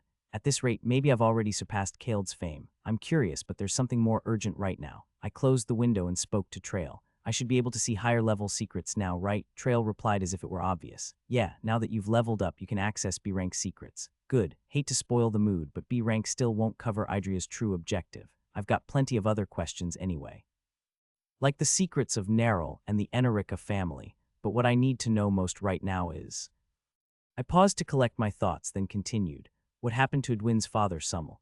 That's a more mundane secret than I expected. Don't call it mundane, it's about my comrade's father. I didn't mean it like that, just that it's not related to the continent's crisis. You're not wrong objectively, but still please show me. I'd never met Summel in person, but when I saw his image on the screen before, I couldn't help but think of my own father, a face now faint in my memory. One of the few remaining fragments was from my birthday when he cooked a deer he'd hunted himself. His clumsy hands burning the meat, fumbling awkwardly in the kitchen, that image still lingered in my mind. All right, hold on a second. The screen appeared again. You have used the Eye of Omniscience. Current level of the Eye of Omniscience, 3 accessible secret tier, B rank. Chosen condition, the secret between Summel Ein and Idria. This is a B-rank secret, now displaying. Thankfully, it was a secret I could access at my current level. Summel's face appeared on the screen. In the corner of the screen was a timestamp. It was the night he had placed the Emperor on the throne and was returning home with his wife.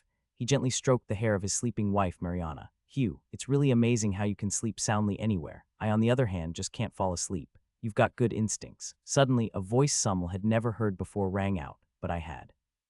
The Demon King, the one who had mocked and tormented us endlessly, Idria. She was floating mid-air in the darkness of the room, in the exact same pose children use when they lie down and read books. You're just a lowly creature, yet you seem to know when your time has come. Summel shot to his feet in terror. Gasp. Who are you? Idria approached him, still floating eerily in the air. The lamp's dim light lit up her face. Her purple hair and eyebrows looked completely unnatural. Her empty golden eyes evoked a sense of void. It was that same detestable face from before the regression. Idria opened her mouth in that characteristically relaxed tone of hers. No matter how insignificant a creature may be, it's still the spouse of a worthy vessel. A bit of courtesy is in order, wouldn't you say? I'll tell you why you must die. I gifted a noble soul to Mariana. When the remnants of the souls who perished during the second Demon King's descent begin to follow Lepia's soul, they'll come to this domain. In a decade or so, this land will become infamous as a haunted territory. What nonsense are you spouting? Then who do you think the foolish humans will blame for it all? Summel's lips began to tremble. Idria nodded in satisfaction. It's going to be a masterful lie, but I realized something too later. There's a loophole in this plan. I thought, what if Mariana, unable to endure the suspicion and pressure from the people, tries to run away in the middle of the night? Then the lie would have to start over in a new domain, and that would take years. What on earth are you talking about? So I've decided to make sure she can't leave this place. I instantly understood what she meant. As expected of the Demon King of deception, her logic was a perfect specimen of pure malice. If the husband she loves were to suddenly vanish, wouldn't she stay in the hope that one day he'll come back home, no matter how much she's hated and oppressed? Naturally, Summel had no idea what she was talking about, but judging by the atmosphere, he must have sensed it was dangerous to remain passive any longer. I don't know what kind of monster you are, but get out. Right now, if you don't. Snap! Just then, Idria flicked her fingers. On second thought, killing you outright would be too boring. Might as well enjoy myself. Crack, crack. Summel's body began to stiffen. No, it had already been stiff, but this was different. He's turning into stone. What is that? Doesn't look like magic. If I had to say, it's probably a curse. Damn it. So this is what a Demon King can do. To be precise, Idria is just uniquely twisted. Meanwhile, Summel had completely turned to stone. His entire body transformed into a statue. It looked like a perfectly crafted sculpture. Idria clutched her belly and burst into laughter, utterly amused. She even flipped upside down midair and kicked her feet happily. Ahaha, look at that expression. It's a masterpiece, a true masterpiece. Now where should I hide him? Where would be best? Her crazed laughter suddenly stopped. In its place appeared a smile, a cruel smile that could send chills down one's spine. Where should I hide him so that it becomes the most beautiful lie? She clapped her hands lightly, then snapped her fingers again. FSSHH, the space began to tear open. Summel's stone form was sucked into the rift. Thud, the vision cut off right there. That's when Neryl's voice reached me. Mide, what's wrong, huh? What do you mean, your hand? I looked down at my hand, or rather, my clenched fist. I had been gripping it so tightly it had turned white. I relaxed it as if nothing were wrong and replied, I just suddenly needed to go to the bathroom, so I was holding it in. Did I hear that right? Anyway, let's go back to Mariana's place. Xenia tilted her head quizzically. She whispered, mindful of the Lord's presence. Didn't Mariana say she was exhausted from all this and needed a day to rest? Edwin too. Yeah, she did. So instead of that, wouldn't it help your reputation more if you gave some sort of speech in front of the crowd? These guys, they're taking better care of my fame than I do now. I chuckled softly and answered, that's important too, but what matters more right now is Mariana. Pardon, I'm going to find Summel. Neryl and Xenia were startled by my simple response, but probably not as much as Trail. He practically shouted, as if his jaw would drop if he still had a body. Find him. But that vision just now didn't show where Summel was hidden. I have a hunch where he is. HMPH. I admit you're pretty sharp, but isn't claiming you figured out the Demon King of Lies scheme a bit arrogant? As you know, I have a long, tangled history with that demon. The Demon King of Lies and Deception wasn't just terrifyingly powerful, her wickedness lay in her infuriating cunning. She didn't scheme because it was efficient. She did it because it was fun. Hiding Summel was the same. She said, where should I hide him so that it becomes the most beautiful lie? That's when I knew. My intuition is random, but once I get a feeling, it's never been wrong. Well, you've done enough to earn some trust. So where is he? I told you already. Let's go to Mariana's house. We barely pushed through the crowd and made our way back to Mariana's home. Apparently, when she said she needed a full day of rest, she wasn't exaggerating. Mother and son were both sound asleep. Edwin mumbled in his sleep. MMN, hey, not bad, truly a peerless demon king. Neril gave him a baffled look. Peerless Demon King. Is that like a tax-saving Demon King? Don't overthink every word. Ophelia used to talk like that too, not that I even want to win that argument. Anyway, I shook him awake. Edwin, wake up, Mide Hyung. Fortunately, he woke up well enough to hold a conversation. What brings you back? Weren't you with the Lord, Yaon? Could you wake up Mariana too? We couldn't exactly do it ourselves. Ah, sure, seeing my serious expression, he nodded without another word and gently woke his mother. Before long, we were all seated around the kitchen table. Mariana still looked exhausted but tried hard to hide it as she asked, "Did you have something to say?" It's a sudden question, but which room did Sumel use? Sorry, please just answer for now. She didn't reply immediately. Edwin answered in her place. The room at the end of the second floor. Can you show me? That room's always locked. Mom won't even go near it. Just then Mariana, now composed, spoke up. I have the key here, try it. It seems she always kept the key in her pocket, perhaps so that if her husband ever returned, she could open it right away even after 13 years. Mother, are you sure? Mide is a hero. If a hero tells you to do something, wouldn't something miraculous happen? Her deliberately playful tone made us smile, and so Summel's room was opened. As expected, it was covered in thick dust. When he came back, I planned to make him clean it, as punishment for leaving us so long. Mariana spoke in a calm voice, but already there was a trace of tears in it. Before the regression, one of our quests was this, to solve a series of disappearances in a small mountain village. By the time we arrived to investigate, half the villagers had already gone missing. We learned much later that the whole thing was something Idria had tampered with for fun, so where were the missing people? They were right next to them, right beside those who cried and writhed in grief over losing their loved ones. Idria delighted in watching the deception she created. Just like what she did with Summel, she could twist and warp space at will. It's not magic, sorcery, necromancy, or witchcraft. Authority, a power unknown to humanity, granted only to the Demon King. Before the regression, Sarene had received a divine revelation that led her to deduce the strange events were caused by the Demon King's authority. But she couldn't solve it. No one knew how to tear through space. So I developed a way. I gripped my sword. Neril flinched and asked, what are you doing? Neril, I may not look it, but I'm a hero. What are you even saying all of a sudden? You've seen plenty of times already that both Kaled and I have odd powers that others can't understand, right? Well, yeah, that's true. Then don't question what I'm about to do, just watch. Same goes for the rest of you. Though confused, they all quietly took a few steps back. So, what exactly are you about to do? Have you ever tried cutting space with a sword? You sound like Edwin right now. The sensation at your fingertips is different when slicing through empty air versus something resisting you, whether it's a shield, a mana barrier, or a prison spell. If you focus on that feeling and apply the right amount of force in the exact right spot, you can break through most things. It's a simple principle. This time the barrier was the Demon King's authority. In a way, this was an extension of my cut what I want to cut technique. Trail shouted in disbelief. That's not simple. What human shatters authority? You too, Trail. What do you mean you too? When I solved this quest before the regression, Kaled was stunned too. Actually, No was furious, I think. He had been enraged that I'd taken what he believed was his responsibility. I had almost been kicked out of the party back then. If Neril and the others hadn't voted against it, I might have really been forced out. Anyway, I said to Trail, every hero in history stood against the Demon King's authority. If they were helpless before it, what would be the point of being a hero? You weren't even a hero yet when you developed that technique, you know. True, maybe I was just born different. Og, you really can't stop talking, can you? I ignored him and activated the technique. Spatial Rend, at least the name is good. SSSCCCCCKKK. Unlike my other skills, this one had an extremely slow swing. Even a complete novice could follow the motion with their eyes. And of course it had to be that way. Ripping space apart was like sawing through thick, solid wood. I gritted my teeth as every muscle in my body screamed in pain, bit by bit.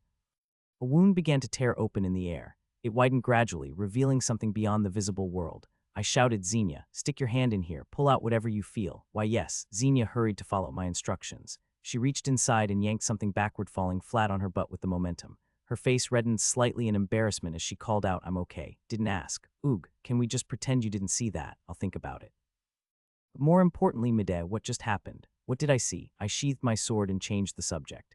Xenia, more importantly, a human-sized stone mass had landed on top of the fallen Xenia. I continued calmly. Try setting it upright. Oh, okay, it's a statue. She gently stood it up. Then from behind us, a voice cried out in shock. Honey, it was Summel. Idria had hidden him in the cruelest place of all right beside Mariana, as if mocking her endless, desperate search and wait. She left behind the most brutal lie imaginable. Just then, Trail murmured in a tone that was strangely satisfied. Well done. You shattered one of that wretch's lies. Mariana clung to the stone statue of Summel and sobbed for several minutes. Edwin also wiped at teary eyes beside her, who knew how long had passed. Eventually, Mariana collected herself and spoke. It really is my husband, isn't it? Yes, it was the work of Demon King Idria. Please don't ask how I knew, don't worry. With everything you've done so far, I have no desire to question it. She wiped her tears and continued. But there's one thing I have to ask. Can my husband return to normal? I couldn't give her a definitive answer. After all, we were talking about breaking the Demon King's curse. There was only one solution that came to mind. Tap. Neryl gently tapped my back. When I turned, she looked at me with eyes that said, "It's okay. You can say it." A small surge of courage welled up in me. I spoke slowly. Yes. Once the Demon King dies, the curse will be broken. And needless to say, she will die by my hand. To my surprise, Mariana's expression relaxed. She nodded with complete trust in her eyes. Of course she will. That was a silly question, Mariana. She bowed deeply to me in genuine gratitude. Edwin followed suit. This kid, when he's not being weird, he's actually really mature. That's when Trail spoke again in a pleased tone. Look at this. Mariana, I now considers you a benefactor to our family. Edwin, I now considers you the coolest big brother in the world. Ahem. I subtly lifted my head to hide my reddening face. Then suddenly Edwin declared, "Mother, I've made up my mind. I'm going with Mideh. What? I'm going to follow him, defeat the Demon King, and restore father to his true self." We were all quite taken aback by Edwin's firm declaration. From the start, I'd been planning to recruit him into the party, but I had been pondering over how to persuade him. And now he steps forward to offer himself like this. Before the regression, Kale had said he had a hard time recruiting Edwin. At that time, Mariana had disappeared, and the statue of Summel hadn't even been discovered, so he probably had no motivation. Right. Back then, the best Kale could come up with was something like, "Let's defeat the Demon King together so no more victims like you have to suffer." A beautiful sentiment in words, but it would never have reached the ears of a boy devastated by the loss of his mother. And yet, Edwin had accepted that proposal. He really is a good kid. At that moment, Mariana spoke. "My son, not all of the former hero's party members became happy after defeating the Demon King.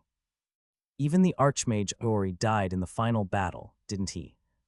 You might not come back. Are you really okay with that? Of course not, then. But I will come back, so there's no point in assuming otherwise. Right, Brother Mideh, why are you dragging me into this?" Everyone's eyes turned to me. I gathered myself and answered, "I don't plan on losing any party members just to kill the Demon King. That includes you." I was speaking to Edwin, but for some reason, Neryl and Xenia both smiled faintly. Edwin looked at Mariana as if to say, "See, my necromancy will definitely be useful. I can even summon the souls of past heroes and champions." Well, of course, that would help. Wait, what? Yes, what did you just say? You can summon the souls of past heroes and champions. Well, I've never actually done it before, but when I separated Lady Lepia's soul recently, I kind of got the hang of it. It's not that amazing. I can find their souls in the underworld, but that doesn't mean they'll always respond to my call. Even so, Mariana was left speechless, her mouth agape, and I was no different. That's incredible. Was he always this much of a genius? Before the regression, Edwin had been able to summon some hero-level souls. But champions, champions might refer to the hero of their era rather than a member of the hero's party. Did separating Lepia's soul somehow level him up? But if he had this much talent, it seems like he could have done it before the regression too. I'd done countless quests with him back then. Even if this particular incident didn't happen before, there were still plenty of chances for him to level up. And yet, not once had he summoned the soul of a past champion. As I thought about that, the answer came to me. Offense never showed his shadow arts before the regression either.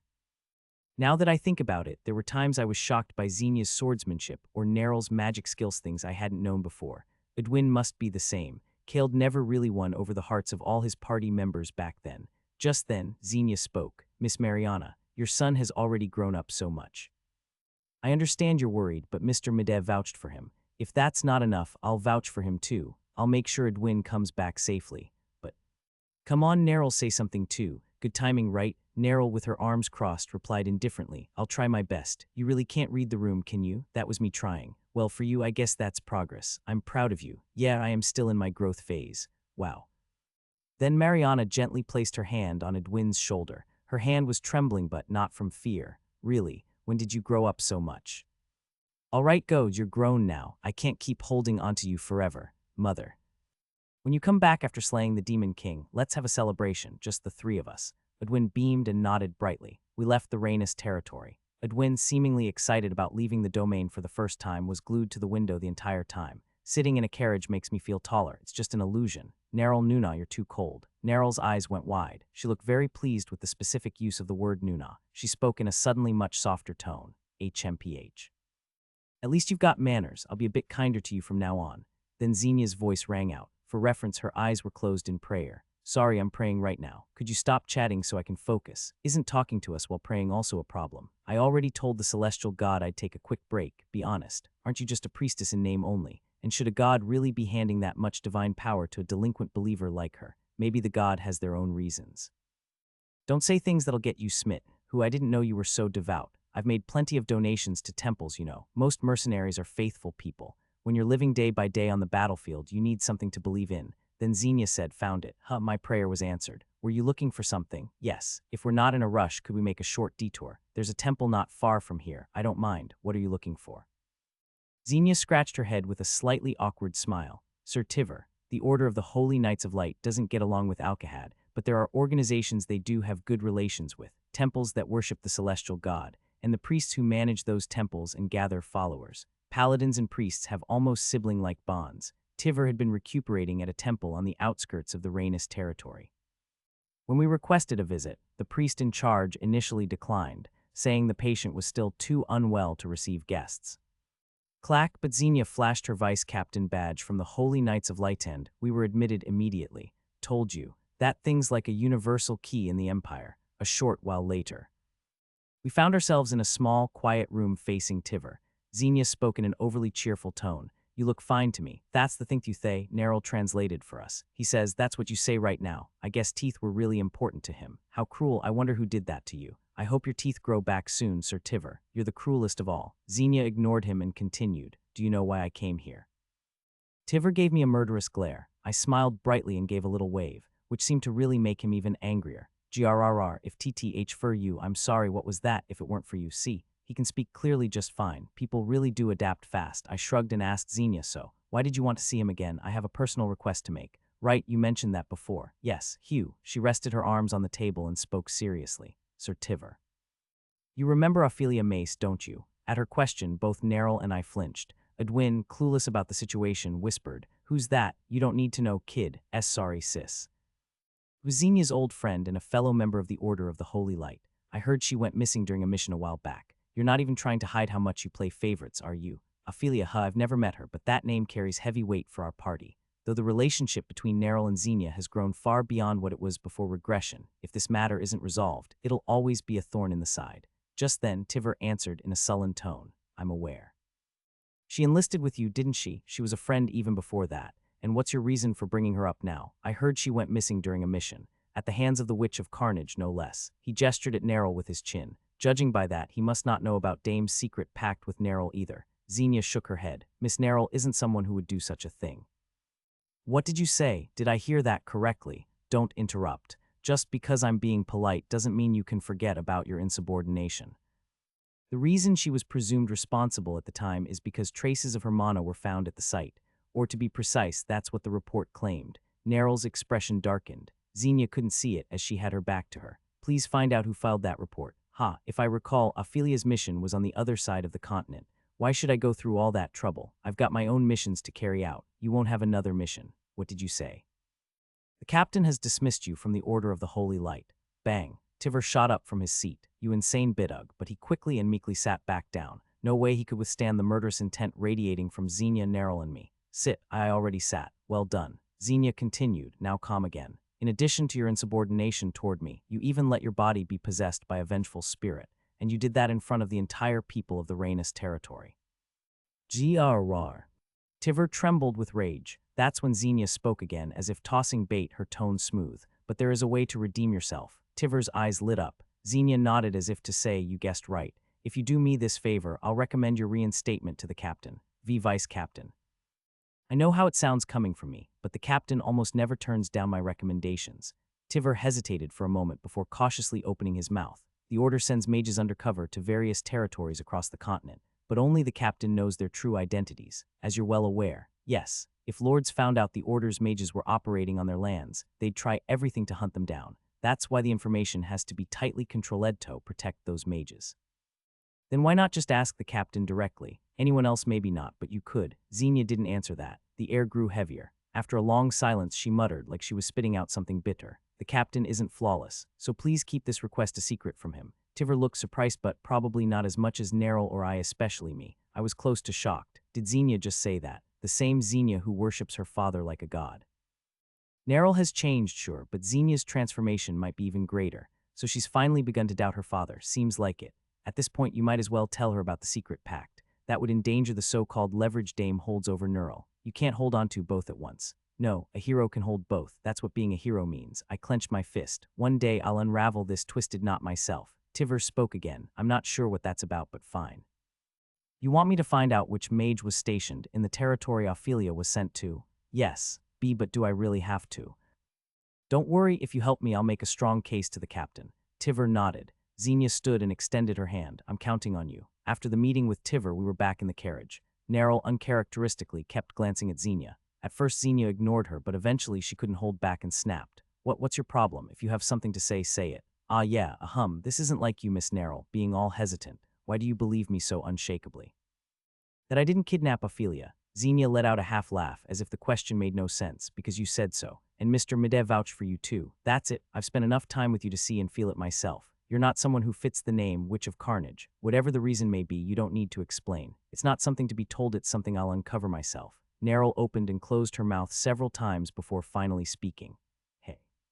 What? I'll allow it. Allow what? You can call me Unnai, like how Edwin calls you Nuna. I could hardly believe those words had actually come out of Neril's mouth. Xenia stared at her for a moment, and then she spoke. You finally lost it. Kaeld's party was riding high on their recent success. They had obtained the hero's sword from the tomb of the fourth hero, Pedania Brook. Even that alone was an unprecedented achievement, but Kaeld wasn't satisfied. He informed the Empire that, just as written in the official notice, the sword was a fake. Top Imperial mages and scholars gathered to study the sword. Eventually, they all confirmed in unison that it was made of a material different from that of the historically recorded hero's sword. There were other complicated processes involved, but to skip over all of that, the key point was that this success earned Kaeld an audience with the Emperor, the ruler of the Empire. It was the first time since the second hero, Lepia Odger, that a mere commoner had ever been granted a direct audience with the Emperor. The Emperor spoke in a weighty voice. I have concluded that the sword in Pedania's tomb is a fake. It aligns with your claim. I am deeply honored, Your Majesty. How did you come to know such a thing? Of course, Kaeld didn't reply because the official notice said it was a fake. Official notice meaning system message. I am not withholding the truth, merely I had a feeling I cannot put into words. Historically, heroes have always had aspects beyond human understanding. It seems this time is no different. That statement from the Emperor was, in effect, an acknowledgement that Kaeld was a hero. Kaeld's lips were just about to curl into a smile.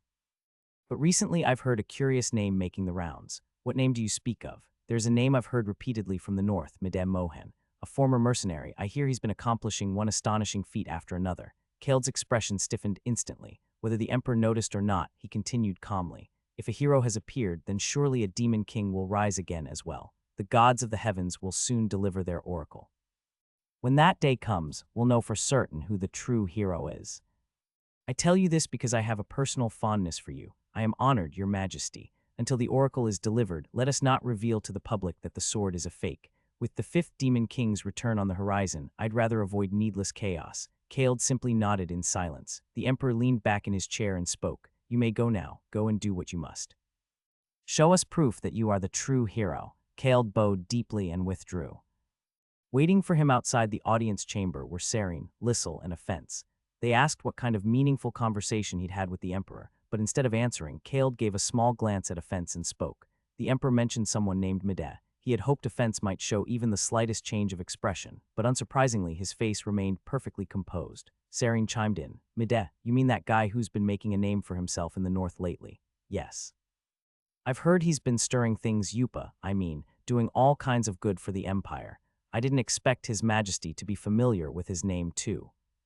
But shouldn't we not worry too much? The hero is already decided. It's you, Mr. Kaeld. Try not to look so grim. At Serene's careful remark, Kaeld consciously ran a hand across his face. He took a moment to gather his thoughts. Serene is right. That guy couldn't even interfere in the fake hero's sword affair. Medep probably didn't even know the sword was fake. He had already missed one of the key events on the path to becoming a hero. Moreover, Kaeld's gaze flicked toward the empty air beside him. There a message appeared. The last quest from the official notice had been to acquire the fake hero's sword and report it to the Emperor. Now that was complete, a new quest had appeared right on cue. A guide for the path to becoming a hero. All I need to do is follow this. No need to overthink it. He relaxed his expression and spoke. No problem. Everyone's worked hard. I hate to say this the moment I say that, but we need to move out again soon. Offense, who had been silent, finally spoke. Where are we headed this time? To Draenor territory?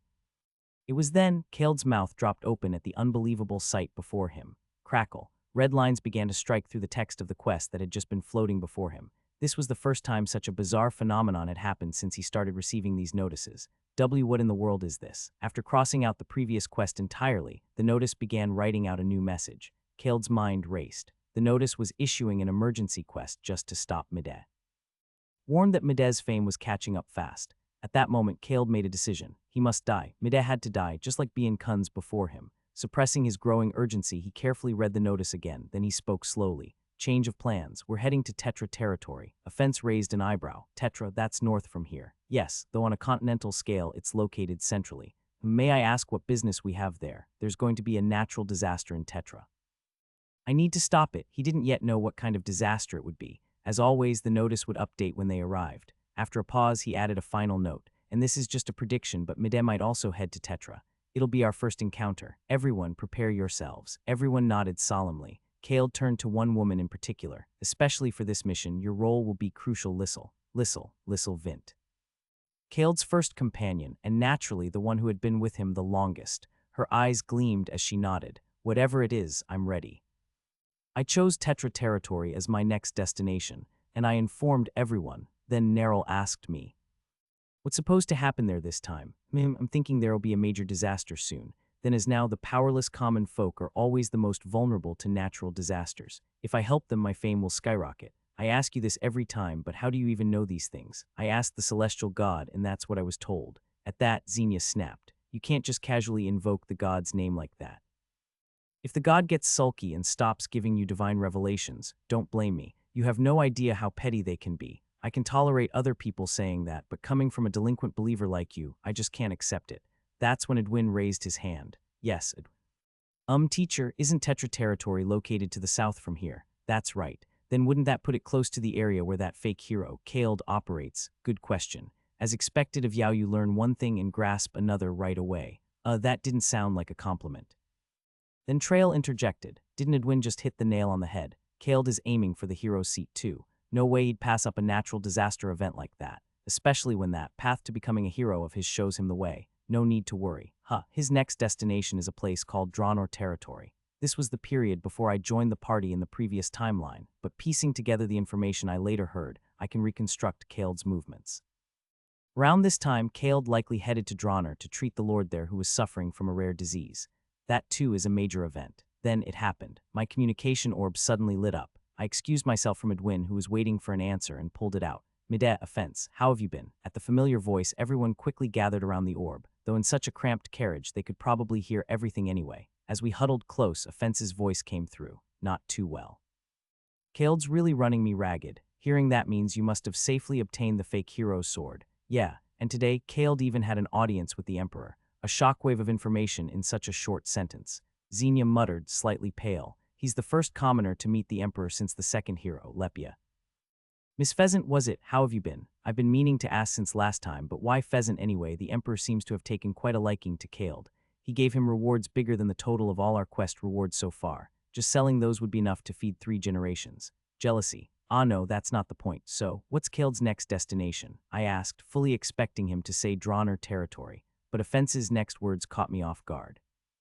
He said it was Tetra territory, and Kaled said this, your next destination might be there too. He figured you might cross paths, told us to be ready. Was he right? Neril, Xenia, and Edwin all looked at me with wonder. We had just chosen Tetra as our next stop. I swallowed hard. He changed course from the original timeline. I was sure that back then, Kaled had gone to Draenor around this time. Trail spoke. Looks like his intuition is sharp. He must have sensed it through that path to becoming a hero. He realizes he can't let you keep stealing the spotlight. What'll you do? If this keeps up, you'll definitely run into him. Instead of answering, I checked the map display. Half the northern continent was now under my influence, the southern half under Kaled's. Our fame levels, Mide Mohan, 30,760. Kaled Wake, 35,540. I had planned to overtake him after the incident in Rhaenys territory, but it seems the exposure of the fake hero's sword had a bigger impact than expected. Kaled still holds a solid lead, but it's not as hopeless a gap as before. Kaled is willing to face me head-on in Tetra. If I back down here, I may never get another chance to surpass his fame. I need to strike hard right here. I made up my mind and said, I'm going to Tetra too. See you there, Offense. So it begins. He continued, a hint of excitement in his tone. I admit, after what happened, you're better than Kaled. But he's still not someone to take lightly. Be careful, no need to even say it. Great, see you soon. Click, the communication ended. Nerl crossed her arms with an intrigued expression. Looks like I'll finally get to see the face of that annoying Kaled guy. You're going to kill him, right? There it is, your true nature. I'm not saying the sword master of no killing should get their hands dirty. If you want, I can take care of him quietly. Won't affect your reputation. Nerl frowned. What do you mean, just what I said? Even for me, I can't say for sure who'd win. My words must have carried weight. Not just Nerl, Xenia and Edwin looked wide-eyed too. I wouldn't be surprised if they saw me as someone nearly unbeatable. I shrugged. We're both vying for the title of hero. It wouldn't be fun if it were too easy, right? Doesn't need to be fun, though. Anyway, let's put the Kaled stuff on hold and focus on what's actually going on in Tetra first. You said a disaster, but what kind exactly? I fell silent for a moment, then answered. An earthquake. The Tetra territory had, in fact, long suffered from frequent earthquakes. However, the earthquake that occurred around this time before the regression was on a completely different scale from those of the past. It was a massive quake that not only brought down civilian homes but even toppled sturdy fortress walls, split the earth, and collapsed mountains. 10% of the territory's population lost their lives, and the number of injured and the property damage were beyond measure. It was a disaster so devastating that people said the Tetra territory had been set back 20 years. Are you saying you're going to stop that? No matter how much of a hero you are, how do you plan to do that? I never said I'd stop it. It's not a man-made earthquake caused by magic. How can humans stop a natural disaster? Then, I plan to give a warning. Play the role of a prophet, you could say. I intend to make a grand public declaration in my name that an earthquake is coming and encourage evacuation. At first, it'll earn me resentment, but once the real quake hits, that resentment will turn straight into fame. And if we can reduce damage with Nerl's magic or Xenia's sorcery, even better. The only problem is, after a moment of silence, I spoke. Does anyone here know anything about spirit summoners? At that, everyone looked around at each other. Edwin spoke up. Ho ho. Spirit summoner? No, that's a nostalgic name. You must be talking about Magna Neros, one of the members of the first Heroes Party, right? Yeah, that's right, but what's with your tone all of a sudden? Memories always call us back to the past. A sentiment the ignorant could never read. What is it? By the time he realized it, Xenia was gripping Edwin's shoulder. She pulled him toward the back of the carriage and said, You held it in well these past few days. Let's have a quick chat in the back, just the two of us. Haha, let go. I never gave permission to touch Mehi. That hurts, you know. While Xenia pulled Edwin away for a talk, Nerl opened her mouth. A spirit summoner isn't something you can really call a profession. Aside from Magna Neros, the hero from the first Heroes Party, there's never been another one. She was right. Unlike priests, clerics, necromancers, or mercenaries, a spirit summoner isn't a profession. The only person in history who revealed the existence of spirits to the world and manipulated them in wondrous harmony was Magna Neros, the hero of the first Heroes Party. But soon the world would know. The name of the second spirit summoner, Lissel Vint. The first companion Kaled recruited Somyeon, who only ever looked at Kalej, was such an exceptional spirit summoner that people called her the reincarnation of Magna Neros. I slowly spoke. There's a spirit summoner in Kaled's party. And a spirit summoner is someone who can command the beings known as spirits that dwell in nature. There's no record of how it's possible, though. It's Lissel. She could probably stop the earthquake in Tetra territory.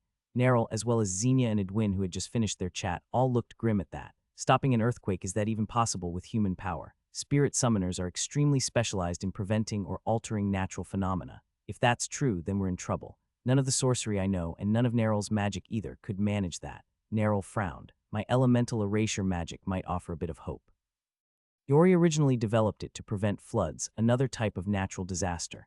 That's literally a magic that deletes things. What if you delete the ground trying to stop an earthquake? Where are the people going to live after that? HMPH. You suddenly got smart. Indeed, Xenia had a point. If we only compared raw combat power, our side was basically ahead of, and considering offense was practically on our side too. But this time, the battlefield favored them far too much. What are we supposed to do about this? I held my aching head, but then a good idea struck me. Right, among the four of us, none of us are spirit summoners, but we do have someone who can summon a spirit summoner's soul. Edwin, yes, can you summon the soul of the first spirit summoner, Magna Neros? Everyone's face brightened at my question. Xenia clapped her hands. That's it. If it's Magna's soul, it could stop the earthquake, even more reliably than that Lissel person. More reliably, I'm not sure about that, but it should be possible. Oh, you seem to think very highly of Lissel, Mr. Mede, even though you've never met her. Well, anyway, what do you think, Edwin? Edwin didn't answer. He was already chanting, opening the gates of the underworld, so impatient. I smirked and waited leisurely for his response. Whoosh. A breeze stirred inside the carriage. Edwin's sleeves rolled, the runes etched on his body glowing. And then, after a moment, he slowly opened his eyes and said, there's no soul. Edwin searched every corner of the underworld until we arrived in the Tetra territory. By the end, he was so exhausted Xenia had to nurse him. Ha ha. That's enough, you've done what you could, but this could have been my first real contribution to the party. He slumped his shoulders, disheartened. Xenia patted his back and said, first time, have you forgotten already when you separated Lepia's soul? But that was. As she said that, she looked to Neril and me. We each responded. Of course. Edwin's face brightened a little. Sniffling, he said, but this really is the first time something like this has happened. I can understand if a soul doesn't respond to my summons, but not being able to find the soul at all. One possibility is that the soul itself was destroyed. I nodded. The first Demon King was the Demon King of Destruction after all. There's still no record of even him being able to destroy souls, though, and Magna survived after killing the Demon King. He must have lived for quite a while afterward. It's a mistake to think every detail made it into the records. A lot wasn't written down or was recorded incorrectly. Hugh, anyway, I'm sorry. Again, I smiled wryly and reassured him. It's not your fault, so don't apologize. We'll find another way. Neril asked, to counter Spirit Summoner Lissel, don't we need a Spirit Summoner too? What other way is there? As if in response to her words, Trail suddenly jumped. Did someone call me? No. Well, if you called, I guess I have no choice but to help. I let out a deep sigh. I hated how smug he was getting, but at this point, there really was no other option. If we couldn't borrow Magna's power, then we'd have to stop Lissel from using spirit magic, which meant we needed to uncover her secrets. I tried to recall the blood script name above Lissel's head from before the regression. You remember it. I might not remember every blood script, but at least the ones who were at the top of the list. And Lissel had only sinned against 5 or 6 people. She was a good person, huh? Yeah, truly. So what was the top name on her blood script? Ah. Dermot O'Neill. Show me the secret between Dermot O'Neill and Lissel Vint. Got it. You have used the Eye of Omniscience. The current level of the Eye of Omniscience is 3. Secrets of up to B rank are viewable. The selected condition is the secret between Dermot O'Neill and Lissel Vint. The rank of the secret is D rank, displaying now. A screen soon appeared. Now then, since he was registered as a representative, it must be her deepest secret, right? What could it be? On screen, Lissel was very young. She was barefoot, her body covered in wounds, and her clothes were ragged. She was running, holding something dearly in both arms. Thief, that little brat stole bread from our house. Someone was chasing her from behind. Even without asking, I could tell that man was Dermot O'Neill. That's it, this is her deepest secret. I let out a hollow laugh. A secret like this wouldn't be enough to shake Lissel. Hey, what? Look at the top right corner. I glanced at the top right of the screen, the timestamp showing when this secret had been created, and my eyes widened. What is this? Flick. At that moment, the screen cut off. No, you don't get to just say, right now, huh? You could tell. The screen tilted just now, like you were tilting your head. You really are something else. Anyway, looks like your Eye of Omniscience glitched. Explain. Trail was flustered. Well now, what could have happened, I wonder?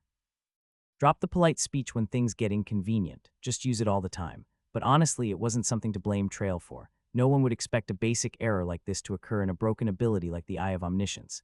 It just doesn't make sense logically. I scratched my head. Neril frowned. Dandruff is falling. What's with you all of a sudden? Weren't you going to look for another way? Did you find one? I stared off at the distant mountains and chuckled weakly. Nice view. We arrived at the Tetra territory. While looking for a decent inn, I sank deep into thought. What exactly are spirits? No one knows. No one has seen, heard, or touched one. Even the name spirit was first created by Magna Neros. Neril poked the key point. Are you sure that person named Lissel is really a spirit summoner? There hasn't been a single spirit summoner in history since Magna Neros. Yeah, no doubt. Well, if you say so with that much certainty, I'll believe it. Honestly, it made sense for Neril to ask. Even before regression, Lissel's reputation was rock bottom. Even though she was one of those rare spirit summoners. Yeah, she never once stepped into the spotlight. You could say she hated being the center of attention. She always worked behind Kald, using her power to raise his name. Many of the feats credited to Kald before the regression were actually Lissel's work. I learned this by chance. And Lissel had asked me to keep it a secret when she noticed I knew. Back then, she said, Mr. Medad, just pretend you didn't see anything. I want it to be known that Kald did it, not me. Lissel was naturally timid and shy. Even with her longtime quest companions, she only exchanged a few words a day. For someone like her, this was quite a long and serious speech. I had no choice but to listen. You're really devoted. Why are you so fixated on Kald? Kald said it. He has to constantly increase his fame. At the time, I didn't understand what that meant, but now I get it all too well. Even back then, Kald must have seen the path to becoming a hero. That's why he was so desperate for fame. He's the only one who will be happy. If Kald's happy, I'm happy too. Ah, is that so? I didn't know what to say after That just nodded along. Thinking back now, Lissel might have been in love with Kald. There's no might about it. It's painfully obvious. How can you say for sure just from that? That's the kind of thing only a lifelong single would say. I let you talk before, but I'm not letting that one slide. Take it back. What? You had a lover. I will. Eventually, so it's not lifelong. Just then, Edwin found a good inn. After parking the carriage and unloading our gear, we gathered in the dining hall on the first floor. While we were having a light dinner, Neryl spoke up. When's the earthquake going to happen? Why talk like you ordered it? It might happen anytime. You don't know, a week from now. She lightly pressed her forehead and continued. If it were anything else, we'd just deal with it before Kale's crew arrived, but this time, that's not possible. It's troubling. Let's go see the Lord tomorrow. Don't know how effective it'll be, but it's worth giving advance warning about the quake. Do you really think Kale will come? If Offense's intel is right, he will. The only question is when. I paused mid-sentence. Step, step. Very familiar footsteps echoed from outside the inn. A smile naturally formed on my face when I heard them. Just like how Edwin could gauge a soul's life from their spirit, I could estimate someone's skill from the sound of their footsteps. Step, except for one guy. Step, no caution, no habits or quirks either. Step, all I could sense from those steps was confidence. A hero must not fear anything. That's what those footsteps seemed to be proclaiming. Step, clack, kriok. Finally, the inn door opened. There were familiar faces revealing themselves. Edwin tilted his head and asked, Hyung, what's wrong? They're here. Who are? I didn't answer and just looked toward the inn's entrance. Creak, maybe it was just me, but the door seemed to open extremely slowly. 4 people appeared. Offense still has that utterly featureless face. Our eyes met, but both of us pretended not to know each other. Serene, still acting cutesy and innocent. For a priest, she's got a pitch-black heart. I thought the same back with Xenia. The celestial god really has no eye for people. Lissel, you're still hiding behind Kaled like a chick trailing its mother hen. And then Kaled. His slightly coarse red hair was tied tightly behind him, an innocent face with big eyes. Behind that mask of a perfectly kind young man, just how many sins have you committed? I swallowed hard and whispered very quietly, don't turn your head, just listen. Kaled and his group are here. Fence probably described what we look like. If he hides that, Kaled might get suspicious. Right, should we go say hi first? I'm not sure. At my vague response, Xenia spoke up. For now, it's best we observe. Seems like they haven't recognized us yet. They'll probably notice soon. Should I use magic? Neryl's mana is too unique, it'll stand out immediately. I should do it. One of them is a priest, that little girl. You'd stand out even more. Then Edwin said, then I'll use necromancy to hide us a bit. Doesn't look like they have a necromancer, so they won't notice. Edwin began to chant a spell. Soon our presence began to fade, almost like top-tier assassins going into stealth mode. Still fascinating to see. I asked for that spell pretty often before the regression too. Just by slightly changing the soul's color, it could fool the eyes of the living. However, step, step, Edwin, seemingly unaware of the approaching footsteps, spoke with full confidence. Haha, behold, when I set my mind to it, a friend of the dead like me can easily. This is our first meeting, Madame Mohan. Who dares interrupt while I'm speaking? Haha, amusing kid. I'm Kaled Wake, pleased to meet you. Kaled gave a cheerful smile and winked at Edwin. Edwin and also Neryl and Xenia all stared at Kaled, dumbfounded. Edwin's necromancy had clearly worked, yet Kaled had found us with pinpoint accuracy as if nothing unusual had happened. For me, it was a sight I was sick of from before the regression, but it must have been a first for the others. Tap. Kaled placed his hand on Edwin's head and ruffled it. Necromancy, right? That's impressive skill for your age. Ahimade Hyung, I'm sorry. Edwin looked on the verge of tears as he apologized to me. I shook my head and looked up at Kaled. Then I said quietly, hey, who said you could touch my comrade's head? Take your hand off, unless you want to die. The atmosphere suddenly turned cold. The first to react was Serene. She gave an awkward laugh and brought out her natural charm. Ahaha, why don't we not fight and just have dinner together? The table's big, what if we share? We should introduce ourselves first, right? I'm Serene, a priest. This plain-faced guy here is Offense. This pretty lady is Lissel. And then, when it was Kaled's turn, he cut her off and introduced himself. I said my name earlier, but I'll say it again. Kaled Wake Hero. Ha. Neryl twisted her lips into a sneer. Kaled calmly crossed his arms and asked, can I ask what that sneer means, Witch of Carnage? You know me. My intel network's fairly broad. I thought it was ridiculous that someone called the Northern Hero like Mide would be traveling with someone as notorious as you. Mide, I know this might sound condescending since we just met, but I have to say it. He sat down on a chair no one had offered and crossed his legs. I admit it, you probably have some strange abilities. I've heard your personal skills are impressive. But hearing that you travel with the Witch of Carnage, I was sure you weren't a true hero. Neryl trembled slightly. Being with a woman like her only damages your reputation. You're an amateur in every way. How laughable. He traveled with Neryl before the regression too. Clink. Just then, the glass of water in front of Kaled shattered. It wasn't any special magic. Neryl had simply released her killing intent without restraint. Hey, you say that again. I don't make a habit of repeating myself. And sitting beside you is Xenia Sade, the god's agent, laughing and chatting with a witch who should be locked up immediately. You think being a hero is child's play. Now Xenia's face hardened menacingly. Kaled, unfazed as ever, continued speaking. Oops, my bad, I apologize. If you go back and tell your father, I'll be in trouble too. You, this time, Kale turned his gaze to Edwin. Did you get proper permission from your parents? SSSHHK. I slowly raised my clenched fist, and then, boom, I slammed the table. The thick, sturdy wooden table split perfectly in two. Everyone fell silent. In that silence, I spoke. I choose my own comrades. Neril, Xenia, Edwin, choosing them as my companions was the best decision of my life. Mamade. Made. Hyung. As if they hadn't expected me to say that, everyone stared at me in surprise. I continued speaking to Kaled. But that's odd. What is? From your past behavior, I assumed you were a cautious type. Rather than picking a fight right away, I thought you'd assess the situation and carefully plan how to suppress my reputation and raise your own. At the mention of reputation, Kaled gulped. So you do know. But the fact that you're provoking me instead, I see. You wanted to fight me from the beginning, didn't you? This time, Kaled's eyes widened. He looked genuinely shocked that I had seen through him so clearly. I grinned and said, looks like you're trying to start a fight, and then during that fight, accidentally kill me. What nonsense. But your provocation is low quality. None of my comrades would fall for something like that. At that, my party members awkwardly avoided my gaze. Kaled leaned in closer to me. Then he smiled gently and spoke. Don't slander me in front of my comrades. I wasn't trying to start a fight, I was giving advice. But since you don't seem to get it, I'll be more direct. Stop chasing foolish dreams about being a hero and just go home. If you don't have a home because you're a wandering mercenary, I'll build you one. My comrades and I are adventuring to kill the Demon King. We didn't start this to get famous or rich. Each of us has a story and a noble cause, that's why we rose up.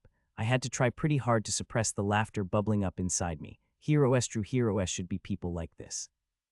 If you really want to make a name for yourself, fine, come with us and defeat the Demon King, but don't go around calling yourself a hero. With the continent on the brink of crisis, we can't tolerate infighting among humanity. Couldn't hold it in. In the end, I burst out laughing. Puhaha, did I say something that funny? Hey, I was trying to let it go, but I stopped laughing and continued. You're pretty full of yourself. You're the only hero, and who decided that? Did a divine revelation come down without me knowing? I hate guys like you who bewitch people with silver tongues. Your earlier provocations were still low quality, but fine, I'll play along for now. Clink. I grabbed the sword I'd left leaning nearby. Both our party and his party stared with wide eyes. Only Kaled was watching me carefully. I slowly stood up. Let's have a round, self-proclaimed hero. Step, step. We were walking, looking for a place to fight. Kaled's group walked about 20 steps ahead of us. Neril whispered, why did you take the bait on purpose? There's a personal reason and an official reason. Which one do you want first? The official one, I shrugged. As long as Kaled is conscious of me, I won't get a chance to talk with his party members. He'll manage them tightly. Yeah, that makes sense. But there's someone I have to talk to. The core of this whole thing, Lissel Vint. I'll draw Kaled's attention while fighting him, so try to talk to Lissel during that time. Xenia tilted her head. What should I say? I can't exactly greet her with lovely evening, isn't it? Ask her to come to our inn at midnight tonight. Mr. Medea, I mean. Of course you're very charming and all, but she's not going to come just from that. She's clearly head over heels for Kaled. Look, she pointed with her chin. Even in the dark, you could see Lissel scurrying along just behind Kaled. I gave a soft laugh and said, then add this. I know you're hiding something from your party. She's hiding something. I didn't get that impression. It's just a hunch. Xenia replied, well, okay. If you say so, I trust there's a reason. Just then, Edwin raised his hand. Hyung, so what's the personal reason? Oh, it's nothing big. I shrugged again. That bastard made fun of my companions. Neril, you've never been a burden to me. If you've even had that thought, drop it immediately. Xenia, same goes for you. You trusted your own eyes and chose to stand beside Neril, and there's nothing wrong with respecting your father. Edwin, you may be young, but you're more composed and thoughtful than most adults. I continued slowly. Sure, maybe it was just to provoke me, but regardless, he said awful things to you all without knowing anything, so I figured I'd teach him a little lesson. Everyone's faces turned red. After a while, Neril finally spoke in a low voice. Did I ever tell you? Maybe I didn't. Why didn't I? I should have. Just say it. I'll just say it once. Meeting you was the greatest fortune of my life. Now it felt like my face was turning red. Xenia opened her mouth. I was going to say that first.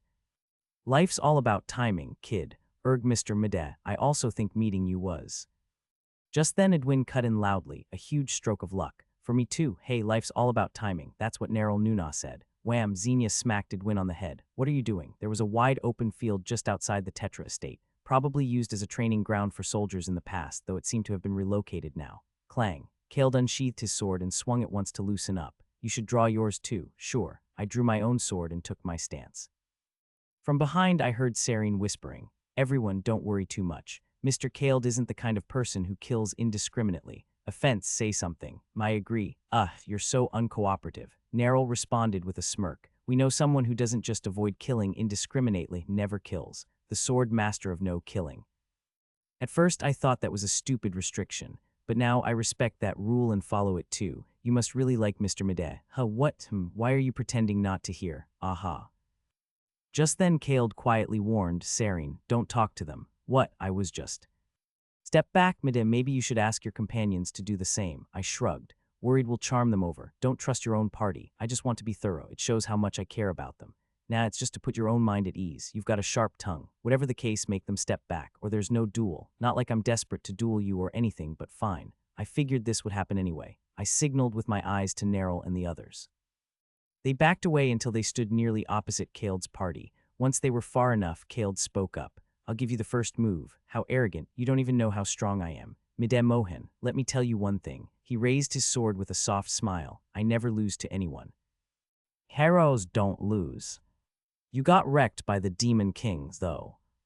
I had never once fought Kald head-on with everything I had, but before my regression, I had watched his swordplay hundreds, no, thousands of times over and over again. I had pictured it in my head, the image of me defeating him and standing tall in front of him, and surprisingly, not once had I been able to complete that image. That's why I'll use a skill from the very beginning. Quick sprint, my leg muscles swelled grotesquely, and then the dirt of the training ground couldn't withstand my stomp and exploded several meters into the air. I closed the distance between me and Kald at a speed many times faster than an arrow. Kald, clearly flustered, quickly raised his sword in defense. Kagagagakang, sparks flew from our swords, accompanied by a screeching metallic shriek. I had aimed for a surprise blow, but my sword was blocked far more easily than I expected. You're not a top-grade mercenary. Because there's nothing above that, I suppose your arrogance makes a bit more sense now, but Kald tilted his sword ever so slightly. What? Tilting his sword in that position? That leaves your neck exposed. Though confused, I thrust my sword straight at his neck, but like some kind of phantom, Kald twisted his body and lifted his angled sword upright at a perfect 90 degrees. How the hell is he able to change his stance like that? Whoosh. His sword narrowly grazed my hair and missed. Relief only lasted a moment soon. A storm-like flurry of slashes came crashing down from Kald. I admit it, giving you the first move at that was my arrogance. So now I'll get serious. Kugwang, Kwang, though it was merely a clash of blades, it felt like my whole body had been pummeled by a giant hammer. Tot, tat. I repeatedly used quick sprint to charge at him and then widen the distance again, but with his incredible reflexes and speed, he either dodged or caught up with me every time. Hey, what's wrong with you? Try a little harder. I am trying. This is why desk jockeys can't talk. Desk jockeys meaning office workers. I didn't know I was a desk jockey. Fascinating. Spin. I ducked under his final slash, then I sprang upward from below. Die, wait, no, don't die. You still have the strength to joke around. Thunk, W, what the hell? Before I knew it, my sword had stopped moving. He had grabbed it blade and all with his bare hand. Drip. His skin tore and muscles split open on the blade, his hand bones grinding audibly. But I couldn't cut all the way through. That's insane. Normally, the whole hand would have been lopped off clean. Strangely enough, Kald muttered something similar just then. Amazing. Normally, I wouldn't have even been scratched. Let's end this. He yanked the sword he was gripping toward himself. At the same time, he raised his opposite fist, drawing it back like a bowstring aimed at me. That's dangerous. If that hits, your head's gonna fly off. I know. That's why I prepared this. From under my tongue, I took what I had hidden in Essence Gem of Desolation and bit down on it. I drew some of its energy into my left hand. This is what real combat looks like, dirty and wild. My arm muscles, now brimming with energy, swelled to the point of bursting. A flicker of shock passed through Kald's eyes for the first time, but it was too late. Couldn't take back the punch he had already launched, and neither could I. I met his flying punch with all the strength I could muster. Pooh. Fist met fist in midair, that was all, but the sand and gravel around us flew up into the air and rained down like a shower. Crunch, an awful sound came from one of our arms. Was it mine or his? The answer came quickly. Crack. Kald's arm was utterly shattered, not just broken. Hundreds of bone fragments must now be floating freely beneath his skin. Gook, pain enough to make someone pass out several times over, but he neither screamed nor cried out. Instead, he staggered back, clutching his ruined arm. His pupils shook. Seems the psychological blow hit him harder than the physical one. This can't be happening. How did this happen? What trick did you use? I ignored him and looked down at my own left arm. The veins beneath the skin had burst and it was swollen, but compared to Kald's pulverized bones, I was in much better shape. Sometimes the most complicated problems have simple answers. I'm just stronger than you. Grind. He clenched his teeth and said, no matter how I think about it, you winning doesn't make any sense. Why not? You said it yourself. What? You said a hero doesn't lose, so I didn't lose. Kaled's expression twisted. He suddenly threw his sword to the ground. At first I thought it was a gesture of surrender, but no, slide. He reached for the sword on his other hip. That sword, just the pattern on the hilt, was enough to tell me. The hero's sword. No, it must be the fake hero's sword he recovered from Padania Brooke's grave.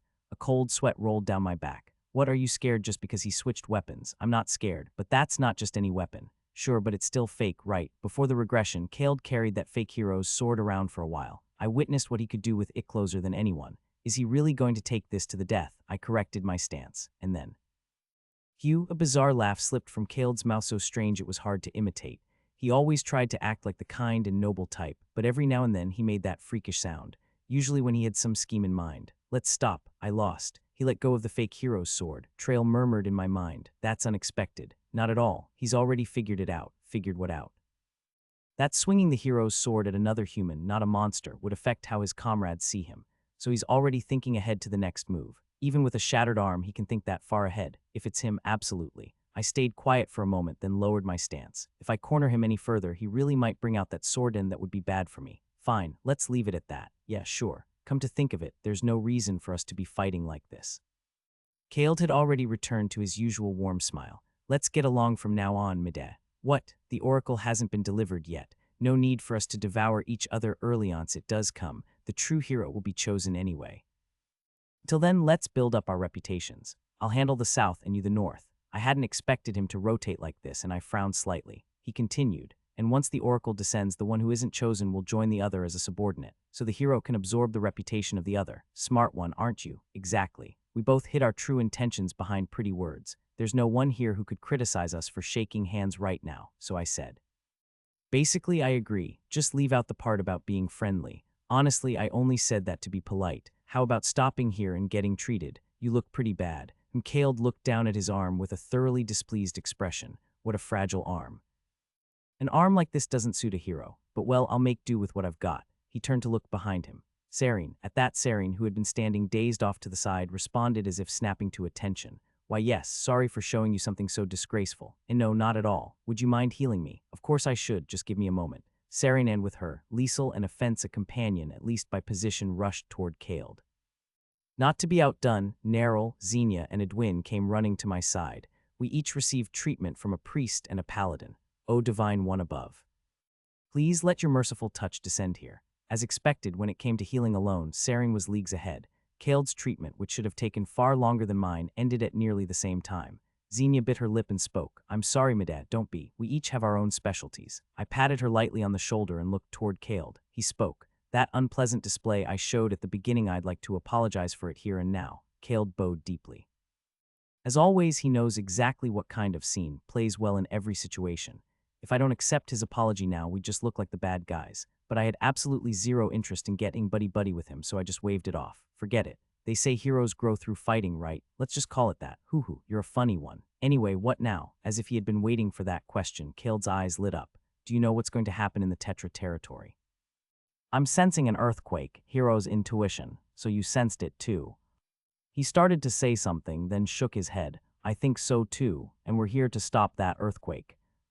You came here for the same reason, didn't you? No, at first I hadn't even thought about stopping the quake. I'd only planned to warn them ahead of time to minimize the damage and use that to boost my reputation. But now that Liesel's here, that won't be enough. I straightened my back and replied, yeah, that's the plan. He stroked his chin, deep in thought. Then slowly he said, according to our earlier agreement, it actually doesn't matter much who stops the earthquake.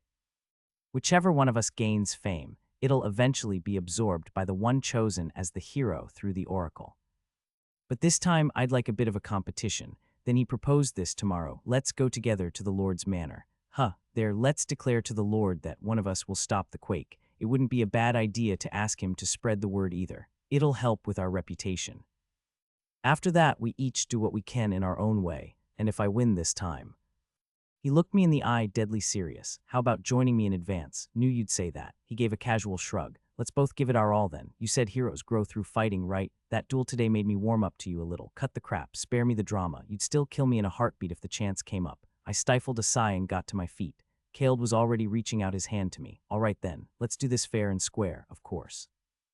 We shook hands, each hiding our own schemes. If there's such a thing as the fakest handshake in the world, this was it. As Trail would say, Idria would absolutely love a handshake like this. We returned to the inn and gathered in a room. Nerl looked worriedly at my arm, which had been not just healed, but over Heladan said, "Are you really okay now? Xenia, heal him one more time." Geez, how many times do I have to say it? Not even the celestial god himself could do more at this point. But you know, just in case. I said, "I'm fine, Grandma, you've been acting weird since earlier." "I'm sorry. Wow, you really are off. You didn't even catch me calling you Grandma." "Exactly." I deliberately spun my arm in circles and opened my mouth. "Really, I'm fine. Don't worry. I wasn't worried, okay? I was just a little concerned." "What's even the difference between the two?" That's when Edwin spoke up. "Hey, back when your fists clashed at the end. Yeah, you used that gem of desolation, right? The one you showed me before, sharp of you." I moved my tongue and spat out the jewel. Xenia clicked her tongue. Did you have to store it like that? What if we need to use it later?" "It was the only way not to let that guy notice. I'll clean it thoroughly. Few anyway if you hadn't had it." Yeah, I probably couldn't have guaranteed a win. When I admitted that plainly, Nerl raised her eyebrows. "Let me just say, it's not because you're weak. That killed guy, what the hell is he? It's not just that he's strong. I've never seen anyone stay that composed with a mangled arm like that. Yeah, you, me, and Xenia were all somewhat famous to begin with, and Edwin might not be famous yet, but he's got the background's the son of the Mariana, after all. But Kald, he's a total no-name. Before he called himself a hero, no one had heard anything about him. True, even before my regression, I'd never heard anything about Kald's childhood or youth. I could only give her an awkward smile. Nerl sighed when she saw it. That guy is seriously annoying. He pisses me off too. That's why I'm going to flip the script on his reputation this time. "Nerl, about that favor?" I asked. She gave a sly smile and replied, "You mean Lissel? I managed to leave a message. If everything goes according to plan, she'll be here at midnight. Good, time to bring Lissel over to our side." According to Nerl, during my fight with Kald, a fence quietly warned her when she tried to sneak closer. He said this, "What, got business or something? Seriously, go away, I'm busy right now. Your presence is way too loud. If you move around like that, Kald will notice. I didn't even make a sound with my steps. And they're fighting like that over there. He'll definitely notice. I don't know what you're planning, but you'd better leave it to me." Well, Nerl never learned how to hide her presence in the first place, and Xenia, being specialized in head-on combat, wasn't exactly great at it either. So the two quickly scribbled down my message on a note and handed it to a fence. If everything went well, Lissel should come by around midnight. But do you think Lissel can sneak out? That Kald guy seemed really sharp. A valid concern but unnecessary. Lissel could vanish like she was some kind of top-class assassin, not a spirit mage. Even before regression, both Kald and I had lost track of her more than once. Was that because she used spirits too? Anyway, she'll be fine. More importantly, giving the note to a fence was a smart move. Good job. If he said so, then he's right. Though I would have still won the fight completely. That would have been fun in its own way. But in the bigger picture, talking to Lissel was more important than some one-time victory. It was 11 o'clock when I checked the time. I definitely told her to come at midnight, right? 1 hour left. Kind of an awkward stretch. Yeah, it's not really enough to sleep, so should we eat something? Didn't think you'd actually suggest food. Then Edwin hurriedly dug through his bag. He pulled out a small pouch. "How about a card game while we wait?" It was a game that had become quite popular across the continent. Xenia, Edwin, and I knew the rules. First time I'm seeing this. Exactly the reaction I expected. Xenia, calling me Granny earlier really annoyed me. Why, you noticed. So we explained the rules to Nerl and played a few rounds. For the record, we played 12 rounds in total and Nerl won every single one. What a boring game. I guess you just can't beat experience. Knock, knock. A polite knock at the door. Xenia carefully opened it. Lissel stood there. The blonde beauty looked a little hesitant, her eyes darting around as she hesitated to enter. "Come in, Lissel." No.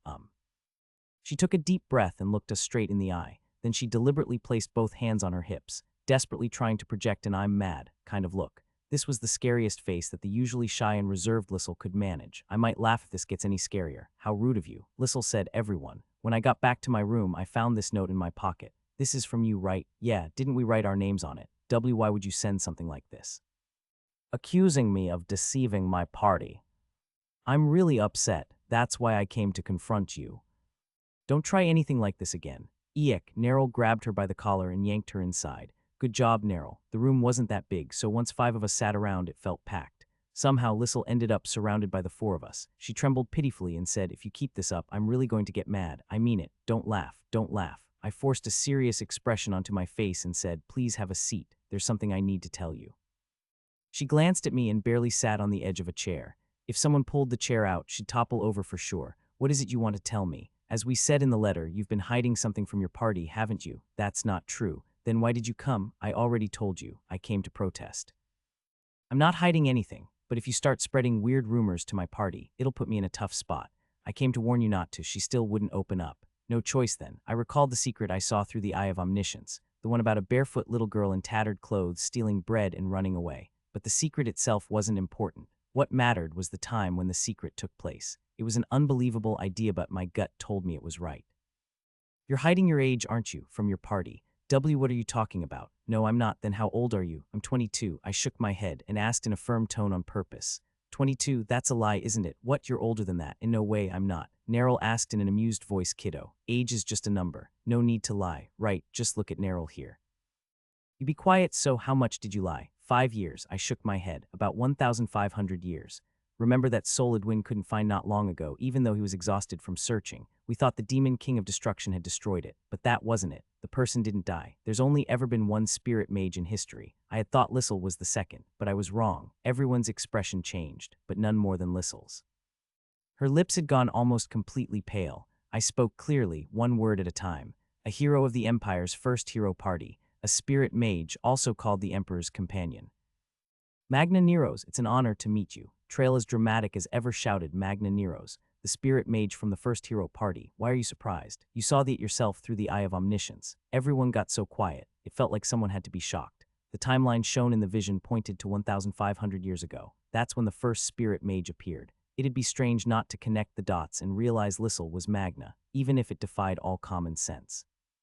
Wait, don't tell me Lissel is her real name, and Magna's the alias. Regardless, Lissel's eyes were trembling violently. It felt like the earthquake that would later shake the Tetra territory had already started in her pupils. I said, first of all, our meeting here must not be revealed to Kaled, though I suppose that goes without saying. Why you? I'm really sorry this comes off like a threat, but if you tattle to Kaled, I'll tell your entire party that you're Magna Neros. That's what you're hiding because you don't want them to know, right? All right then, let's go through this step by step. It was at that moment, Lissel had a truly unexpected reaction. She opened and closed her mouth like a goldfish, then suddenly shot up from her seat, and she shouted, I'm leaving. Everyone, have a good night. She's wishing us a good night in the middle of this, before I could even react. Whoosh! Edwin let out a dazed sound. Lissel had vanished, and that's not a metaphor. She literally disappeared right before our very eyes. Neryl jumped up from her seat. Magic? No, that can't be it. If it were magic, I'd know. There wasn't even the slightest stir of mana. Medea, what on earth just happened? She looked at me with the kind of certainty that said you must know the answer. Xenia looked the same. Cold sweat ran down her face as she spoke. Could it be black magic? Was Lissel actually an assassin? No, it doesn't feel anything like Offense's shadow sorcery. Then what is it? How could she disappear so completely right in front of all of us? Truthfully, I had no idea either. Sure, even before the regression, we often lost track of Lissel's presence. But I'd never seen her vanish into thin air like that. For now, let's set that aside.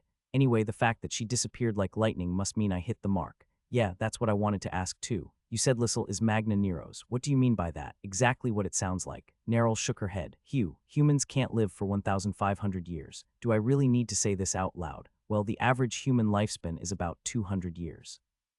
It's not even 200. You said that just to get at me, didn't you? Got me. Hey, I just lived long because I take care of myself, that's all. Now Xenia twitched an eyebrow. Was that aimed at me? Got me. Cut it out. This'll never end at this rate.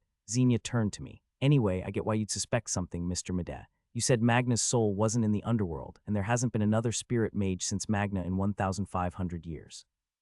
So rather than thinking a new spirit mage just appeared out of nowhere, it makes more sense that Lissel is Magna. But jumping straight to that conclusion feels like a bit of a leap. Honestly, from a common sense perspective, Xenia was completely right. To explain this properly, I'd need to understand the full story myself. That's when Xenia carefully added, that said, since it's you saying it, Medea, I guess I can't completely dismiss the idea. How? Instead of answering, I looked at Edwin. Me. What do you need, Grade Van Handman? Could you summon his soul, the first hero of this continent, the one who slew the first demon king, the demon king of destruction, also the founding emperor of this empire, a famous figure to say the least. Neryl clapped lightly. Oh, I see. If Lissel really is Magna, there's no more definitive way to confirm it than by asking the first hero. Yeah, just the fact that he responds to the summons would confirm Lissel is Magna. If he brushes it off like it's nonsense, then we'll know she's not. Exactly. Plus, there are some things I want to ask him, like how Lissel managed to live so long. Are you close with the first hero or something? That's when Edwin spoke. All right, I'll begin. Edwin closed his eyes. Soon his sleeves fluttered and the spell began to glow a bright white. We waited, half curious, half nervous. Eventually, Edwin opened his eyes. Not that wasn't Edwin anymore. Yeah, the man stretching like he'd had a long nap was none other than Grade Van Hanman, hero and founding emperor. The body he was possessing was clearly Edwin's, yet we could hear bones popping as if he were too big for it. The air here really tastes different from the underworld. That place is so damn boring. Hey, you me? Yeah, you the one pretending to be a hero. You think you can just throw that title around? Grade jerked his chin at me. I straightened up and said, I'm Madame Mohan. For the record, I've never pretended to be anything. Why's that? Because I said you were lying. And if you deny it, that makes me wrong, doesn't it? He crossed his arms and continued with a bored tone. An emperor can't afford to be wrong. There are records in unofficial histories claiming the first emperor was arrogant and egotistical. The royal family keeps trying to deny that, but I guess that was actually spot on. Even though they were both heroes, his personality was completely different from the second hero, Lepia. Then again, Lepia was a commoner, while Grade became emperor through his own effort. It's almost like their roles were reversed in terms of manners. Grade scratched his head and clicked his tongue. Smack. Too honest for your own good. Anyway, you called for me earlier. Got something to say? Yeah, I heard a bit from the necromancer here. You're planning to mess with Lissel. Not at all. I just want to ask for her cooperation. Don't even ask. It's better if she doesn't get involved in the affairs of the world anymore. I tilted my head at Grade's cryptic words, but I couldn't just back off here. Sorry, but I can't do that, given my position. But I promise you one thing. Just as you once did, I'll treat Lissel with the respect a comrade deserves. That's something I'm actually good at. At that, Neril and the others all smiled slightly. Grade glanced over our faces and smirked. Seems like you've earned yourself some loyal companions.